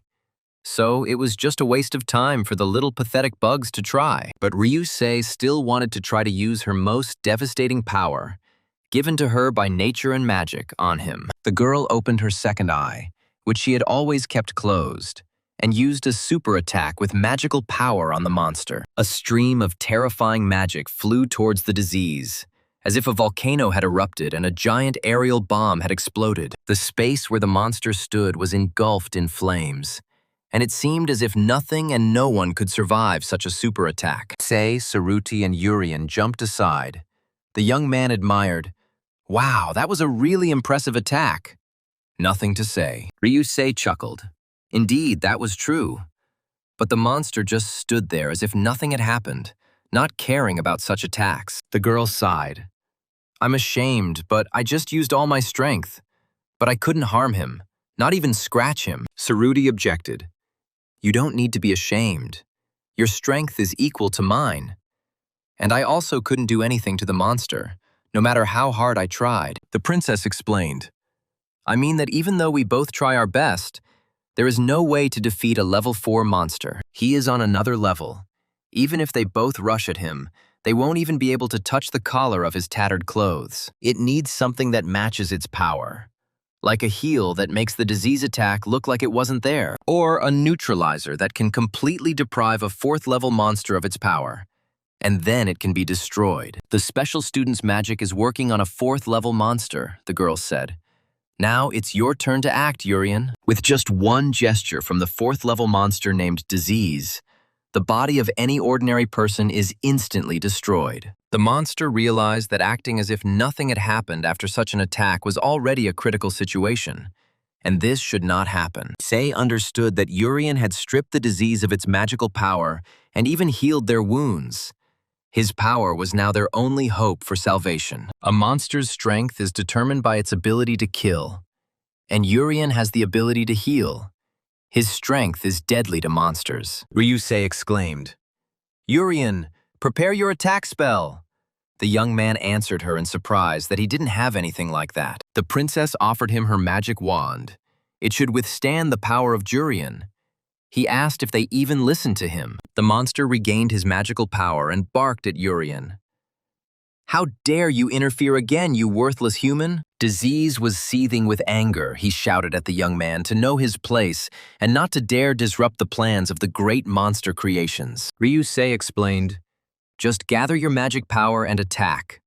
Or you're not going to do it because you haven't tried." Saruti supported the guy.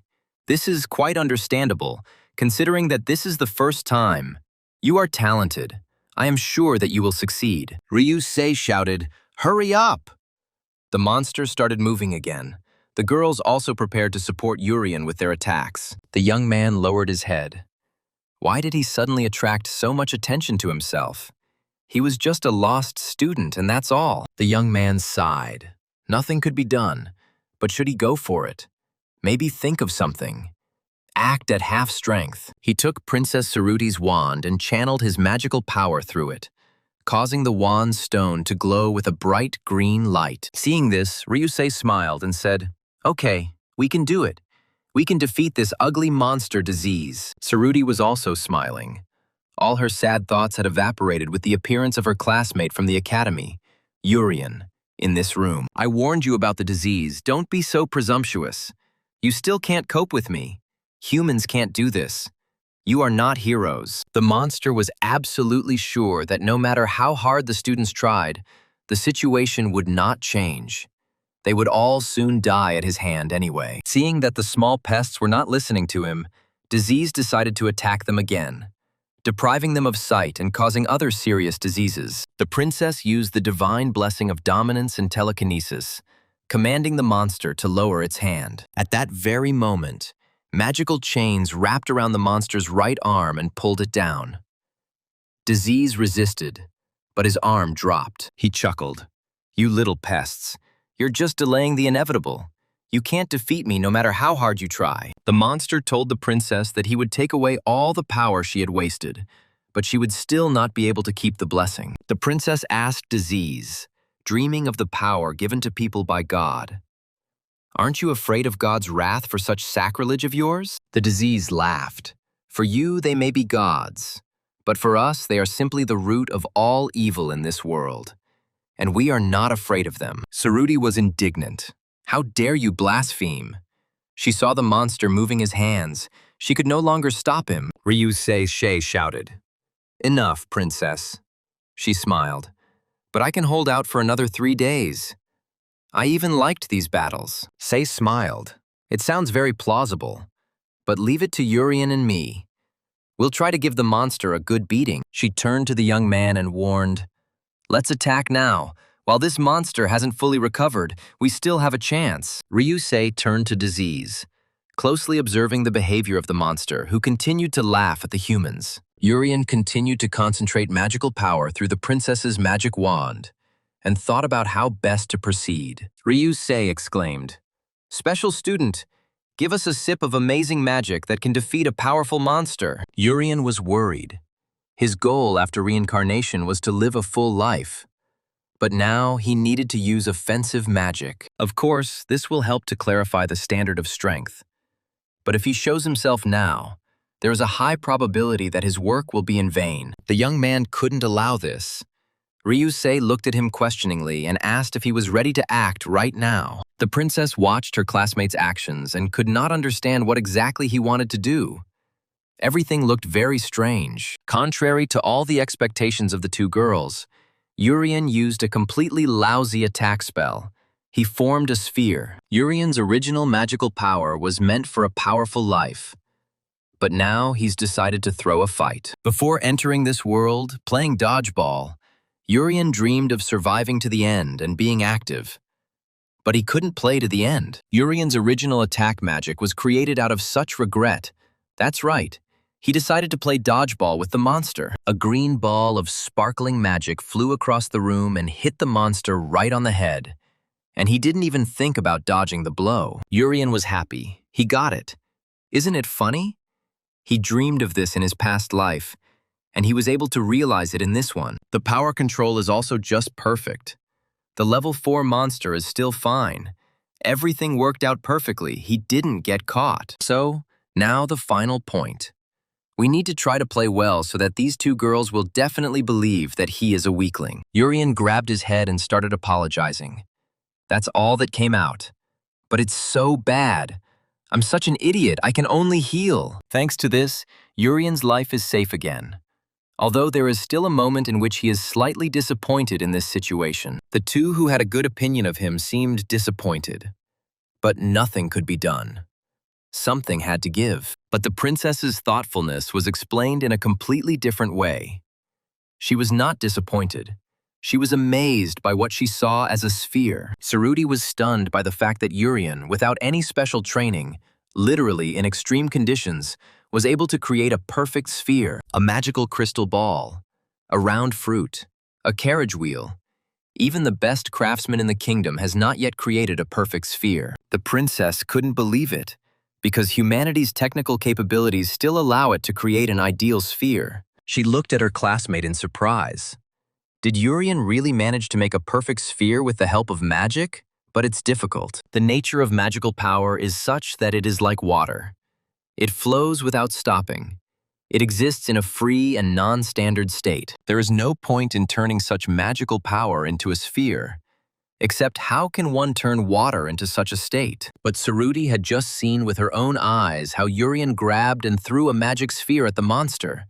That was completely impossible. Ryusei was also stunned by such a strange magical attack.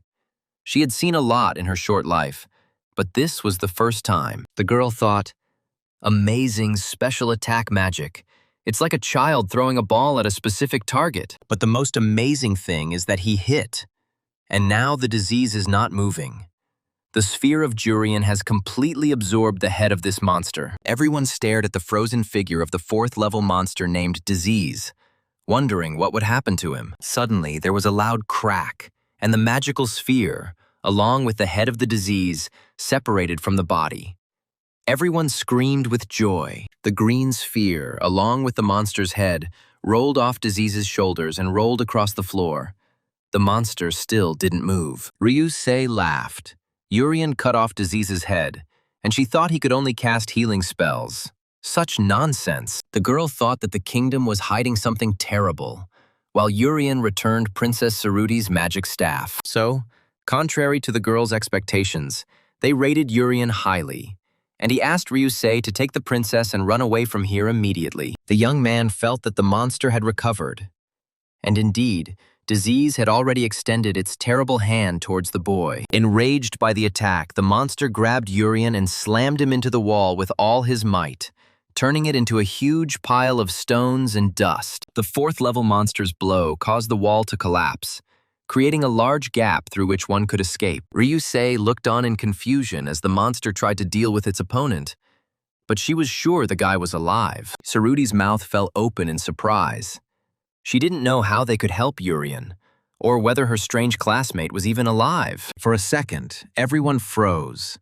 One of the walls of the room turned into ruins, filling part of the room with stones of varying sizes and weights. Urien understood perfectly well that, as expected, one such attack was not enough to defeat a fourth-level monster. Princess Saruti called out to Urien in confusion, hoping that the young man was still alive despite the terrifying force of the blow. The girl saw her classmate's thin legs sticking out among the rocks.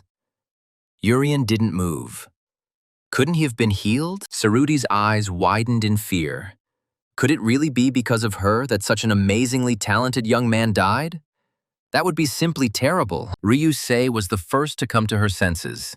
She picked up Saruti in her arms and rushed out of the room through the holes she had made in the wall earlier. Surprised, Saruti asked Sei what she was doing. But the girl remembered that she had to take the princess and run. That's what he told her. The angry monsters shouted after the girls not to get their hopes up just because of some cheap tricks. The disease again prepared its index finger to attack the fugitives. This was all beginning to anger him greatly, and the attack dragged on. But Ryusei didn't turn around. She was in a hurry to get away from this damned tower, away from the ugly and invincible monster. The disease stated, "I have a motto, never give up, and I never give up.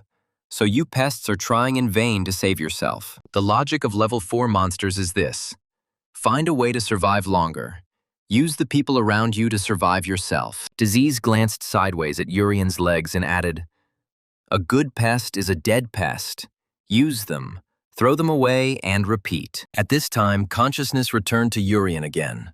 A green, magical light of life shone in the darkness.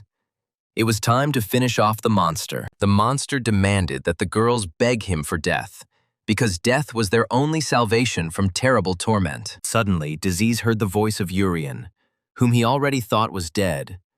The young man said, "Don't be angry, the bouncers were just a joke." Behind the monster, a huge, green, magical stream erupted from the rubble, and Urien was taking on his true battle form. The knight jumped out of the pile of stones and stood between Disease and the running girls, saying that last time was not a real attack. Urien informed the stunned fourth-level monster that a real attack was about to occur.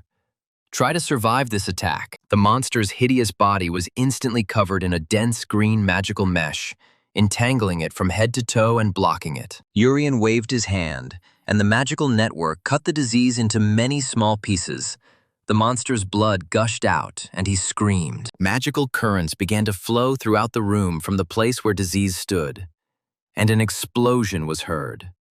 This time, the monster was unable to come back to life. Plague, the ruler of the magic tower, noticed that an explosion had come from the room where disease was, killing his brother. The explosion was so powerful that the magical barrier created by the monsters around the stadium cracked slightly and became much weaker. Urien looked at the result and asked himself if it had been a little rough, perhaps.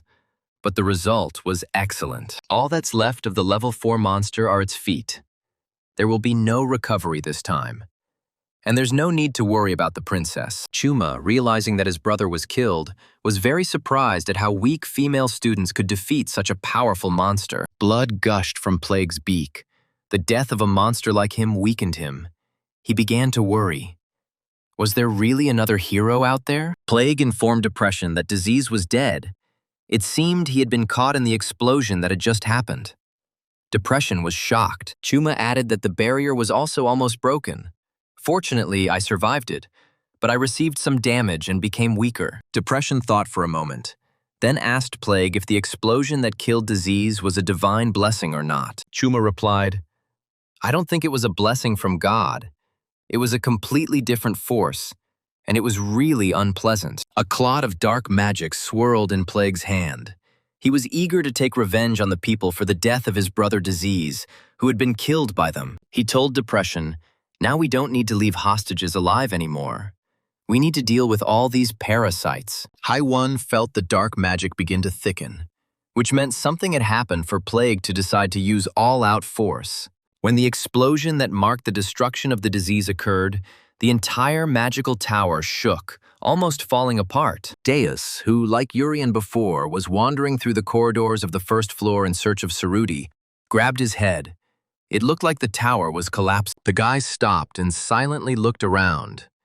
It seemed that the source of the explosion was exactly the place where he needed to hurry right now. After all, this explosion was most likely the work of a fourth-level monster. Because of it, the lower floor suddenly turned into a complex labyrinth. However, due to the explosion that occurred, Deus can now guess the approximate location of the monster and the princess it attacked. The guy saw a bright green flash at the end of the corridor and realized that it was there. He had to hurry to save the young daughter of King Brehedin. Deus immediately jumped up and rushed to where there had just been a flash of magical light.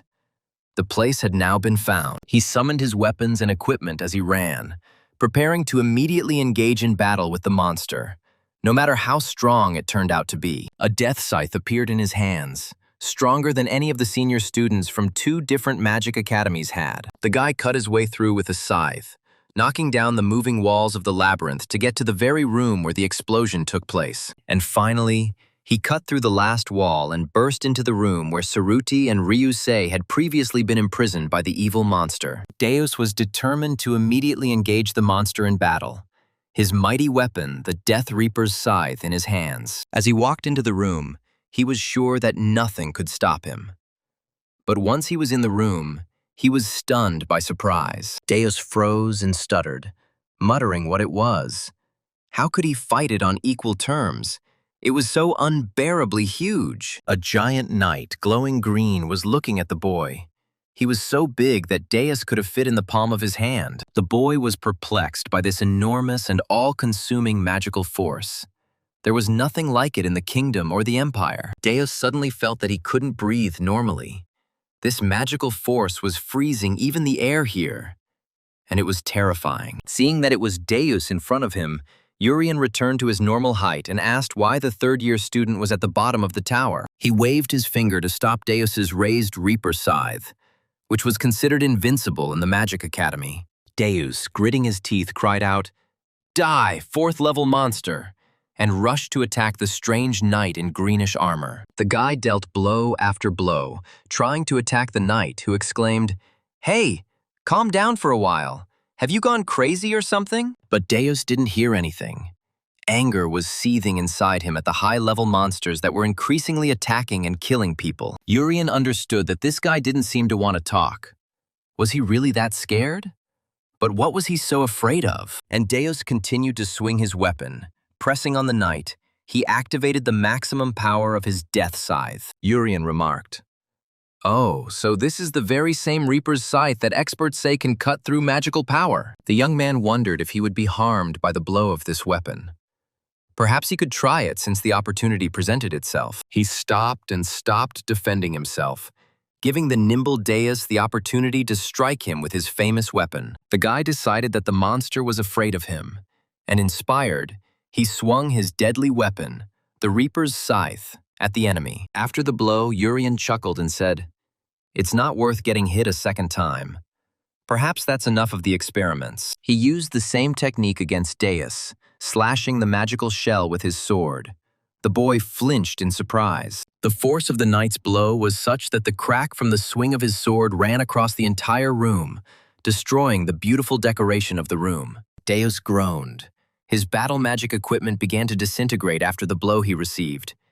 He was turning into a student. Urian asked the guy, "So that's how you do it? Cutting the enemy's magical power with a scythe. An interesting technique, we need to take it into account." The knight asked Deus, "But this only reduces the power and does not destroy the enemy, so it is not enough to fight the monster." Exhausted, Deus fell to the floor of the room. He didn't know what would happen to him now, and why the monster hadn't finished him off yet. Deus asked the knight, "What are you going to do with the princess?" I will kill you at all costs if you cause her any harm. Urien was mentally glad that Deus had survived, he answered him. How do you think I should know the plan of a fourth-level monster? Deus was stunned. He looked at the knight and asked, So you are not a fourth-level monster?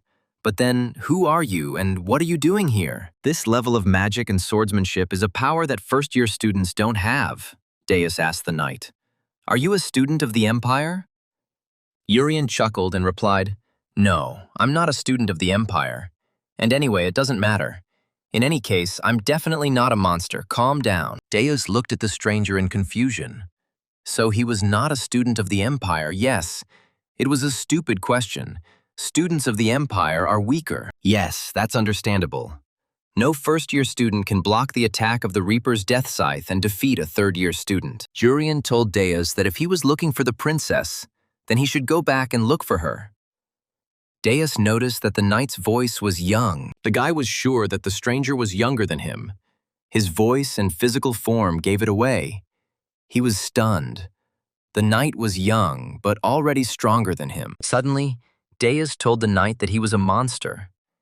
Urien was surprised that the guy was talking nonsense, and why he assumed that the knight was a monster. The third-year student summoned his equipment again and shouted, You are a monster disguised as a student who is meant to distract me, Urien asked in surprise. Do you think I look like a student? That's a very interesting observation. And what gives away my appearance as a teenager? Deus demanded, If you are not a monster, then take off your helmet and show your face. Prove that you are a human and not a high-level monster. Urien asked his favorite student Haiwan with a grin. Why are you so angry? I told you it's not a monster in front of you, but a princess who has left. The boy grabbed his death scythe and shouted, Die, level 4 monster. At that moment, Deus was eager to kill this enemy. True, for a moment he really thought that perhaps the person in front of him was not a monster. But Deus immediately pushed that thought away. He decided to kill the enemy with his special move, and at full power, it was a form of death scythe called Reaper's Dance Maximum. Death magic flared around Deus. He was seriously going to finish off the knight, whom he sincerely considered to be a fourth level. Urien chuckled. Well, the guy got carried away. It seems he really considers him a fourth-level monster and is going to destroy him. The young man warned Deus, as I said, he shouldn't get hit by the death scythe a second time, so he'll have to defend himself. Deus woke up and opened his eyes slightly. His whole body ached, but he was alive. The guy tried to remember what happened to him. He was lying in the middle of the room. The guy sighed and looked around. Yes, he was still in the same room in which he fought with that monster. Urien approached Deus and, sitting down, asked if he had calmed down or if he still needed a beating. The guy looked at the knight in bewilderment. The warrior told Deus, If I were a monster, you would have been dead long ago. The guy understood that this was indeed true, but who was he? Deus agreed and admitted that he seemed to have made a mistake for a moment and asked the knight's forgiveness for trying to kill him. Urien replied, Don't worry about it. The princess went in that direction, so go after her. She might still be in danger. The guy told the knight that he should also leave. There is a fourth-level monster here, he reassured him. Don't worry about it. The knight informed Deus that he had already killed the fourth-level monster, so the tower was safe, and there was no more monster there. Deus was stunned. How could one kill a fourth-level monster? Until now, almost no one had succeeded in doing this. Only heroes were capable of this. The boy stuttered and said to the knight, Don't lie to me. How could you cope with such a terrifying force that kills people on your own? He knew that no matter how strong you were, fourth-level monsters were, you could say, the maximum strength of monsters. Deus asked, Hey, Helmet, have you by any chance seen on your hands or on the back of your hands or anywhere else a coat of arms in the shape of a sword? Urien was surprised. The coat of arms is in the shape of a sword. I don't have anything like that. But Deus still insisted. Think about it very carefully. The coat of arms usually appears on the back of the hand, but can also appear on other parts of the body, such as the shoulders, wrists, or buttocks. The young man flared up. I'm telling you, I don't have anything like that. Deus asked thoughtfully. Helmet, are you by any chance the new hero of the kingdom? Urien didn't expect such an assumption. He fell silent in surprise, wondering why he would suddenly become the kingdom's new hero. After a pause, he asked the boy why he had come to such a conclusion. Didn't the kingdom have its own hero who fought against enemies? The sword-shaped crest is a mark that appears on the person chosen as a hero. He inherits the power of the previous hero. If a hero loses their power, the next hero must be selected immediately, and the new hero inherits the crest along with the hero's power. Deus explained that after the former hero Hei-Won lost her hero power, they were unable to choose a new hero to replace her. If everything were as usual, a new hero would be chosen in a week at most. But now we have to fight monsters without a hero. That's why Deus believed that the knight could become a hero. He has that level of power, which means he has that coat of arms somewhere. Deus offered the knight to take off his clothes. He would help him find the coat of arms. Urien barked at the guy to shut the pervert up already. The knight said to Deus, "In any case, I'm definitely not a hero, so go and find that sword-shaped coat of arms of yours somewhere else." The guy sighed. "If so, see you next time. And finally, I want to ask what your name is. I'm interested to know it." The knight started to speak. "My name is Juris," but suddenly stopped himself. There is no point in telling this guy any name, he might guess. But it was already too late, Deus exclaimed in surprise. "So you are Yuri-san-kun," the knight replied. "Call me whatever you want, it doesn't matter." The boy was puzzled as to why Yuri-san-kun was here killing monsters.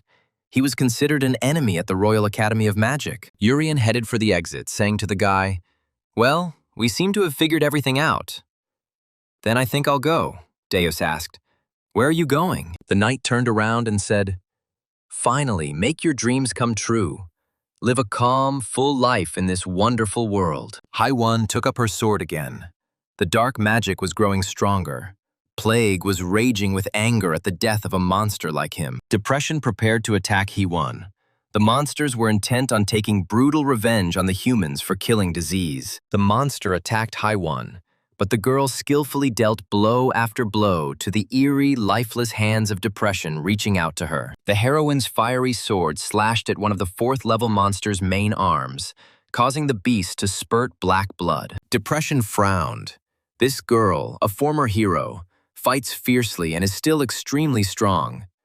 How to suppress her? And Hei-Won had no intention of retreating. She had already missed fighting monsters and was happy to inflict significant damage on them. She asked the monster, "Didn't you say that there would be a full-scale battle now? But somehow you are weak in fighting for the battle." Hei-Won chuckled. "Or for you guys, a full-scale battle means a shameful flight from the battlefield." Depression descended on the tower. Mu was surprised. Hei-Won is really strong, even in front of such an opponent. If I could, I would also want to fight alongside her. But the girl understood that she would only interfere with the teacher. Only if her sister were here. Then they could fight the monster. Depression grumbled for Hei-Won not to be so overconfident. They hadn't really started fighting them yet. But before the monster could finish speaking, he received a blow from Hei-Won's fiery sword. She had no intention of chatting with the enemies of humanity. The girl cut the fourth-level monster that had come too close from head to toe, splitting its body in half. Depression looked questioningly at his opponent. He had not expected such a lightning-fast and fierce attack from a human. The monsters thought it made sense to keep their distance from the former hero Hei-Won, even though she had already lost her special hero power. Among all the heroes, Hei-Won had the best ability. She can interfere with space and time. This is a very rare gift. The simplest round fruit is the apple, which in this world is considered a natural prototype of the ideal magical sphere. An apple in its normal state, when falling from a tree, rolls down freely, having traveled a certain distance on hard ground. Having fallen in front of a tree, it rolls for about 9 seconds and is then stopped by a natural barrier in the form of a stone lying on the ground. An ordinary apple, which everyone is used to seeing in their gardens and markets, stops after it rolls down a bit. However, the apple that Hei-Won is looking at has the ability to interfere with space and time. This apple can change shape. It probably looks something like if a regular round apple was taken and stretched out into a long sausage, and it is able to hang. In other words, if Hei-Won hits a tree with a sword, the apple on the tree will also receive the same hit, but in a smaller size. Until today, no one has been able to fully understand this. She is the only one who has encountered a 5th-level monster.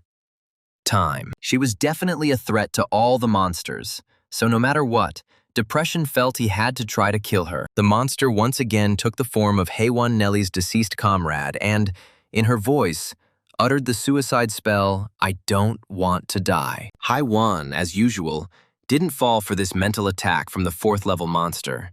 She knew their techniques too well. The girl instantly swung her sword and cut down the enemy of humanity, although she could not completely destroy this monster. But the recovered Depression already had 2 people in his hands, and he turned to Haewon, saying that he wanted to ask her something. The monster warned her that if she did anything reckless, they would both die, so she should just answer his question quietly. Depression explained to her that he had 2 people in his hands, an old man and a young man.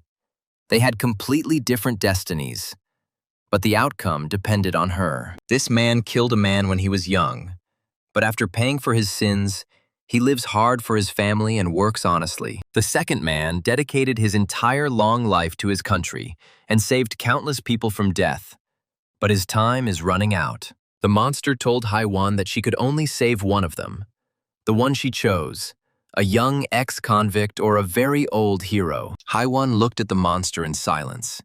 She knew it very well and understood that these people would surely die.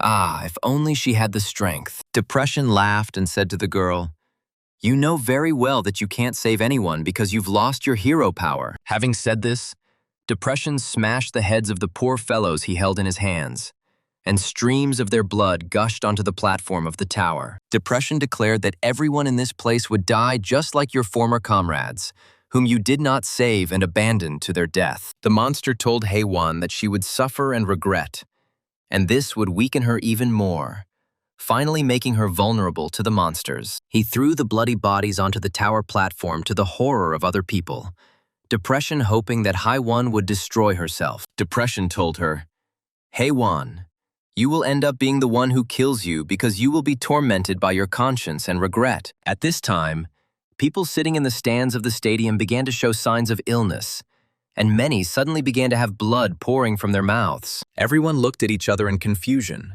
not understanding what was happening to them, why they all suddenly started to feel so bad. One after another, people began to cough up blood. Everything hurt.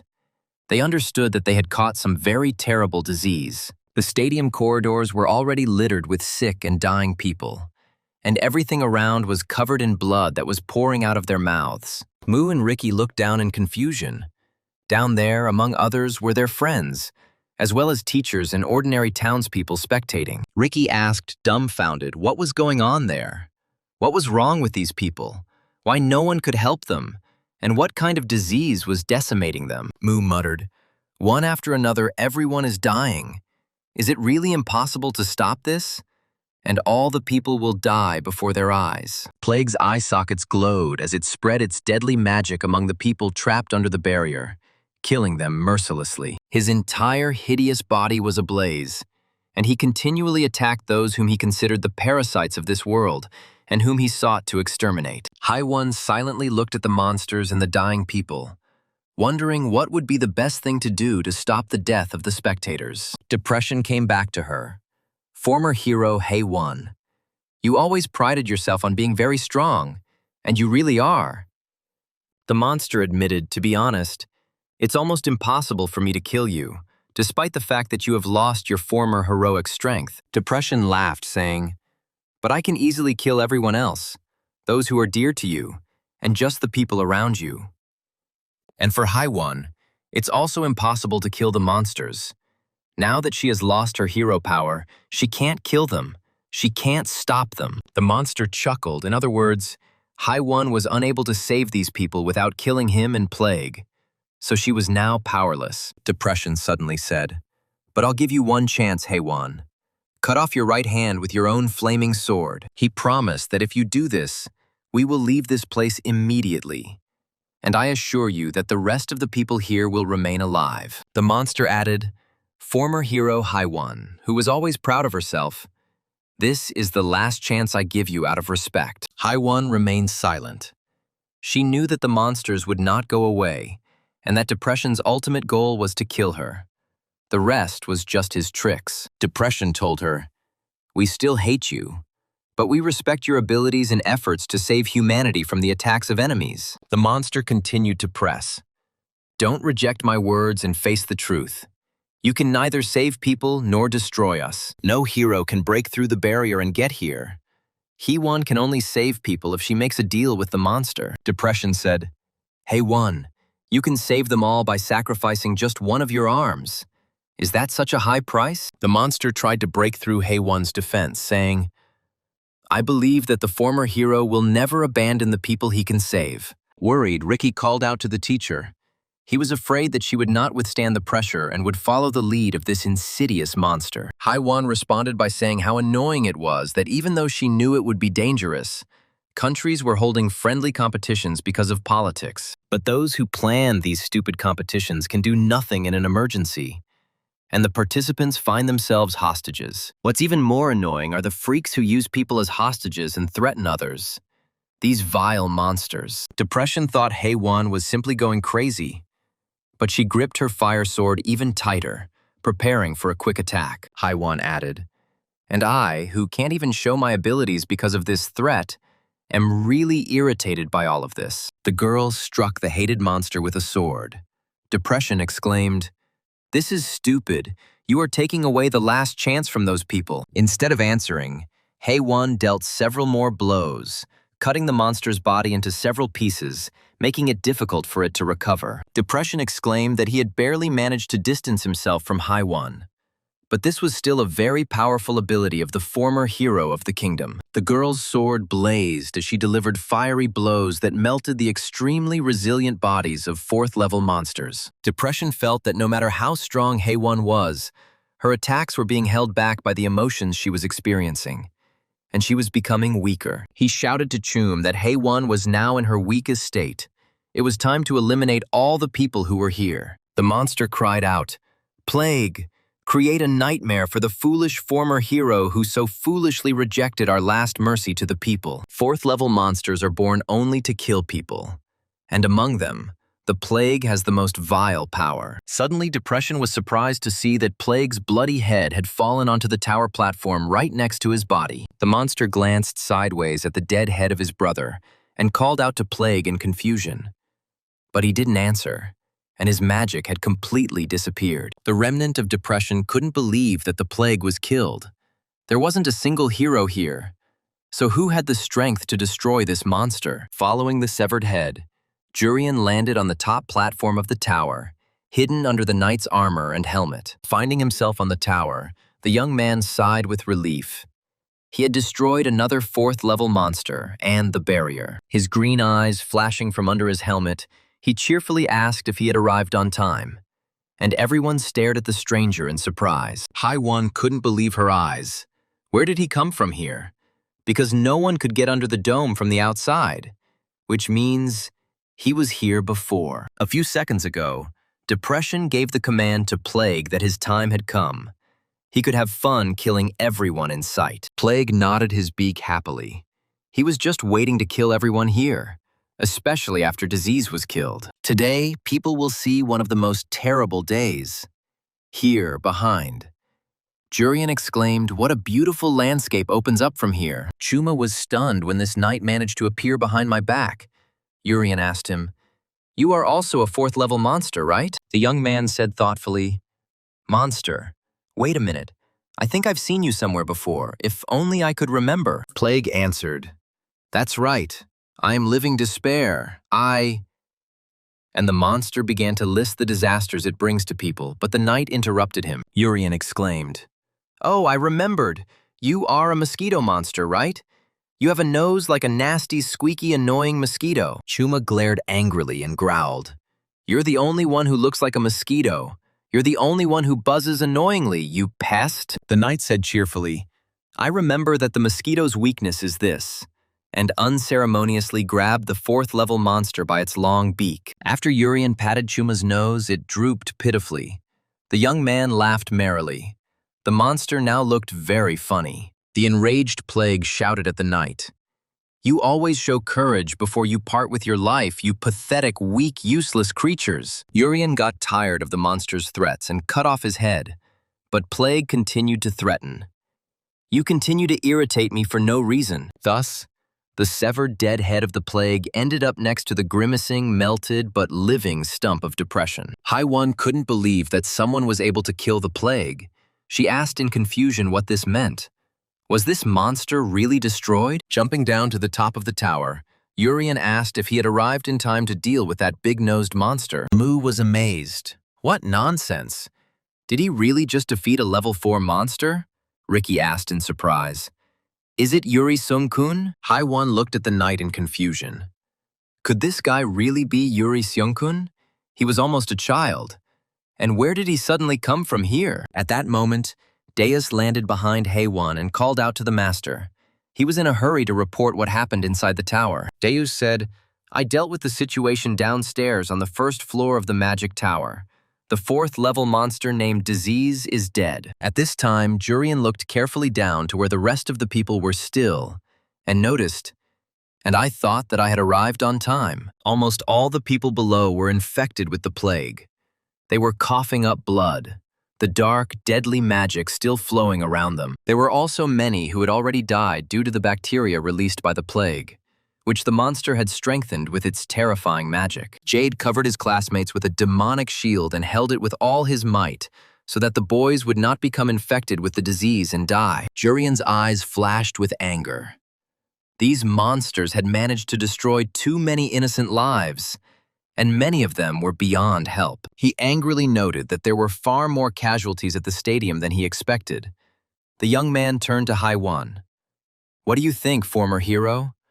Hai-Wan lowered her head in silence, feeling immensely guilty for every human life that the monsters had destroyed. Deus turned to Yuri Seung-kun, trying to intercede for his master, but Hai-Wan cut her student off, asking him to be quiet. She lowered her head and said sadly, He's right. There really are too many victims at the stadium. The monsters killed people. Deus tried to calm the master down, because she couldn't save all the people, especially since she was no longer a hero and it wasn't her responsibility. The knight interrupted him. You can have a good talk later, Deus.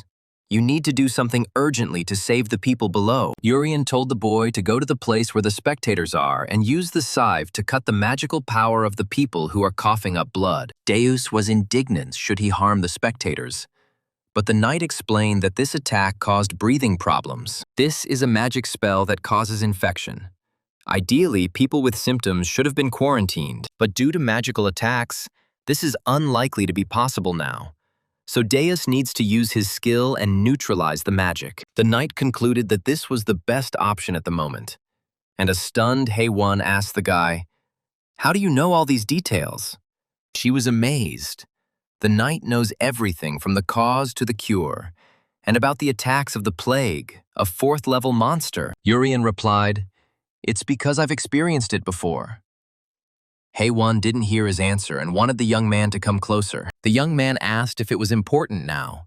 People needed to be saved now, so Deus should hurry while there was still someone to save. And while Deus was saving people, the knight promised to take care of this big-nosed guy, who had already quietly landed behind the young man on the tower. Ricky exclaimed, a 4th-level monster appeared. He regenerated so quickly, everyone already thought he was dead. But he came back to life again. The stump of Depression advised them not to let their guard down. This was not the end. They, the great and powerful monsters, would still take revenge on them. Hai-Wan immediately slashed at the overly talkative stump of Depression with his fire sword and cut it in half. She told the monster, That's right.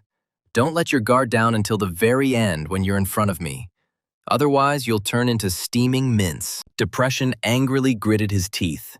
This woman irritated him beyond measure with her audacity and strength, and he could not kill her. The enraged plague released many of his arms, and in each arm appeared a bacteria, strengthened by his magic, bringing death to all. All these hands struck their fingers at the deadly balls, launching them into the crowd of people, already tormented by a dangerous disease. Everyone watched in horror as the magical bacteria began to descend onto the stadium stands, where there were still living people. But suddenly, each of the deadly balls was cut through, and the knight was able to neutralize every single bacteria sent down by the plague. Explosions were heard around Plague. The magic balls he had sent were exploding, but they were now harmless. The enraged monster yelled at Urian. "How dare you interfere with me? Pathetic little human. You still won't be able to save them all." Urian replied, "Hey, mosquito, don't be a coward and stop spraying that. Fight fairly. You are attacking unarmed, weak people." The knight offered Plague a one-on-one fight against him, if, of course, the long-nosed monster had enough courage for it. Ricky exclaimed, "How can you go one-on-one against a level 4 monster?" Moo added. "This is too reckless. You will die." Deus thought it was a reckless act. No matter how one looked at it, he wasn't even a hero. One had to be ready to help him. At the same time, Deus wanted to confirm the knight's true abilities, since he had killed a 4th-level monster down there. Hai One watched closely what was happening. It was clear to her that under the helmet and armor there was a boy who was simply very strong. Chuma replied, "We agreed. Even though I don't understand your language, you pests, but you still make me feel uncomfortable." The plague's aura exploded, its magical power blazing around. It seemed that no one could cope with such wild power. The 4th-tier monster, Plague, related to disease, was discovered relatively recently, only 95 years ago. At that time, the city of Palton was home to almost 6 million people, and it was there that the deadly plague monster first appeared. Pal Cassis, the ruler of Palton, gave the order to kill the monster that pollutes the sky and burn the body so that no trace remains. Thanks to the ruler's orders and the knight's skills, the situation was quickly resolved, and he prevented the destruction of an entire city. However, more than 5 million people died, making it the most severe human damage the plague has ever caused. Ricky and Moo clenched their fists. They were afraid to even look at what was happening in the air. No one believed in this knight's victory. After all, if such a 4th-level monster possessing the power to kill everyone directs all its power at one person, what will happen? Deus exclaimed, his hands joining together into one. They turned into one giant hand, pointing at that knight. Hai One shouted anxiously to Urian that it was very dangerous. "This monster was cunning and very strong. You need to be careful." During this time, Depression managed to partially recover. He extended his dead hand to the guys standing here on the tower. The monster shouted with a laugh, "Look at me, former hero. If you look down on me again, I will kill all your students." Hai One glared at Depression. She knew that the boys wouldn't be able to withstand the attack of this monster and would immediately kill themselves. Plague threateningly told the knight that before him was a special skill of a 4th-level monster, the death of one capable of killing all. The monster grinned. "This is a force that can kill at least 10 billion people, not to mention one small pest." Urian asked Chuma with a grin, "Is it because you are a mosquito? You really are too noisy. It's time to finish with you, big-nosed one." The plague was indignant. I repeat once again, this is the same powerful hand that is capable of killing 10 billion people at once without any problems. With these words, Chuma directed a huge hand towards the impudent knight, which was formed after merging all the monster's hands. Urian chuckled. "So this is a hand capable of killing 10 billion people? Well, let's see how strong this hand is." He extended his hand to meet the monster's hand flying towards him and said, "Let's play then. One hand against another hand. It's easy." We were playing rock, paper, scissors. The young man made a scissors sign against the approaching palm. The monster's hand stopped. Chuma didn't understand what kind of nonsense this was, why his mighty hand stopped and didn't move. A man can't be that strong. And suddenly everyone saw that the plague's giant hand was cut in half, and a green magical cut was glowing along the entire palm. The arm of the terrifying 4th-level monster broke in half, and along with it, the plague itself was cut open from the top of its head. Black death magic began to emerge from the monster's body, as if from a punctured balloon, and the barrier immediately began to collapse. Everyone watched in amazement as the two halves of the plague slowly separated from each other, and a clear blue sky appeared behind it. The knight laughed merrily, exclaiming, "I have won! A magnificent victory! The mosquito monster has already been defeated. He has lost this round. Haiwon and Urian's classmates looked at the mysterious knight with their mouths open. No one expected the battle to end like this. Deus asked in shock, did he kill a level 4 monster with one blow? But that was simply impossible to do. Urian still showed everyone the scissors sign in the game, but the same sign was often used to show that victory had already been won. The knight laughed merrily like a child, exclaiming that he had won. The monster could not defeat him in this simple children's game and died. Haiwon couldn't believe it. He defeated the plague monster, which has the darkest track record in human history. She didn't understand whether this knight could do it so easily. And Urian continued to laugh, looking at their surprised faces. The knight commander exclaimed, "The barrier is removed. We move forward to meet the terrible monsters, brave knights of the great empire." Depression couldn't believe that Plague was dead. He kept calling out to his comrade. How could it be that both disease and plague died at the hands of people? Haiwon approached the partially recovered level 4 monster named Depression to prevent it from escaping. She told him, "You must feel terribly depressed because you couldn't kill me." Depression. The monster laughed. "That's right. I think you feel the same way, because you missed the chance to meet your comrades." Haiwon sighed. "That's true. I would really like to see my fallen comrades again.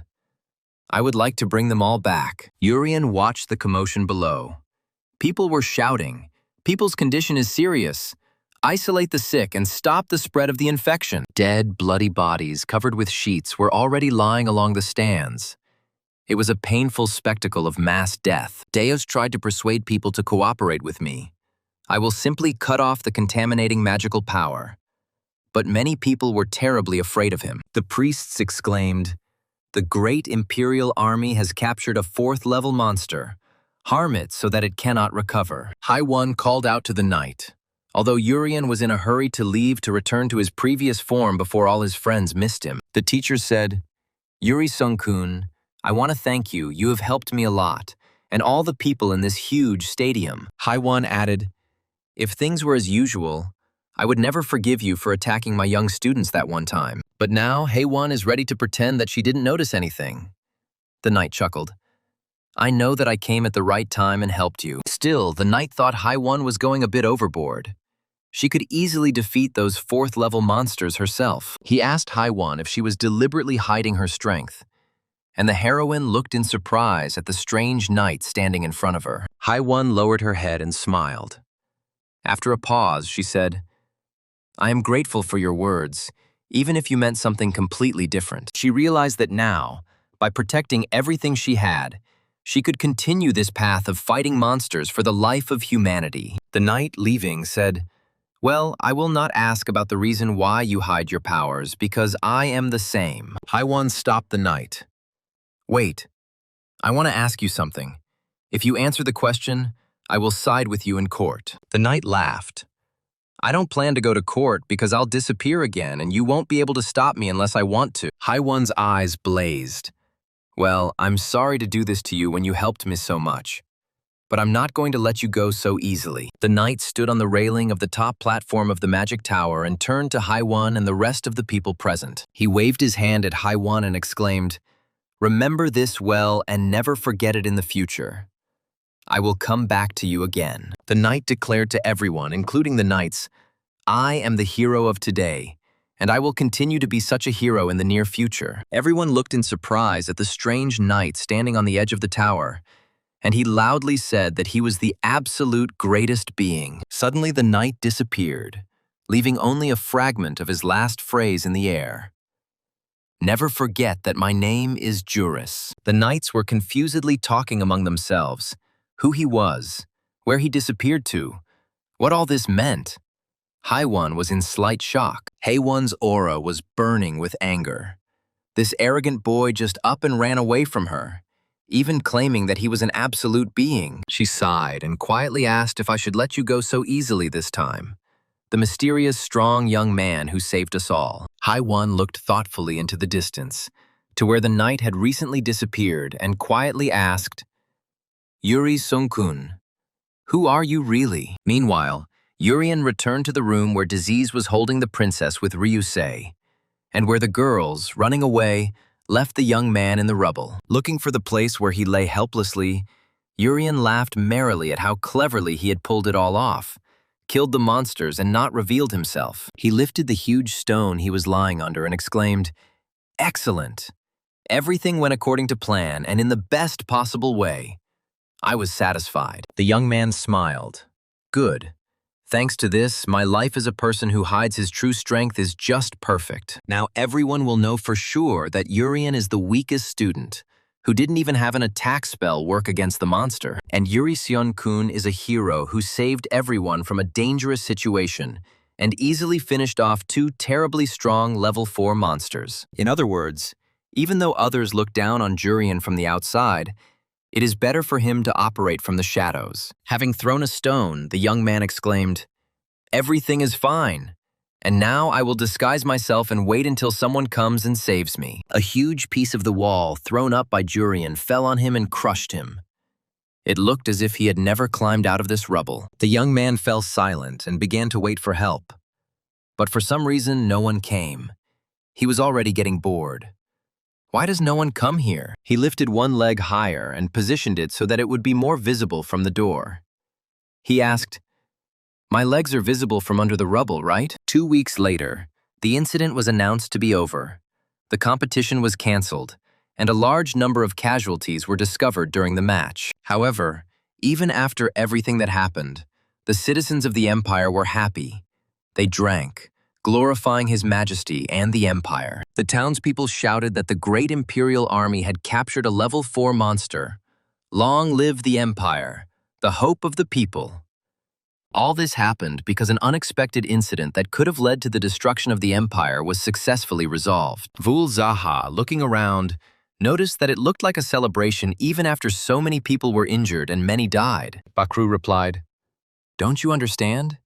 We haven't encountered level 4, so we have no idea what the situation was. It's like what it was like before, when monsters attacked people constantly and killed hundreds and thousands." Zaha agreed. The guy looked at the next table and noticed that the people who had encountered these monsters were emitting a completely different atmosphere. Zaka was surprised why the people from the kingdom were still staying in the empire.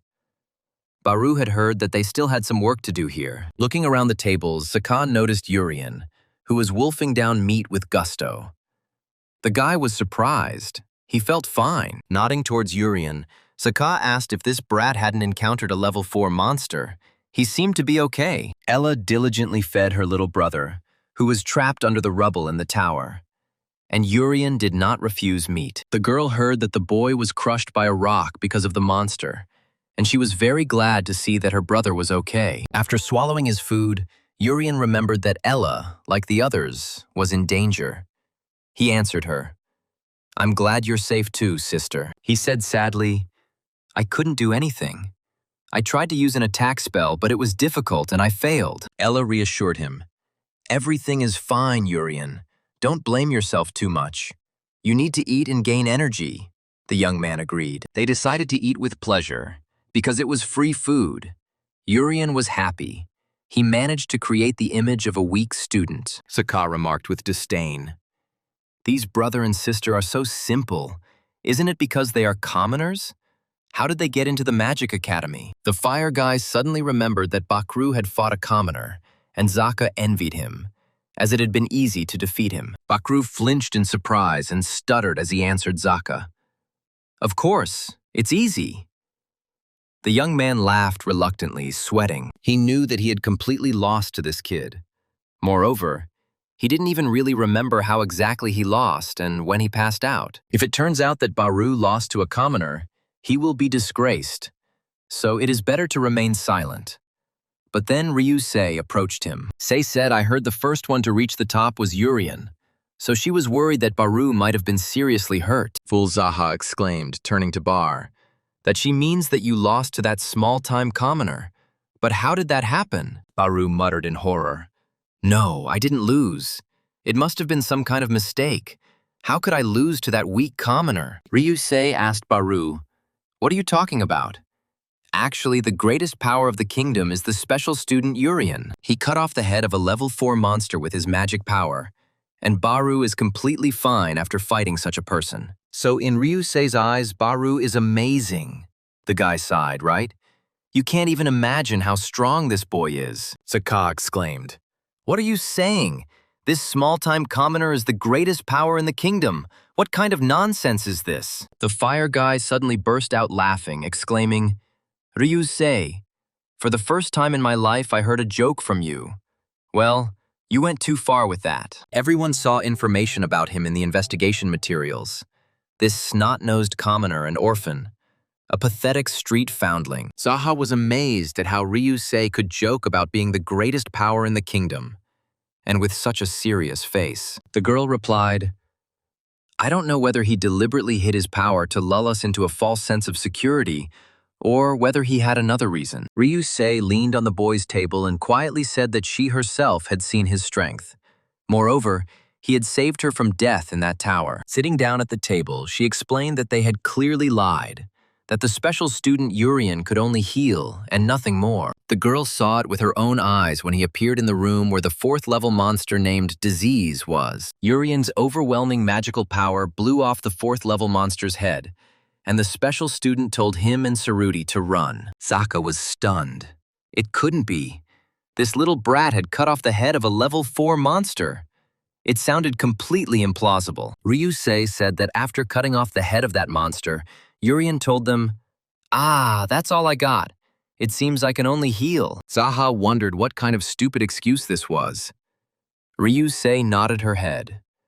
But what he said at that moment was very strange. Urien wanted to make himself look like a fool who could only heal. That is, he tried to hide his offensive magical power. Baru wondered if this was the secret power the kingdom was researching, or if they were researching magic for use in wars. Ryusei explained to Baru, that's why I was worried about you. But you're fine, even though your opponent was that same Urien. The girl looked at Bakru with respect and said that now she saw him in a completely different new light. He really turned out to be strong. The young man proudly declared, I am from the elite class. Even though I lost, I fought. It was a lie. He didn't even remember how he lost consciousness. Zaha chuckled. Baru, what you're trying to say is that there's a reason why you're ranked 3rd in the elite class. Fire Guy asked Ryusei, who do you think would win if you and a special student fought in a match at a competition? He was sure that her strength when she removed the blindfold from her eye was superior to Deus. Who would win in such a fight? She or Urien? Ryusei calmly replied, I won't last even 10 minutes and I'll lose, even though I have a talent that only appears once in 100 years. Zakad jumped up in surprise. He screamed in surprise. Could he really be that strong? It was simply unthinkable. It couldn't be. The fiery guy screamed so loudly that the townswomen glanced at him in fear, deciding that this young man had drunk too much and started to act up. Ryusei said thoughtfully, if we have to fight on the battlefield, I won't be able to last longer than 3 minutes against Urien. Saka was stunned, which means that if the team match had gone as planned earlier, without the tower, the Empire would have definitely lost the fight. Oh, Baru chuckled. Should we be grateful to the monsters who canceled this friendly competition with the kingdom? Ryusei told the guys, pretend you didn't hear what I said. Urien must have a good reason to hide his power. Urien, who happened to be passing by, overheard this conversation between the students of the Imperial Academy. This alerted him, and he chuckled. The young man greeted Ryusei in a friendly manner. Oh, Bandage, we meet again. The girl shuddered in surprise. He heard everything. She quickly pulled herself together and greeted the special student with a smile. Urien said, I'm glad you're okay. Ryusei thanked her and replied, I'm also glad that you're okay. I was going to officially thank you in the morning after the events. She added, thanks to your sacrifice, I was able to save the princess.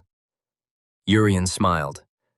I'm glad everyone is safe. The young man looked at the boys and asked with interest what you were talking about.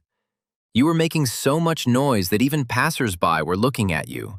The frightened students assured Urien that they were just eating. They hardly talked about anything. It was just that the food was very tasty. Urien chewed the baked strawberries with gusto and looked at the Imperial students with interest, asking if this was really true. Suddenly from the street, Urien heard a frightened cry.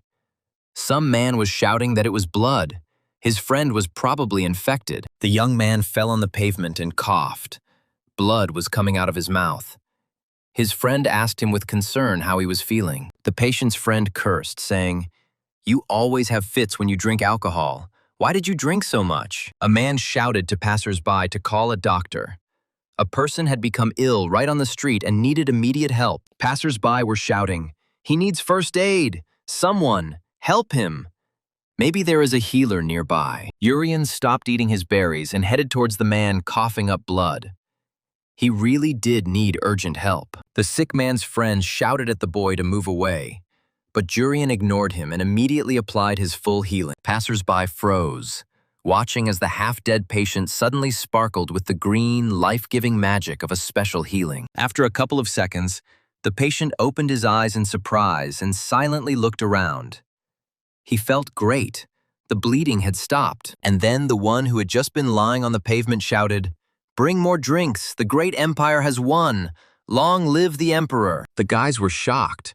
This was high-level attack and healing magic, meaning Urian wielded the most powerful spear and shield. And the young man calmly said, "I'm glad that I can at least use healing and help my friends and everyone around me," Urian said loudly. "If I couldn't heal others, I wouldn't be in the advanced class like all of you."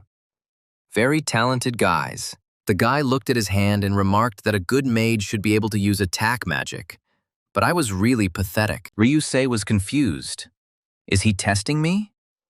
She immediately replied to Urian, "If you try hard enough, you will definitely succeed." The young man smiled and thanked Ryusei. He still thought that everything was going as well as he had planned before. People on the streets of the empire were having fun and shouting hooray, praising the great kingdom of Bahan and His Majesty, the great emperor. The girl thoughtfully watched the joyful inhabitants of the empire from the palace window. She asked if this wasn't a funny situation. The beauty was perplexed. "I can't believe they are in the mood to celebrate when the city was just captured by those monsters." Zylefdeen objected that if we take only the results, then it was a victory for the people. Perhaps the emperor created an atmosphere of peace for the citizens. The girl chuckled. "This is called the victory of humanity. It's funny.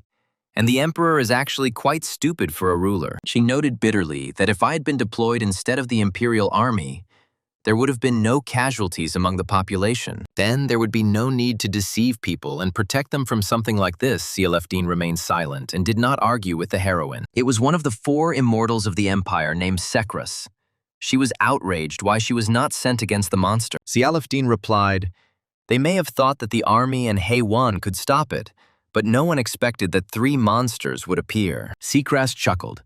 Haewon couldn't do anything at such an important moment. The knight was surprised she still hated Haewon. The girl snorted.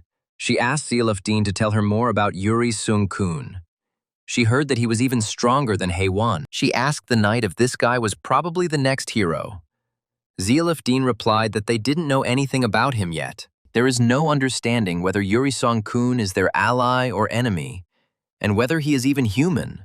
No one has ever seen his face. The commander of the kingdom's knights looked at the closed door and said that they were probably discussing him there right now, and the girl agreed. The sudden invasion of 4th-tier monsters into a developed imperial city shocked the rulers of all mankind. This problem could not be covered up by simply saying that strong monsters had appeared, which meant that monsters could appear anywhere. This world still can't even accurately predict the weather, and in the current situation, it's impossible to predict how and where monsters will appear. That's why people gathered for an emergency meeting about the incident. It was a global, united defense council of people. The Emperor of the Kingdom of Bahan, Jenny Runs Alps, welcomed the guests and thanked them for their participation in this meeting. King Brehedin replied that humanity is currently in crisis, and we must work together to overcome it successfully. The Pope of the Holy Church, Armin Iris, suggested that everyone first pray before discussing such a situation and begin the meeting. Federal Republic President Munich Litron said it was an emergency. There were many casualties and ordinary people were affected. The emperor said that representatives of humanity have gathered here. It is necessary to determine the direction in which the council will take place. We can no longer put off the problem of the existence of terrible monsters that threaten humanity. They are holding this meeting in order to do everything possible for the peace and well-being of mankind. The priest nodded. Munich Litron raised his hand. The President of the Federal Republic wanted to express his opinion on this incident. The President, in a general's uniform, barked, "Then I'll say something first." The Emperor glanced warily at the warlike Litron. After waiting for the floor, Munich Litron declared, "We declare war on all these monsters of different levels. We will destroy them." The President of the Free Republic opened the meeting. He said that he was very surprised by the appearance of monsters in the very center of the empire. The empire and the kingdom are the two greatest powers, and suddenly, fourth-level monsters suddenly appeared freely in the center of the city. This means that humanity can no longer prevent monsters from invading its territory. And this is very sad. We wonder about the reasons for the fourth-level monsters taking over the stadium, and whether the monsters may invade again in the future. Munich declared that as the president of a free country, "I declare war on monsters. We will protect people from their lawlessness and evil." Munich Litron was confident that if his people stepped up their attacks, the monsters would at least not be able to attack civilians. King Brehedin asked Litron, "Do you mean to say that the best defense is a good offense? Do you want to attack monsters first?" The Pope of the Holy Church, Armin Eras, smiled. He liked the idea of this soldier going out to kill monsters on his own. The Emperor replied, "I agree with you. If this is how citizens can be protected, other countries, including the Empire, will support you with troops." Alps noted that people currently lack a hero, and attacking monsters without a hero is like digging a grave. In such a situation, talented soldiers would simply be senselessly sacrificed in the name of protecting people to no avail. Brehedin recalled that several years ago, a man who was called the greatest warrior was unable to kill a level 5 monster. After this incident, King Brehedin was not sure that ordinary soldiers could do much in battles with very strong monsters. Armin Eras clapped his hands loudly and folded his hands in prayer. Everyone looked at the priest in surprise. He had not intervened until now. The Father of the Holy Church tenderly stated that now, in such a difficult moment for people, we must pray fervently for the salvation of humanity. Litron snorted, and the priest continued, "The only way to protect humanity from monsters is to wait for divine mercy. Think about our long history. Humans have always been weak. They have always lived in conditions where they were threatened by other races of the world. And every time this happened, God protected the people by giving them a hero and the strongest blessing so that humanity could live." Eris cried out to regain his heroic strength. "The people have no choice but to spend the day in fervent prayers to the deity." Litron asked, "Then the reason why the hero hasn't appeared yet is because they all haven't prayed enough." What nonsense. Or the saint wants to say that God will be upset and take back the power he gave if Eris does not pray enough. The Father of the Holy Church grimaced with anger. He hissed at Litron. "What did you say, pathetic atheist? All because of people like you." The Emperor slammed his fist menacingly, calling on the old adversaries to stop squabbling during this important meeting. He said, "I hope you both will put aside personal feelings for the sake of humanity.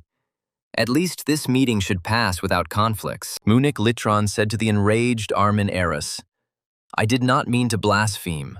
I apologize if I accidentally offended you in any way." The Free Federal Republic was a country that had abolished the class system and was based primarily on the development of science. King Brehedin thought that these two were not on very good terms. How tiresome it all was. And they would even fight among themselves. The Emperor said, "Now I will tell you the real reason why I organized this meeting. Humanity has fallen into a trap. The monsters that invaded the empire and the kingdom did not appear overnight. They had been preparing for these attacks for a long time." King Brehedin asked the Emperor to explain this in more detail. "Everyone gathered here knows very well that monsters have existed for a long time." The Emperor explained that there is one thing we have learned from that bloody incident with the fourth-level monsters. Investigation and comparison of all the facts showed that high-level monsters have a specific purpose in attacking people. And this goal is the divine blessing of Princess Saruti. King Brehedin shuddered in surprise. His daughter is in danger. The Emperor said, "Remember when the first level 4 monster appeared in the kingdom? During the first-year exam? And this time, the monsters appeared during the first-year team competition. And they knew in advance where Saruti was. Exams, competitions, Every time fourth-level monsters appeared, students quickly ran away in fear. The monsters appeared when there were few people around the princess, Litron asked. So there was an information leak. King Brehedin looked confused. Did this mean that someone was constantly informing the monsters of his daughter's whereabouts? Armin Era summed it up. In other words, there is a spy who has betrayed humanity, is close to the princess, and is working for the enemy. Munich Litron doubted this. How could a person transmit information to monsters? This was an unrealistic assumption. Nonsense. Eris explained that there is a possibility that he is not human. Perhaps he is now in human form and hiding among people. The emperor announced that their empire had managed to find out who the spy was. Brehedin let out a worried gasp and stared at Jenny Rune. The ruler of Bahan exclaimed, "This is Yuri Song-kun. He is a spy who betrayed humanity and helped monsters attack people." King Brehedin stared at the emperor in surprise. He had completely different information about this knight who helped people. The straightforward Munich Litron was shocked by the news. Everyone knew that 2 of the 3 monsters that had taken over the stadium had been killed by Yuri Song-kun. The father of the Holy Church remained silent. Such conclusions were to his advantage. Now there was a person who could be made responsible for everything. The emperor saw doubt in their faces and said, "The king knows when his youngest daughter, Princess Saruti, was first threatened." Brehedin replied that the princess was first threatened during the final entrance exam to the Royal Academy of Magic. The emperor said that according to the information, Yuri Saruti was threatened by monsters and also appeared during the competition. But he failed and monsters intervened. Litron objected. "I heard that Yuri Sung-kun is a hero who defeated monsters." The ruler of the Kingdom of Bahan frowned and suggested that the head of the Free Federal Republic think about it some more. On the ground floor, the imperial student Ryu Se managed to evacuate the princess from a dangerous place right under the monster's nose. At the same time, the imperial army was on the verge of invading the stadium from outside to rescue people and resolve the situation. If Yuri Sung-kun really was a hero who defeated fourth-tier monsters, what reason did he have to hide? Armin Eris added, "From what I heard, Yuri Seung-kun's strength seemed to be completely different. He was definitely not a human, and it is completely blasphemous to call oneself absolute. Only God is absolute. There is only one great one. We must remember this," Brehedin thought. A country where people believe that those who are directly given power by God can be considered superior. The emperor pulled Eris up short. He was diverting the conversation, he meekly said. "God's mercy will get rid of the enemy of the people, Yurisankun." The ruler of Bakan quipped, "Oh, if the god comes forward, we will have nothing to worry about." Eris suggested moving on to another matter. The priest warned us in a soothing tone that we must not allow ourselves to be deprived of the blessing given to us by God himself, the super talent. Armin Eris believed that for this reason, Princess Saruti should be under the reliable protection of our Holy Mercy Empire. Turning to the king, the cunning priest stammered that, of course, she would be provided with the best living conditions. King Brehedin frowned. He didn't like this slippery type, the Pope of the Holy Church, who also intended to take his daughter to himself. Armin Eris, with a sweet, endearing smile, looked expectantly at the great ruler, hoping that he would give up the princess to him. Brehedin thanked her and declined, saying that the princess would be kept in the castle under 24-hour guard by strong knights. Eris smiled even wider. "Then please send student Jurian to our seminary as an exchange student. His healing ability is amazing. Perhaps his healing talent is another skill given to him by God." King Brehedin replied evasively that they would think about it at their internal meeting in the kingdom and at the Magic Academy. At the meeting, it was decided to organize a world allied force to prepare for anything that threatens humanity. A week later, Alspred of the World Allied Forces announced to Jurian that he had been selected for his outstanding talent to join the honorary army. He will be training as a reservist for the next 2 weeks. And the guy was very surprised why children were being drafted into the army. Alspred grimaced. "You are a soldier in name only. This is done for the purpose of identifying and training talents. You will not go to the battlefield." The Duke said contemptuously, "You have nothing to worry about. You will never be called up as a reserve soldier," and tore up the order. The World Alliance was created to protect the future of humanity, and only the best talents can join it. Urien looked at the pompous Alsprit in surprise.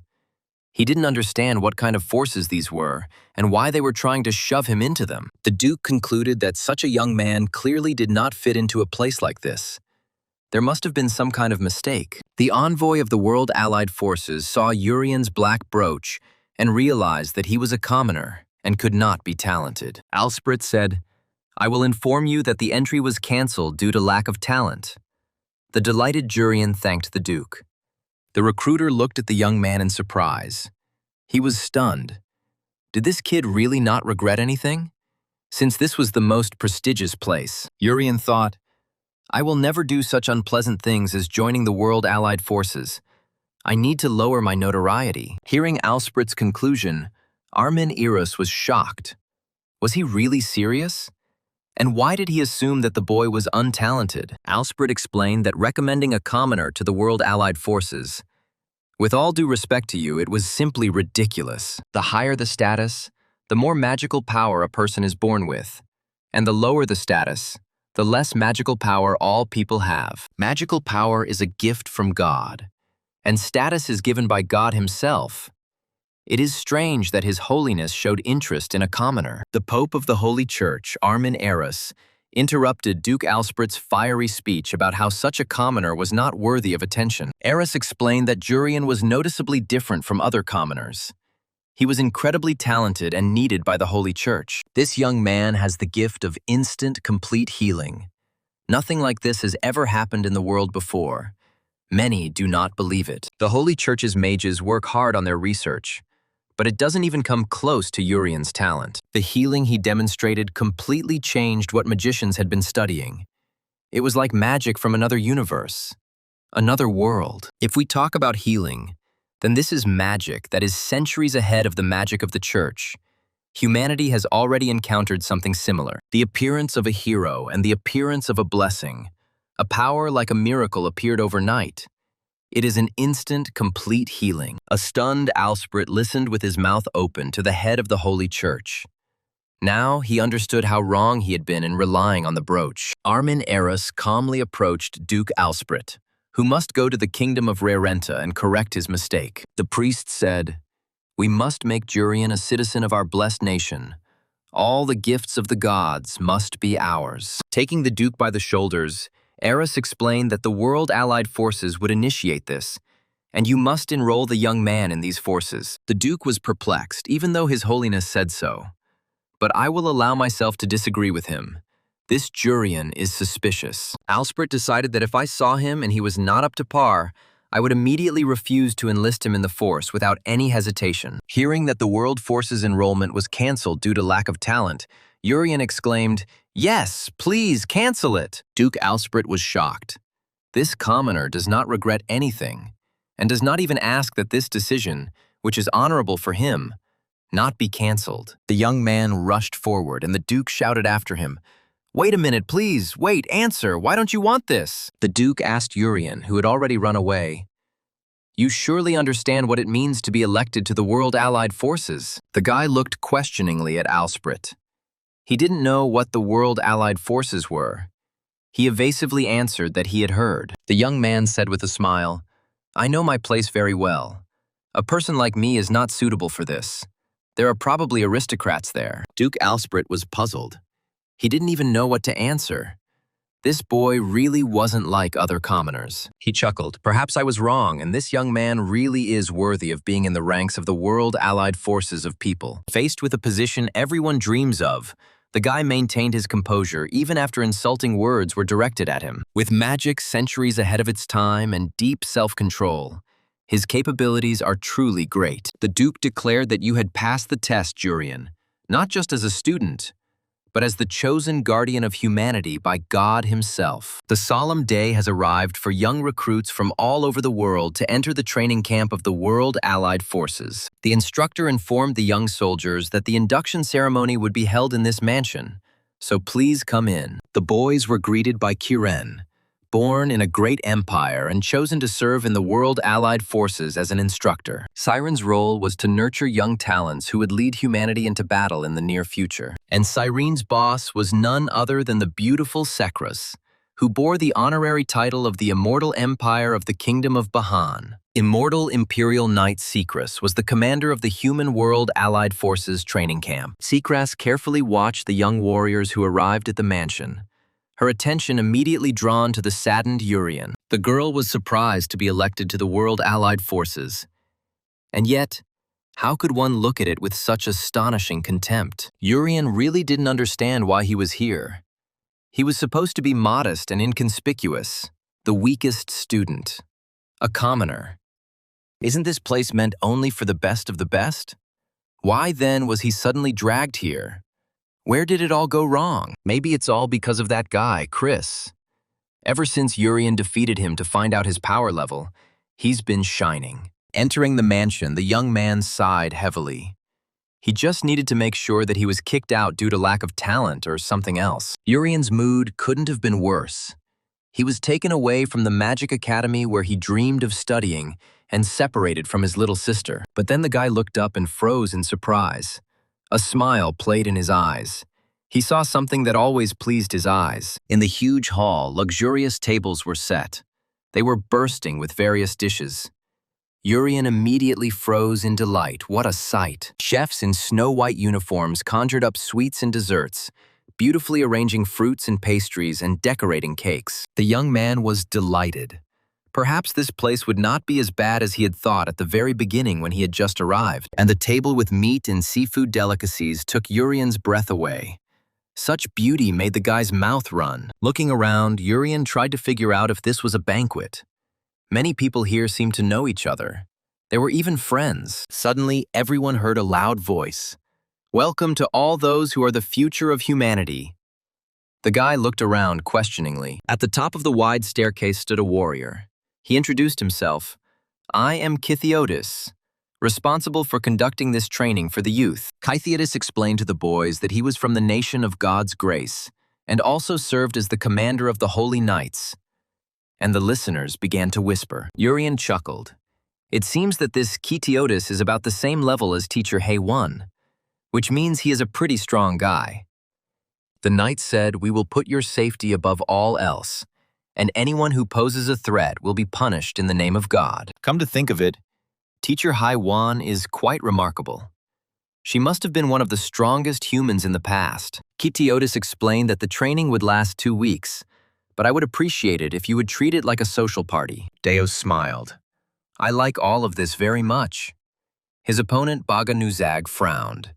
And why did the guy suddenly become so pleased? The knight said, "You are all talents who will save humanity and become good comrades saving each other on the battlefield." Kythiotis raised his goblet and exclaimed, "Now please enjoy the banquet. You all should try to become friends." The knight invited everyone to raise their cups to all of humanity, to peace, and in the name of God. The boys in the hall responded with approving noises. The cooks moved quietly around the room, constantly refreshing the dishes, clearing away the dishes, and setting out new dishes for the young people. A mountain of empty, dirty plates instantly rose in front of Urian, and he devoured the food with astonishing speed and appetite. The young man was delighted. It was amazing. He had never tasted such delicious dishes in this life or in the past, and there was so much of everything. Suddenly, Urian heard a familiar voice behind him. The girl noticed that he was eating with such amazing energy, the guy gasped. Ryusei stood in front of him. The young man exclaimed, "It can't be." The girl smiled. "I knew you would definitely be chosen too." She explained with a smile that the dishes here are always prepared in real time by famous chefs from around the world. Urian, looking at the leg with gusto, said, "I was planning to leave early, but the food is so delicious that it's worth taking seriously." Ryusei was amazed to find herself in a position that everyone dreams of and gives all their strength for, simply because of food. She asked thoughtfully if this meant that being truly strong did not mean being tied to any position. At that moment, a guy approached the girl and exclaimed, "Oh, headband! You must be the famous Ryusei from the Bahan Empire." The guy introduced himself. "I'm Shinchan. It's a great honor for me to meet a genius who appears only once every 100 years. Shinchan looked questioningly at Ryusei. She didn't answer him. He was surprised why she was ignoring him and talking to that runt. Ryusei replied casually to Shinchan, I'm sorry, but I'm not interested in weak people. So go your own way and leave me alone. The guy laughed as I heard, "You are funny. And who could it be next to you? Whom do you consider strong and worthy of communication?" The young man took a break from another delicious meat dish and introduced himself. "I am Urian from the kingdom of Rayrenta. Nice to meet you," Shinchan thought. Urian from the kingdom. And so you are that very special student from the advanced class of the Magic Academy. The guy asked Ryusei if she wanted to join them at their table. Their table had even more delicious dishes than here. Urian perked up and exclaimed, "Oh, I want to go with you too. What kind of exquisite dishes do you have there? I have to try them. It's a banquet," Shinchan shouted indignantly. "How dare a commoner, shunned by God, ask for such a thing? Be glad you were allowed here at all." The guy added, "I don't know how you got here, but I hope you will behave in a manner befitting your status." Urian grinned.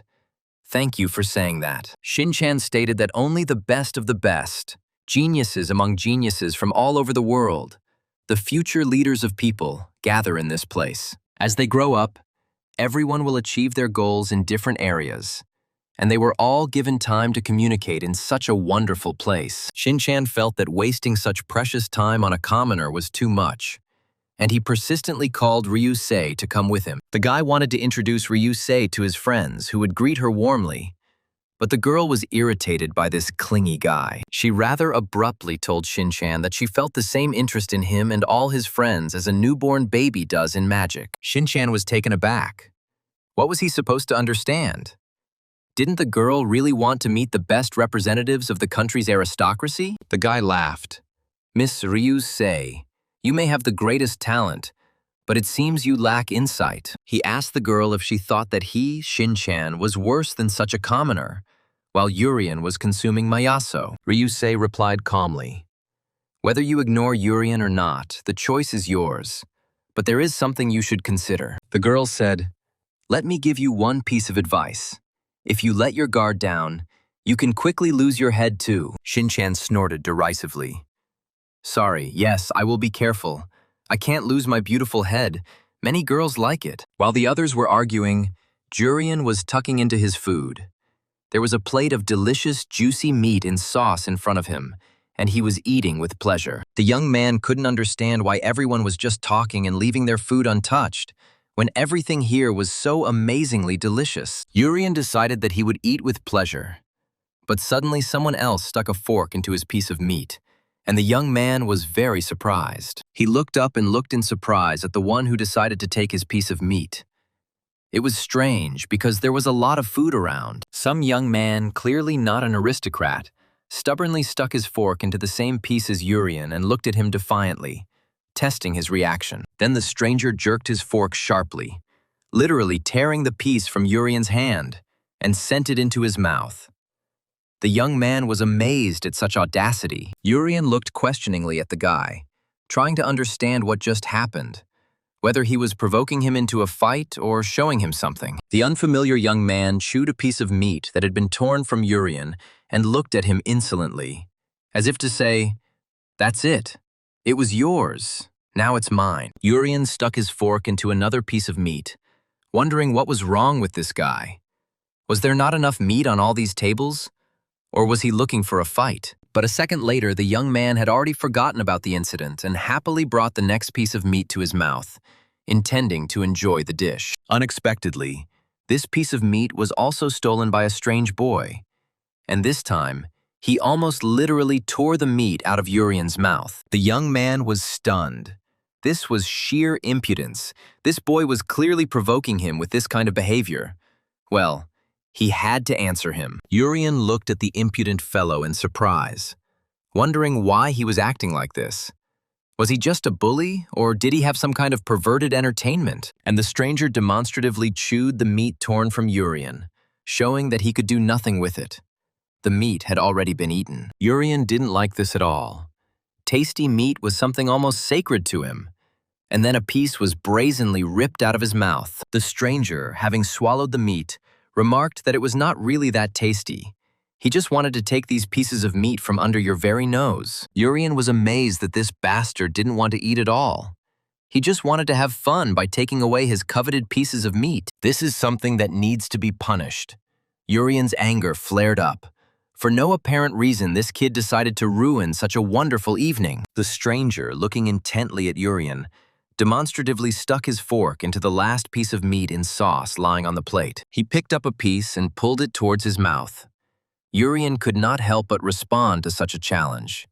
He frowned and quickly decided what he should do. Meanwhile, the unfamiliar boy opened his mouth wide, getting ready to shove in the last juicy piece that Urian wanted to eat. The young man released only 5% of his power to teach the impudent man a lesson, but not to harm him, because they would have to become a team. The thief, meanwhile, put his fork in his mouth, getting ready to start demonstratively chewing the last appetizing piece from the plate. But this time the provocation failed. Closing his mouth, the boy suddenly discovered that there was no meat left on his fork. The fork was empty. He opened his mouth in surprise and pulled out an empty fork. The stranger tried to understand how and when the piece of meat had disappeared from his fork. The young man looked up at Urian, who had that very last piece of very juicy meat from the plate on his fork. Urian, looking intently at the strange opponent, demonstratively bit off a piece of meat and began to chew it. The meat was very juicy. The stranger's mouth fell open in surprise, and he watched with regret as Urian chewed the meat that he already considered his prized prey. After biting off a piece of meat, Urian calmly placed the rest on his plate, intending to finish it after he had calmly chewed and swallowed it. The unfamiliar young man did not take his eyes off the bitten piece of meat. It seemed that for him there was nothing more delicious in the world. Magic was barely visible flowing from Urian's eyes. He understood perfectly well that the young man would try to get even, and he was completely prepared for this. The stranger's eyes also oozed magic. He had no intention of giving up the last piece of meat, as if the tables around him weren't bursting with food. Urian stuck his fork into the half-eaten piece, intending to finish it despite all the tricks of the strange, unfamiliar boy. He immediately stuck his fork into the piece and quickly pulled it into his mouth, showing that he would quickly take and eat this very meat. The guy put his fork in his mouth, and only then realized that something was wrong. His face reflected genuine surprise at why he had no meat. Urian smiled and mockingly asked his opponent, "Well, it's delicious, isn't it? You should eat more vegetables." The young man opened his mouth in confusion. On his tongue, instead of a juicy piece of meat in the sauce, lay an onion, taken from the same plate and deftly replaced. Urian laughed. "And I will eat this meat. It is actually quite tasty. I really like meat cooked in a spicy sauce." And on the tongue of the confused Johnny there still lay a curled-up onion feather. The young man's face darkened from resentment and such humiliation. The enraged boy spat out the bow, and at the same moment the hairpins on it began to glow. The enraged youth began to radiate strong energy. Urian watched the boy with interest. He seemed to be quite strong, but this was the first time in his life he had seen such strange strength. Having enjoyed the meat, Urian licked his lips and continued to look at his angry opponent in the fight for a juicy piece of meat on the plate. But then an older guy approached the stranger and looked angrily at the younger one. Realizing that he was releasing magical power, he stopped him. The elders slapped the boy on the back of the head and asked in surprise, "Are you really that stupid that you're going to use that here?" The guy said, "You'll destroy the building. Your skill isn't perfect yet. I told you to use it only when you need strength." Johnny from the Free Federal Republic said with resentment that he really needed the power because he wanted to eat meat. Arini, who came from the same country, noticed that there was also a lot of meat on other tables, and there was no need to fight over some piece of meat, Johnny noted with regret. But the most delicious meat is the one you take from the strong, and the rest is definitely not so tasty. Urian smiled and looked questioningly at the boy. This idea seemed interesting to him. Now he understood the essence of the entertainment. Shinchan said arrogantly, "When various insignificant individuals raise their voices here, it greatly spoils the atmosphere of the holiday." Arini frowned and angrily asked the arrogant aristocrat, "What did you just say? Are you talking about us? You're probably asking for trouble." Shinchan shrugged. "Sorry, sometimes even the obvious truth shouldn't be said out loud. Well, it's not like I'm lying now." Urian and the Free Republic citizens turned to Shinchan, who was trying his best to impress Ryusei. Shinchan stated that he was very worried. The lowborn and commoners had destroyed the divine order, and a commoner had ascended to the throne. The nobleman was sure that the moment of the country's fall was just around the corner. Johnny's body sparkled with magic, and Shinchan's words deeply touched him. He exclaimed, "Our president is an outstanding man, and you should not speak so carelessly about him just because you have a mouth." Arini smiled. "I am also worried. If you sit with your hands folded like dogs waiting for their master, you will never make progress." He added, "I'm sorry, I didn't mean to offend you. I'm sincerely worried about you people who know nothing but to always pray to God." Shinchan was shocked by the disrespectful behavior of the Free Republic residents. What these commoners allowed themselves here. The aristocrat barked at Arini, "Come on, I will judge you in the name of God." And he replied with a smile, "Fine, I wanted to trample you anyway." Secras, who suddenly appeared in the hall, smiled. "Yes, come out. Let's check what you can really do, young talents of the world." The immortal heroine of the great Bahan Empire pointed her finger at the 5 boys and ordered, "Assign these 5 to the first squad." Among those Secras pointed out, the first was Ryusei. The girl's mouth dropped open in surprise, wondering why she was the one who attracted attention. The second was the arrogant aristocrat Shinchan, who tried to humiliate the commoners and show himself to be very cool in front of the proud Ryusei. The third member of the squad turned out to be Arini from the Free Republic. He looked at the head of this training camp with bewilderment. The fourth to join the squad was a young lover of other people's meat, Johnny from the Free Republic. The young man tried to understand what all this meant. Well, the fifth was Urian. He couldn't understand at all who this girl was and why she was giving orders here, but he still wisely kept quiet. Johnny asked in confusion. "This seems to be the immortal hero Circus, the leader of this camp." Urian was surprised. "What does immortal mean?" Arini replied to Jurian, "This is a title created by the emperor, as everyone knows. The duty of a hero is to work for the good of all people, regardless of the country. But from a diplomatic point of view, the country that has a hero has an advantage. The previous hero was Hai One from the kingdom. To avoid inconvenience, the empire created an immortal. The emperor decided that 4 immortal heroes are much stronger than an ordinary hero." Kithiudis reported that the first squad was assembled. He asked his comrade Secras what she was going to do with these young soldiers. The girl smiled in response. "As I already said, these 5 will be assigned to the first squad, and I will personally train the first squad." All the guys present in the hall looked up in surprise at the beautiful Secras, then looked at those she had chosen for the squad. Kithiudis smiled. "Well, I understand. In the end, no one can object to your decision, but please be gentle with them." Secras replied that it would largely depend on how the young soldiers perform. "Everyone knows that I am a haystack, but very fair." All the boys chosen by the camp leader went into the forest. The trainer asked if all the soldiers from the first detachment had gathered here. The girl said, "As I mentioned earlier, my name is Secras, and I will be training you for the next 2 weeks at this camp." Well, enough talking about minor, insignificant details. First of all, it will be necessary to choose the commander of this detachment. Arini asked who would be the squad leader.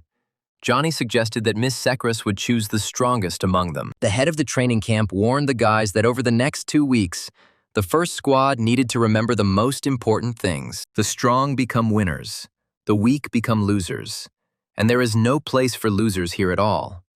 Only heroes should remain here. Our goal is to bring together geniuses from different countries and develop teamwork.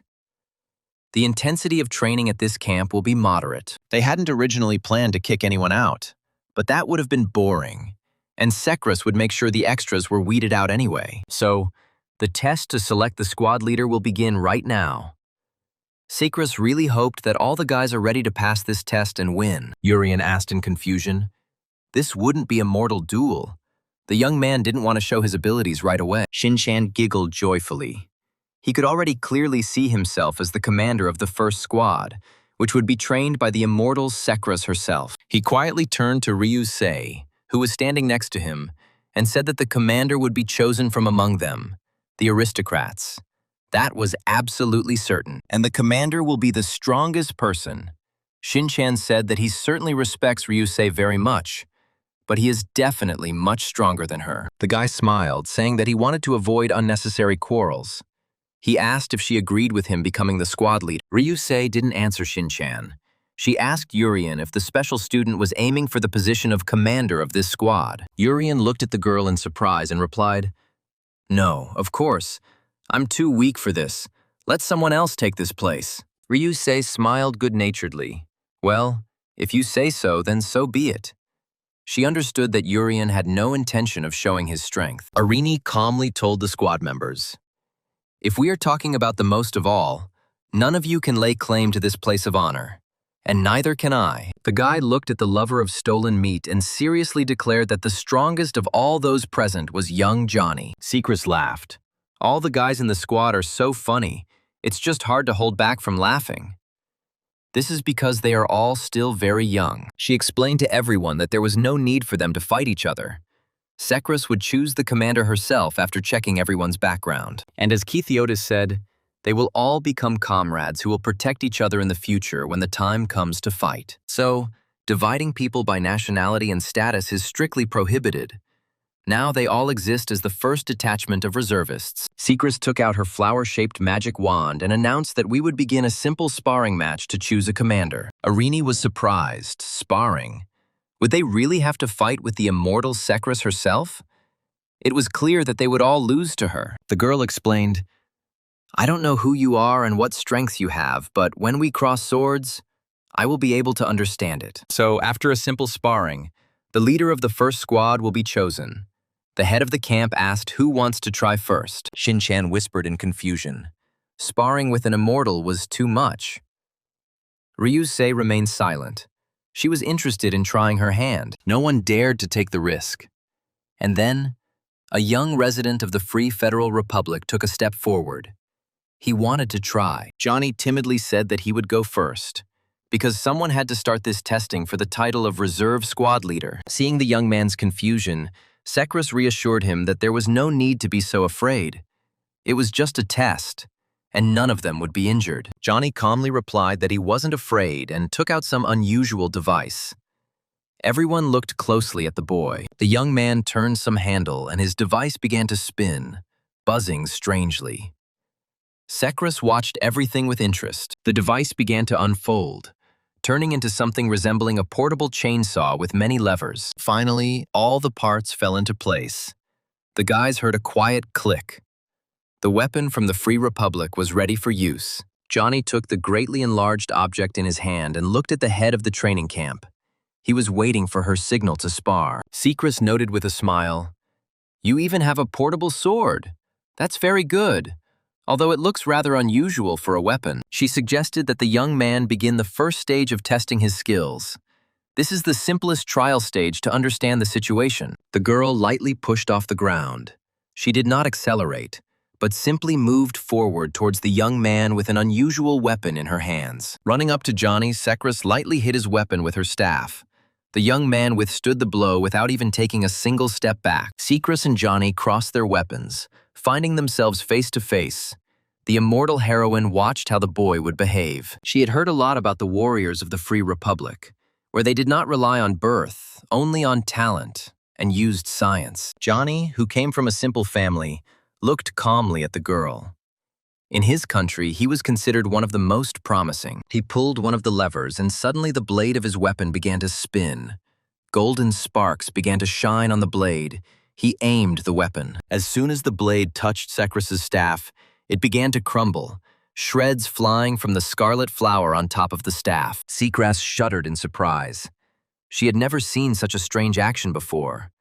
What kind of strange sword was this that cut like that? She jumped back to save the magic wand. The young man from the Free Republic definitely won this stage. He did well. The girl asked if we continued, I would be cut, right? This sword is fascinating, although it does not look very sharp. Johnny explained that when you cut something, sharpness is not the only thing that matters for a good result. Sekris chuckled. Very interesting, she asked. This is probably what you in your unusual country call science. Arini smiled broadly and stated, keep in mind, the transition from magic to knowledge is just around the corner, and soon it will become the standard of power. The boy was sure that magical talents would soon become archaic, and scientists studying the secrets of science would rule everything. Secrets didn't go into any further polemics and suggested that Johnny move on to the second stage of their testing, and then rushed forward again. Johnny thought with confusion that the head of the training camp had become even faster, making it increasingly difficult for him to keep track of her. Before he could look back, Sekras appeared right in front of him, threatening to attack him, magical power now flowing from her eyes. At the third stage, the young man did not have time to notice how she appeared behind him and delivered a light blow. Only then did he realize where she was. In the fourth stage of the text, Johnny was able to repel Sekras's attack by hitting the staff with a beam. The girl dodged and continued to attack. The young man realized that it wasn't just a matter of speed, but also of strength. With each new stage of attack, Sekras became more and more powerful. While Johnny managed to react and fight back, and sometimes even attacked the inspector himself, she smiled cheerfully and dodged. The young man was afraid to hit the immortal heroine with full force, because he was afraid of injuring her, which would definitely cause trouble. The fifth stage of the test began. Sekras's aura flared up. She released enough power. Now everyone saw how strong the girl was. Johnny looked ahead in confusion. He didn't understand where she had suddenly disappeared to, because she had just been ahead and was walking straight towards him. Silence fell over the forest clearing. Only a leaf quietly broke away from a branch and smoothly descended to the ground. All the boys tensed up and waited. Sekras gently tapped Johnny on his shaggy head with her staff and said, "Good, well done. Who wants to test their strength next?" The young man objected in confusion. "Wait, but I haven't shown even half of my real skills yet. Let's continue the test." The girl laughed. "I told you it was a simple test. Save your real skills for next time. They will come in handy." Next up was Irini from the Free Republic. He was much bigger than Johnny and was also considered a young talent in the country. He told Sekras that he might not be as strong as young Johnny, but he would show what he was capable of. There was no doubt about that. Irini passed the first stage of testing calmly, like his younger compatriot, repelling a light frontal attack from Sekras. The second stage was more difficult for him.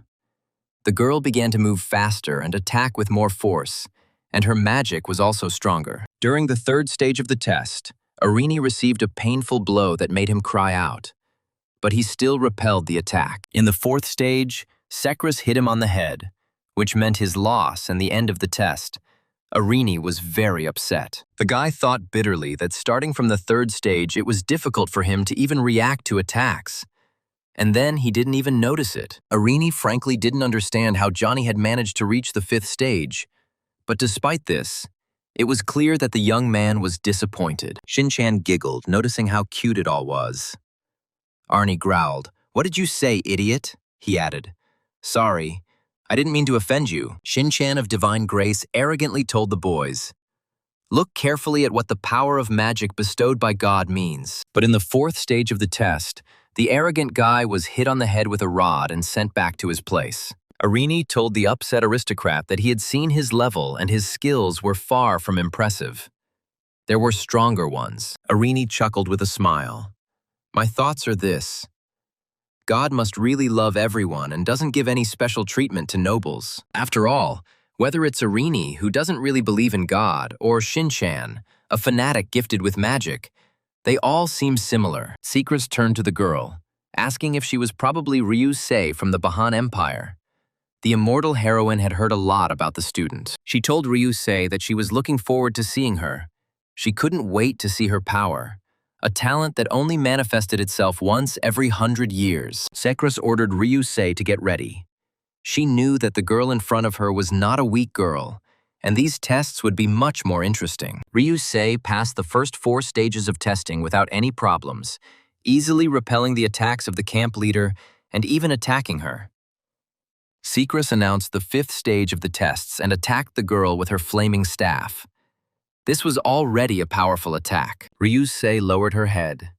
This time she needed all her strength, and she decided to remove the protective bandage from her right powerful eye. When she raised her head, the protective bandage on her right eye was no longer there, and her eyes flashed in response to the magical attack. A deafening magical explosion was heard. the result of Ryusei's super attack that Urien had already seen in the magic tower. Johnny and Irini's mouths dropped open in surprise. Who would have thought that this quiet girl was so extremely strong in battle? Secra smiled happily. This eye. She had heard about it. It was cursed, wasn't it? That's why she was first in the ranking. And Ryusei prepared for a new attack. Concentrating magical power in her fist, the girl was ready to deliver a new blow. Magical power blazed around the girl. Of all the squad members participating in the testing, she was the strongest so far. Secras asked in surprise what it was. Did Ryusei really still have the strength for new attacks after that explosion? This is amazing power. Irini asked if she had beaten the 5th stage. Johnny snorted. If I use my engine, I can go to the 100th stage. The head of the training camp announced that from the 6th stage onwards, this is already considered the ability of a high-ranking knight. Secras announced the 6th stage of testing. The clearing burst into flames, and the power of the attacks became significantly stronger. Ryusei prepared herself. Now she used both her fiery eyes. In this state, not everyone could withstand her blow. Urien, who was watching the fight, thought that it looked interesting, but did he want to take the first step on this combat path? Ryusei took a fighting stance, and Secras prepared to attack. This girl seemed very promising to the instructor. Shinchan noticed that it seemed like Ryusei's result was the highest record at the moment. She was the strongest in their squad. So stage 6 has begun. If Ryusei passes it, she will be able to become an advanced knight. And at her age, this is simply amazing. The girl concentrated. She knew very well that the immortal Secras loved to move and attack with astonishing speed. And indeed, almost instantly, the instructor's magic wand appeared right in front of Ryusei's nose. This is dangerous. But the girl dodged, jumped back and blocked this quick attack. She moved fast enough not to lose the fight. As soon as Ryusei jumped back, Circus was already behind her and tried to attack the girl with a magic wand from behind. Shinchan was surprised. Circus split into two. Irini grinned. Look carefully, you fool. She attacks with incredible speed. Ryusei reacted and dodged. Then Secras turned in the direction Ryusei dodged and attacked again. The boys were sure that it was impossible to react to such a lightning-fast attack, and the girl would definitely lose to Secras. Suddenly, the instructor dealt a painful blow to Ryusei's elbow. The girl winced in pain, meaning that injuries were still possible. Secras's magic wand slashed across Ryusei's striking arm as the instructor attempted to incapacitate the overly powerful student. Johnny, who was watching the sparring closely, exclaimed that Ryusei was able to parry this attack as well, despite its speed. Secras laughed. Ryusei was able to block a 6th stage attack. It's really impressive, she thought. No one could. Secras had a feeling that Ryusei had the abilities of an advanced knight. She was truly a rare genius. The instructor was looking forward to seeing what Ryusei would become when she grew up. She would surely bring glory to her native Bahan Empire. Urien smiled. Well, the eye patch was fine, but she could fight a little better than she did now. Secras praised Ryusei and said that at this stage she can stop. She understands her abilities and level of power. Moreover, with such an arm, it would be difficult to continue the fight. The girl's left arm was already moving poorly due to the blow she had received. The instructor looked down. I actually said it was just a simple test, and still used a little of my power. She recommended seeing a doctor. Although there shouldn't be any serious injuries, Ryusei asked Secras to continue. She asked Sei to call her instructor and promised to make sure she controlled her power better next time. Ryusei did not leave the field. She again turned to the instructor. The girl really wanted to continue sparring with the immortal hero. She exclaimed, "Let's carry out the 7th stage, please." Ryusei's aura flared. There was enormous power hidden within it. Secras looked at the girl in surprise.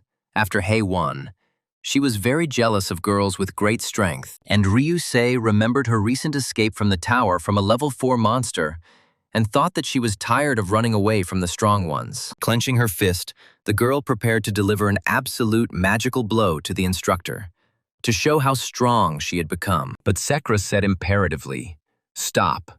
We need to stop now. Ryusei has shown herself well enough, and very well at that." The instructor warned the girl that if she didn't stop now, she would simply get unnecessary injuries, which was completely unnecessary. Secrus assured the upset girl that next time she would give her another chance to show off her amazing talents. Urian realized that it was now his turn to take the test. So he stepped out of line and headed towards a very upset Ryusei. When they drew level, the young man told her that she was doing well. It seemed that during this time she had become even stronger. It was very impressive. Ryusei stopped. An idea suddenly occurred to her. For some reason, she really wanted to annoy the immortal heroine at least a little. She said, "Special student, I'm sorry to ask this, but could you please show your true strength during this test?" The girl suddenly realized that she still lacked the courage to manifest the gigantic magical power inherent within her. The young man smiled and asked Ryusei to simply call him Urian, and not special student, so that it would be much easier for everyone. The girl remained silent. If you think about it, she has no friends at all. Everyone at the Magic Academy is terribly afraid of her because they are weaker than her. Secrus asked the young man if he was probably the last one. Urian confirmed and thanked the instructor for choosing him for this squad. Shin-chan whistled contemptuously. The sight of this commoner caused a strange feeling in him, but he despised him with all his heart. Arini pulled him back. He laughingly apologized that he shouldn't have laughed, but he still couldn't help but laugh at this. He was sure the boy would fail at the first stage. The gap was too big. He couldn't go through the same training as they did. The aristocrat dreamed of seeing Jurian humiliated and exiled. The young man told the instructor that he forgot to take the magic wand with him. Secrus asked disappointedly, "So you refuse to take the test? But then she will recommend expelling him." Urian objected no. He was ready to take the test, but instead of the rod, he would use this. And the young man showed an ordinary dry branch from a tree. Shin-chan laughed loudly. "Crazy commoner. He can't even afford a wand. And how did he even get here?" Secrus smiled. Very interesting. The young man immediately intrigued her. He held himself too freely and confidently for a pathetic weakling. The instructor exclaimed, "I like it. Then let's get to testing. Since you are the last one left from the squad." Contrary to the arrogant Shin-chan's expectations, Urian easily passed the first and second stages, and he could easily block attacks. Arini noticed that the boy was holding up well. Shin-chan chuckled that anyone here could do it. Nothing special. But when Urian overcame the third and fourth stages with the same ease, the arrogant Shin-chan's face lengthened with annoyance. The fifth stage began, and the young man blocked all of Secrus's attacks with the same ease with an ordinary dry branch. She smiled contentedly. Arini noticed in surprise. He was at the fifth stage. Shin-chan indignantly shouted that this simply couldn't be. How could he do this? And only Ryusei wasn't surprised by this. She looked at the young man's easy movements in sparring and said that this was what was expected from Urian. Secrus was surprised. This boy blocked even her false attacks without much effort, as if he was not straining himself at all. And the strangest thing is how he blocks attacks with a branch, even though it is filled with magical power. But it is just a stick. Urian originally intended to finish the test at the second stage. But since Ryusei made such a request, he would have to go further. But the young man couldn't understand why she asked him about this. He was the weakest, who couldn't even use attack magic. Ryusei must have been impressed by his healing power, and he thought she was disappointed in him. But it turns out she wasn't. In any case, this test is not aimed at attack. It is enough to block. Secrus was indignant. How dare the guy get distracted? The sixth stage of the test began. The instructor increased the speed and power of the attacks, but Urian successfully blocked them each time. The young man suddenly realized, "Oh yeah, I'm in the middle of a test right now. I've clearly been lacking concentration lately." Urian reached out and felt the magical flow of Instructor Secrus, flowing right next to him. Now it is above blocking. He clenched his hand into a fist, destroying the magical flow. Now the instructor will not be able to use his magic for some time. Secrus was stunned. Suddenly all her magical power evaporated. She suddenly felt weak, as if she were the most ordinary girl. She looked at the boy in surprise. What did he do? In any case, Urian had already successfully passed this stage. Shin-chan was beside himself with indignation. He did not understand what was happening. how some commoner with a branch could be strong. Ryusei explained that this instantaneous magical nullification, Urien destroyed even the magical power of a fourth-level monster. Arini asked how Sekris's magical power disappeared. Johnny countered that it was more like it was erased rather than disappeared. Arini objected. It was impossible. Magical power is energy. It can be made to appear to disappear, absorbed, reduced to nothing. But to completely erase the energy itself, as if it never existed, is contrary to all natural laws of nature. Shinchan thought that they were just briefly surprised to see such a phenomenon. Were these people really that stupid? Well, a commoner, Johnny said calmly. This is a unique skill that is theoretically impossible. This young man is what our country needs. Despite Urien's antics, Sekris smiled, she noted. Who would have thought that the child would move to the 7th stage? Urien asked, is it really that surprising? It seems like he didn't do anything special just now. He just blocked. The instructor announced the start of the 7th stage of testing, and all the guys stared at the combat testing area. The figures of Sekris and Urien suddenly began to spin, as if they were about to disappear from the field, and whirlwinds of magic rose up around them. The battle itself was practically invisible due to the enormous speed with which the instructor and student moved, a continuous whirlwind. And now these two have come together in a real sparring match.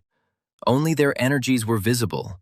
The magical power raised thousands of stones into the air. The squad members watched this fight with their mouths open.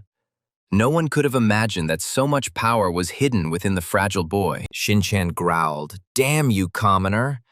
And Arini noticed that he really did block the 7th stage attack. Johnny countered, no, his improvised weapon was broken, unfortunately. That would probably mean a complete failure. Jurien looked at the branch that had served him so well during this test. The branch had indeed broken. Sekris looked at the young man with a smile. He turned out to be even more talented than the Ryusei, famous throughout the Empire, surprisingly. She announced that the test was over and ordered the first squad to gather together. She was ready to announce the results and conclusions. The instructor smiled and said that she would now announce her decision on who would become the commander of the first squad for the duration of the training. To begin, Sekris will remind everyone of their test results, which showed the strength and fitness level of each young reservist. Johnny, the 5th stage, the young man muttered. I was careless at first, but I can even reach the 100th stage if I try. Arini, stage 4. The guy said he could have done better, but among these monsters it was normal.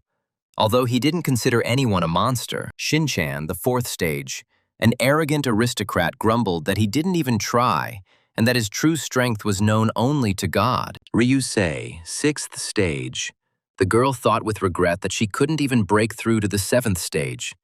She needed to become stronger. Urien, the 7th stage, the young man asked. There is nothing special about this. It is probably a fairly common phenomenon. Sekris said with a smile that she appreciated the efforts of everyone who participated in this sudden, impromptu combat test. The instructor announced the commander I had chosen. Shinchan interrupted her with a question.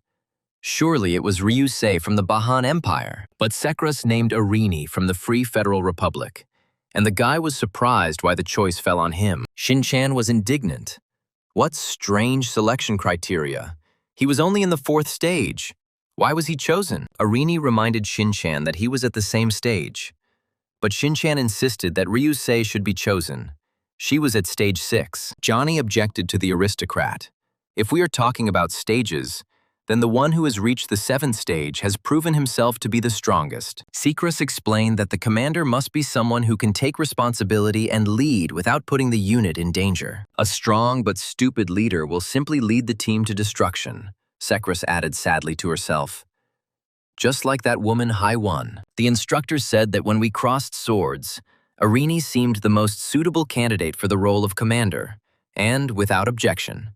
She commanded, Okay, training is over for today, and now everyone can go to their rooms to rest. We'll meet in the morning. Urien watched the departing immortal heroine Sekris, and thought that he was very glad that he had not been chosen as the squad leader. Ryusei thanked Urien, saying it was brilliant, and the young man laughed sheepishly and said that he was just lucky by chance. Arini said to Urien, It was an impressive sight. I'm proud to be on the same team with you. Call me Irini. The lover of stolen meat also introduced himself, saying that he was Johnny, and stubbornly noted that he was still stronger than Urian. Irini pulled Johnny away and, with a smile, asked Urian not to pay attention to the guy. He had a competitive streak. Ryusei also said goodbye to Urian until the morning. The young man was surprised by what a noisy group had gathered, especially Irini and Johnny. Shinchan gritted his teeth. It was hard for him to acknowledge Urian's strength, but the test had clearly shown that it was too dangerous to quarrel with him. The aristocrat reluctantly said, "At least we can go through the same training together. I acknowledge your strength, commoner." Urian looked at the churchman in surprise and said, "Don't pay any attention to me. It was just luck, nothing more." Shinchan sighed. "I'm sorry, but I'm not that stupid. You can't pass this test by relying on luck alone. You need tremendous strength." The young man looked at Shinchan in confusion as he walked away, wondering why they all reacted so strangely to his test results. It finally dawned on Urian that everything had gone wrong. It seemed he had overdone it by blocking the attacks with a simple dry branch. A frustrated Urian followed the rest of the squad back to the estate where their training camp was located. The day was already drawing to a close, and the young man was tired by this time. He wearily sank onto the bed, needing to think over everything that had happened. The bed in his room was so surprisingly soft, and he was alone in the room. It didn't look like a normal dorm at all. Urian stretched out on the bed, remembered today's banquet, and thought, "The food here is very tasty. If he screws up, he will be expelled." But even his diligent little sister gets bad grades sometimes. So Urian will just have to keep training. And when he returns back to the Magic Academy, he will need to spend some time with his sister. He has already missed her. The young man knew he had no time to relax, and in the morning the squad began intensive training on a special site. The first squad, under the personal leadership of Sekras, trained endurance. The boys ran lap after lap for time and speed. Urian was not very good at running, but he repeated like a mantra that he had no time to relax and picked up his pace after the others. The instructor told the boys with a smile that they only had one last lap to run, and then they would begin another workout. The sweaty Shinchan groaned. "My heart feels like it's about to explode." The pampered aristocrat is not used to physical exertion, but Sekras did not listen to his lamentations, but forced the future defenders of humanity to train their young bodies on the court. Finally, she said, "Stop. The morning endurance training is over." The unfortunate Shinchan fell to his knees, vomiting mercilessly. The instructor praised the guys. "Everyone did a great job. I have a meeting scheduled, so I entrust everything else to the squad leader." Shinchan asked in bewilderment why mages needed to engage in endurance training. Their strength lay in something completely different. Irini answered him, "You are just weak. Don't you know where your magical power comes from?" Shinchan asked what you said there. The guy explained to the indignant aristocrat that the main thing is blood. Magical power comes from blood. This has long been proven by science. The quantity and quality of magical power depend on a person's basic endurance and nutrition. Shinchan grimaced with displeasure. Johnny didn't understand why Shinchan was so unhappy. "Isn't running a wonderful exercise? It strengthens the entire human body." He looked at the other squads and asked in surprise if we were the only ones here who were actually training. The remaining reservists enjoyed delicious food and fine wines, laughed and joked, but certainly did not train. Say agreed. Only their squad was training, Urian added, and the commanders said that they should think of it as a social meeting. Irini was surprised. This was definitely strange. Shinchan suggested, "Let's stop training and just eat and have fun." Irini objected. "That's not the point. If the goal of this training is really to select talents and not a social meeting, 2 weeks is a long time. Considering that the kingdom and empire were invaded by monsters, they wouldn't gather geniuses from all over the world just for a social gathering." The guys came to the conclusion that there was another purpose to the training. Shinchan tried to object that it was just a cheap theory and that's all. Ryusei remained silent. She agreed with the guys. But if there really was some other purpose, what could it be? Or who? After all the boys arrived at the estate, Kithiotis hurried to His Holiness Armin Eros with an urgent report. The Knight Commander reported that the target had successfully completed the induction ceremony and was currently assigned to the first squad. The plan was slightly changed due to Sekras, but this is nothing serious. The Pope of the Holy Church thanked Kithiotis for the report. He corrected the knight, however. This is a blessing, not a goal. Someone might misunderstand if they hear such talk here. Kithiotis bowed and corrected himself. I apologize, this is a blessing, and he is now in the training camp of the forces. Armen said, Kithiotis, you know very well that you need to completely control this training. We have already lost a lot. They must bring blessings to their country. The knight bowed. We will definitely bring blessings to our country. The commander of the Holy Knights stood before the head of the country, bending one knee. Everyone in divine mercy feared and revered him. But when Kithiotis looked up, he was struck by how much the expression on Armen always calm father's face had changed. A pair of holy men approached the knight and took him by the shoulders. Eris's face distorted by the terrible, not at all holy anger that was choking him. He shouted, Then tell me how you can do this, how you will present it according to the plan. Urien was supposed to be in the 3rd detachment, and now, thanks to Sekras, he ended up in the 1st squad. The plan is falling apart. But Kithiotis says that it is not such a big problem. Eris yelled, You have God's blessing right before your eyes, and you have no idea what to do. Or, you are a child of Satan that you are ruining everything. Kithiotis exclaimed, I will fix this. The blessing is absolutely necessary for us, and I do not take it lightly at all. He reported that Urien had unexpectedly ended up in the 1st squad. But that was no problem because she had also been immediately assigned to that squad. Armen was puzzled. Who was she? What was Kithiotis even talking about? And why was he so sure that this was no longer a problem? And then he realized. The face of the Pope of the Holy Church immediately spread into a smile. So she is there too. Then you can be sure that everything will work out. The eyes of the head of the country sparkled, talking about the youngest employee of the secret special organization, the Corps of Holy Swords. Irini looked at the girl who approached them in bewilderment and asked, Are you also in the 1st squad? We didn't see you yesterday. She smiled. Yes, I had things to do at home, so I couldn't attend the inauguration ceremony.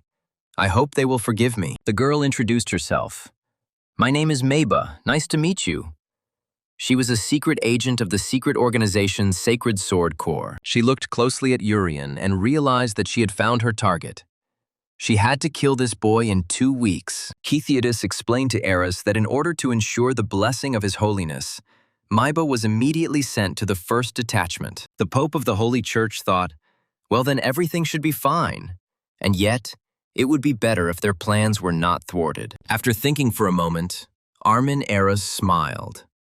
Perhaps this version of the plan to capture Urien would be even better. The secret special organization, the Holy Sword Corps, was created to do the dirty work of the clergy. The Pope of the Holy Church knew that people are not perfect and that priests are not enough to follow God's dreams of utopia. Without dirtying their hands, the Holy Fathers will not be able to find happiness.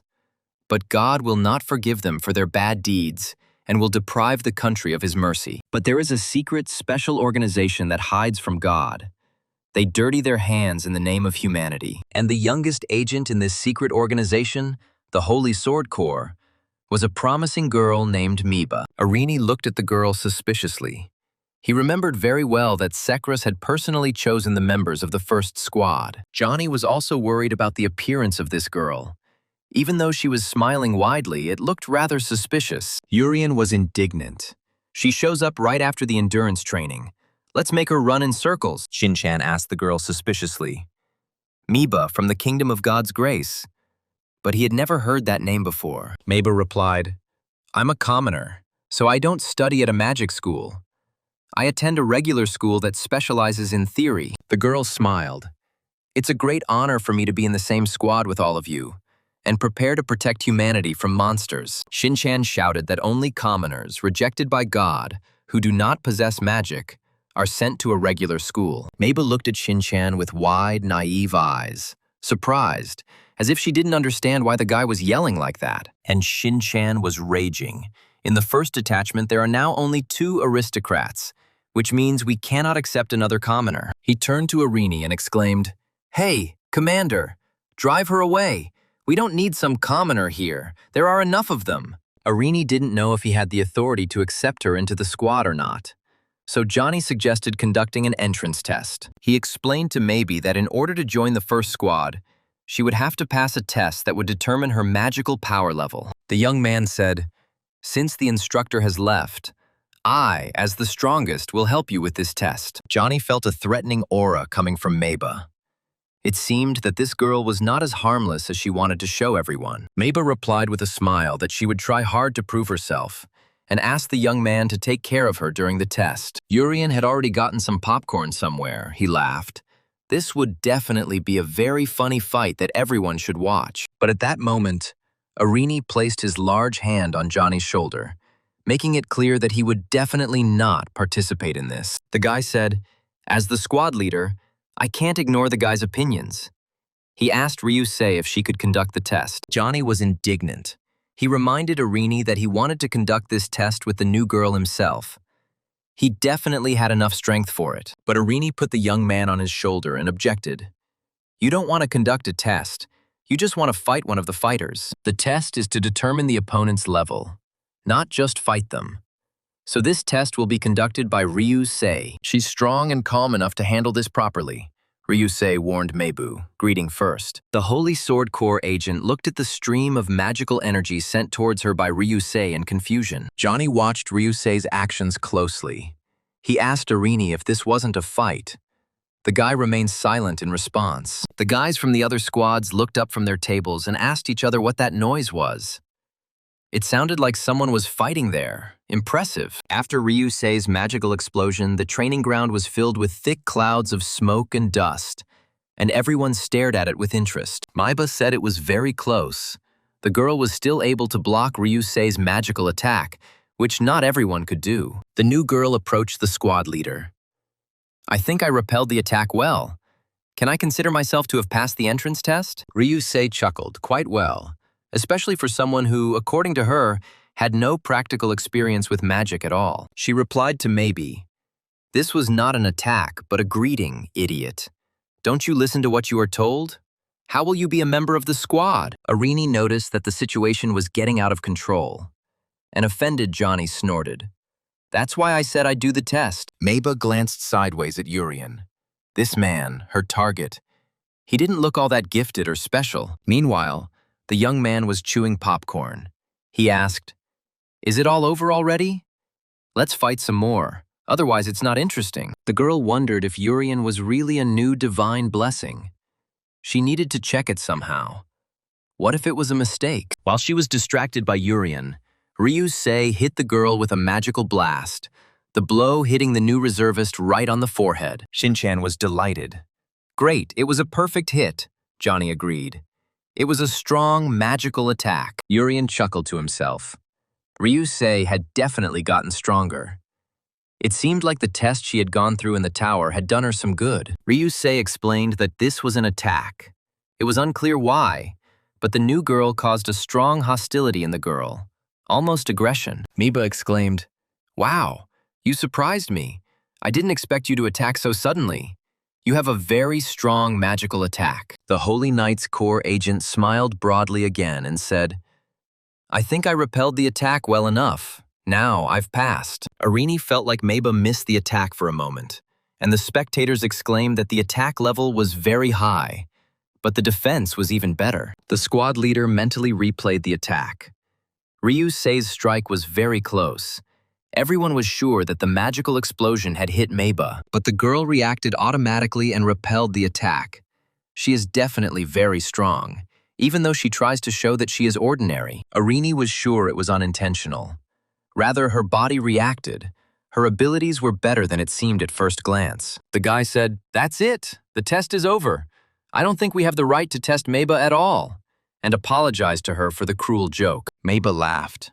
"Oh, it was a joke. It's okay." In places like this, it's probably normal to joke around like that with the newbies. She flashed her eyes and turned to Ryusei. "Then, since we are joking, could you attack me seriously? With your full strength?" The girl noticed that since there was an eye patch, it meant that the person in front of me was probably the famous Ryusei from the Bahan Empire. You are a celebrity after all. Meiba asked Ryusei to show her the genius power that everyone was talking about. The secret agent of the Holy Church flew close to the girl. Ryusei felt threatened. He replied that the test was already over, and further fighting was reckless if they were in the same squad. The girl watched the new girl with suspicion. She was clearly asking for a fight. Ryusei didn't understand why Meiba needed this, and the member of the Holy Sword Corps had already made a decision. She was going to provoke Ryusei and Urien into taking action. Standing in front of Ryusei, Meiba released her very dark and aggressive aura. She really wanted to kill the famous genius. The girl immediately felt this ominous aura. It suddenly reminded her of those fourth-level monsters that killed people. Arini and Johnny felt it too. The younger one realized that he was not mistaken when he first approached this girl. She is very evil. Shinchan sweated in terror. He was perplexed at how a warrior from the country of divine grace could have such a terrifying dark aura. Sensing the mortal threat and monstrous aura, Ryusei immediately rushed forward. Without hesitation, she attacked the new girl. Meiba smiled. Her provocation had worked perfectly.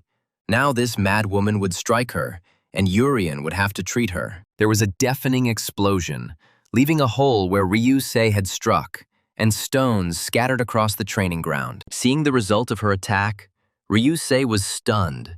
She never expected that it would turn out like this.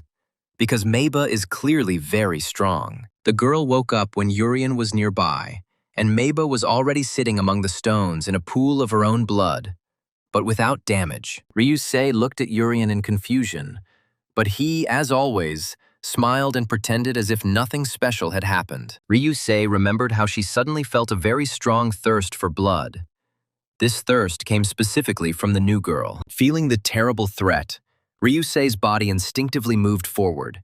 She clenched her fist and prepared to attack immediately. Without understanding the situation, Ryusei attacked first because Meiba was clearly threatening her. Provoking an attack, it felt like that. But despite the enormous strength that Meiba possessed, she did not defend herself at all, but simply stood in a threatening position. Ryusei stood confusedly over the new girl's bloody body, looking at the rapidly growing pool of blood beneath her. She didn't know what to do. Ryusei killed a fellow student for the first time in her life, a girl who was a member of their squad. Suddenly she heard Urien say, "It's fun to watch the battle, but if anyone gets hurt, we'll all be in trouble." Ryusei turned her gaze to Urien, and then to Meiba. The girl was alive. Urien instantly healed her, just like Ryusei once did. The young man turned to Meiba and said, "It turns out you're quite the joker. You decided to try to die here right during training." The new girl smiled. "Oh, I thought you all liked jokes too. But that was probably a bit too much, I admit. I apologize." Meiba was sure that her flesh was torn and her bones were broken. But in an instant, everything changed as if it had never happened. That was an instant full heal, as expected. Urien is the target that Meiba needs to kill. His talent is confirmed. How long did it take to heal? A second if you miss. He will recover. You need to strike when he loses his vigilance. The young man leaned over to Meiba and asked, "Are you having trouble standing up? Did the healing not work completely?" He noticed that Meiba's face was red. Urien asked, "Does anything still hurt?" But the girl blushed because of the excessive closeness. Shinchan didn't understand anything. Since Meiba fell, Ryusei won, loses immediately after arriving. That's the whole point of commoners. Johnny quietly asked Arini if he had seen what had happened. The guy quietly confirmed. Both residents of the Republic were in shock. Arini noticed that this was healing, not regeneration. This boy had already been found to have two skills that could not be explained. The guy sighed in confusion. It felt like he was from a nation more developed than ours. He had such enormous power. Johnny said thoughtfully that they still didn't know much, and suggested that Arini continue her research in case there was still talent. Meanwhile, Meiba continued to be amazed at the effectiveness of Urien's instantaneous full healing. Everything healed instantly. That same night, in the forest near the estate, a meeting of the Holy Sword Corps members regarding the operation was held in a small house. Having entered a modest, lonely forest house, the secret agents had to go down into the dungeon through a secret door. This passage was known only to trusted people. No stranger could get in here, since the organization did not officially exist. After passing through the tangled corridors, the members of the Holy Sword Corps found themselves in a large room where the meeting was taking place. The voices and faces of the organization's members were hidden.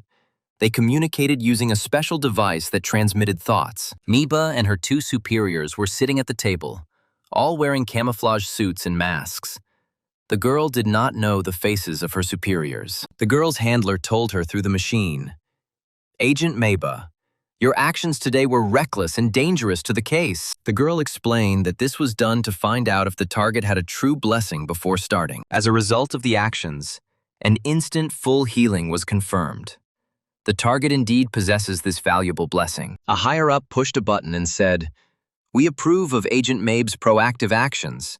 She did everything correctly." As expected, this young secret agent is ideally suited for this important mission for God and his country of divine grace. The curator added angrily, "Even if you have good intentions, impulsive actions are prohibited. Every action must be coordinated." Maba remained silent. Excessive talkativeness was not encouraged in this organization, especially among the most humble of the Corps' lower agents. The curator concluded that actions, not words, must demonstrate loyalty. Otherwise, you will be removed from this important task. The girl replied, "Okay, I will follow your orders." The higher-up was pleased with the girl's actions. A high-ranking official, a woman by her figure, pushed two tightly sealed flasks towards Maba. The woman said through the machine, "Agent Miba, the internal competition at the forces camp is scheduled for the next 2 days. After the competition, when the target is exhausted, Agent Miba must give the young man this red potion, in a manner she will decide for herself." The woman carefully pushed a bottle of red potion towards the girl. Miba guessed what exactly was in this bottle. She was told it was an aphrodisiac potion, made from prohibited substances and filled with love magic power. The night after the competition, after the target drinks the potion, Miba must ensure that she becomes pregnant by that very same Urian. Thus, Urian will receive citizenship of the Kingdom of Divine Grace. Miba lowered her eyes and replied that she understood. The woman wished Agent Mabe good luck, but if anything went wrong and the girl failed, she should give him a blue potion. The leader pushed a vial of blue liquid towards the girl and explained that it was a powerful magical poison from which there was no escape. It is made from a piece of the 4th-level plague and the fresh blood of a 4th-level depression captured by a great empire. When someone who has a blessing dies, his power is passed on to the next generation. This is well known in the world. If the blessing is not in divine favor, then it is better to kill it and wait until it is reborn. 2 days are given for the mission. The secret meeting of the Holy Sword Corps ended, and the members of the secret organization quietly scattered to their own affairs. Soon, Miba found herself in her room in the estate, where the training of future saviors of all humanity in the world took place. The girl sighed. These followers of God, they always make her deal with such unpleasant situations. She looked at the windowsill, where there were 2 vials of potions that she had just received from her superiors. The girl faced a dilemma: to give birth to Urian's child or to kill him, and this had to be decided as soon as possible. Miba said quietly, "Urian, I don't have any ill feelings towards him, but I can't marry him right now. I'm not ready for that yet." The girl decided that as a holy knight, she would definitely kill him as quickly and accurately as possible, and this task would be completed. The next day, all the guys who had gathered in the luxurious estate early in the morning headed to the huge hall that served as a dining room. There were already luxurious tables set up, laden with all sorts of treats and delicacies prepared especially for the children. Urian filled a tray with all kinds of meat and sighed. We were probably the only ones who would be training again today. He decided that he had better eat more. Irini noted with a smile that Urian had a very good appetite despite his thinness. The young man smiled. "Well, someone continues to steal my food." At that moment, Johnny had already stolen a piece of meat from Jurian's tray. Johnny muttered with his mouth full. "Food tastes best when I take it away from you." Jurian wondered what young Johnny's problem was. Urian heard Ryusei's voice and glanced in that direction. The girl was at the other end of the hall and did not approach their team table. The young man noticed that Ryusei had become quite popular since yesterday and was surrounded by a crowd of adoring fans. The girls and boys gasped, asking Ryusei about her gift and fighting abilities. Everyone wanted to talk to the celebrity. Arini explained that since she demonstrated high-level attacks yesterday, it seems like everyone has become her fan now. Shinchan added, "She was always a star.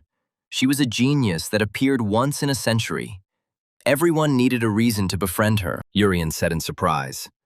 But Meiba also demonstrated a very high level of magical protective power yesterday. Shinchan chuckled. "You're kidding. This place is full of geniuses. They will become important figures who want to be friends with a commoner." Urien took his tray and went to the table where Meiba was sitting alone. He said that it was probably much nicer to eat together. Looking at the tray, he was stunned at how the meat had disappeared so quickly. Johnny shouted to him, "Thank you for the very tasty treat." Meiba asked Urien, "Please don't look at me with pity. Such kindness makes me feel uneasy. I'm not used to it." She explained sadly, "I'm used to being alone, and I don't want to tie myself down with unnecessary ties like friendship. I don't have any friends." The girl told Urien, "After all, we won't have anything in common with each other once the training is over." At that moment, Sekras entered the hall and cheerfully shouted, "First squad, everyone gather! It's time for magical training!" Arini told the guys to get ready quickly, Johnny grumbled. "But I haven't finished eating yet. Should I go to training hungry?" Shinchan answered little Johnny with a grin. "You can eat, of course, but I don't think it's worth it. The instructor will shake everything out anyway," Urien exclaimed. "No, wait! I haven't even eaten anything yet. How can I go to magic training on an empty stomach?" But Sekras didn't listen to anyone, and soon the half-starved members of the first squad found themselves on a training ground in the middle of the forest. Urien cursed and promised to eat a triple portion for dinner. Johnny teased him. Arini pulled his friend to stop. The instructor said cheerfully, "Okay, everyone is here." She turned her attention to the new girl and asked if she was the new member of the Meiba squad. The girl confirmed. She apologized for being late. It was a great honor for her to train with the immortal heroine Sekras herself. Kitiotis sent the first detachment to Meiba, but Sekras found too little information about the girl. He was curious to know who she was. Meiba replied, "Sorry, I don't think there's much information about a nobody like me. I'll try not to delay your squad." Sekras was really counting on this. In general, she didn't like the fact that Kitiotis had pushed the girl in, using his authority. The instructor announced to the boys that it was time for magic training.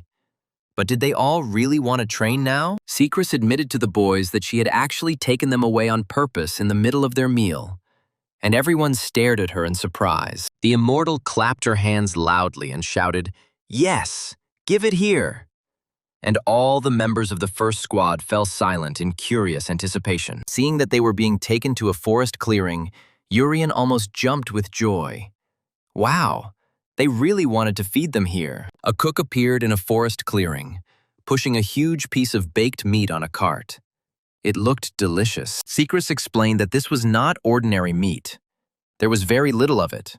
It was of the highest quality and only available to the very rich people in the empire. Moreover, this meat was prepared by Ramobi, the first-class chef of the empire. The best chef quietly chuckled at the idea. Even though an immortal has the same status as a hero, bringing such products and the best chef to a training camp is too much. The instructor smiled. You need an incentive to keep going. The reward for magical training is incredible meat, Urien asked. Wait, I think she said that only very rich people can eat this amazing meat.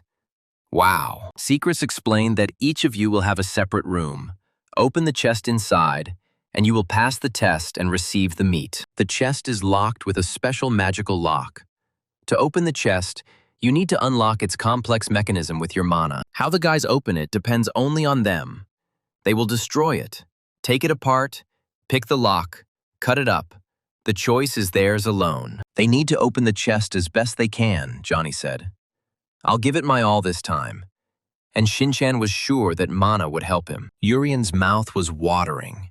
This was incredible meat. Only the richest could try it.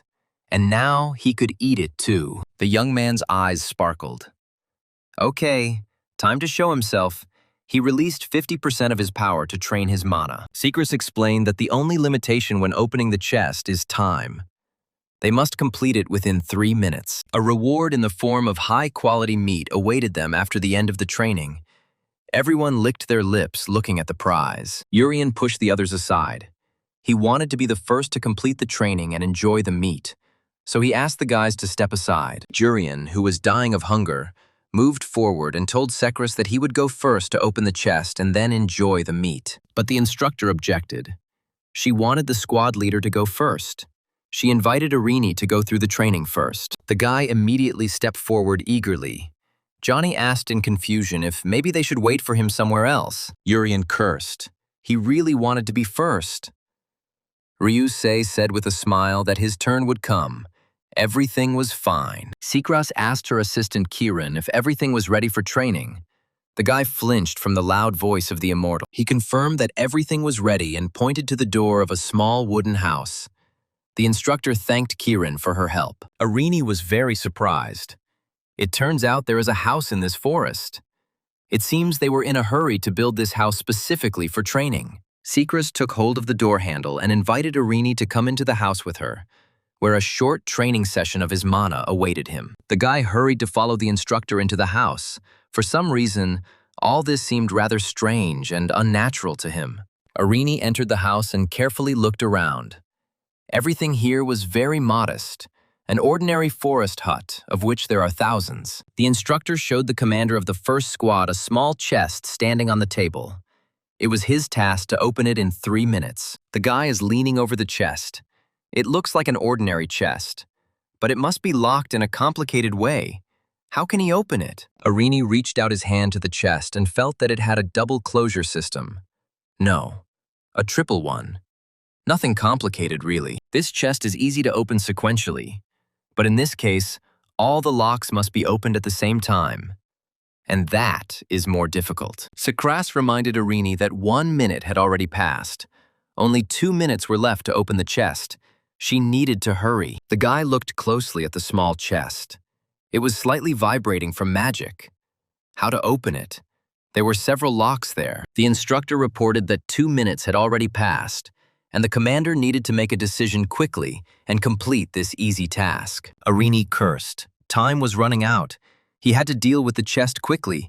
He, the squad leader, couldn't fail the training. The chest crackled with magic, but its magical charge was not that strong.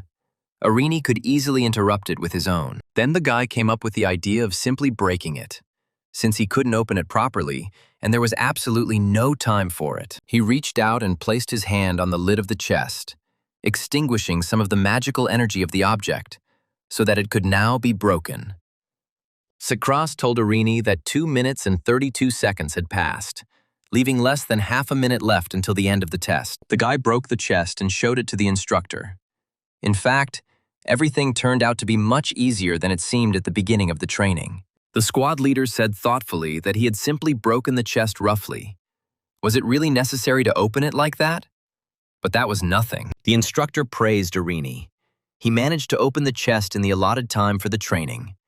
This is good work. To Irini's surprise, even for such a rude act, he received a reward. A table was set up in the clearing, and the boy looked at the meat in surprise. Urien was beside himself. The aroma of tender, perfectly cooked meat drew him towards it like a magnet. He was ready to gobble up the whole piece. Shinchan was surprised, bringing a luxurious table and chairs to such a remote forest like this. All this looks rather suspicious. Irini looked at the meat with excitement, even though he had already eaten. But the smell alone made him feel hungry again. This dish was delicious. The guy suddenly realized that all his organs wanted this meat. It was no wonder the instructor chose it as a prize. There was no other product like it. The commander of the first detachment picked up a fork and knife and began to eat. Everyone watched with envy, since almost no one had time to eat. After cutting off a small piece, Irini decided to try what kind of meat it was that only the richest people could afford. The meat turned out to be surprisingly soft and juicy, as if it wasn't meat at all, but a piece of soft cheese. All that was left was to eat it. Putting the delicacy in his mouth, Irini was amazed at what it was. He had never tasted anything so delicious and so tender. Urian couldn't hold back his scream. Arini was surprised. He only had to chew a few times and the meat disappeared. It was the first time in his life he had tried something like this. Chef Ramobi chuckled. There is a meadow behind the imperial palace where ordinary people have no access. Special animals graze there. Since the emperor highly values culinary arts, the chefs treat the raw materials with love. The raw materials for the dishes in the palace are the best in the world. Ryusei was stunned. This means that this is one of the dishes that His Majesty eats. Sekras brought these products to the training clearing. Arini sighed excitedly. The reward for completing the training was eaten. It really was an incomparable meal. The squad leader ate it all so quickly without realizing it, even though he hadn't intended to. It's strange, but after eating this meat, you feel such happiness. After eating his portion, Arini shared his impressions with the other guys. He exclaimed, "People, the meat is unusually tasty and tender." Urian cried out in despair. "Instructor, it's my turn now. I also want to train in magic and get this unique dish." Johnny quietly asked Arini if he used force to complete this task of opening the chest with mana. The young man was interested in whether Arini had used the engine's power. Johnny really wanted to use this power himself as soon as possible. Arini reminded that Johnny is not allowed to use the engine because its unit is still imperfect, and it is dangerous. Even with 3 devices, it is difficult to cope with such power. So he can only use the engine as a last resort. Sekras asked Arini if it was delicious. Really? Of course it was. After all, this dish was from the best chef in the empire. Ramobi smiled contentedly. The instructor said with a smile, "So the next one to try this meat will be Ryusei." The poor Urian howled in disappointment. The immortal laughed and asked Urian to wait his turn. In any case, there was plenty of meat here. Enough for all the winners. Ryusei and instructor headed to the same small wooden house in the forest clearing for magical training. The girl carefully looked at the chest. Sekras reminded that 1 minute had already passed. Only 2 minutes remained. Sei thought that if Arini was able to open the chest, then her strength should certainly be enough for this. The only question was how to open it. She lightly hit the lid of the chest. The lid opened immediately, the instructor reported. Ryusei finished in 1 minute 13 seconds. The girl happily settled down at the luxurious table and ate the luxurious meat prepared by Ramobi with great appetite. The instructor announced that Johnny was next. Urian almost cried with frustration. What kind of injustice was this? Why not him? Johnny didn't hesitate for long, but almost immediately struck the chest with magic, completing the task in just 1 minute and 2 seconds. The young man immediately gobbled up the tender, unique meat from the emperor's table, and later said, "Not too much, but still delicious." Sekras reported that Shinchan was going to training next. Urian was beside himself with anger. He growled, "Are you doing this on purpose?" Shinchan pored over the chest for 2 minutes and 24 minutes, sweating from the strain, but finally opened it. Sitting proudly at the table, the aristocrat, with divine grace, said that such an exquisite dish should be eaten with elegance. The instructor said, "Next up is Mabe's chest." Tears welled up in Urian's eyes. Why is it so unfair? Sekras told the girl that if she was ready, she could begin. Maiba thought that now was the time to use a skill, but not a very strong one. She pushed the chest lightly with her hand. It moved, but did not open. The girl realized that she needed to try something a little stronger. Maiba ordered the chest to open. It didn't obey. She thought it looked like the item had a triple protection system. Although the locks look quite complicated, they are actually easy to open, and most of them may already be broken after 1 minute. The girl decided that if she opened it too quickly, she might expose herself. So she opened it in 2 minutes and 10 seconds. Leaving the test house, Maiba found herself at a set table, with an impressive piece of delicious meat lying in front of her. She looked at the plate in confusion. The aroma from the dish was amazing, and her mouth literally began to water. Arini told the girl, "Eat it while it's still hot. It's very tasty. You've probably never tried anything like it before." Maiba asked with a smile, "Excuse me, but can I wrap this meat? The thing is, I can't eat outside. I'm not used to it." The instructor agreed, of course. "No problem. It's your reward." Shinchan warned that it's not worth it. It's better to eat it. Now it was finally Urian's turn. Sekras announced that he would now go train his mana and open the chest. She invited the silent and very angry Urian to go with her to the house and open the chest, which was closed with magic. Kiran informed Sekras that the chest was inside. Urian walked silently towards the house. He was very hungry and incredibly angry at their instructor. Sekras warned him not to be surprised by anything, and not to tell anyone what would happen next. The instructor told the assistant, no matter what happened, to smile and monitor the situation, and if he sensed danger, to shout. Kiran answered the immortal with a smile that he understood everything, and was glad to help the renowned, all-powerful Sekras in all her deeds. Entering the house, she asked Urian if he was ready.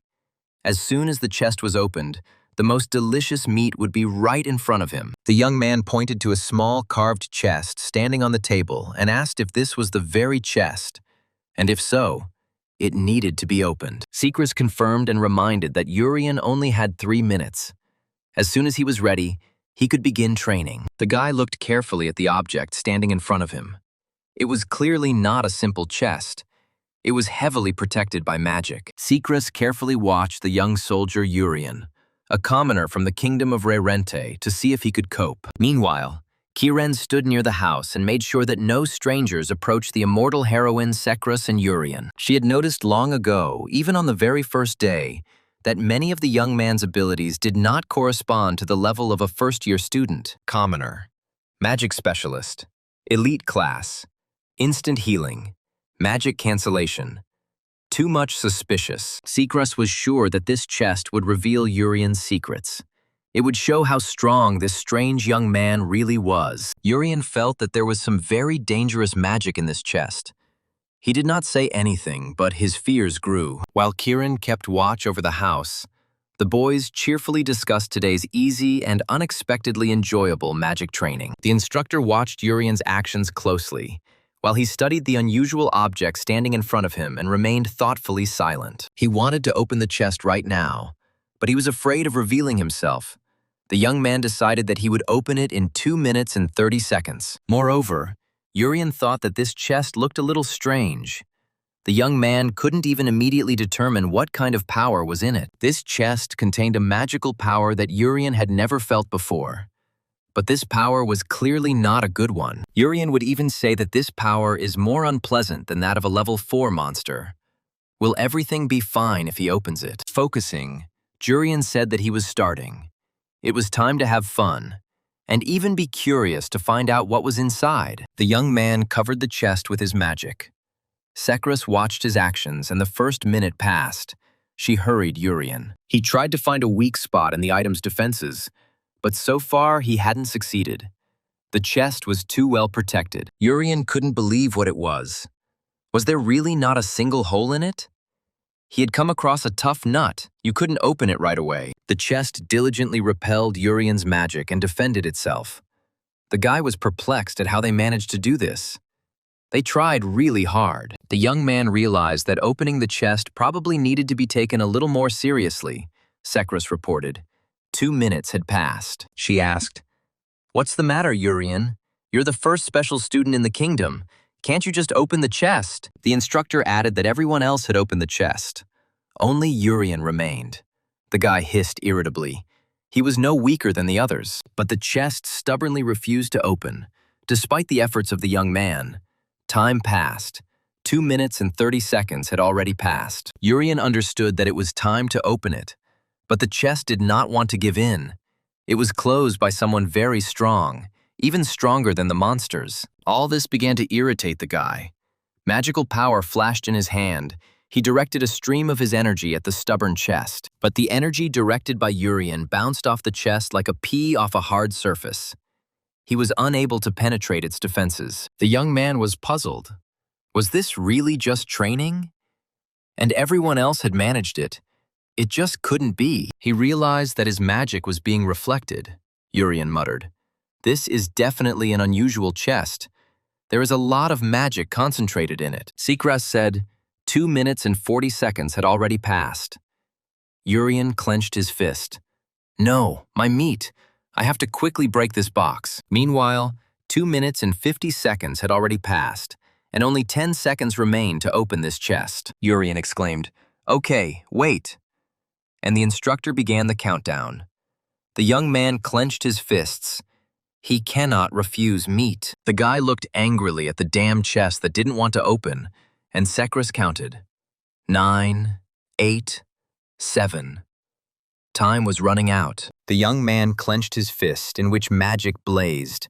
The seconds flowed away quickly, like water in a stream, a little more, and he would not be able to taste the tender meat. He stood in front of the chest and remained silent. The last seconds remained, and the instructor continued counting down the time out loud. There were only 2 seconds left, Sekras thought bitterly. It seems I was wrong about him. He also does not have the strength to open this chest. She was sure that Jurian was better than other children, of course. He could not open the chest because no one could ever do that. Maybe Urian was just lucky on the first day, Sekras said regretfully. The countdown is over. Time is up. And suddenly she heard Jurian's joyful cry. The chest was open. The immortal was taken aback. How was this possible? How did he do it? A satisfied Jurian exclaimed, "Yes." There was only 1 second left, and the chest opened, which meant I could eat the best meat in the entire empire. Sekras rushed to the chest. She couldn't believe that Urian had actually opened it. The immortal wanted to make sure of it. She stopped in front of the table with the chest and opened her mouth in surprise. The old chest was indeed open. Inside the chest opened by the young man lay a scroll sealed with a mysterious seal. The girl froze, looking at the message in admiration. The unique scroll that many would like to obtain now lay before Sekras. She could not believe such happiness. Suddenly she felt that someone was watching her. The girl turned around sharply. Urian confusedly asked the instructor what was going on. Sekras turned in the direction of the signal and looked around carefully. There was no doubt that she and Urian were being watched. This meant only one thing. The small wooden house in the forest was under close surveillance. Someone was aware of the chest. The invisible window stretched its gaze towards the dense forest edge. Someone had been informed about the experiment currently being conducted. Indeed, the experiment was closely monitored from the residence of the Holy Knights based in Divine Mercy. Recently, every step and action of Sekras was under close surveillance due to the immortal's fiery nature. Kithiotis sensed that something significant had happened at the edge of the forest, and directed his keen gaze as the commander of the knights there. The captain looked thoughtfully into the distance. He did not believe that the ancient chest could be opened. Hundreds of church magicians were sweating over it. The knight suddenly remembered his recent meeting with Sekras, when he gave her a priceless artifact that they could not open. Then, looking at the chest, the immortal asked Kithiotis with a smile where he got it, because such things are a very valuable relic. The instructor quickly realized how reckless she had been, and the girl immediately corrected the situation by hiding from everyone's eyes. Sekras used concealment magic, covering not only herself, but also Urian, the chest, and even this wooden hut with a dome. The young man wondered why the immortal had created such a dense protective barrier. Was anyone planning to attack them here in the forest? Sekras invited Urian to come to her and to the chest he had just opened with a mysterious scroll.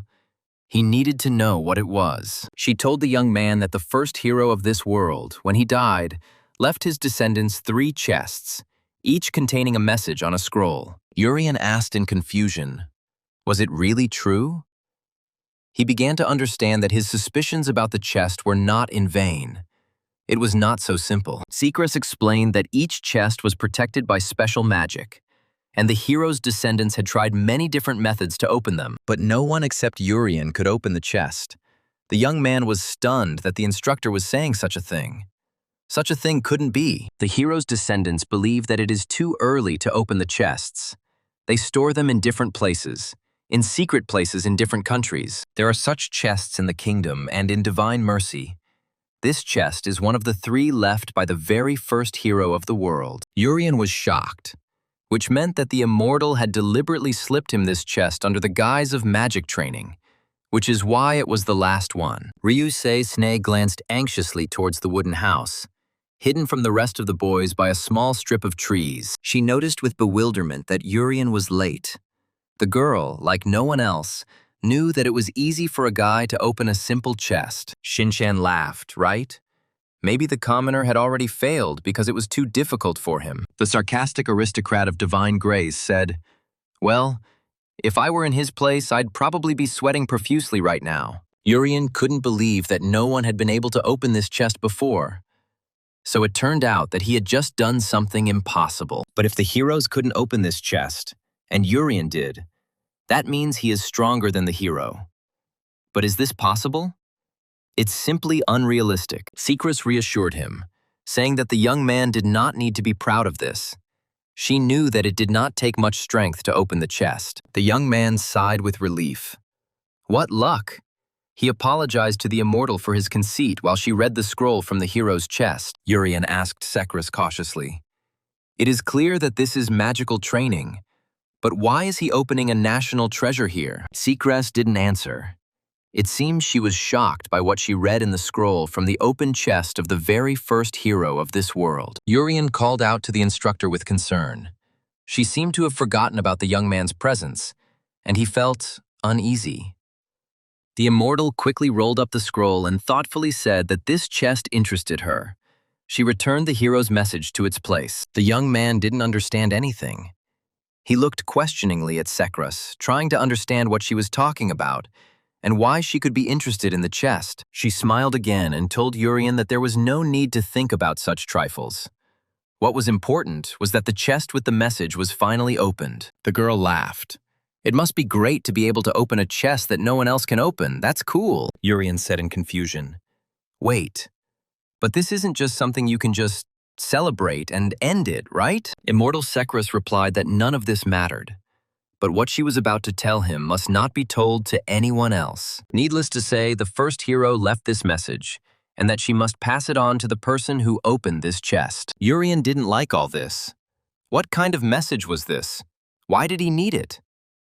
And the magic of this chest was very similar to the magic of monsters. The guy started to carefully move towards the door and asked, "This is all fine, but can I just leave? I don't need any messages?" Urian didn't think it was okay to be involved in this matter, and besides, he was just a commoner, so this was too much for him. Secras objected. She was sure that for her this was already a blessing, as support for all her aspirations and search for strength. The chest that was previously impossible to open is now open. It must have been the will of the world's first hero. The immortal was sure that this chest could not be opened with force. But Urian knew that he opened it with his force. The hero's power, which is considered a gift from God, is actually inherited magic left behind by the very first hero. Urian was taken aback, and Secrus explained that the hero's strength is not a gift from God. This strength belongs to the hero himself and is passed on to his descendants. It was written on the scroll that was in the chest. The power that the hero left behind cannot be passed on beyond the 5th generation. Thanks to Urian, Secrus finally realized something. 4 years ago, that woman made everyone try so hard to kill the monster. Urian may know this story about the quest against the 5th-level monster, but the hero's power will soon disappear from this world. The last heir to the hero's power is the 5th hero of this world. He won from the kingdom of Rerente. She was indeed very strong. The young man remembered his teacher and their homeroom teacher, Hye-won, a strong but almost always sad beauty. Kiran turned around and looked in the direction where Secrus and Urian had just entered. It seemed like the wooden house had literally evaporated. The immortal's assistant smiled. Apparently, everything was already over. Could Secrus's plan have really succeeded? That would have been an amazing event. Now the forest clearing was empty. Or rather, the barrier spell created the impression that the house had disappeared. Secrus simply defended herself like that. Kiran was surprised. He didn't hear anything and didn't see the house, which was clearly there, which was expected from Secrus. She's amazing. The immortal's assistant turned back to the boys. He needed to continue smiling sweetly, watching, and being on guard. 4 years ago, an operation to eliminate a level 5 monster began in the magical forest, led by the hero Hye-won. Secrus was part of the heroes group and participated in that operation. He told Hye-won that she was too careless and did not think about other people. All the party members are very tired. Now that the level 5 monster has escaped, they must stop the operation and return back. After all, Not everyone has the strength of a hero like Haiwan. Most of the group members are extremely exhausted and unable to fight the enemy. Kane said that 20 members of the heroes group and 40 knights participated in the hunt. 4 of the heroes group and many knights died. Nellie from the heroes group sighed heavily. Everything didn't turn out as they all expected. This level 5 monster was too strong. Haiwan replied that the operation couldn't be stopped. The monster was now cornered, and they needed to catch up and kill it before it came to its senses. Secret shouted, "You only need to do what is necessary." Even when Juan led them on this mission, they blindly followed the hero. But now we need to stop. If the group pursues a level 5 monster in this state, then everyone will definitely die. The exhausted knights and members of the heroes group were silent, but they all agreed with Sekras. They could no longer fight in such a state. Haiwan stubbornly replied that if they didn't kill the level 5 monster now, it would become a problem for all of humanity in the future. The hero said that if we do this now, our friends' sacrifices will be in vain, and our families will suffer even greater damage. But Sekras didn't understand why Haiwan was in such a hurry. They still had a lot of time, but the heroine didn't listen and continued the operation. Urien knows the rest, Sekras added. The hero's power will soon disappear, because Haiwan was already the 5th hero and lost her power. The young man asked, so it turns out that Instructor Sekras knows Haiwan, his teacher from the Royal Magic Academy. She hugged Urien and asked him not to tell anyone anything. He himself really didn't want to get involved in all this. After this, Urien enjoyed the meat of the highest quality. It was so delicious that the young man even burst into tears. The young man recalled a recent conversation. The instructor asked him, "So, Haiwan is your teacher at the Royal Magic Academy, right?" Sekras said that they were former comrades, and that they once fought shoulder to shoulder against high-level monsters and enemies. In any case, she asked Urien to keep what happened today a secret. She herself doesn't know what to do with it yet. The magical training ended, and the boys returned to the mansion. Poor Urien sighed heavily. The meat was so delicious. The young man recalled the dish and his mouth watered.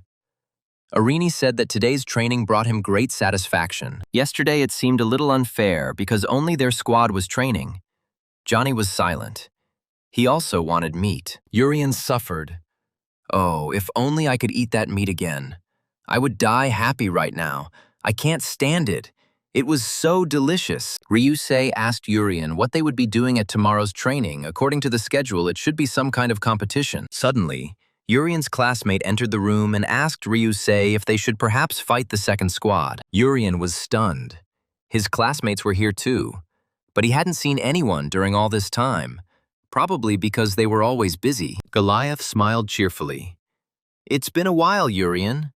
This is the first time we've talked like this, right?" Urien confirmed that it was true. The young man's face was covered in beads of sweat. He realized with horror that he didn't know the name of this guy with bangs. Goliath gasped. It seemed that Urien still didn't know his name. It was a really awkward situation since they were classmates after all. The guy reminded me. Magic Academy, advanced class, 10th in the ranking. Goliath. Urien laughed embarrassedly. Ah, right. Goliath said that he himself did not understand why he ended up here. He was absolutely sure that he did not belong here. There were so many geniuses here. Urien countered that it wasn't exactly true, but the fact that Goliath was here meant that his younger brother was probably here with them too. Goliath replied, "Unfortunately, he was not there. Among the first-year students, he and Urien were chosen as young soldiers. And Hina also came here," the girl said with a sigh. "Why should I be in a place like this, where there is no princess?" The 4th one here is Raizo. The bully was disappointed. They haven't done any training since they were accepted. It's like death. Goliath summed up that there were only 4 of them from the class here. Urien was surprised. That's what it was. But what were the selection criteria here? The young man believed that if they chose a commoner like him, then they should have chosen Ella too, since she was very strong. But Goliath thought that Urien had shown himself well enough to be chosen, and he didn't know why he and Hina were chosen. After all, he and Hina weren't at a friendly competition and didn't do anything, by the way. Raizo, he's a pretty funny guy. When he was denied admission here, he became indignant. shouting at the knights that he was the strongest and they had no chance of defeating him. He shouted if a third level appeared near him. No. He could win even if he fought a fourth-level monster. Raizo exclaimed that he was the strongest. But it was simply because the knights had not seen his performance, so they did not choose him as their force. But the guy decided to show how strong he was and attacked the stunned knights who were recruiting for the allied forces. Raizo wasn't originally chosen, but since he was reported to have defeated those knights, it seems his courage was highly praised. Urien laughed. Raizo is just crazy.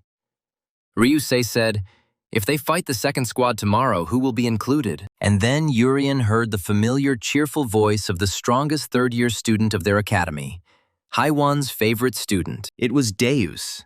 He announced that he had become the commander of the second squad and was very glad to see a junior academy student among the opponents. Baganuza grumbled at his old rival not to let Deus go too far. The boy was also part of the second squad. Also, members of the second squad were Urien's classmates Goliath and Hina, both students at the Royal Magic Academy. Raizo grumbled that he had no plans, so he would return to the room. He was also one of the members of the second squad. The bully threatened that if anyone disturbed him in the room, he would kill the impudent person without any warning and without any pity. Laryl supported the stern younger student. He had already recovered from the meeting in the forest and was also part of the second detachment of the Allied forces. Urien exclaimed in surprise that Laryl was also here. The young man did not expect to meet a second-year demon who was trying to kill him. The second-year student was furious. What kind of Laryl was this? Did he really look like a friend of a despised commoner? What unheard-of impudence! Suddenly, Laryl fell silent. He felt a threatening and oppressive aura. The guy immediately became quiet and looked around himself. This aura emanated from Deus. The guy called out to the bloodthirsty second-year student, who timidly looked back at the strong commander of their squad. Deus' eyes flashed and calmly told Laryl not to dare raise his voice again, or he would already forget what it led to. The second-year student obediently fell silent. He knew perfectly well that he shouldn't anger Deus. He was too strong, and Laryl couldn't defeat him. Johnny watched with interest the interactions between the members of the second squad, with whom they would have to measure their strength tomorrow. Laryl clenched his fist feverishly.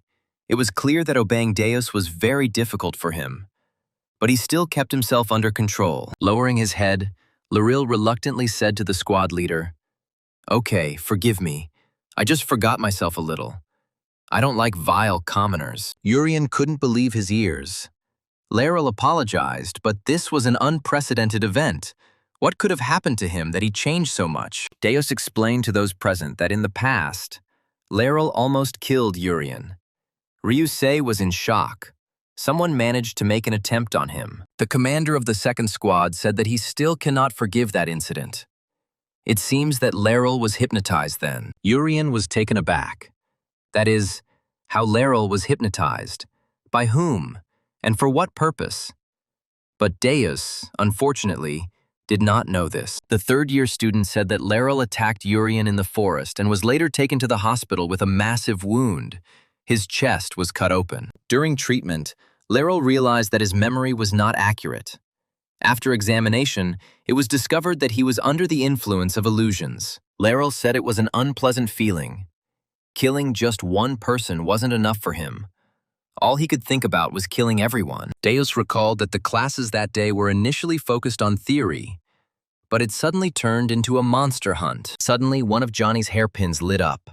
The young man, despite Irini's prohibition, used the magical engine. A magical charge whistled past Deus, and the boy was very surprised that someone had attacked him right inside the mansion. The young man's entire body was ablaze with magic, and he irritably told Deus to stop telling such terribly boring stories. Johnny told Deus that if he wanted to stay alive, he had to fight now.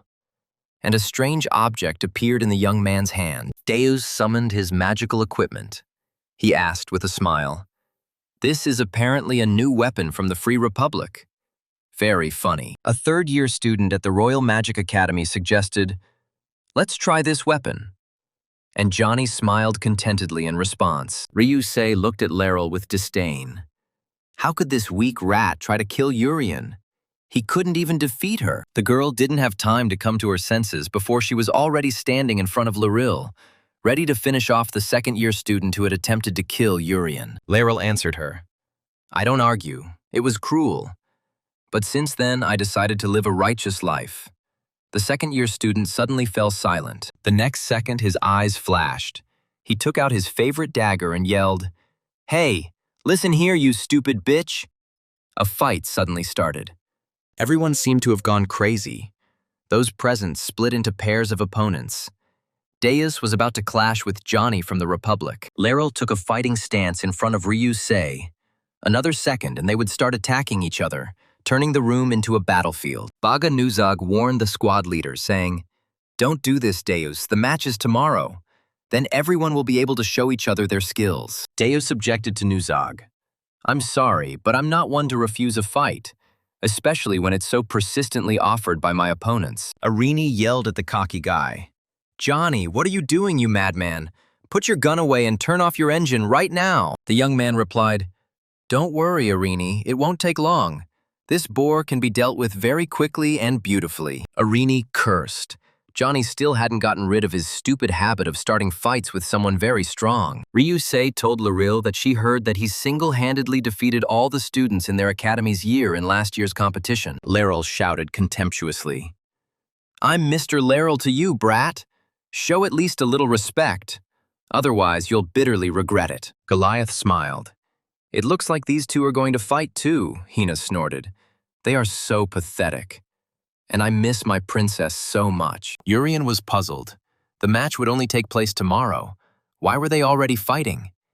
He hoped he wouldn't get into trouble because of this. Deus looked at Johnny.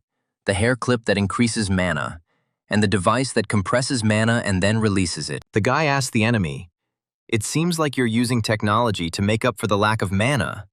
Very impressive. Instead of answering, the young man pointed his magically glowing weapon at Deus, ready to attack this strong-looking guy. There was a bright flash as Johnny fired a charge from his weapon towards Deus, and many in the room closed their eyes and froze. Deus looked at the charge with interest.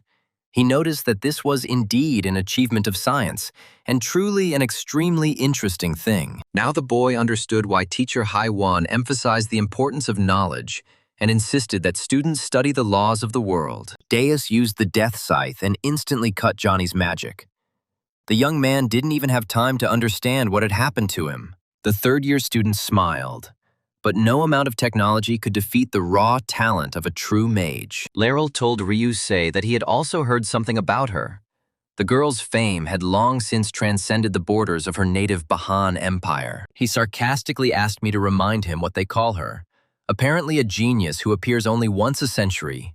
Isn't that funny? In response, Ryusei lightly hit the arrogant Laryl, warning him that she always starts with a light greeting. He asked if Ryusei knew how he managed to stay in the academy despite all the trouble he caused. Laryl's eyes flashed as he used his magic, which had once helped him survive more than half of the students in the class. The girl felt as if reality had stopped for a moment, and she suddenly lost sight of her opponent, whom she had hit. When Ryusei woke up, she felt someone trip her and push her leg hard, causing her to lose her balance and fall. It turned out that it was Laryl who dropped her on the floor.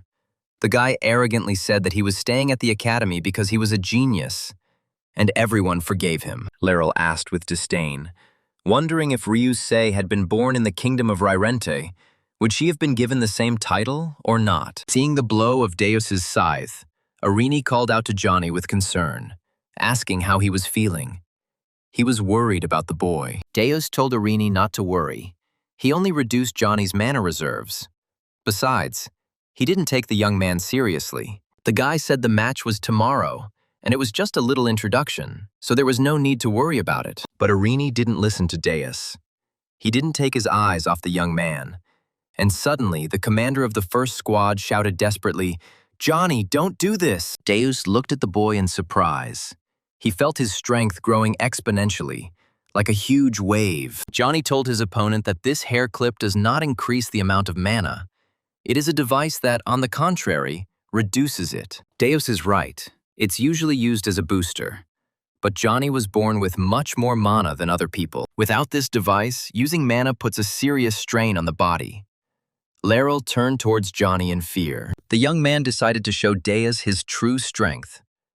Laryl thought the boy looked quite dangerous, but everything would be fine. Meanwhile, Ryusei managed to analyze the guy's actions. She said, "It looks like you are channeling your magic through your eyes." The girl realized that this was how Laryl overloaded his opponent's brain, and he knocked her down before she realized what was happening. Laryl grimaced in disdain.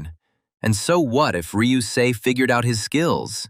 It still didn't change anything. The girl answered, of course, nothing. At that moment, her body was engulfed in flashes of magical power. Ryusei was preparing to respond to the guy's blow. She raised her head. The bandage from her right eye disappeared. She said, "I just really wish I were as weak as you." Laryl's body was also on fire, and he broke into a smile, anticipating a serious fight with this renowned girl from the great empire. All three of Johnny's hairpins were glowing. He intended to release his power and make Deus regret his mocking tone. Streams of magic flowed from Deus's eyes. He had no intention of giving in to some boy, no matter how talented. Suddenly, the door swung open, and the assistant to the head of the training camp, Kiren, loudly asked what was going on here. The fighters instantly lost their magic and froze in their fighting stances. Silence fell in the room. Kiren looked around carefully. The instructor asked the boys if everything was okay. It seemed like there had been some kind of violent fight going on. The walls were literally shaking. Deus replied with a smile. "No way. Maybe we got a little carried away, since a lot of time had passed since our last meeting." Kiren said, "Everything is clear. The competition will take place tomorrow, so please do not overexert yourself." Deus replied, "Of course." The door slammed behind Kiren, and Deus noticed that Jurian had done it just in time. Otherwise, they would all be in trouble here. The young man replied to Deus that he didn't want to get into trouble because someone suddenly decided to fight right in the building. Laryl asked in confusion, "What just happened to my mana?" Ryusei closed her right eye and explained, "It was Urian." Baganuzag was stunned. "So this is what the famous mana reset is," Goliath noted. "It is very difficult to resist it." Deus said to Johnny, "What a pity. Everything was just starting to get interesting. Unfortunately, we'll have to put off the rest until tomorrow." Johnny replied to the guy, "You are very lucky that everything is over. No one can stop me tomorrow, so be prepared for it." The captain of the second squad smiled. "Of course I'm looking forward to it. It looks like tomorrow's match promises to be very exciting." He gathered the members of his squad, and they all left the room where all the members of the first squad usually gathered. Watching the second squad appear out of nowhere, start a fight, and then leave gave Urian serious pause. Urian grew up a little. He realized that this is what happens when children gain power. They start fights without thinking. Arini hit Johnny and exclaimed, "You have to stop causing trouble. If it wasn't for Jurian, everything could have ended badly," Johnny said quietly. "Arini, I have felt this for some time now, that Jurian is much stronger than we can imagine." Johnny glanced sideways at the young man and added, "I don't think we need to worry about competition.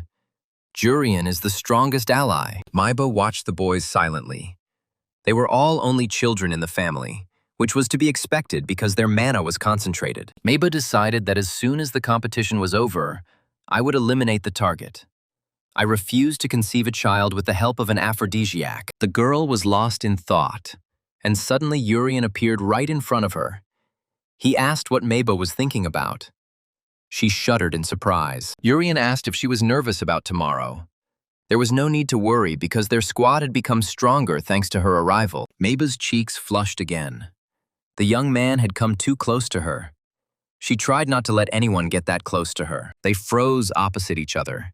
Urian looked in surprise at Maiba's frightened and confused face when the door to the room opened. Ella stood at the threshold. She shouted, "Hello, Urian. I came to see you." The girl's eyes were shining. She missed her brother. Urian smiled widely. He was pleasantly surprised how Ella ended up here. What a surprise. He was also very happy to see her. Secrus was genuinely surprised.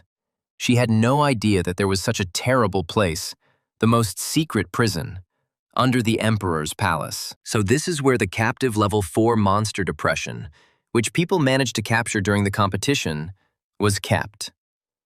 She said to the monster, "I came because I have a question.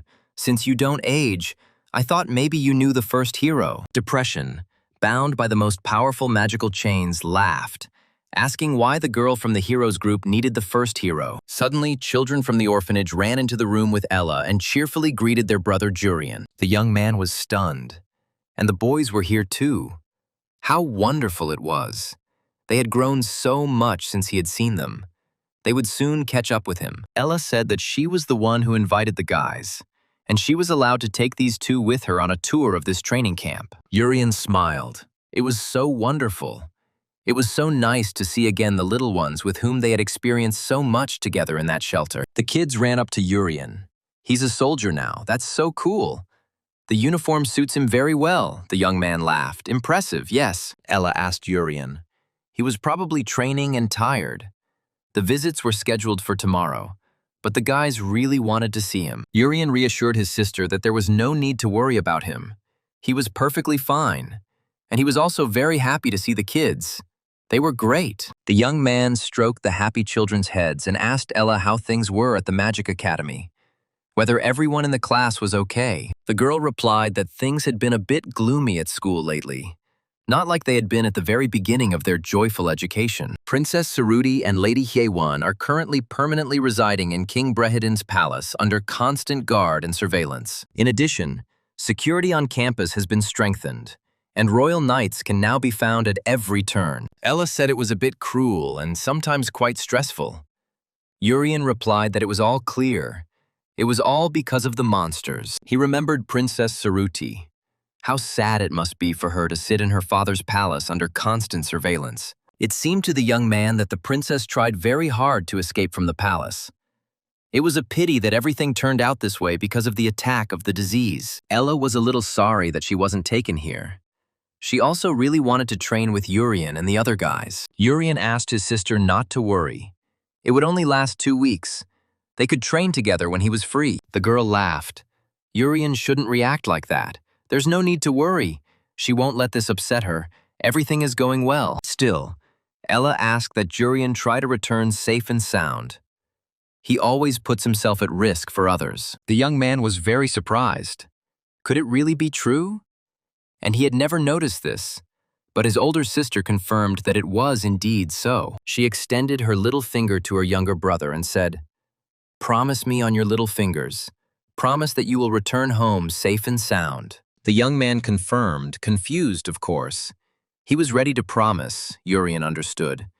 It seemed that Ella was really very worried about him. Ella warned Urian that he better keep his promise or she would be very disappointed. He replied, "Yes, I promise you." Suddenly, Ella and Urian heard a loud cry. Someone angrily shouted at them to get out. The brother and sister turned around in surprise. Urian said it scared him. He didn't know there were other people in the guest rooms, because visiting time was tomorrow morning. The young man cautiously looked into the next room. He didn't understand whether they had quarreled during the meeting. It was rather strange. He noticed that Miba was in the next room. The girl was shaking with rage. She was passionately expressing her opinion to the visitors. Her mother, sitting at the table, was crying bitterly, and her father was trying to reason with his daughter, saying, "Miba, please, just listen to me." The girl angrily told her parents that they didn't understand anything, that they should forget about it and never remember it. She slammed her palm loudly on the table and declared that they should not look for her anymore.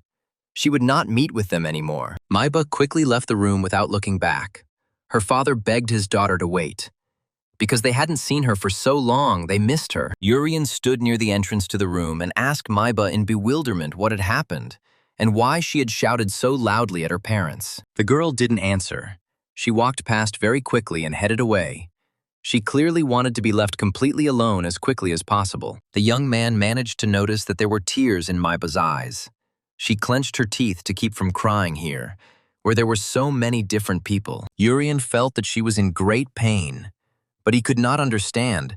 Her parents clearly loved the girl, and she loved them too. The guy involuntarily looked into the room from which Miba had just run out, wondering what could have happened there. Suddenly, Urian saw on the table in a small box the meat that Miba had asked him to wrap up for her after today's training. The next day, Urian, as always, went to the spacious hall for breakfast.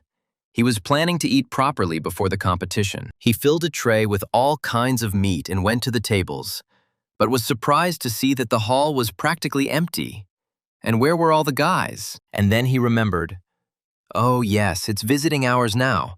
Everyone is probably having breakfast in the company of their close relatives. Urian placed the tray on the table where Maba was sitting and said, I think that now this entire luxurious hall is at our disposal. The girl asked Urian in surprise why he sat here. There were plenty of free seats. You could easily eat at another table. The young man had already filled his mouth, and he replied with a smile, because food tastes better when you're in company. Hadn't Maba noticed that? He asked Maba if something had happened to her yesterday. It seemed like her family would like to talk to her longer, but she ran away from them. The girl replied that she was annoyed that they had called her. But they continued to chat about stupid things, so I just left. Urian chuckled. What he saw in that room was completely at odds with what Maba was deliberately saying here in a cold tone. The young man suddenly told the girl that her parents said the meat was delicious, and the face of the core secret agent suddenly lengthened. It was the meat from the magic training, and Urian wondered why Maba had packed it, since she wanted to give it to her parents. Urian told Maba that she was a good person. It was obvious. The girl leaned over the table and muttered for the young man to shut up. He looked at his interlocutor with a searching gaze. It was clear that she was hiding a lot from everyone, and was suffering greatly because of something. Maba realized that Urian had gotten too close and decided to change the subject. She quickly pulled herself together. The girl winked at her interlocutor and remarked that he seemed to have had a good time yesterday. She asked who it was that came to see him. Urian replied that they were his only family. He had no one closer, so he was very glad to see them, and they were also very glad. The young man said that he grew up in an orphanage, so Ella and these guys are the most precious thing he has. Something like a family, Maba repeated in confusion. Family. Her face suddenly became inexpressibly sad. It seemed that this topic was painful for her. Urian looked at the girl and did not understand what was going on. But he saw that she was very dear to her parents, and they were also dear to her. Just like then, he devoured the meat with gusto, and at the same time watched the girl. For some reason, she interested Urian, but he didn't know why. Noticing the young man's intent gaze, Maba stood up from the table. Urian was surprised that she had already eaten. All the food on her plate was still whole. Maba smiled cheerfully and told Urian that they would see each other later, since today they had to fight the second squad. The young man replied, yes, of course, they would see each other. But still, before the battle it would be better to have a good meal. Otherwise, you never know when they would return. The girl calmly left the hall. She needed to be alone. Urian's words once again stirred up the excitement of yesterday's meeting in her. She remembered the words of the young man. They said that the meat was tasty. Maba smiled. That's good. At least she did something. Suddenly, the girl heard a signal from the Sacred Sword Corps. One of the senior members of the secret organization was calling her to get in touch. She was afraid of what the knights were doing here and why they had come. The girl noticed that a messenger was standing next to a spreading tree. The elder asked if you enjoyed spending time with your family, Agent Maba, since it had been a long time since you had seen them. She turned towards the knight. Fear flashed across her face. Were these cruel worshippers of the god really going to kill her parents? Maba was silent for a moment and asked what happened. There were a lot of people here and they could be seen. Why were they taking such a risk? The elder knight said that the plans had changed. The girl should not talk to him, but simply listen and remember what was said. Maba's handler informed her that the plan to conceive a child had been cancelled, and that she must carefully eliminate the target during the competition. So, the Holy Sword Corps had given Urian the death sentence, which was to be expected, but it was in line with Maba's plans. The Elder Knight ordered her to immediately dispose of the red potion and use another one to eliminate her target. The messenger informed that the target could only use his healing ability 3 times a day, and that a cunning plan had to be developed. As he disappeared, the senior knight of the Holy Sword Corps reminded her that she must kill Urian during the competition itself. Maba grinned. It all came together perfectly. She was going to kill him anyway, so be it. It would happen today. The girl's eyes became sad again, but cruelty flashed through them. She had already turned into a killer, the punishing sword of the Corps. and Urian was still enjoying the food. These two people were in a completely different, even opposite state of mind. The contented young man exclaimed, "How wonderful! I ate almost everything, so that weirdo won't try to steal my food anymore today." A little later, Kithiotis gave the command. "First squad, second squad, attention! We are starting a team competition between squads." The commander of the second squad said, "Well, let's see what comes out of this competition. The guys in both squads are strong." The commander of the first squad, Arini, grumbled in response. "I already have a feeling that this will be a complete mess, not a competition." Baganuzag glanced at his opponents and thought that it didn't look like there was anyone in the first squad who could resist his enhancement. The guy's gaze stopped on Ryusei. Perhaps this girl could be a worthy opponent for him. The rest were weaklings. Raizo was already shaking Johnny by the lapels, demanding that the brat repeat himself. But he replied that he wasn't interested in the bully. He was very weak. Laryl asked in surprise why he was getting into a fight. What a terrible person! Goliath mentally chuckled at this guy. Hina snorted in displeasure. She didn't want to take part in this competition. She wanted to finally see the precious princess. Maba stood silently in the forest clearing. She was not at all interested in the competition. She only had to kill Urian, and he stretched with pleasure and said, "Well, the competition between the squads is a great opportunity to show your weakness." Urian had eaten his fill that morning and was in a fantastic mood. Maba noted that the murder target was smiling broadly.